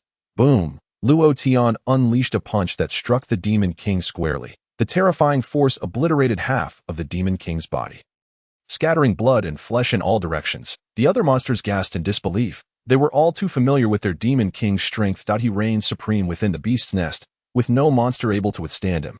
To the multitude of monsters, their Demon King was nearly invincible. Yet he was shattered by this human with a single blow. Indeed, this fellow is a monster. Luo Tian waved his hand, discarding the carcasses of the participating beasts, preparing to advance further. However, to his astonishment, at that moment, a peculiar sound echoed through the air. Luo Tian paused, turning back to glance, only to discover that the recently obliterated beast's body was rapidly reassembling, transforming into a fleshy orb. Within just a few breaths, it had returned to its original form. Luo Tian was taken aback. This creature can resurrect itself? Meanwhile, within the valley, Long Yingqiu and the others continued their infiltration. As they drew closer to the 100-beast lair, their astonishment deepened. What on earth had transpired here? It resembled a battlefield of Azura. The trio gazed at the scattered bones, unable to suppress their dread. After a prolonged silence, Xiaowei finally spoke. How much do you both know about this 100-beast lair? Master Yuan Sheng pondered for a moment and replied, I have heard some tales from Master Tianin. Oh, what did Master Tianin say? The other two immediately expressed their interest. After all, although they were all at the same realm, Master Tianin was at the 9th level. Moreover, in terms of strength, he far surpassed the average practitioner at that level, being infinitely close to the realm of Guishu. His words naturally carried weight. The master recounted that in his earlier years, he had been invited by the former leader of the Guiyuan sect to enter the 100-beast lair, intending to eradicate the beast problem once and for all. Upon hearing this, Long Yingqiu and the other two nodded in agreement. The Ziwei secret realm was not considered a top-tier secret realm in the Nightwind Kingdom, not due to a lack of heavenly materials and earthly treasures, but primarily because the beasts within the 100-beast lair posed considerable danger. The risks did not align with the potential rewards. If the beast menace could truly be resolved, the value of the Ziwei secret realm would significantly increase. Master Yuan Sheng continued. In that battle, the master and several formidable experts fought tirelessly and ventured into the deepest part of the 100-beast lair. Encountering the lurking Beast King, a fierce battle ensued. What was the outcome? Xiaowei inquired with concern. Master Yuan Sheng hesitated before saying, naturally, the master and his companions emerged victorious. Victorious? Then why does Long Yingqiu seem puzzled? If Master Tianin and his group triumphed, why does the 100-beast lair still exist? Master Yuan Sheng continued. The master stated that the beast could not be killed. Could not be killed? What does that mean? Both were taken aback. Master Yuan Sheng explained. It means that the beast possesses an immortal body. Even if its form is destroyed, it will rapidly recover. The master said they paid a tremendous price to slay that Beast King once. Yet, in an instant, it recovered and even counterattacked one of their members. With no alternative, the master had to choose to retreat with everyone. Since then, no one had entertained the thought of exterminating the 100-beast lair.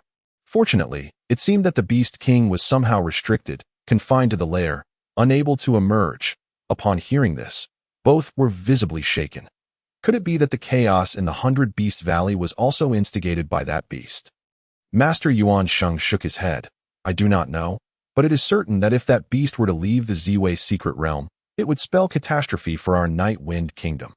The other two nodded in agreement, acknowledging Master Yuan Sheng's assertion. Meanwhile, deep within the 100-beast lair, the incensed human Beast King, upon recovering, glared at Luo Tian with a malevolent gaze. Luo Tian, upon meeting its gaze, furrowed his brow and asked, What are you staring at? With that, he struck again with a palm. Bang! This blow once more shattered the Beast King. However, moments later, the creature's form reconstituted yet again. Humph! Human, you cannot kill me with this immortal body. Upon regaining its form, the Beast King sneered. Luo Tian glanced at it and replied with a smile. Is that so? But it seems that your 2 recent recoveries have depleted quite a bit of your spiritual energy.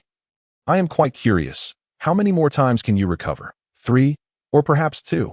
You, the Beast King, caught off guard by Luo Tian's insight into its secret, began to panic. Indeed, it was not truly immortal. Each resurrection consumed a substantial amount of spiritual energy. Moreover, the greater the damage inflicted, the more energy was required. Against ordinary foes, the damage it sustained during battles was limited. It could fight while replenishing its energy, effectively creating the illusion of immortality.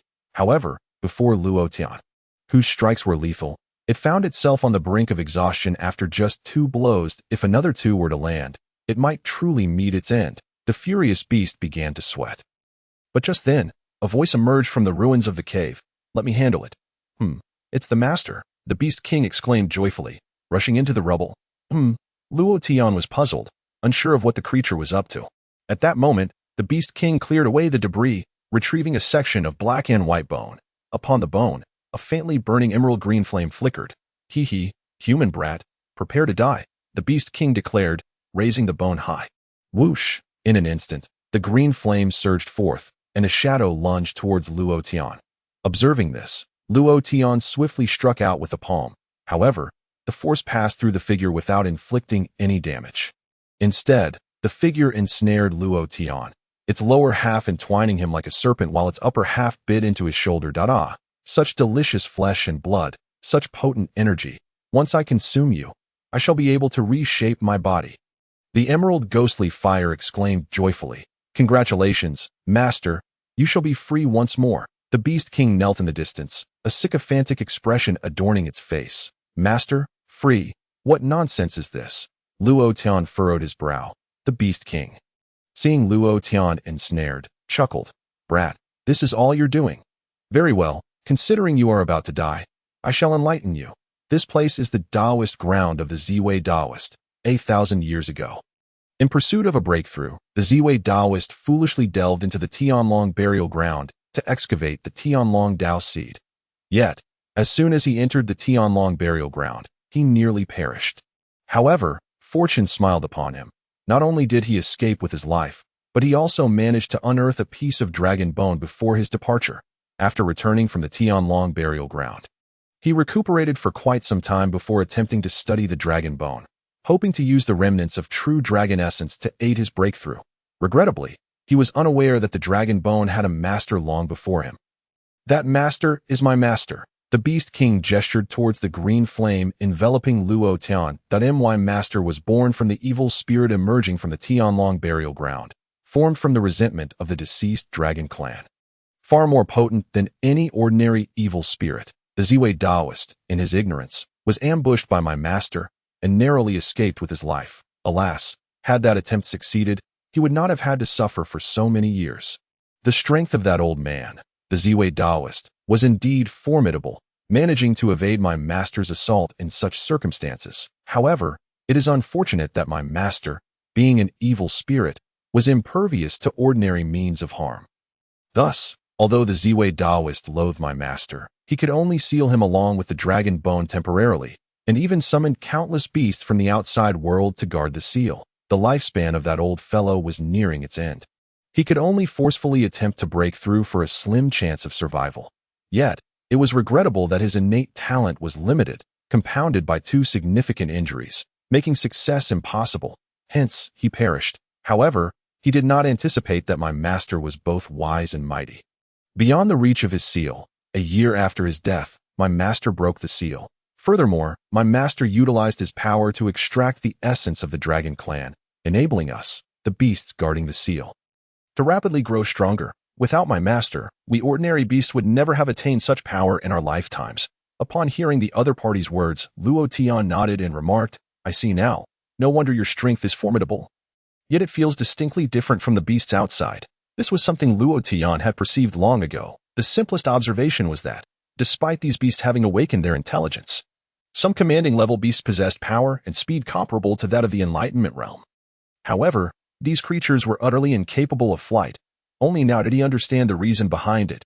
The Beast King snorted and continued, however, although our master resides within the dragon bone, he ultimately lacks a physical form, preventing him from advancing further. Thus, we take advantage of each time the secret realm opens to hunt humans, using their blood and flesh to extract the essence from the dragon bone. Originally, according to our plan, it would take at least several hundred years for our kin to fully refine the power within the dragon bone and find a suitable host, granting our master complete freedom. However, your arrival has truly brought us considerable surprise. As the Beast King spoke, he could not help but scrutinize Luo Tian. Such a robust physique, such pure energy. I have only felt this from the old man Ziwei, and your age and vitality far surpass that of the old man Ziwei. With your blood, our master can extract the power within the dragon bone. Furthermore, the remaining flesh can serve as a vessel for our master. You alone can expedite our plan by several hundred years. This is truly splendid. With this, the Beast King erupted into boisterous laughter. After hearing this, Luo Tian nodded slightly. Oh, I see. The Beast King appeared somewhat embarrassed at Luo Tian's reaction. This isn't right. Logically, one should feel fear or anger upon realizing they were destined to die and their body would become another's vessel. Shouldn't they? At this moment, Luo Tian ought to be begging for mercy or cursing himself. Yet this fellow, why is he so composed? Luo Tian turned to gaze at the malevolent spirit perched upon his shoulder, still gnawing away. Futile, the Beast King thought. Our master is a spiritual entity. Even that old coot Ziwei could not harm him. To defeat our master, one must possess formidable soul power. But alas, where in this world can one find so many soul cultivators? Even if you risk your life, you cannot inflict a scratch on our master. Weren't you just boasting? Were you not strong? What now? Try to act arrogant again. The Beast King mocked relentlessly to that moment. Luo Tian suddenly reached out and seized the malevolent spirit by its head. Have you had enough of gnawing? He exclaimed, pulling it down and slamming it into the ground. Boom! Instantly, the earth trembled and dust erupted. What? The Beast King was taken aback. The dust settled. Luo Tian revealed himself. The malevolent spirit that had been clinging to him was now forcibly removed. Even the ghostly flames surrounding the spirit had dimmed considerably. You are a soul cultivator? The malevolent spirit, caught in Luo Tian's grasp, wore an expression of disbelief. It was well known that soul cultivation was far more challenging than physical cultivation, and powerful soul cultivators were exceedingly rare. Because of this, malevolent spirits were among the most feared entities in the world. The number of soul cultivators capable of vanquishing them was alarmingly few. The best way for ordinary people to deal with them was to seal them. Just like the old man Ziwei had done, this malevolent spirit never expected that the vessel it had set its sights on would be a powerful soul cultivator. You want my blood and flesh, do you? You want me to serve as your vessel? You are truly overreaching. Luo Tian fixed his gaze on the malevolent spirit and snapped his fingers that in an instant, dozens of soul-binding nails materialized behind him. Soul-binding nails? The malevolent spirit trembled in fear at the sight of these. In the next moment, Luo Tian waved his hand, and the soul-binding nails descended. The malevolent spirit let out a wretched howl. Its voice seemed to pierce the very soul, causing the nearby beasts to faint from the shock. You vile brat, your soul-binding nails can only injure me, but cannot kill me, as long as I do not perish. One day, I will find you and make you suffer 1,000 deaths, obliterating your very bones. The malevolent spirit glared at Luo Tian, cursing vehemently. Luo Tian frowned and said, Is that so? Then how about this? As he spoke, he condensed his soul power. Clang. A curved blade materialized before him. The blade appeared. The malevolent spirit's ghostly flame-like body began to tremble violently, as if it were on the verge of collapse.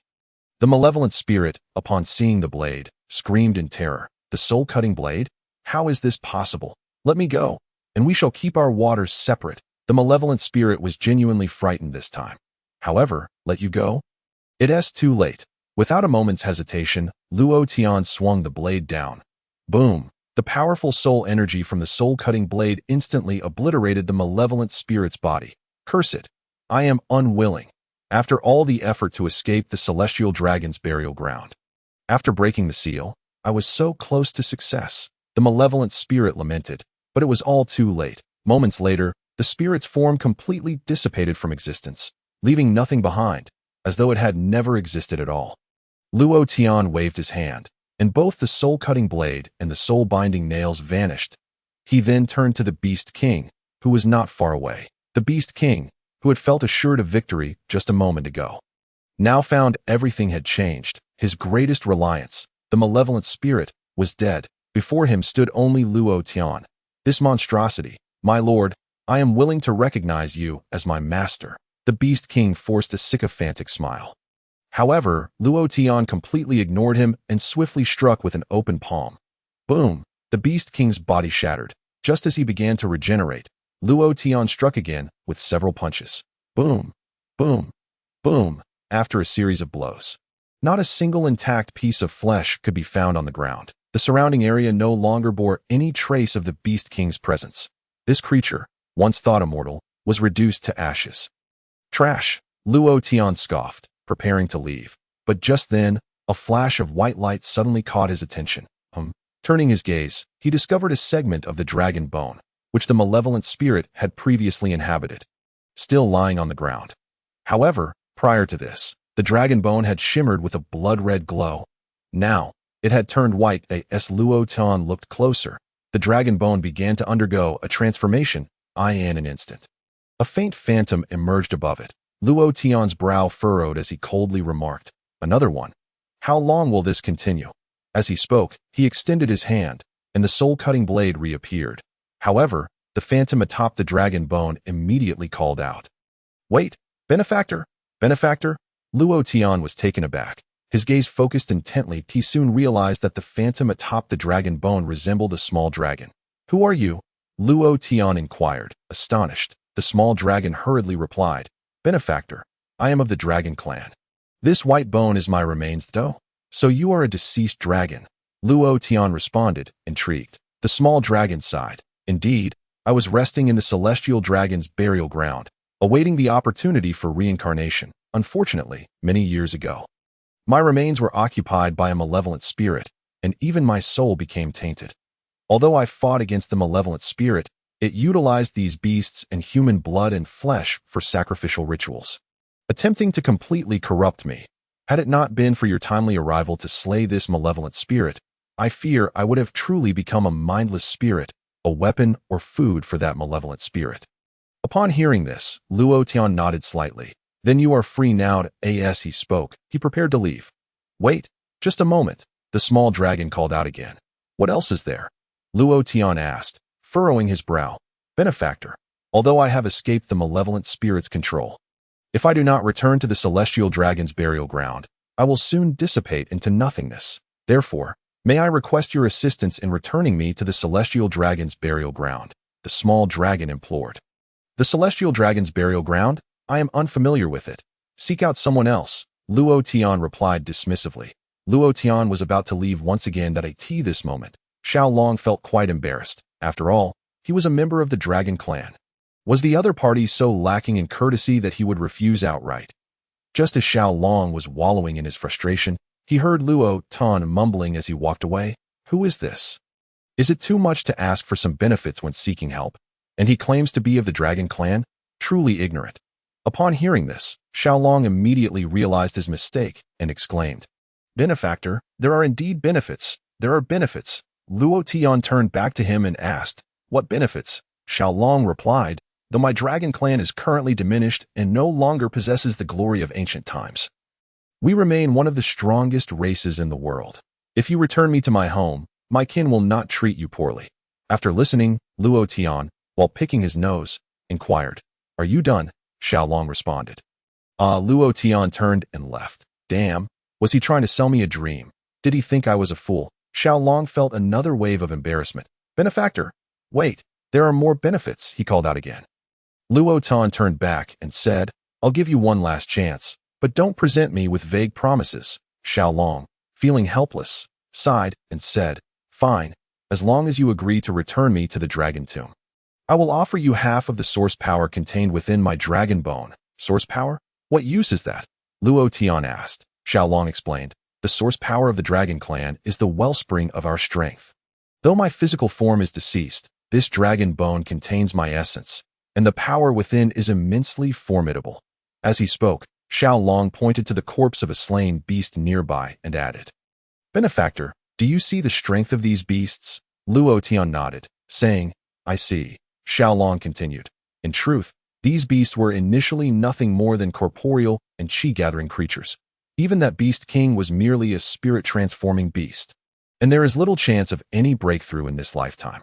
However, that malevolent spirit stole my source power and attached it to them, thereby creating these creatures with strengths comparable to those of the skyward and even profound realm." Luo Tian's eyes brightened as he exclaimed, "Is it truly possible to do that? How much source power do you have left?" Xiao Long chuckled, "Though that malevolent spirit is cunning, the power of my dragon clan is not so easily taken. Over the millennia, he has only managed to steal about 1 or 2% of my source power. The vast majority remains intact. With my source power, I can significantly enhance your strength. If you don't believe me, just watch." As he spoke, Xiao Long waved his ethereal form, and golden energy began to surge forth from the dragon bone, flowing steadily. "Benefactor, do not resist. I shall infuse this power into you to elevate your strength," Xiao Long declared, guiding the golden energy toward Luo Tian's body. Whoosh! The golden energy flowed gently into Luo Tian. "Benefactor, this is 1/10 of my source energy. As long as you can refine it, your power will undoubtedly ascend to a new level. However, there is quite a bit, so it may take you several years to fully refine it," Xiao Long explained with a smile. Luo Tian, however, paid him no mind and began to silently circulate the heavenly Tao breathing technique. As the technique activated, the source energy within him began to refine at a terrifying speed that in just over 10 seconds. All the golden energy was completely absorbed after fully assimilating the source power of the Dragon Clan. Luo Tian casually unleashed a heavenly Tao palm technique. Boom! A golden hand manifested, emanating a terrifying might. Go. "It has indeed increased somewhat," Luo Tian observed, nodding slightly. Meanwhile, Xiao Long, who was watching this scene, was utterly stunned to think that after absorbing so much of his Dragon Clan's source power, the increase was merely slight. What was more alarming was the speed at which Luo Tian refined it. Was it not astonishing? Xiao Long had initially thought that as long as Luo Tian had not completely refined his source power, he could leverage him to accomplish his tasks. Yet, who would have imagined that this fellow would completely refine it in an instant? And the extent of the increase seemed rather modest. What on earth was this fellow's body made of? This speed, this power, how could it possibly surpass that of their Dragon Clan? While it may not be of much use to me, it should still have some effect on others, Luo Tian remarked. He understood that this power could significantly bolster the strength of his kin. He was acutely aware that to thrive in this world where strength reigned supreme, one needed not only to be powerful oneself, but also to possess a sufficiently formidable force to act on one's behalf. At present, cultivating the strength of his family appeared to be the most prudent approach. "All right, I agree. Where is your dragon tomb located?" Luo Tian inquired. "In the outer realms," Xiao Long replied. "Huh, what is that place?" Luo Tian frowned. Xiao Long said, "I cannot quite describe it either. The dragon tomb is a mysterious place for our clan, and it only opens at specific temporal nodes." Luo Tian asked, "When will it next open?" Xiao Long replied with a wry smile, "I cannot say for certain. It could be in a few years, or perhaps even a few hundred years." Luo Tian's expression darkened as he remarked, "What kind of answer is that?" Xiao Long hurriedly added, "While the timing of the dragon tomb's opening is uncertain, all Dragon Clan members will sense it 3 years prior." After hearing this, Luo Tian nodded slightly and said, "Very well, you will assist me in training my kin, and when the time comes, I shall take you inside." "Thank you, benefactor." Xiao Long expressed his profound gratitude. Luo Tian secured the dragon bone, and Xiao Long returned to it, resuming his slumber. After all, he was merely a soul, and having been gravely injured by the malevolent spirit, he required an extended period of sleep to restore his strength. After completing all of this, Luo Tian searched the beast nest thoroughly but found no trace of the innate spiritual crystal. Reluctantly, he chose to retrace his steps. Meanwhile, in the canyon, Long Yingxiu and his companions huddled behind a massive rock, suppressing their auras to the lowest possible level, not daring to even breathe too heavily. Just moments ago, they had sensed a terrifying energy fluctuation emanating from deep within the beast nest. The sheer intensity of that aura left the three profound realm experts feeling cold with fear. In that instant, they all felt a profound threat to their lives and could only hide aside, fearful of being detected by whatever dreadful entity was the source of that energy. However, after a considerable amount of time had passed since that fluctuation, there was no further sign of movement. The three managed to calm themselves slightly. "What do you think that was just now?" Long Ingxiu asked quietly, mustering his courage. "I cannot say for certain, but I can assure you that it was an incredibly terrifying presence." "Perhaps it was the immortal Beast King," Xiaowei replied. "It must be him. Moreover, the unparalleled beast that was hunting the beasts earlier should have been him as well," Master Yuansheng commented. The faces of the three turned exceptionally grim. "What do you all think of that fellow's strength?" Long Ingxiu inquired again. Xiaowei felt her hands trembling and replied in a quivering voice, "It is impossible to gauge, but one thing is certain. If that fellow were to attack us three, we would be annihilated." The other two nodded in agreement. Just as the three were whispering among themselves, a sudden sound of footsteps echoed through the silent valley. All three froze in place, not daring to move. The footsteps were slow, yet each step resonated like a death knell, striking fear into their hearts. In that moment, they felt their blood run cold. Undoubtedly, the owner of those footsteps came from deep within the beast nest. It was none other than the unparalleled beast. But why did the footsteps of this unparalleled beast sound so much like those of a human? The three exchanged glances, yet none dared to speak.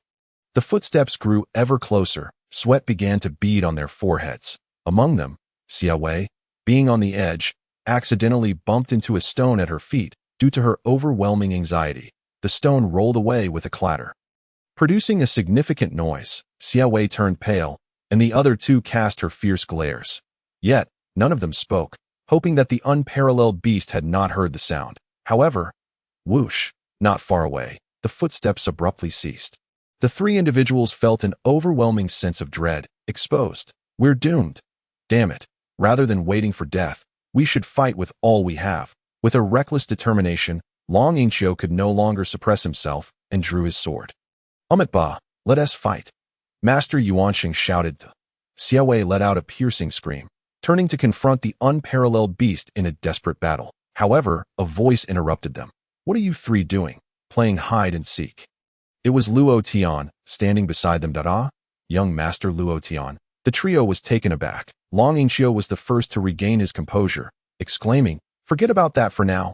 Young Master Luo Tian, you arrived just in time. There's a formidable beast here, and with your strength combined with ours, we should be able to escape." Luo Tian replied, puzzled. "A formidable beast? Where is it?"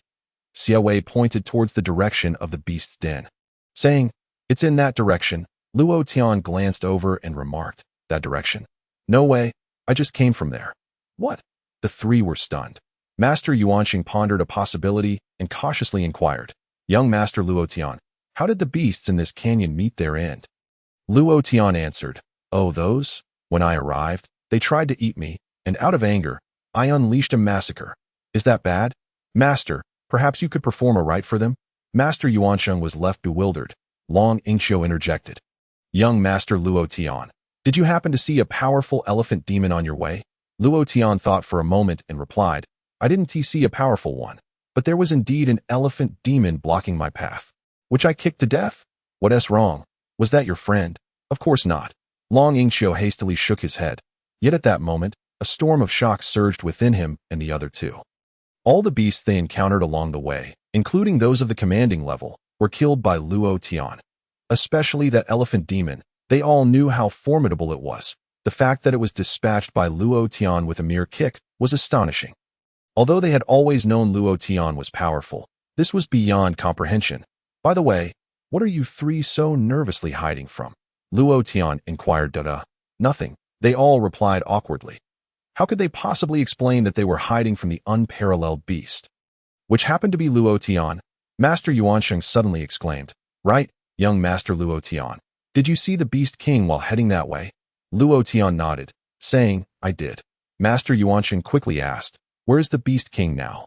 Although most of the beasts had been exterminated by Luo Tian, the Beast King deep within the beast's den remained a significant threat. After all, that creature was said to possess immortality. "I killed it," Luo Tian stated nonchalantly. "What? The three were again astonished. Young Master Luo Tian, isn't that Beast King supposed to be immortal? Xiao Wei asked. Luo Tian nodded. Yes, indeed it seemed immortal, but that creature isn't truly invincible.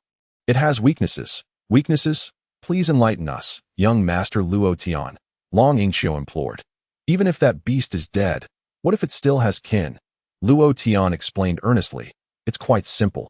Its immortality has limitations. If you strike it 3 times within 10 seconds, it cannot recover. The three were left speechless. Was that really so simple?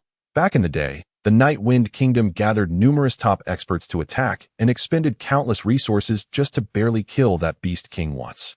Yet Luo Tian claimed its weakness was to strike it 3 times in 10 seconds. Did he have a misunderstanding of the word weakness? What's wrong with you? Luo Tian asked, noticing their expressions of disbelief. Nothing, nothing, Long Yingxiu replied, wiping the sweat from his brow. Xiao Wei laughed. Regardless, young Master Luo Tian's extermination of the beasts in the Beast's Den is a tremendous contribution to our Night Wind Kingdom's cultivators. Indeed, young Master Luo Tian, upon entering the Ziwei secret realm, did not seek treasures or resources, but instead tirelessly eliminated beasts in the Beast's Den. This noble act deserves our utmost admiration. Master Yuansheng said, pressing his palms together and bowing. However, Luo Tian's expression shifted as he interjected, wait a moment. You mean to say, this is the Beast's Den? The three were taken aback and nodded in unison. Yes, Luo Tian continued. So, this is not the Yuling Palace. Xiao Wei responded, Yuling Palace. That's in the opposite direction. At this, Luo Tian was left speechless. Damn, I was wondering why the Yuling Palace didn't match the map's description. I thought that brat Luo Chun was deceiving me. Turns out this ridiculous map doesn't clarify the directions. Luo Tian turned away, muttering to himself in a voice only he could hear. Young Master Luo Tian, what's wrong? The three asked with concern. Nothing, nothing. Since the matter here is resolved, let us head to the Yuling Palace, Luo Tian said weakly. The three exchanged glances and began communicating silently. It seemed the injuries Luo Tian sustained from slaying the beast were not insignificant. Indeed, just look at young Master Luo Tian's expression. It's clearly not right. Sigh. After all, that was a legendary Beast King. How could he possibly kill it unharmed? Even if he was injured, young Master Luo Tian still pretended to be at ease, clearly not wanting us to worry. The trio spoke, their emotions swelling as they felt moved to tears. Little did they know, Luo Tian was merely embarrassed for having taken the wrong path. Excuse me, could you kindly guide me to the Yuling Palace? Luo Tian asked. He had instructed the Golden Punk King to follow and protect the Luo family disciples. But traveling without being able to fly was quite cumbersome. It is our duty. The three said almost in unison. Luo Tian raised an eyebrow at their sudden enthusiasm. Soon, with the assistance of the three individuals at the profound realm, Luo Tian swiftly departed the Beast's Den, heading towards the Yuling Palace. Young Master Luo Tian, just ahead is the boundary of the Yuling Palace, Master Yuansheng announced. There are restrictions set by the Ziwei Daoist nearby.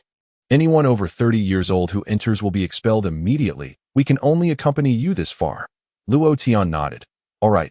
Thank you for your efforts, young Master Luo Tian. If you happen to see my disciple Wu Yuro inside, please take care of her, Long Yingxiu urged. Luo Tian replied, Sure, I will. With that, he turned and entered the domain of the Yuling Palace. Upon arrival, Luo Tian surveyed the surroundings, abundant with spiritual energy and flourishing herbs, and glanced at the map once more, feeling a wave of embarrassment wash over him. How could I make such a mistake? Luo Tian covered his face, feeling utterly humiliated. Just then, in the distance, a loud voice boomed. Haha, within 100 miles, this place is the most abundant in spiritual energy. Cultivating here is twice the result with half the effort. Such a treasure, how can we allow riffraff to pollute it? I declare, this place belongs to the Fengyu sect. Everyone else, get out within 10 breaths, or don't blame me for being rude. A disciple of the Fengyu sect shouted. Behind him, over 20 other disciples wore wicked grins, eyeing the crowd menacingly. Hey, you Fengyu sect are being too tyrannical. We found this place first, someone protested. Humph, looking for death, a Fengyu disciple retorted, launching an attack. Boom, with a single strike, the protesting individual was sent flying, spitting blood. This is a cultivator at the 8th level of Qi gathering. The Fenyu sect has such a genius. The surrounding crowd fell silent. Among the younger generation of the Night Wind Kingdom, those at this level were exceedingly rare. Without the top talents like Luo Tian stepping in, this individual could be considered a dominator among the youth. Though reluctant, some weaker young cultivators had no choice but to retreat. Just then, Luo Tian, still covering his face, walked over from the distance. Are there still those who lack vision? Kid, are you looking for a beating? With his hands shielding his face, do you find yourself too ashamed to face others? A disciple of the Wind and Rain sect, at the 8th level of Qi gathering, stood with arms akimbo, looking down at Luo Tian, and called out, "Dada? Are you calling me?" Luo Tian responded, lowering his hands and lifting his gaze. As he did, the members of the Wind and Rain sect beheld his countenance. In an instant, everyone froze in shock. Particularly, the leading disciple of the 8th level of Qi gathering wore an expression that was especially remarkable.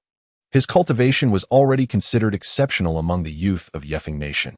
Yet, he was acutely aware that he fell short in comparison to the true geniuses of Yefeng Nation. Moreover, figures like Han Wenzhou from Yulong Nation had also arrived. He understood that he had no chance at all concerning the so-called inheritance of the purple micro-Taoist. Even in terms of other top-tier treasures, he lacked the confidence to seize them. Thus, he had brought his fellow disciples to plunder some ordinary resources and bully some common folk, who would have thought that with a mere kick, he would stumble upon the greatest obstacle of Yefeng Nation. Lord Luo Tian, he forced a smile and uttered, "What did you just say? That I have no face to see others, and you wish to strike me?" Luo Tian gazed coldly at him. The man, upon realizing the situation, was utterly dumbfounded. Who was Luo Tian before him? A terrifying figure capable of effortlessly slaying those at the transcendental realm, even capable of dispatching those at the returning ruins realm. Had he just threatened him? The more he pondered, the more fear gripped him, and under Luo Tian's scrutiny, he finally could no longer maintain his composure. His eyes rolled back, and he fainted, frothing at the mouth. He has fainted just like that. Luo Tian regarded him with an expression of disdain. "Hey, you there," he pointed at another member of the Wind and Rain sect at me. The pointed disciple trembled, fearing that Luo Tian might slap him at any moment. "That's right. Is Yuling Palace in that direction?" Luo Tian inquired, concerned about getting lost again. "Oh, indeed. Just a bit further ahead, and you will reach Yuling Palace," the disciple nodded. "Thank you," Luo Tian said, striding towards that direction. Watching Luo Tian's retreating figure, the members of the Wind and Rain sect finally breathed a sigh of relief. "Senior brother," they rushed to their fainted companion, shaking him vigorously. "Quickly, let's get senior brother out of here. If Luo Tian returns and is displeased, it might be disastrous. Indeed, let us hurry." The members of the Wind and Rain sect hoisted their unconscious senior brother and fled in haste. Meanwhile, before Yuling Palace, having regained consciousness, gazed at the grand palace and marveled. Truly, this is the hall of the purple micro-Taoist. The entire Yuling Palace is constructed of jade, even more opulent than the palace of our Yulong Nation. Of course, after all, this is the abode of a transcendent cultivator, and he is but a step away from further advancement. Han Wenzhou nodded in agreement. Just then, a commotion erupted around them. "Wow, is this Yuling Palace? How magnificent! This is my first time here. Where are the opportunities? Where are the treasures?" The duo turned to find a group of young people from Yefeng Nation entering. They frowned and coldly remarked, "A bunch of noisy rascals. Let us drive them away." Han Wenzhou immediately raised his hand to stop him, saying, "Are you trying to get yourself killed? Don't forget, they have Luo Tian." Luo Tian's frown deepened. "Old Han, you're not deceiving me. Are you? Is that Luo Tian truly that formidable?" inquired. Previously, when Luo Tian displayed his immense power, had fainted and thus remained oblivious. Han Wenzhou shot him a glance and coldly replied, "Do you think I have any reason to deceive you? I advise you to behave. If he truly wishes to kill you, you will have no means to escape. So, keep a low profile and endure it." Upon hearing this, shook his head, sulking as he moved aside, then venting his frustration by punching a nearby pillar. However, as he struck, a surge of spiritual light erupted from the stone pillar. What is going on?" Turned to Han Wenzhou. Han Wenzhou, equally astonished, remarked, "No one mentioned this in the reports." "What is happening here, members of Yefeng Nation?" A young man from Yefeng Nation furrowed his brows and replied, "I have no idea. When I came in last time, nothing like this occurred." Just then, the entire Yuling Palace began to tremble violently. In the center of the plaza before the palace, a massive stone tablet emerged from the ground. What is this? Han Wenzhou was taken aback. That I don't know. I've never heard of it. Someone shook their head. Han Wenzhou's eyes gleamed with realization. I understand now. It must be related to the inheritance of the purple micro-Taoist. Upon his words, everyone around became instantly alert. After all, everyone understood what the inheritance of the purple micro-Taoist entailed. Such a thing would undoubtedly spark unimaginable battles. Just then, words began to appear on the stone tablet. Everyone immediately turned to gaze at the stone tablet. They beheld a line of text materializing. Purple micro-ranking. Those under 30 years of age may channel their spiritual energy into the stone tablet, which will assess the talent of the one who channels their energy. At a total score exceeding 100,000 will summon the inheritance of this humble Taoist. The crowd exchanged glances, each revealing a glimmer of excitement. The inheritance of the purple micro-Taoist. It's true, the rumors are indeed real. Good heavens, if I could obtain the inheritance of a transcendent cultivator. Dream on. With your meager talent, you think you could secure the inheritance? What a fantasy. A few began to bicker. Silence. Han Wenzhou roared. His formidable presence compelled everyone to fall silent. Han Wenzhou snorted and stated, Did you not see? The appearance of the inheritance has its prerequisites. With the talent of you mere fish, whether you can even amass 1,000 is still uncertain, and yet you dare to indulge in fantasies. Though the crowd felt displeased, they dared not voice their objections. Indeed, compared to Han Wenzhou, their talents were somewhat lacking. That a young man from Yefeng Nation remarked, Whether we can gather the requisite amount is something we must attempt to ascertain. I know my talent is lacking, so I will serve as a stepping stone. Saying this, he placed a hand on the stone tablet, channeling a stream of spiritual energy into it. As the energy flowed in, the stone tablet revealed a line of text. Lu Feng. 21 years old, 3rd level of Qi gathering, talent value 1. In an instant, everyone was left dumbfounded. This must be a joke. A 21-year-old at the 3rd level of Qi gathering is certainly above average. Yet this only grants a talent value of 1. Does that mean it would require 100,000 Lu Fengs to summon the inheritance of the purple micro-Taoist? Seeing this value, Lu Feng felt quite embarrassed. Although he had spoken modestly, he still held a degree of confidence in his talent and strength. Yet, the stone tablet had delivered a stinging slap to his face. Brother Lu, you truly crack me up, the first to step up and seize the spotlight. Yet your talent value is so meager. A young man stepped forward, laughing heartily. Lu Feng glowered at him and retorted, He Wu Zhang, don't mock me. As if you would fare any better. He Wu Zhang chuckled, faring better? That is only to be expected. With a talent value of 1, could I possibly be worse off? Enough, I'll make you admit defeat today. As he spoke, He Wu Zhang approached the stone tablet and placed a hand upon it. Brother Lu, watch closely and see what true talent looks like. With that, he channeled his own stream of spiritual energy into the tablet. In an instant, the stone tablet displayed yet another line of text. He Wu Zhang, 21 years old, 3rd level of Qi gathering. Talent value 0.9. Staring at the inscription on the tablet, He Wu Zhang was left speechless. The atmosphere grew painfully awkward. He had assumed that a value of 1 was the lowest possible. Yet to his surprise, there was a value of 0.9. After a brief moment of silence, laughter erupted all around. Particularly notable was Lu Feng, who, moments ago, had worn a look of constipation, now nearly doubled over with mirth. My heavens, and you were mocking me. What an extraordinary talent, Lu Feng exclaimed, giving a thumbs up. He Wu Zhang felt an overwhelming desire to find a crevice to hide in. This was simply too humiliating, while everyone laughed. Han Wenzhou's expression grew increasingly grim. What a bunch of useless fools. Jiaolong, why don't you give it a try? Han Wenzhou commanded.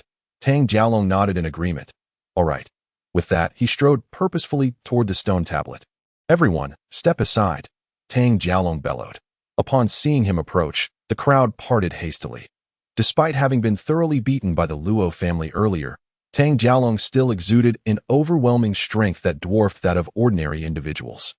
Moreover, everyone was eager to discern just how significant the gap was between themselves and this prodigious youth from Yulong Kingdom. Tang Jiaolong placed one hand on the stone tablet, channeling a surge of spiritual energy into it.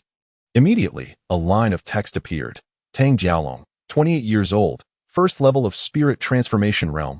Talent value 128.128. The crowd from Yefeng Kingdom fell silent at this revelation.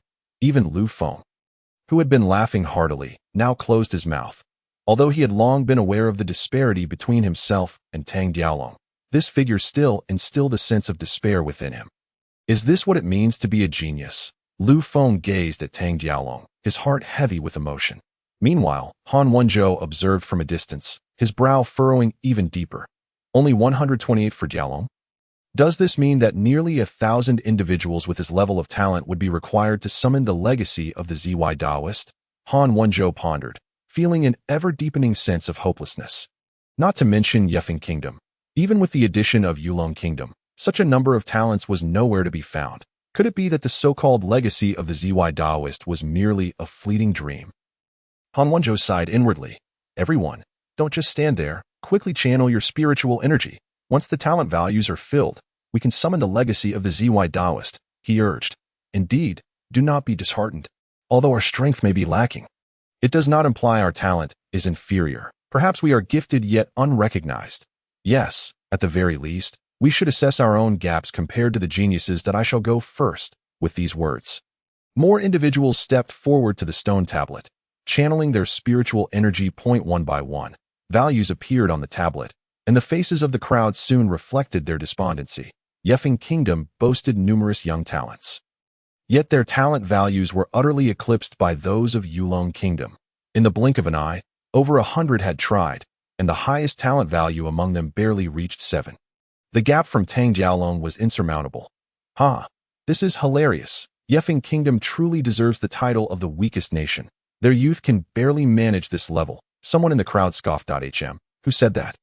The crowd turned to see the speaker, a young man clad in coarse cloth. An unfamiliar face, he appeared unremarkable, almost invisible if not for his words. Hey you!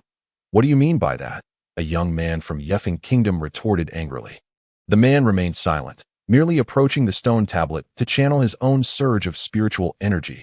Buzz! The tablet glowed again, revealing another line of text. Situ Exine, 25 years old, first level of Spirit Transformation Realm. Talent value 206. Boom. The crowd erupted into chaos. What is happening? There is such a genius here. They murmured at a 25-year-old at the first level of Spirit Transformation Realm. More fearsome than those two from Yulong Kingdom. Who is this person? Old Han. Tang Diaolong frowned, glancing at Han Wenzhou. Han Wenzhou's lips twitched. I warned you. The legacy of the ZY Taoist cannot be known only to our factions. Surely others have come as well. He gestured respectfully to Situ Exine. The Situ family of Heyu Kingdom, truly a prestigious lineage, has produced such a prodigy. But I wonder, where do you rank among your peers? Situ Exine smiled. You know quite a bit. I am Situ Exine, ranked 7th among the younger generation of my family. 7th? A shadow of dread loomed over Han Wenzhou. If 7th possesses such talent, how formidable must the first be? Old Han, if the 7th from the Situ family is this strong, what will the Tianwu battle in 6 months look like? Tang Diaolong's expression turned solemn. Han Wenzhou sighed. There's nothing we can do. We must leave it to fate. Following Situ Exine, others continued to channel their spiritual energy. Yet the talent values for Yefeng Kingdom remained dismal. The strongest among them barely scraped past 10. Conversely, several seemingly inconspicuous individuals surged past 100. These individuals, like those from Yulong Kingdom, had quietly come to seek their fortunes upon hearing of the ZY Taoist legacy. The top positions on the stone tablet were dominated by these newcomers. However, the gap to the coveted 100,000 talent value remained vast. It seems this year, the legacy of the ZY Taoist cannot be summoned. But that's alright. Knowing the secret of the ZY Taoist's legacy, when the ZY secret realm opens again, we can bring more of our own prodigies and gather the 100,000 talent value. It won't be difficult, a young man from another kingdom remarked with a smile. Situ Exine nodded in agreement. Indeed, this year is hopeless, but though I have heard of Yefeng Kingdom's weakness, I did not expect it to be this abysmal. Besides the Luo family, are all the youths of Yefeng Kingdom worthless? His words provoked a furious blush among the young people of Yefeng Kingdom, who found themselves speechless. After all, the cold, hard numbers were visibly inscribed on the stone tablet. At that moment, a voice rang out from the outskirts of the crowd. Who says all of Yefeng Kingdom's youth are worthless? Everyone turned to see a strikingly beautiful young girl standing resolutely at the back. Who is she? Which family does she belong to? Her attire suggests she is from the GUS sect. GUS sect? A second-rate sect. I've heard that there's a prodigy named Wu Yuro in this generation. Could it be her? Prodigy? Can she compare to Luo Tian and the others? Uncertain that as murmurs filled the air, Wu Yuro stepped forward, approaching the stone tablet. Situ Xin raised an eyebrow. Oh, it appears that Yefeng Kingdom has hidden talents beyond the Luo family. He remarked with a smile that Wu Yuro ignored him and directly channeled her spiritual energy into the stone tablet. Buzz. In the next instant, a line of text materialized on the tablet. As the crowd read the words. Chaos erupted once more. Wu Yuro, 17 years old. First level of Spirit Transformation Realm. 17 years old and already at the Spirit Transformation Realm. How is it that Yefeng Kingdom has such a person? My heavens, at 17, I was still at the Body Refining Realm. She has reached the Spirit Transformation Realm. And look, her talent value is 583. That score is astonishingly high. Yulong Kingdom and Heiyu Kingdom are no match for us. Haha, with such a genius in Yefeng Kingdom, who dares to say we are inferior? In an instant, the people of Yefeng Kingdom stood tall and proud, as if the accolades were theirs. Meanwhile, Han Wenzhou's eyes narrowed. This young lady, may I have the honor of your name? I am Han Wenzhou of Tian's sect of Yulong Kingdom.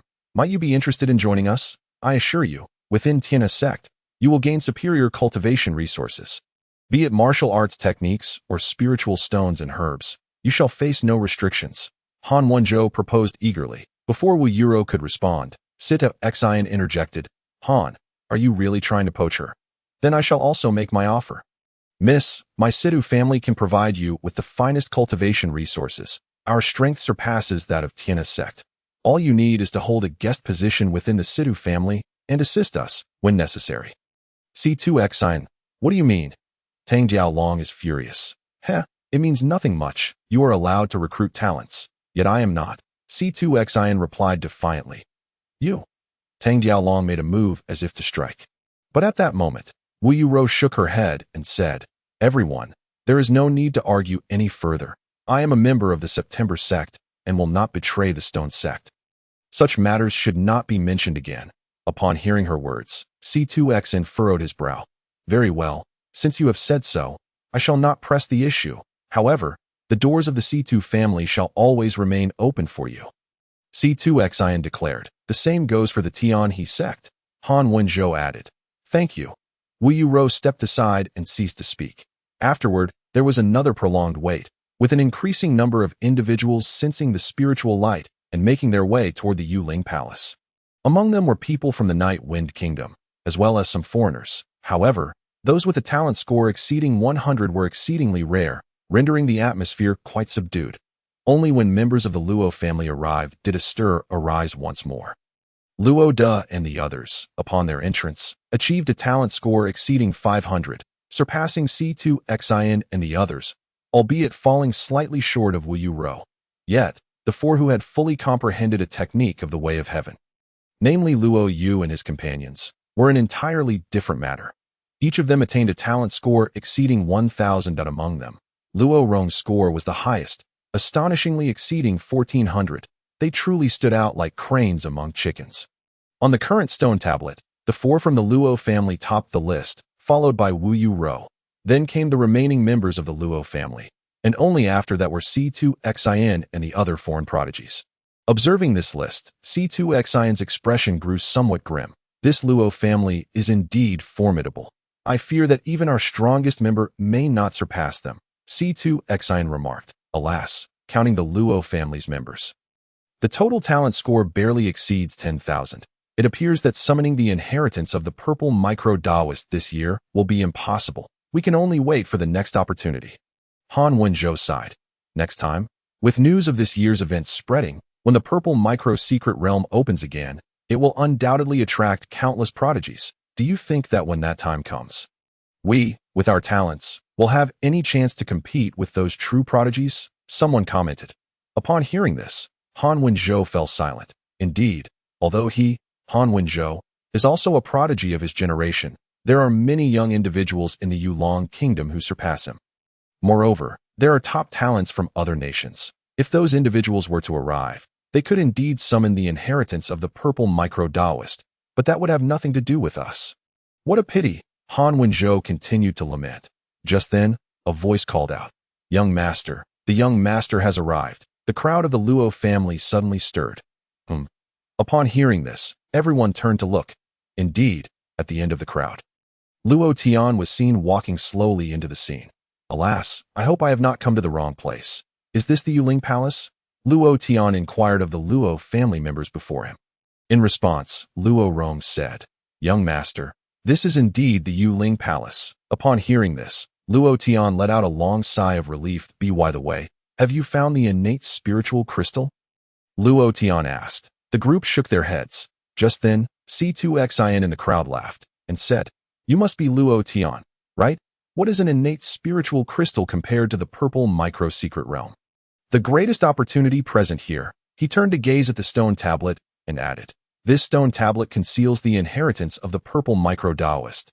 He then briefly introduced Luo Tian to the matters regarding the stone tablet and the purple micro-ranking.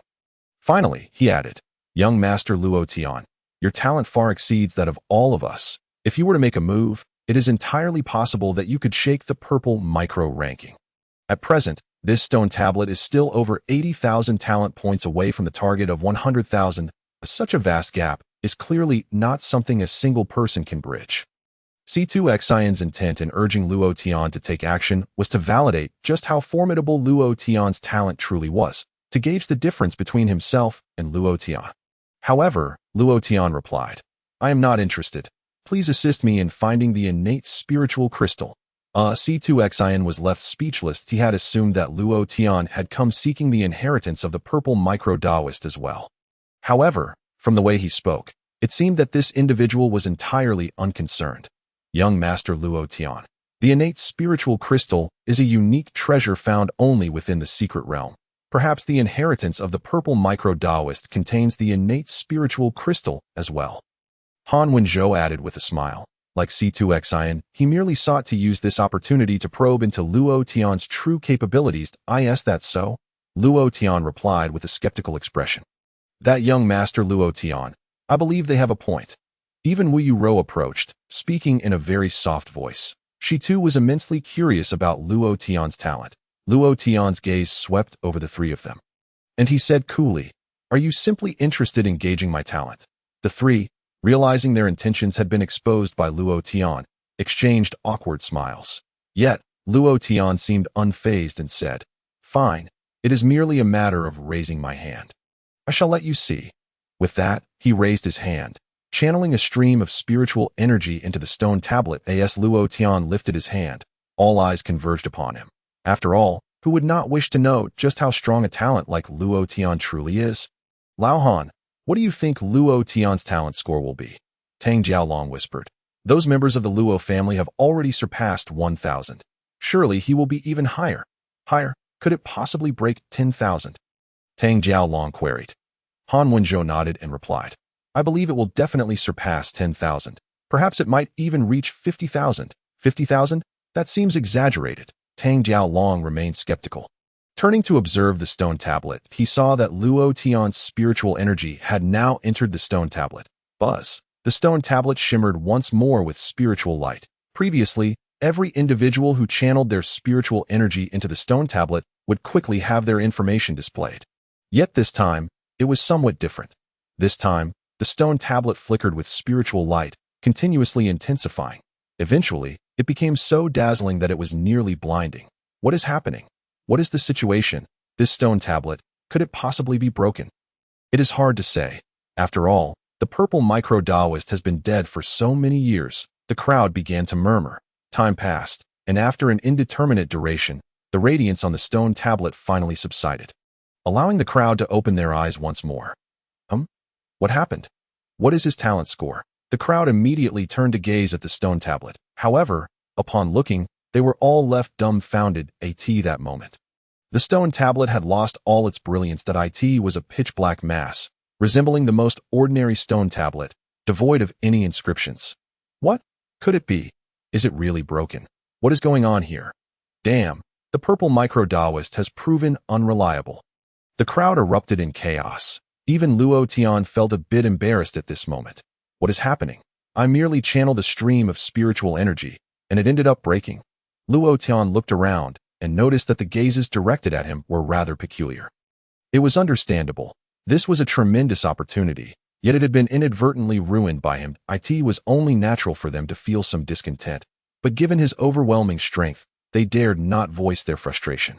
Just then, a voice unexpectedly resonated, awakening from a great dream, 1,000 years in an instant. I never expected that the restrictions left by me would be unraveled so quickly. Who? The crowd was taken aback and turned to follow the voice, only to discover a Taoist in purple robes, exuding an ethereal presence, floating gracefully at the entrance of the main hall of the Yuling Palace. Among the crowd, Han Wenzhou was the first to react. He immediately knelt on one knee and proclaimed loudly, "I pay my respects to the purple micro-Taoist." What? The purple micro-Taoist? The crowd erupted into a clamor but quickly regained their composure. The Yuling Palace indeed bore the restrictions left by the purple micro-Taoist, preventing anyone over the age of 30 from entering. Therefore, the one appearing here could only be the purple micro-Taoist himself. I pay my respects to the esteemed purple micro-Taoist. In an instant, a multitude fell to their knees, save for a select few, including Luo Tian, who remained standing. The Ziwei Taoist smiled and said, "Rise, for I am but a remnant soul, and do not warrant such elaborate courtesies." A remnant soul? At this revelation, the crowd grasped the situation. Evidently, the Ziwei Taoist had indeed passed on, leaving only his lingering spirit.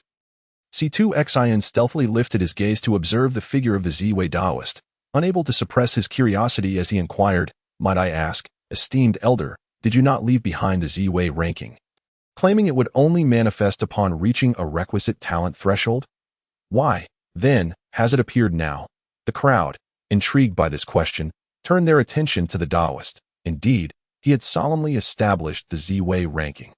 And with such a significant deficit in talent points, how could it suddenly materialize? Yet, this query rendered the Ziwei Taoist momentarily speechless. What did this imply? Had not the talent points for the Ziwei ranking already reached their zenith? Otherwise, my remnant soul could not have been awakened, he pondered. What? The crowd erupted into confusion once more. Si2xn remarked, "Esteemed elder, could it be that there was an error in your restrictions just moments ago? When the last individual absorbed the spiritual energy, the Ziwei ranking's talent points were still over 80,000 short." The Ziwei Taoist furrowed his brow deeply and gracefully approached the stone tablet, scrutinizing it for an extended period before exclaiming, "Why is this the case?" The crowd exchanged glances, sensing that the restrictions might indeed be faulty. Si2Xian's eyes sparkled with hope. If the Ziwei Taoist restrictions had malfunctioned, perhaps he had a glimmer of opportunity. "Esteemed elder, what troubles you?" he inquired with a smile. The Ziwei Taoist, astonished, turned his gaze to the assembled crowd and asked, "Pray tell, who among you is Luo Tian?" C2Xian's smile froze on his face, and the rest of the assembly turned their attention toward Luo Tian. "I am Luo Tian," he declared. The Ziwei Taoist gazed at Luo Tian in disbelief, murmuring, "I had established this restriction, deliberately setting a limit of 100,000 talent points, to attract more youthful geniuses, from whom I might select worthy successors. Yet, I never fathomed that there could exist one whose talent points exceeded 100,000. With his declaration, an eerie silence enveloped the surroundings. That one's talent points surpassing 100,000. Was this a jest? The attendees, particularly those with single-digit talent scores, regarded him with expressions of incredulity, as if he were a creature from another realm. The Ziwei Taoist, equally exhilarated, circled Luo Tian, nodding repeatedly. "What a heroic youth! Might you be willing to accept my legacy and become my disciple? Should you consent, I assure you that within a century, you shall ascend to the realm of tribulation, and within a millennium, reach even loftier heights." Upon hearing this, the atmosphere within Yuling Palace was charged with the sound of countless hearts shattering, especially for C2Xian and the others, whose eyes brimmed with envy. After traveling such a distance to the Night Wind Kingdom, was this truly the conclusion? Yet, despite their jealousy, they felt powerless, after all. Their rival was the extraordinary Luo Tian. Ultimately, it was indeed Luo Tian who became the disciple of the Ziwei Taoist. Though the crowd felt regret, they could only silently accept this outcome. "However, I am not interested," Luo Tian flatly rejected. What did he say? Did he just express disinterest? This fellow, audaciously declining the legacy of the Ziwei Taoist. Surely, I must have misheard. The Ziwei Taoist, too, was taken aback. Young man, what did you say? I said I am not interested. Seek another, Luo Tian replied. What a jest! To abandon the Taoist techniques in favor of the Ziwei Taoist tradition? Luo Tian was no fool. The crowd could now clearly hear. Luo Tian had indeed turned down the Ziwei Taoist. What could he possibly be thinking? Yet, this was not entirely unfathomable. It appeared that the techniques Luo Tian practiced were, in fact, significantly more formidable than those of the Ziwei Taoist. His refusal was, therefore, quite reasonable. As the crowd murmured amongst themselves, their hearts began to race. If Luo Tian declined, did that not imply a chance for them as well? The Ziwei Taoist was evidently astonished. After gazing at Luo Tian for a prolonged moment, he nodded. I see you possess another legacy. In that case, I shall not press the matter, with a reluctant shake of his head. He cast a few lingering glances at Luo Tian before sighing wistfully. My remnant soul has awakened. I cannot linger in this world for long. Today, I must select a successor, he proclaimed. With that proclamation, the crowd straightened in anticipation. For them, this was an unexpected boon. Their greatest rival, Luo Tian, had declined the legacy. This indicated that they still held a chance. The Ziwei Taoist surveyed the assembly and inquired, "Which among you is Luo Rong?" At this utterance, the crowd's spirits waned once more. The Ziwei Taoist had chosen Luo Rong. Yet, it was not entirely surprising. Luo Rong had previously demonstrated exceptional talent, so his selection was not unexpected. "Esteemed elder, I am Luo Rong," he stated. The Ziwei Taoist assessed Luo Rong and was momentarily impressed. "Excellent. While perhaps not as astonishing as Luo Tian, your prowess at such a young age, and in this realm, is commendable. Are you willing to forsake all your techniques to solely cultivate my legacy?" The crowd gazed at Luo Rong, their eyes filled with envy and resentment. Yet, Luo Rong resolutely shook his head. "I am unwilling." The Ziwei Taoist nodded. "Very well. From this day forth, you shall be my Ziwei." What did you say? The Ziwei Taoist fixated on Luo Rong, only to witness him awkwardly smile and respond.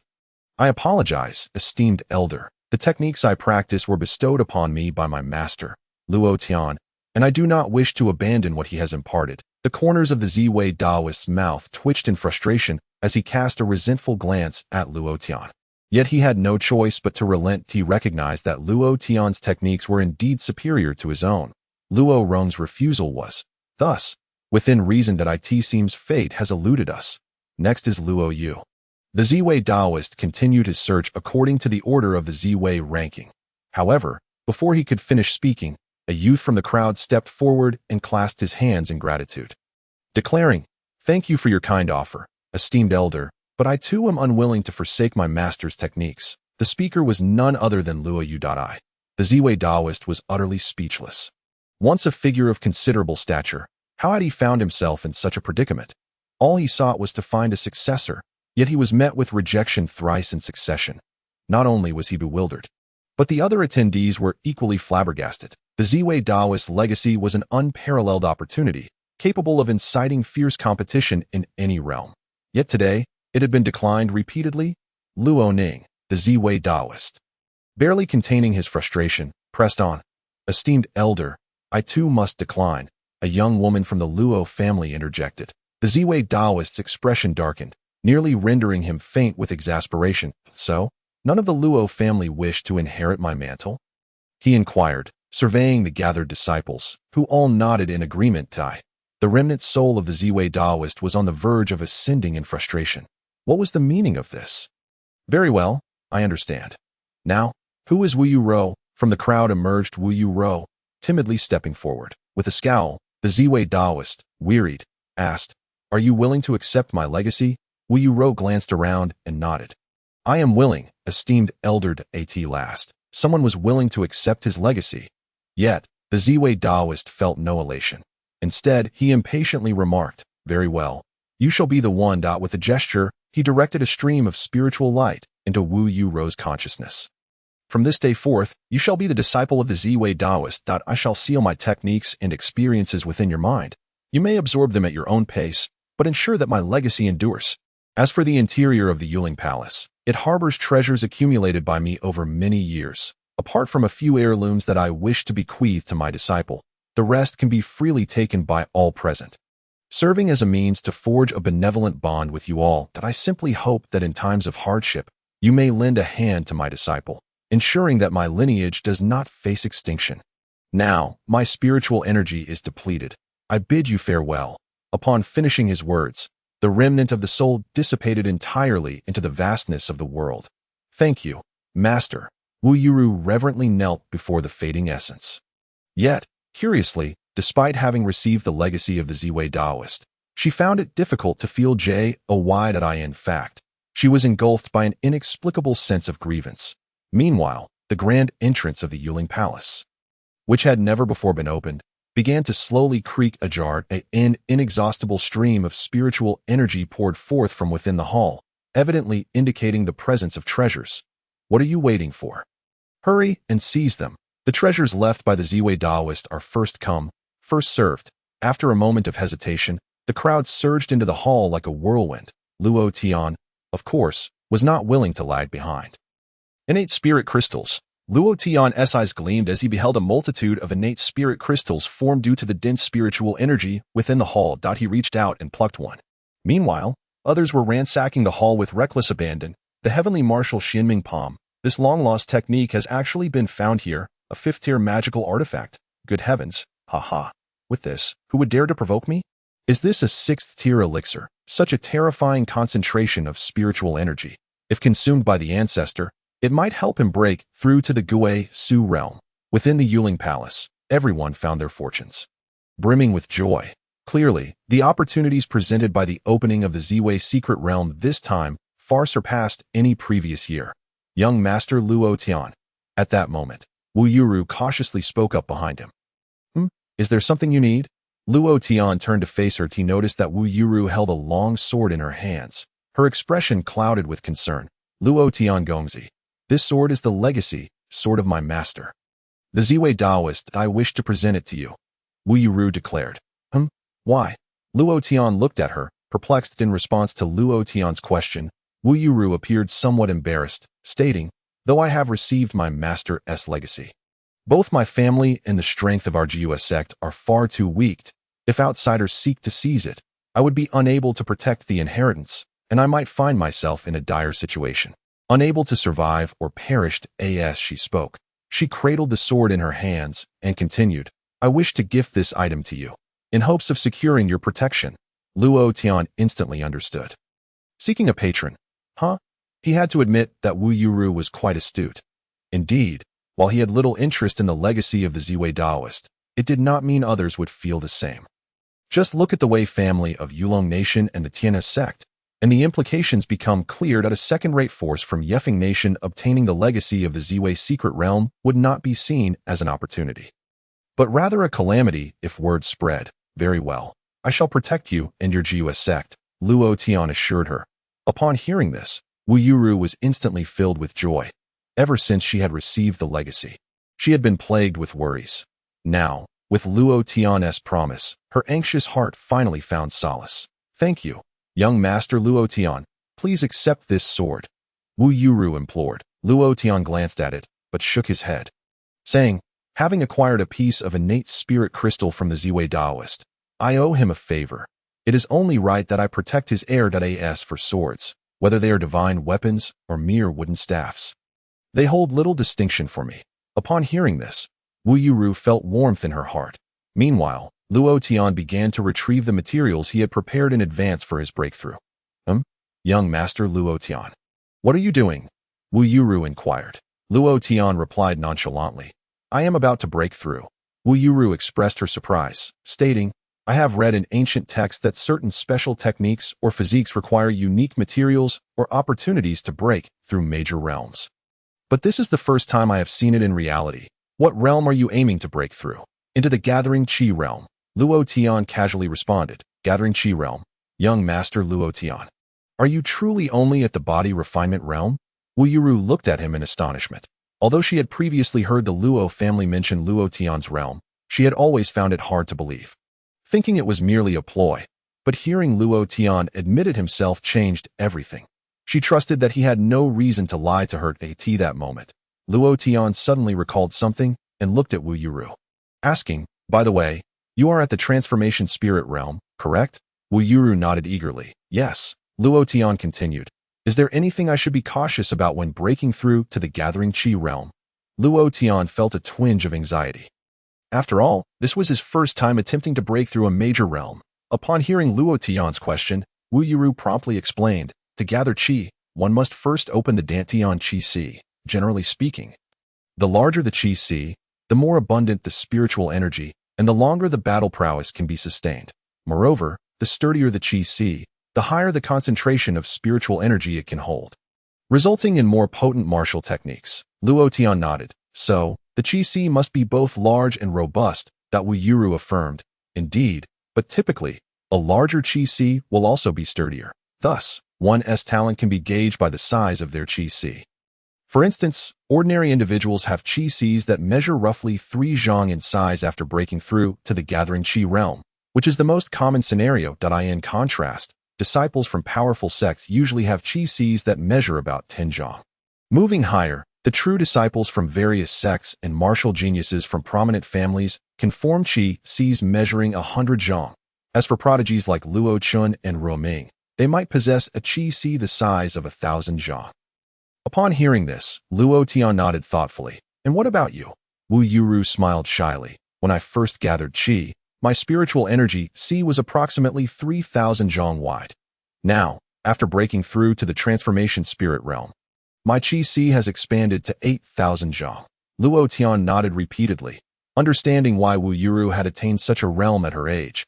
Her talent was indeed remarkable. Wu Yuru continued. "Moreover, aside from size, there are also some special Qi Sis." "Special Qi Sis?" Luo Tian asked, intrigued. "Yes," Wu Yuru replied. "According to the texts, some individuals, upon gathering Qi, may manifest extraordinary phenomena. For example, a bright moon rising over the sea, a chaotic transformation into a blue lotus, or the sun shining brightly in the azure sky. Those with such phenomena in their Qi Sis possess terrifying strength and are true prodigies in this world. If they grow successfully, they will become formidable figures. And when they break through to the transformation spirit realm, they can even bring the phenomena of their Qi Si into reality, unleashing exceptionally unique attacks that are nearly invincible at their level." As she spoke, she looked at Luo Tian and added, "I believe that with your talent, young Master Luo Tian, you might also be able to develop such a special Qi Si." Upon hearing this, Luo Tian remained non-committal. "Thank you for the information. I now have a better understanding of the gathering Qi realm." Luo Tian spoke while arranging all the materials for his breakthrough. "I am about to gather Qi now, so please step aside." "Understood." Wu Yuru quickly retreated to the side, her eyes fixed intently on Luo Tian. She was curious to see what kind of Qi Si he would manifest at this moment. Luo Tian, following the descriptions from the Heavenly Tao technique, prepared all the materials, enveloped them in spiritual energy, and then crushed them directly. Whoosh! All the materials transformed into countless white powders, dispersing around him. Subsequently, Luo Tian activated the Heavenly Tao breathing technique. Beginning to absorb these powders, simultaneously, the surrounding spiritual energy surged toward him as if the heavens were collapsing and the earth was caving in. What is happening? The treasure seekers, still engaged in their quest, sensed an unusual phenomenon and emerged to observe. They beheld Luo Tian outside the grand hall, his entire being resembling a black hole, continuously absorbing the surrounding essence of heaven and earth. What is happening? The spiritual energy within me is leaking away. This is not good. Retreat a bit further, or we risk being drained completely.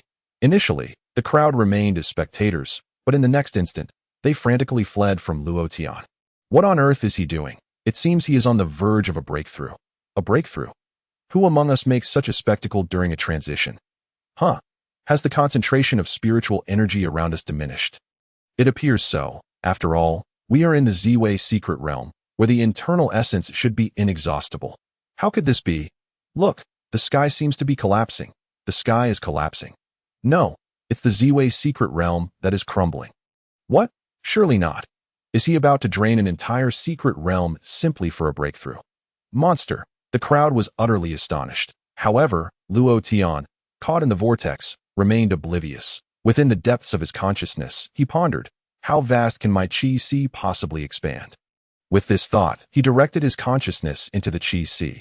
Yet, in the next moment, he was utterly bewildered that Weiyuro had mentioned that the Qi Sea could be divided into ponds of 3 or 10 zhang, or lakes of 100 or 1,000 zhang, or perhaps even Qi Seas exceeding 3,000 zhang, right? Regardless of which, it should feel as though there is water within, yet my Qi Sea. Luo Tian raised his head to behold a colossal star drifting slowly above the shadow of his consciousness. Surrounding the star were countless celestial bodies. Casting his gaze further, he observed that this star orbited an even larger star, forming a nebula, and numerous nebulae converged to create a galaxy, within which countless stars twinkled. A sea of stars. Surely that counts as a sea. Luo Tian mused, stroking his chin. However, why is there no extraordinary manifestation in my Qi Sea? Where is the bright moon rising over the sea? Where is the chaotic seed Qinglian? Luo Tian shook his head and summoned a star with a flick of his hand. It was enormous. Burning in his grasp, he could feel the terrifying energy contained within, yet this energy seemed to merge with him, causing no harm. Alas, why is there no manifestation? It amounts to nothing. With a flick of his wrist, the star returned to its original orbit. If this star possessed consciousness, it would surely lament its plight. Why is a mere bright moon considered a manifestation, yet my single star cannot? Nevertheless, Luo Tian paid no heed to such thoughts. His consciousness swiftly entered the sea of consciousness. Here, he found something of greater significance, the 9 scrolls of heavenly scripture. Having been unable to open them before the breakthrough, now that he had succeeded, he should be able to access them, right? With a thought, he summoned the heavenly Tao scripture. Flipping it open, he found that indeed, the scripture revealed itself, the heavenly Tao breathing technique, gathering Qi chapter. Subsequently, the contents of this chapter transformed into countless luminous dots, descending into Luo Tian's sea of consciousness, and he instantly grasped its essence. Following this, Luo Tian replicated the process, opening the remaining 8 scrolls one by one to acquire their contents. He wished to continue exploring the subsequent chapters.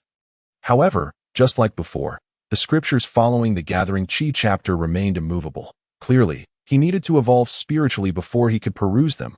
Sigh. I suppose I must take my time. Luo Tian sighed, and then withdrew his consciousness back into his body. Yet upon his return, he discovered a profound transformation had occurred around him. The once magnificent Yuling Palace now appeared on the verge of collapse, with debris scattered everywhere. What has transpired here? Could it be an enemy attack? Luo Tian immediately became alert. That moment. From a distance, a figure emerged painfully from the rubble. Is it over? Damn, I thought I was done for. He murmured. Beside him, another individual struggled to rise. I merely wished to observe his breakthrough up close, and yet I nearly succumbed to the aftershock of his breakthrough. Who would believe such a tale? The two were Tang Jialong and Han Wenzhou. Confident in their own strength, they had remained nearby while others fled when Luo Tian began his breakthrough, leading them to nearly lose their lives. Hey, who caused this mess? Luo Tian inquired, furrowing his brow at the two. At that moment, both men twitched at the corners of their mouths. Who caused it? You did. The spectacle of your energy absorption has left cracks all over the dome of the Ziwei secret realm. We were on the brink of complete collapse. Naturally, they dared not act defiantly towards Luo Tian and could only smile as they said, Indeed, Lord Luo Tian, your talent is extraordinary. A mere casual breakthrough has led to this situation. Huh, I did that. Luo Tian was momentarily taken aback. And what of the others? He asked. Rest assured, Lord Luo Tian, you have been in the breakthrough for half an hour, during which nearly everyone was escorted out of the Ziwei secret realm by members of the Guiyuan sect. A few sustained injuries, but none perished, Han Wenzhou replied. Upon hearing this, Luo Tian finally exhaled a sigh of relief. Thankfully, no major incidents occurred. However, it is rather fortuitous. With fewer people here, I can continue my cultivation without causing further disturbances to others. Luo Tian murmured to himself. You wish to continue cultivating? Han Wenzhou and Tang Jialong felt a chill run down their spines. What's wrong? Luo Tian asked, observing the two. In nothing, Lord Luo Tian. Please, take your time to cultivate. We shall take our leave now. In truth, both were keen to witness Luo Tian's cultivation methods. However, they understood that observing someone else's cultivation was a grave taboo. Should Luo Tian take offense, they would be unable to bear the consequences. More critically, Watching Luo Tian cultivate was exceedingly perilous. Their survival thus far was merely a stroke of luck. This time, they would not dare repeat their mistake. After speaking, the two scrambled away, clutching the Guan sect's token as they exited the Ziwei secret realm. Finally, I can focus on my cultivation. Luo Tian smiled and commenced his practice of the Gathering Qi chapter's techniques. This time, he first practiced the Body Refinement Technique. The Heavenly Body Refinement Technique from the Gathering Qi chapter was considerably more complex than that of the Body Refinement chapter. Yet, as Luo Tian practiced, he encountered no hindrances. Upon completing a set of movements, he distinctly felt a significant increase in his strength. The effects of the Gathering Qi chapter's techniques were indeed superior to those of the Body Refinement realm.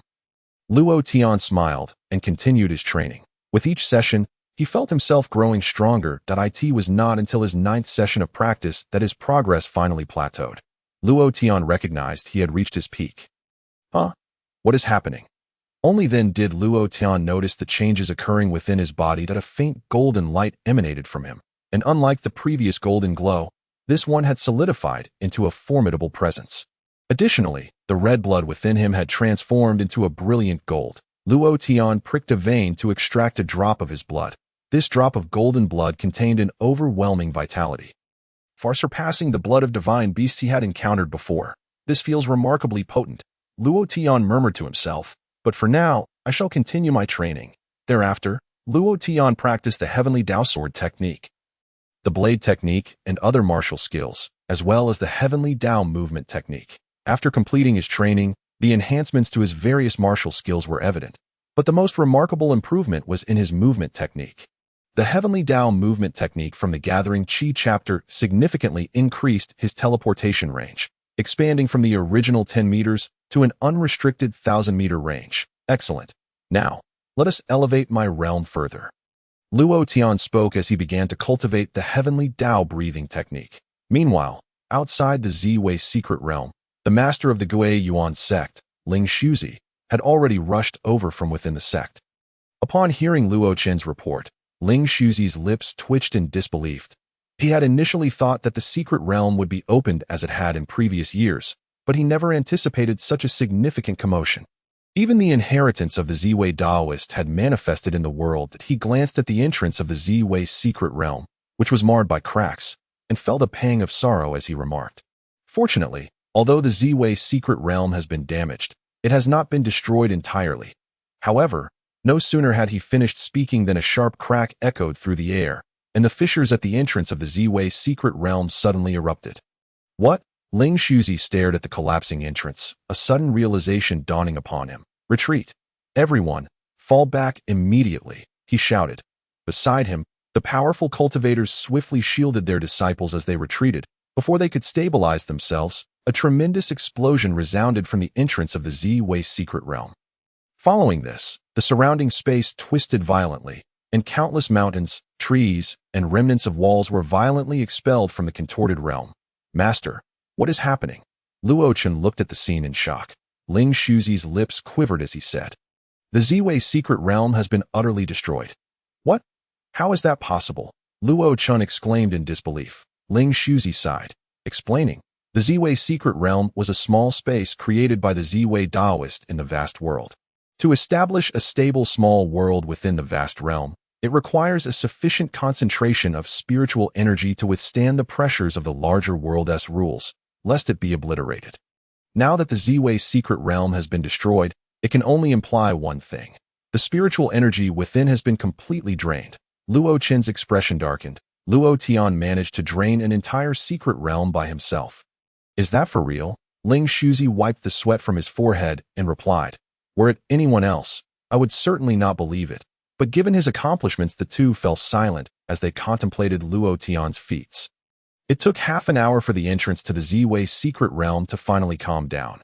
Yet, within a radius of several miles from the entrance, chaos reigned supreme. In the midst of the rubble stood a rather embarrassed figure, Luo Tian himself. At this moment, Luo Tian wore a look of utter bewilderment.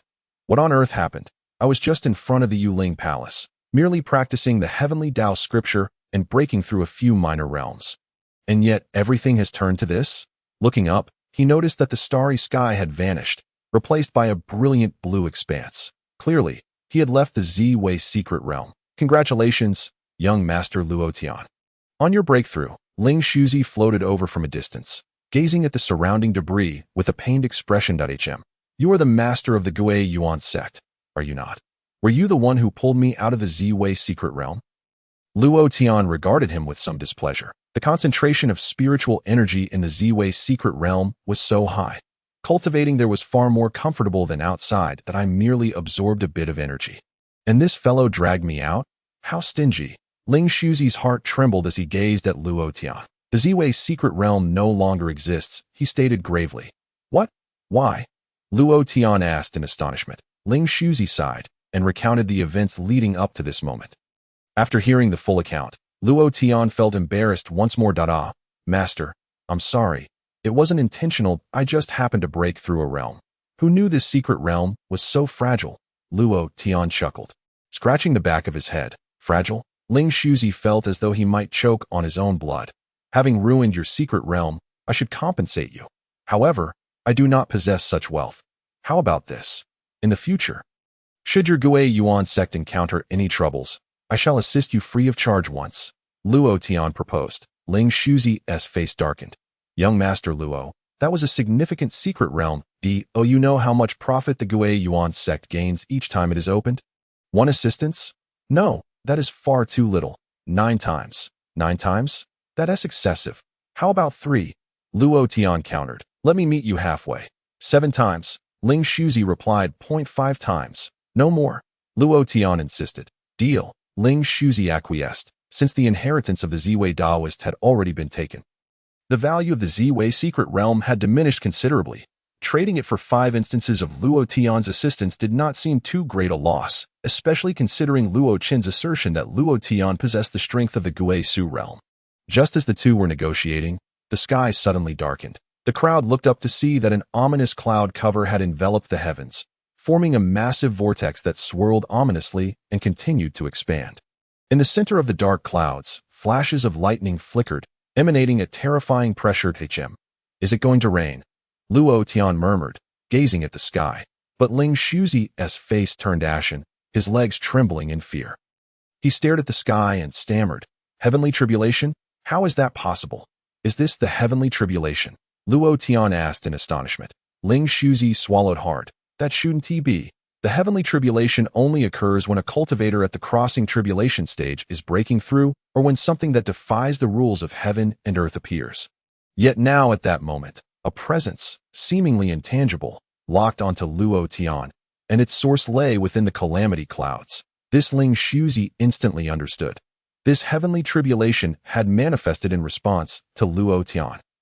Clearly, Luo Tian's realm had not yet reached the crossing tribulation stage. It appeared that his extraordinary talent had drawn the ire of heaven, seeking to eradicate him.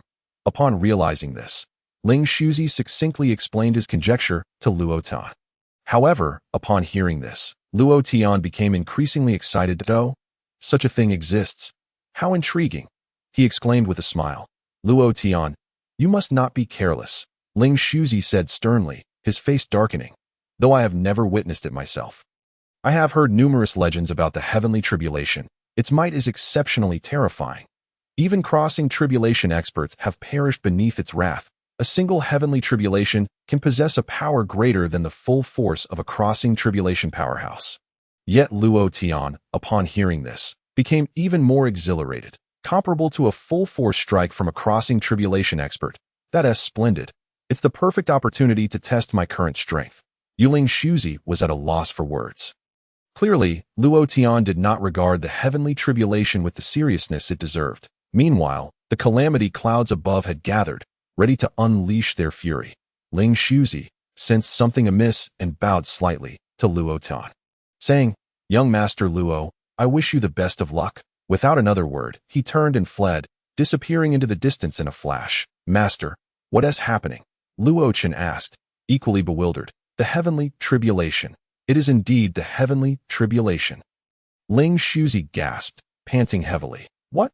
The heavenly tribulation? The one for crossing tribulation cultivators? Someone questioned. Upon receiving Ling Shuzi's affirmation, the crowd erupted into chaos. In a way, Is this real? ISNT that something only crossing tribulation experts encounter.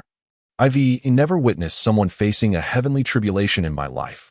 Goodness, this Luo Tian is so extraordinary that even heaven cannot tolerate him and has come to claim him early. Even if he is Luo Tian, encountering a heavenly tribulation at this realm would likely be the end for him. Who is spreading such rumors, slandering our young master? Do you wish to die? Roared Luo Rong angrily from the crowd. The person who had spoken earlier sneered. I haven't said anything incorrect. Luo Tian is indeed a genius, possessing strength comparable to the Gui Su realm at such a young age. But this is the heavenly tribulation, a calamity that even crossing tribulation experts could perish under. You must understand the vast chasm between the Gui Su realm and the crossing tribulation realm. Others chimed in. Indeed, no matter how talented Luo Tian is, this may well be the end. Alas, throughout history, how many brilliant geniuses have fallen victim to the jealousy of heaven at an early age. Yet amidst the crowd, many sighed in lamentation. You all Luo Rong's face turned pale with rage. Never fear, Brother Rong. Have faith in our young master. Behind Luo Rong, someone offered words of comfort, with a sense of helplessness. Luo Rong turned to look at on the other side. Luo Chun stood behind Ling Shuzi and whispered, Master, do you think Luo Tian can truly withstand this? Ling Shuzi's face turned pale as he replied. It is difficult. His heart ached at the thought. Just moments ago, Luo Tian had pledged to assist their Guiyuan sect 5 times, yet now he was facing the tribulations of heaven. This transaction had turned out to be a significant loss. Meanwhile, beneath the heavenly tribulation, Luo Tian gazed at the impending storm of lightning above, gradually adopting a serious demeanor. The text warned of the dangers of heavenly tribulation. He could not afford to be careless and must give his all.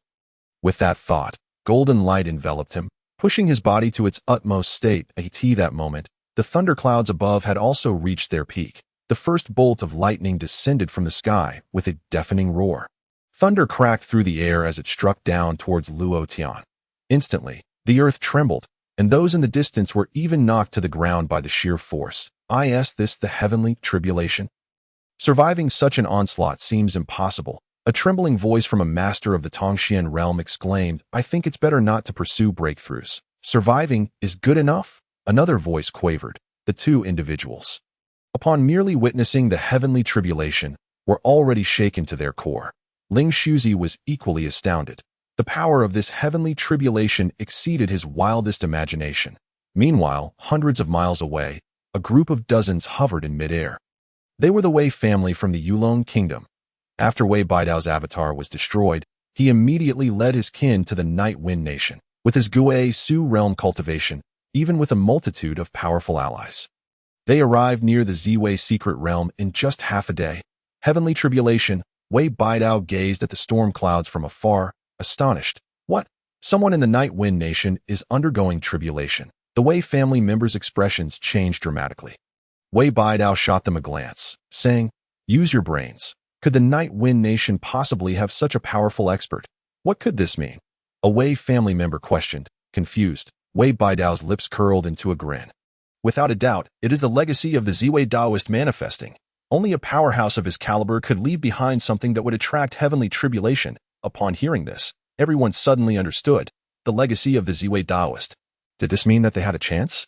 Their eyes lit up with excitement. Wei Baidao laughed heartily. Excellent. Truly wonderful. I initially came to avenge that child Tian Yi, but who would have thought I would stumble upon this? Thankfully, I came personally. Who in the Night Wind Nation could possibly stop me now? Whether it's the Luo family's legacy or the Ziwei Daoist, they will all be mine. It seems the fates favor the Wei family. We are destined to rise. The Wei family members chimed in unison. Congratulations, ancestor. Congratulations. Wei Baidao waved his hand. Let us not speak of this for now. We should keep our distance to avoid the effects of the heavenly tribulation. The power of this tribulation is not to be trifled with.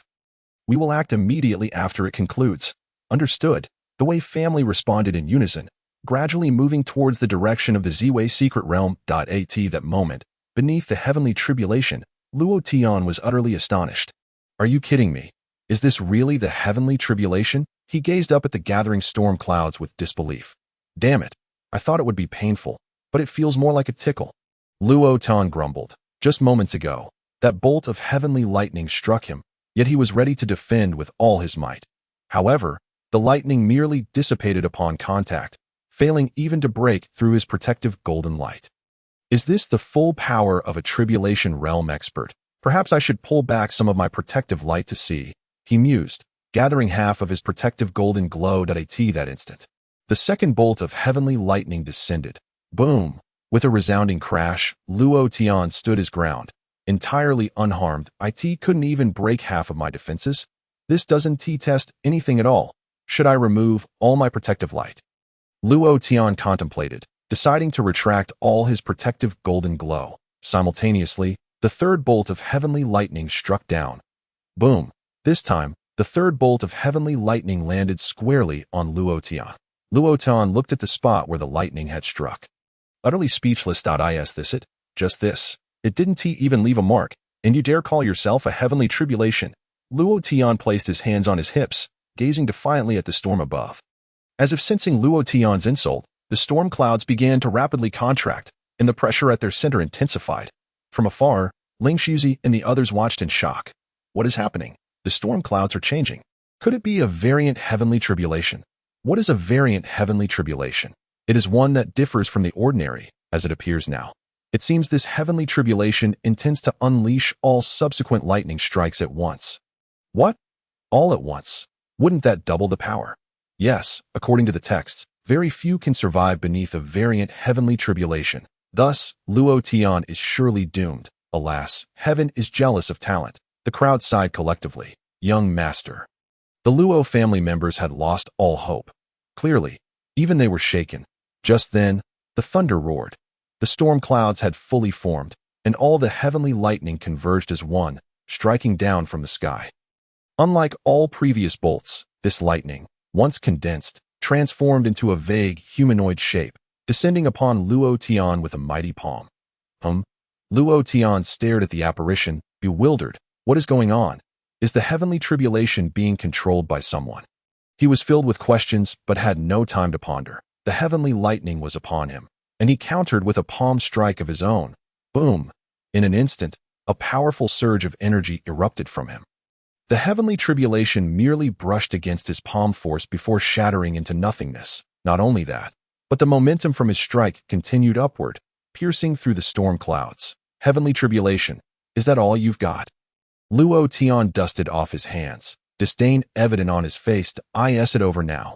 In the distance, someone crawled out from the rubble, their face pale with terror. Is this the legendary heavenly tribulation?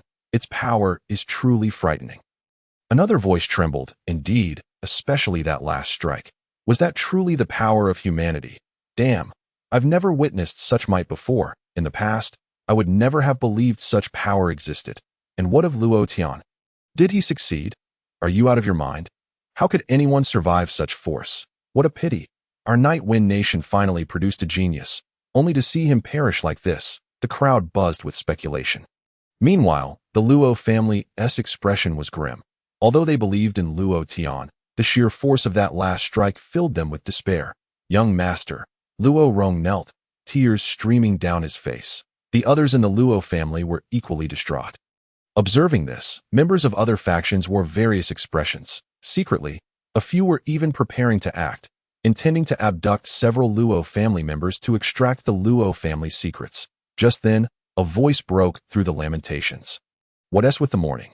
I'm still alive. The crowd turned to see Luo Tian emerging slowly from the rubble. What? It's Luo Tian. You must be joking. He survived such an attack? The onlookers were astounded. Young master, you're still alive? Luo Rong gazed at him, equally in shock. Luo Tian smacked him on the head, saying, Of course. Otherwise, would you be seeing a ghost? Though he had been struck, Luo Rong wore a foolish grin. I told you, with the young master's strength, how could he possibly die? He exclaimed. Nearby, someone scoffed. Cut it out. You were the first to cry. Luo Rong blushed with embarrassment, retorting, You're talking nonsense. I wasn't. You were. A heated argument erupted among several individuals. However, Luo Tian raised his hand to silence them, his gaze shifting to the crowd, which instantaneously turned cold and foreboding. Among the throng, a few individuals met Luo Tian's piercing stare, their expressions transforming in an instant as they turned to flee. Yet, In that fleeting moment, a powerful aura surged forth, dragging 5 individuals from the masses. "Dada, young Master Luo Tian, what are you doing?" one of them exclaimed. His face etched with terror, Luo Tian regarded them with a chilling demeanor and remarked, "What do you think I am doing? Surely, you must know in your hearts, just now, when you thought I was dead. You intended to harm my kin, did you not?" Indeed, just moments prior, many had entertained nefarious thoughts upon believing Luo Tian to be deceased. Among them, these 5 were the most audacious, their energies fluctuating as they prepared to strike. However, upon Luo Tian's appearance, they hastily retracted their spiritual energies, thinking they could evade his notice, unaware that Luo Tian had already sensed their intentions. "Young Master Luo Tian, I beg your pardon, I was blinded by greed. Spare me, and I assure you it will not happen again." Luo Tian fixed his gaze upon him, a cold smirk gracing his lips. "Oh, you still wish for another chance." As he spoke, he clenched his left hand. In an instant, the bodies of the 5 disintegrated into a mist of crimson, dead beyond revival. The onlookers gasped in shock at the scene. Luo Tian's decisiveness was unparalleled. After eliminating the 5, his gaze swept across the assembly. His voice icy as he proclaimed, "I know not which faction these 5 belong to, but the one who slain them is Luo Tian. Should anyone seek vengeance, I am ever ready to welcome you. Furthermore, let me issue a stern warning. Those who dare to lay a hand upon the Luo family, regardless of your identity, shall face merciless retribution." His words reverberated throughout the crowd, instilling a palpable fear that rendered everyone unable to meet his gaze.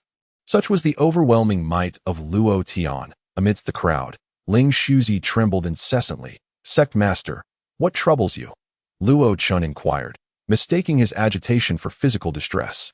Yet, Ling Shuzi was filled with uncontainable excitement as he exclaimed, "What a fortune, a tremendous windfall." What do you mean?" Luo Chen asked, perplexed. Ling Shuzi, unable to conceal his enthusiasm, replied, "Originally, I believed that exchanging a Ziwei secret realm for the prowess of a Goeishu realm expert who had struck 5 times would not be a bad deal. Yet, to my astonishment, his combat strength is comparable to that of a Tribulation realm warrior. No, perhaps even more formidable." Luo Chun, taken aback, responded, "More formidable? Surely you jest." Ling Shuzi cast him a sidelong glance and said, "Did you not witness that final strike?" Luo Chun pondered for a moment before stating, "You mean the last bolt of heavenly lightning. Its power was indeed terrifying. Luo Tian's ability to withstand it is undeniably impressive." However, Ling Shuzi shook his head and declared, "No, that is not correct." "Not correct? In what way?" Luo Chun was bewildered. Ling Shuzi took a deep breath and explained, "That last bolt of heavenly lightning was indeed powerful, but it was not as formidable as you perceive." Luo Chun furrowed his brow, exclaiming, "What? That cannot be. I distinctly felt that pressure. I thought I was about to be crushed, and yet it is not powerful." Ling Shuzi clarified, "The pressure was indeed strong. However, it did not originate from the heavenly lightning." "What do you mean?" Luo Chun was utterly confused. Ling Shuzi recalled the previous scene, astonishment etched on his face as he articulated, "That bolt of lightning had barely descended halfway when Luo Tian struck out with his palm. I saw a shadow seemingly materialize behind him, and then both the heavenly lightning and the calamity clouds were shattered." Luo Chen finally grasped the implication, his eyes wide with shock as he exclaimed, "Sect Master, are you suggesting that the pressure did not come from the heavenly lightning, but from Luo Tian himself?" Ling Shuzi nodded affirmatively, stating, "Indeed, though it is hard to believe, the truth remains." Upon hearing this, Luo Chun abruptly turned his gaze towards Luo Tian. He had initially thought he held a sufficiently high regard for Luo Tian, only to realize now that his imagination had fallen woefully short. Luo Tian was far more powerful than he had ever envisioned. Just as Luo Chun was lost in contemplation, a series of thunderous booms echoed from various directions. The crowd turned to behold 7 massive black stone pillars enveloping them. Surrounding the pillars, dark mists swirled, completely isolating the interior from the outside. Esteemed individuals of Night Wind Nation, have you forgotten something?" A figure slowly descended from atop one of the pillars. It was Wei Baidao, exuding a palpable aura of malice, evidently seeking revenge for Wei Tianyi and his avatar. Wei Baidao surveyed the crowd and casually extended his hand, seizing an individual from the ground with telekinetic force. "I ask you, who summoned the heavenly tribulation just now?" Wei Baidao inquired. The man hurriedly pointed at Luo Tian, exclaiming, "It was young Master Luo Tian." Upon hearing this, Wei Baidao sneered. As I suspected, he has indeed acquired the legacy of the Ziwei Taoist. With that, he nonchalantly tossed the man aside, turning his attention to Luo Tian as he continued. Year after year, the bitter lament of being a mere pawn, slaving for another's gain. Luo Tian, are you not filled with rage, knowing that despite your arduous efforts to obtain the Ziwei Taoist's legacy, it has all been in vain? The so-called mantis stalks the cicada, unaware of the oriole lurking behind. You, the mantis, have obtained the legacy, yet you remain ignorant of my presence as the oriole at this moment. Wei Baidao was brimming with self-satisfaction, exuding an air of assured victory that he lowered his gaze, scanning the remaining individuals, and continued, to the ragtag lot of Night Wind Nation, once I have slain Luo Tian. You shall follow him to the grave, of course, fret not. I shall leave a few alive that I intend to use your mouths to spread the tale of this day. A fool named Luo Tian, who, in his ignorance, dared to offend the Wei family of Yulong Nation. Ultimately, his fate shall not only be death, but his entire lineage shall meet a wretched end. As for you, harbor no animosity towards me. If you must hate, direct it towards Luo Tian. Had he not foolishly sought to harm my kin, you would not be facing death. Ha ha ha. Wei Baidao laughed heartily in the air.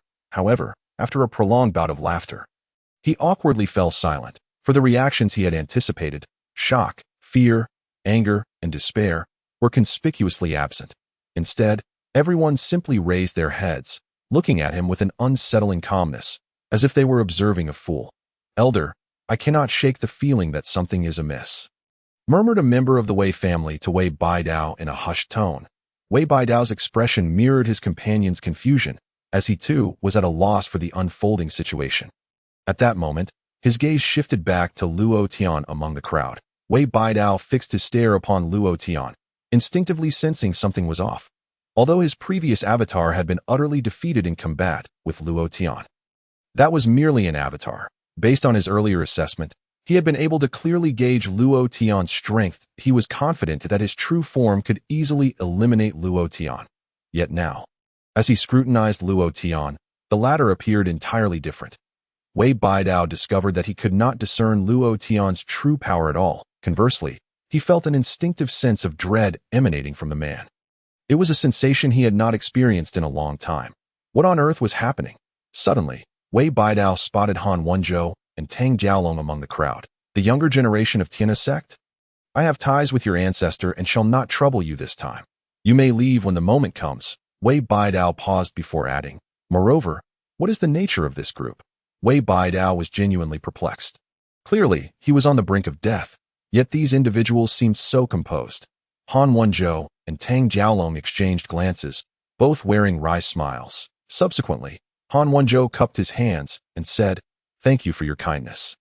Elder, as for why these individuals are so calm, have you ever considered that you might truly be the oriole behind, but perhaps there is a dragon ahead, an oriole behind?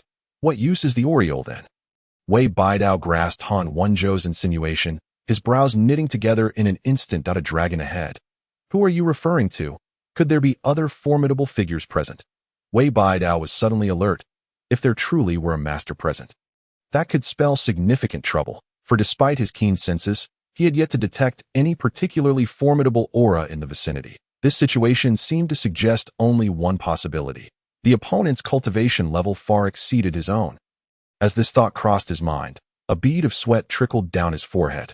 Unaware of the identity of this divine being, he lamented, I, Wei, may have inadvertently offended you with my words. However, I have my reasons. My descendants have been wronged by a nefarious individual, and in my fervor for vengeance, I resorted to this desperate measure. I beseech you to reveal yourself. Wei Baidao spoke, cupping his hands in a gesture of respect. Yet, the surroundings remained eerily silent. Casting a wary glance around, Wei Baidao frowned. It is rather unbecoming of you to be so petty. Let me forewarn you. You now find yourself ensnared within my 7 sons' absolute kill formation. I wield control over this array. A practitioner at the void return stage would undoubtedly perish. Even a tribulation-transcending cultivator would face near certain death, should you reveal yourself again, and I inadvertently harm you. Do not blame me. However, upon concluding his warning, Wei Baidao still awaited the appearance of the esteemed figure at that moment. Luo Tian stepped forward from the crowd. Wei Baidao, cease your search. There are no masters here. The mighty dragon you speak of is none other than myself, Luo Tian declared. Wei Baidao was taken aback, then turned to glance at Han Wenzhou. The latter offered a bitter smile and nodded. Wei Baidao narrowed his eyes, shooting a piercing glare at Han Wenzhou, and coldly remarked, "You dare deceive me, young one. Very well, I had intended to spare your life, but since it has come to this, after I eliminate Luo Tian, you shall be next." With that, he abruptly turned his gaze towards Luo Tian. "You think you can toy with me? My avatar may have fallen to you before, but now you shall witness my true strength." As he spoke, a powerful aura surged from him. "True strength, you say? Fine. I shall remain here without moving, allowing you to strike me 3 times. Should you manage to inflict even the slightest wound, I will concede defeat." Luo Tian responded. "What did you just say?" Wei Baidao's brows shot up in disbelief. This fellow was far too arrogant. He was a formidable practitioner at the 7th level of the Void Return stage. Even in the Yulong Kingdom, few would dare to challenge him so audaciously. Yet here stood Luo Tian, openly uttering such insolent words. This was clearly an affront to his dignity. "Very well, since you seek death, I shall grant it to you." As he spoke, Wei Baidao's aura erupted, his hair whipping about wildly. With a resounding roar, he brought his palms together, unleashing a torrent of black energy behind him. Old ancestor. He is serious. The Wei family members gasped in shock, realizing Wei Baidao was prepared to unleash his full power. "Young man, perish," Wei Baidao shouted, delivering a powerful strike. In an instant, the sky filled with swirling black mist, transforming into a colossal black serpent that lunged at Luo Tian with its gaping maw. Yet Luo Tian remained unfazed, standing with his hands clasped behind his back, allowing the attack to unfold. Just as the black serpent was about to make contact, a flash of golden light enveloped Luo Tian. Buzz. In that moment, the black serpent disintegrated like snowflakes under the summer sun, shattering into countless fragments. With a single strike, Luo Tian remained rooted in place, unaffected in an instant. The Wei family members were left dumbfounded. What had just transpired? He had genuinely withstood the full force of the ancestors' attack. Could it be? Who exactly was this young man? It was only then that they began to grasp the gravity of the situation. Meanwhile, Wei Baidao's eyes twitched involuntarily. He too realized something was amiss. The strength of Luo Tian was entirely different from his previous assessment. What had transpired within a single day? "Everyone, return to the formation," Wei Baidao suddenly commanded. The Wei family members were taken aback. Wei Baidao's voice turned cold. "If I must invoke the power of the 7 Suns' absolute kill formation, I will annihilate him today." Understood. They recognized the seriousness of the situation and swiftly returned to their respective positions within the array. Buzz. In an instant, the atmosphere around the formation grew tense, cold winds howled, and 7 black suns materialized in the sky. Wei Baidao narrowed his eyes at Luo Tian and declared, "Luo Tian, you truly possess great strength. But regrettably, this is where it ends." He continued, "The 7 Suns' absolute kill formation is the treasure of my Wei family. When fully activated, no one below the Void Return stage can withstand its might. Even a tribulation-transcending cultivator would meet a bitter end. This formation, since coming into my possession, has never before been used against an enemy. To perish beneath its power is a mark of pride." With a wave of his hand, Wei Baidao shouted, "7 Suns' absolute kill, Buzz." In that instant, the 7 black suns unleashed beams of dark energy aimed directly at Luo Tian. Boom! The black rays descended, enveloping the area in smoke and dust. "Humph! It is finished. Even you cannot survive this strike," Wei Baidao proclaimed. He then turned his attention to the onlookers from the Night Wind Kingdom. Surely, after witnessing his decisive blow against Luo Tian, they would be thrown into disarray. Yet to his surprise, the crowd remained indifferent, a few even standing with their hands on their hips, casually conversing. "Brother, how do you find this strike? What a trivial display. I wonder what the Wei family is trying to prove." Indeed, even the earlier heavenly tribulation was far more formidable than this. How could this be their ultimate technique? I had thought the Wei family of the Yulong Kingdom to be impressive, but it seems they are quite lacking in knowledge. With such power, it's not even worth a dog's attention. Come now, do not be so harsh. You must understand that witnessing the earlier tribulation alongside Luo Tian's might make Wei's ultimate technique appear mediocre. However, their technique still has its merits. Indeed, it is Luo Tian who is formidable, not them. The crowd's murmurs reached Wei Baidao's ears, leaving him utterly bewildered. What in the world was happening? Were the people of the Night Wind Kingdom mad? From the looks of those speaking, their own strength was hardly noteworthy. How dare they mock the Seven Suns' absolute kill formation, claiming it was unworthy of even a dog? What was going on? At that moment, one of the Wei family members stammered, "Ancestor." Wei Baidao followed the man's pointing finger. There stood Luo Tian, unmoving, radiating a faint golden light, his attire untouched by any damage. What? At that moment, panic surged through Wei Baidao. Just moments ago, he had been certain he had struck Luo Tian.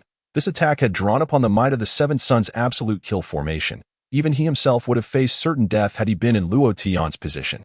But Luo Tian? He appeared entirely unscathed. What could possibly be happening? Second strike. Wei Baidao, you have one final chance. After this next attack, you shall meet your demise. Luo Tian intoned calmly from the ground. Wei Baidao's eyelids twitched uncontrollably. In that moment, fear began to creep into his heart. The mighty dragon he had heard of, the dragon that Han Wenzhou had referenced, was indeed Luo Tian. Indeed, how could he, a mere yellow sparrow, hope to challenge a dragon? If he failed to prevail on this next strike, the Wei family would face ruin. Wei Baidao felt an overwhelming sense of regret, while Wei Tianyi was his most cherished descendant. What was one man compared to the entire Wei family? Ancestor. A Wei elder also sensed the gravity of the situation. His gaze filled with concern, snapped back to reality. Wei Baidao's eyes flickered with uncertainty before they hardened with resolve. Everyone, do not blame me, he declared. Ancestor. What do you mean? The Wei family members were puzzled. Wei Baidao took a deep breath and said, I do this for the good of the Wei family. If we cannot survive this crisis, our clan will face annihilation. His gaze swept across the assembly, and it was then that the Wei family began to grasp the implications of his words. Ancestor, no, my son is still young. I cannot perish here. Ancestor, please reconsider. Perhaps we have other options. The old ancestor, the members of the Wei family, fell into a state of utter turmoil. Wei Baidao sighed. My esteemed relatives, were it not for dire necessity, I would not wish to resort to this. However, there is no other recourse left. Once this crisis is past, I shall erect a monument for each of you within the ancestral hall of the Wei family. As he spoke, he pressed his palms together. Suddenly, the 7 stone pillars surrounding them began to tremble violently. From the 7 black suns suspended in the air, dozens of chains emerged, binding the members of the Wei family directly. Old ancestor, please no, they cried out. Stop, old ancestor. But Wei Baidao paid them no heed as the auras of the Wei family members steadily waned. Wei Baidao was met with gazes filled with resentment, and they began to address him by name without honorifics. What is happening? Someone below inquired. Perplexed, Ling Shuzi narrowed his eyes, observing Wei Baidao in the air, and finally grasped the situation. This man is truly malevolent, he murmured to himself. Master, what is going on? Luo Tian asked. Confused, Ling Shuzi explained. Wei Baidao is employing an exceedingly wicked dark art. He has implanted soul seeds within those of his bloodline that at a crucial moment, he can detonate these seeds to siphon their vitality and life force to elevate his own cultivation. Luo Tian gasped. That is utterly ruthless. Ling Shuzi nodded. Indeed, such brutality is intolerable to the world. It is said that a millennium ago, a few individuals attempted to use this dark art, but were ultimately annihilated by the combined forces of various factions. Subsequently, this dark art gradually faded into obscurity that I had thought no one would dare to wield it again, but it seems I was naive. Luo Tian glanced at Wei Baidao and remarked, This Wei Baidao has truly reduced his own kin to mere sacrificial lambs. Ling Shuzi sighed. Wei Baidao has lived far too long without breaking through to the tribulation realm. It seems his lifespan is nearing its limit, prompting him to resort to such vile methods. Under different circumstances, he might have succeeded, but alas, fortune has not favored him. As they spoke, someone suddenly exclaimed, Look! Everyone immediately looked up to see Wei Baidao, now also ensnared by chains. Through these chains, he was voraciously absorbing the life force of his kin. A faint crimson aura enveloped him, and his own vitality grew increasingly formidable. Suddenly, a burst of spiritual light erupted from him. Eighth layer of the return to origin realm. He had broken through another level. Before anyone could regain their composure, another surge of spiritual light erupted from him. Ninth layer of the return to origin realm. Realizing the shift in his realm, a frenzied ecstasy ignited in Wei Baidao's eyes. Ha! It truly works. I have broken through. But this is not enough. I must advance further. Wei Baidao was utterly deranged at that moment. Within the secret chamber of the divine martial king's residence in the capital of the Night Wind Kingdom, a figure cloaked in black robes suddenly raised their head. Soul seeds. Has Wei Baidao finally taken this step? Excellent. We now have another piece on the chessboard, they murmured in a low voice. Master, what is it? Asked the divine martial king's heir, who stood before the robed figure. Unlike before, the heir now bore no trace of arrogance or resentment. Only submission was evident in his demeanor. It is nothing, merely a delightful thought. The robed figure replied, picking up a black chess piece from the board and bringing it before their eyes, merging it with the image of the heir. Meanwhile, Wei Baidao roared, "Come, let my final power erupt." With that, he absorbed all the vitality and life force of the Wei family members into his being. Boom! In an instant, a terrifying force erupted from him. Has he truly shattered the shackles of the return to void realm? Did he really succeed? An elder exclaimed, his face filled with shock. No, not quite yet. The tribulation realm requires the trials of the heavenly tribulation. He still lacks the final step. However, in terms of sheer power, he might as well be considered in the tribulation realm. Another person added. At that moment, Wei Baidao stood suspended in midair, his once white hair now turned black, having absorbed a vast amount of his kin's life force. He had regained the vigor of his youth. He gazed at his hands, feeling the immense power coursing through him, filled with indescribable exhilaration. Heh, that cloaked fellow truly did not deceive me. This move has indeed allowed me to break through. What a pity, I was too lenient, hesitating for so long before taking action.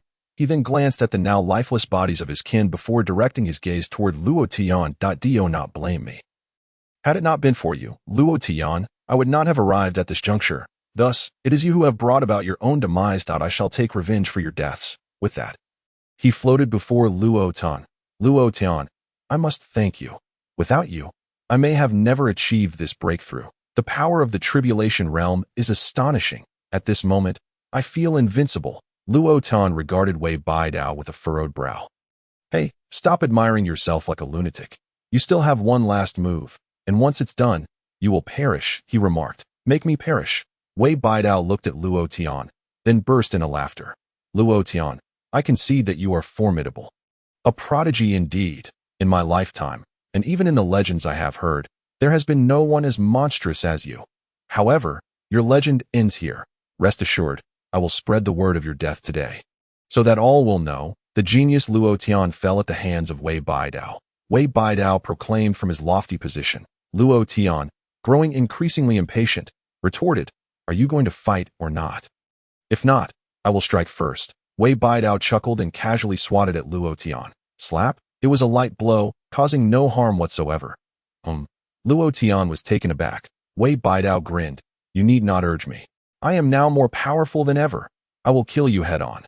Go ahead and make your move. Luo Tian squinted at him, disdain etched across his face. This guy is truly full of himself. Are you certain? Luo Tian asked, still skeptical. Absolutely. Wei Baidao replied with a smile. Luo Tian took a deep breath and launched a punch. As Wei Baidao watched Luo Tian's assault, he laughed. Previously, I could not even comprehend your punching technique. But now, with my elevated realm, I can easily discern your fist. Every trajectory of your strike is within my grasp. He reached out to grasp Luo Tian's fist, confident that he would easily seize it. But then, crack. The moment his hand made contact with Luo Tian's fist, an unimaginable force twisted his fingers brutally. This, Wei Baidao watched in horror as his fingers contorted and shattered, unable to react in time. Boom! In the next instant, a powerful force sent him flying that he hurtled through the air like a shooting star, crashing into a distant mountain and creating a mushroom cloud. Damn it, he really is putting on a show. Isn't he? Luo Tian clenched his fist, his expression fierce. No technique or skill he possessed could compare to Wei Baidao's arrogance. From amidst the rubble, Wei Baidao emerged, one of his arms mangled and bloodied. Nearly rendered useless. Impossible. How could this be? I am already in the tribulation realm. Why can I not kill you? Wei Baidao could hardly believe his eyes. Just moments ago, he had been brimming with confidence due to his newfound power. But reality was harsh. Old fool, still pretending? At that moment, Luo Tian instantly teleported before him, delivering a flying kick. Puff. Once again, Wei Baidao was predictably sent flying that he soared through the air, spewing blood, and only came to a halt after crashing through 2 mountain peaks. Damn it! 7 Sun Absolute Killing Formation. With the remaining hand, Wei Baidao activated the formation. Buzz. The 7 suns in the sky once again unleashed beams of light towards Luo Tian. However, with a sudden shift, Luo Tian vanished from his original position in the next instant. He appeared beside one of the black suns. Get lost, he exclaimed, delivering a powerful punch to the black sun. Boom!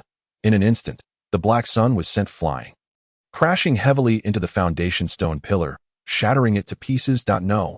Wei Baidao cried out in sheer terror. Bang! In the blink of an eye, the formation space ruptured, and the 7 suns killing formation was dismantled. Why is this happening? Neither the 7 suns killing formation nor I can kill this monster. Is he truly a creature beyond comprehension? A look of utter despair enveloped Wei Baidao's face, rumbling at that moment. Dark clouds gathered in the sky, and calamity clouds re-emerged. Heavenly tribulation. Another heavenly tribulation. This was Wei Baidao's tribulation, as he had broken through to the tribulation stage. Upon emerging from the formation space, he was sensed by the rules of the greater world, triggering the heavenly tribulation. However, the range and pressure of this tribulation were less than a mere tenth of Luo Tian's. Who could possibly compare to that monster? The onlookers buzzed with chattered this moment. Wei Baidao gazed at the heavenly tribulation above, a glint of fierce determination flashing in his eyes. Whoosh! He soared directly in front of Luo Tian, grasping his ankle with one hand. Luo Tian, I admit my defeat. But in death, I shall drag you down with me. Perishing together beneath the heavenly tribulation, Wei Baidao raved. Die beneath the heavenly tribulation? Everyone present in the mountains couldn't help but exchange bewildered glances. Could this paltry power of the tribulation truly kill Luo Tian? What a joke!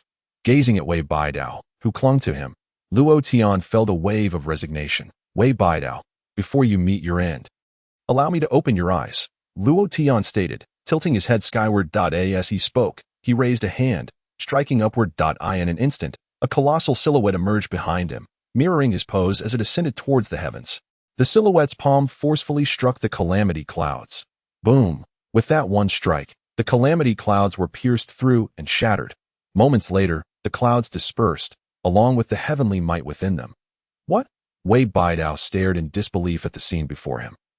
That was his heavenly tribulation, the means he intended to use to perish alongside his opponent. Yet it proved utterly feeble. Suddenly, he recalled the earlier sensation of the heavenly tribulation coupled with Han Wenzhou's mention of the so-called dragon in the front. Multiple pieces of information converged in his mind, leading him to a startling realization. The previous heavenly tribulation was not due to the emergence of the Ziwei Taoist legacy, but rather because of you? He looked at Luo Tian, incredulity written all over his face. Indeed, and now you may go to your death. With that, Luo Tian delivered a crushing blow. Boom! Wei Baidao's chest was pierced through, blood gushing forth.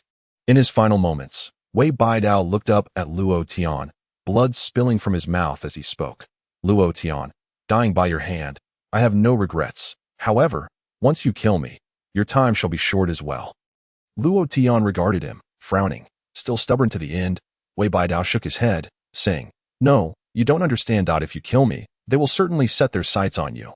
You have no idea how powerful they truly are. As he uttered these words, Wei Baidao's gaze dulled, his body swaying to the side, life extinguished on the spot. Luo Tian stood frozen in place, momentarily stunned. Damn it, Riddle Man. Finish your words before you die. Luo Tian gripped Wei Baidao, yet the latter showed no sign of response. This guy had to irritate me even in death. Luo Tian gritted his teeth. Speaking incomplete thoughts is torture, isn't it? But now, such matters were moot. He cast aside the corpse, then approached the crowd. Whoosh! As Luo Tian walked forward, the crowd instinctively parted to create a pathway, their expressions a mixture of complexity as they regarded him. Young master! Luo Rong and the others exclaimed excitedly upon seeing Luo Tian. Their young master had grown to such formidable heights, and they felt a sense of pride in their association. Luo Tian nodded. then spotted Ling Shuzi not far away. Ling Shuzi, our affairs are concluded. We shall take our leave that in a few days. We will reconvene in the capital, Luo Tian stated. Ling Shuzi immediately bowed. Very well. I shall await you in the capital, young Master Luo. Luo Tian nodded, allowing the Golden Peng King to carry everyone away from the site. Once Luo Tian departed, the crowd erupted in fervent discussion. The Night Wind Nation was on the brink of a transformation. Meanwhile, within the Divine Martial King's residence, amidst a game of chess, the black-robed figure preparing to make a move suddenly crushed the piece in hand with a loud crack. The black-robed figure abruptly lifted his head, revealing a pair of chilling eyes beneath the dark hood. Filled with disbelief, the soul seed shattered. How could this be? He exclaimed in shock. Master, what is the matter? The Divine Martial King's heir inquired. Looking at the black-robed figure, the figure's robe quivered, and he stood abruptly. Who dares to tamper with our pieces, seeking death? He seethed. Master, the Divine Martial King's heir looked utterly perplexed. The black-robed figure took a deep breath, managing to calm himself, then addressed his disciple. I have a matter to attend to in the Yulong Kingdom. The heir was taken aback. But master, the ceremony is set to commence in just a few days. The black-robed figure replied coldly. I have arranged everything. With your abilities, my presence here makes no difference that I will return once I finish my affairs. The heir nodded. Understood. I wish master a safe journey. The black-robed figure acknowledged him, and with a loud whoosh, transformed into a cloud of black mist, vanishing from sight. Elsewhere, in Bianbei City, the Golden Peng King carried the Luo family members back, landing them within the ancestral home of the Luo clan. This time, the Luo family reaped substantial rewards. Aside from Luo Tian's breakthrough, Luo Rong and others had also acquired a vast array of resources from the Yuling Palace and other locations. Upon tallying, the gains exceeded the entirety of the Luo family's previous assets. With these resources, the Luo clan's strength would undoubtedly ascend further. Yet, this was not the most significant aspect, beyond Luo Tian's advancement. The most substantial gain was the dragon bones. Luo Tian ordered the summoning of all Luo family members to extract the primordial power of the dragon race, refining their essence. This primordial power was of little consequence to Luo Tian. But for others, it made all the difference. After undergoing refinement, each member of the Luo family experienced monumental enhancements. For instance, Luo Feng, who was already at the 9th level of the spirit transformation stage, directly broke through to the skyward stage, advancing all the way to the 9th level of the skyward stage. Moreover, he had yet to fully absorb this power. Once he did, breaking through to the profound realm would be effortless. Other members of the Luo family similarly saw their strengths rise nearly a full realm. Particularly among the younger generation, nearly half had broken through to the spirit transformation stage, although they practiced the Heavenly Tao techniques. Their training was limited. Thus, the conditions for their breakthroughs were far less stringent than those faced by Luo Tian, and their prowess was not on par with his. Nonetheless, compared to others at the same level, they excelled significantly. Without a doubt, it could be said that the current generation of the Luo family's youth could sweep away their peers across the Night Wind Nation. However, the greatest beneficiaries were still Niu Wufang and the Golden Peng King. As members of the demon race, their thirst for the dragon race's primordial power was unparalleled by any human. After harnessing this power, the two of them remarkably broke through to the return to the void stage within mere days. This event sent ripples throughout Bianbei City. After all, it had been nearly 5 centuries since any formidable figure had broken through to the return to the void stage in the Night Wind Nation. Although this time it was 2 demons breaking through, the significance was extraordinary at this very moment. The Luo family in Bianbei City had undoubtedly become the foremost power in the Night Wind Nation. On this day, 2 unexpected visitors approached the Luo family. Outside Bianbei City, a tall and short figure gazed into the distance, looking towards the city gates. That Mr. Chu, please refrain from acting for now, that my hands are itching to take Luo Tian's head personally. A tall man grinned broadly, revealing a mouthful of sharp fangs. That Mr. Chu glanced up at him, sneering.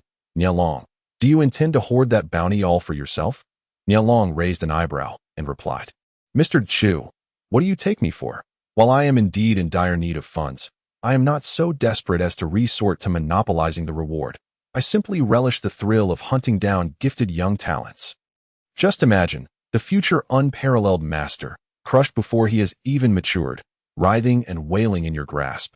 What an exhilarating sensation. As Nialong spoke, he could not help but tremble in excitement that Mr. Chu cast him a sidelong glance.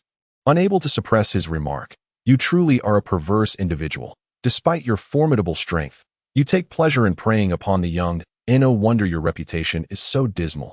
Even the entirety of Shualan Kingdom hunts you down. It is only in our ghost-killing hall that you find refuge." Nialong laughed maniacally, declaring, "Reputation is of no consequence. My own satisfaction is what matters most. The only concern I have now is whether this so-called Luo Tian is as extraordinary as the rumors suggest. If he turns out to be lacking in genius, the hunt will hardly bring me joy." That Mr. Chu pondered for a moment before responding. The Night Wind Kingdom's branch reported that this Luo Tian possesses combat prowess equivalent to the Transcendence Realm. I find that hard to believe. I suspect he has protectors by his side. However, the protectors of the Night Wind Kingdom are likely only at the Transcendence Realm level, which is far too weak for us. Both at the first stage of the Return to Nothing Realm. Nialong nodded, saying, "As two practitioners of the Return to Nothing Realm, we have journeyed thousands of miles to the Night Wind Kingdom. We cannot return empty-handed."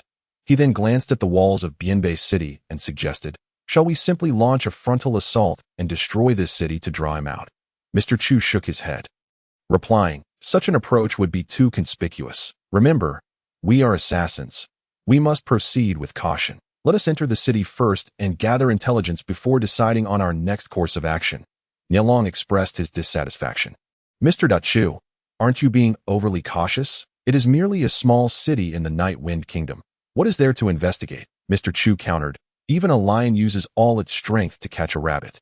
My habit is to refrain from action without concrete intelligence. Once I act, I must ensure absolute success. It is precisely this principle that has kept my assassinations flawless. If you disagree, we shall cancel this operation." Upon hearing this, Nialong hastily waved his hands, saying, "No, I will heed your advice, but I must be the one to eliminate Luo Tian." Mr. Chu dismissed it nonchalantly. "It matters not to me. I only seek to complete the mission. I have no objection to who among us does the killing." With that, he led the way towards Bianbei City. Upon entering, they made their way to the largest tavern, seated by the window, and ordered a lavish feast. "Waiter, come here. I wish to inquire about something," Mr. Chu said as he handed over several spirit stones. The waiter's eyes lit up as he accepted the stones and replied with enthusiasm, "Dear guest, feel free to ask anything. In Bianbei City, I am well informed. There is nothing I do not know." Mr. Chu nodded and began, "I would like to inquire about the Luo family." The waiter's excitement grew as he exclaimed, "Ah, you have come to the right person. I have a relative who belongs to the Luo family. The Luo family is now considered the foremost clan in Bianbei City. No, the entire Night Wind Kingdom." Nialong scoffed. "Is it truly that impressive?" The waiter continued, "Of course, you have no idea how powerful the Luo family is, especially that legendary young master of the Luo family. He is simply extraordinary."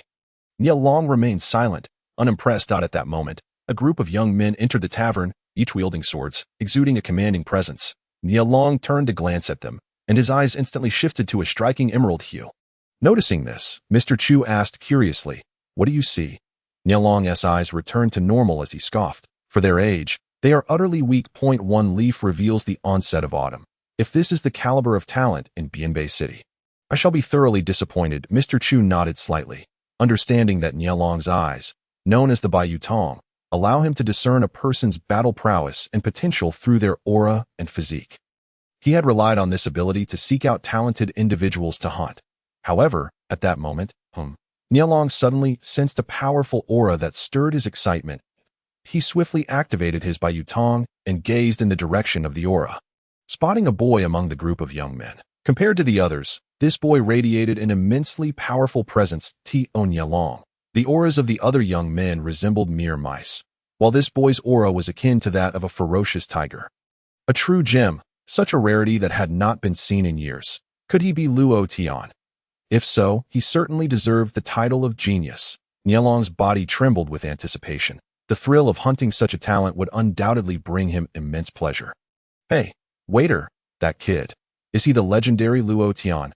Nialong licked his lips, inquiring eagerly. He awaited a confirmation, ready to rush forth and claim his prey. However, the waiter replied, "Ah, certainly not. Just look at his attire. He is merely an ordinary disciple of the Luo family. What? Nialong was taken aback. An ordinary disciple could possess such strength. This individual would be considered a prodigy in any faction. Just as his confusion deepened, he suddenly felt a surge of instinct. He swiftly turned to peer out the window. Through his bayutong, he observed four even larger fierce tigers approaching from the other end of the street. 4 prodigies at once. Nialong's breath quickened. To him, each of them represented exceptional prey. Typically, he would search for years to find just one, yet today, four appeared all at once. Was Bianbei City a paradise? Just then, a rumble echoed as Nialong's bayutong trembled. And he turned his gaze to another street where a colossal beast was slowly striding forward. Nialong was frozen in place. Rubbing his eyes, he looked again and realized that the aura of the beast emanated from a young boy. Are you kidding me? Nialong murmured to himself. What is it? Mr. Chu inquired. Nialong trembled uncontrollably, his expression contorting with excitement. Mr. Chu, I must thank you for bringing me here. I never imagined I would encounter such a level of genius in my lifetime. If this fellow were to join me, my life would be worth it. Truly, he is Luo Tian, the foremost genius of the Night Wind Kingdom. Nialong exclaimed fervently that Mr. Chu observed him, shaking his head in resignation. This man was indeed deranged. Meanwhile, the waiter glanced out the window and remarked, young Master Luo Tian, no, you must be mistaken. That boy is Luo Do. What makes him the best? Doesn't he even rank in the top 10 among the Luo family's younger generation? Nialong looked at Luo Da and then back at the waiter, disbelief etched on his face. Are you sure? The waiter replied confidently, of course, I am not boasting. I am well acquainted with the Luo family's younger generation. Though they may not recognize me. This is Luo Da. His strength is among the top in Bianbei City, but he cannot even break into the top 10 within the Luo family.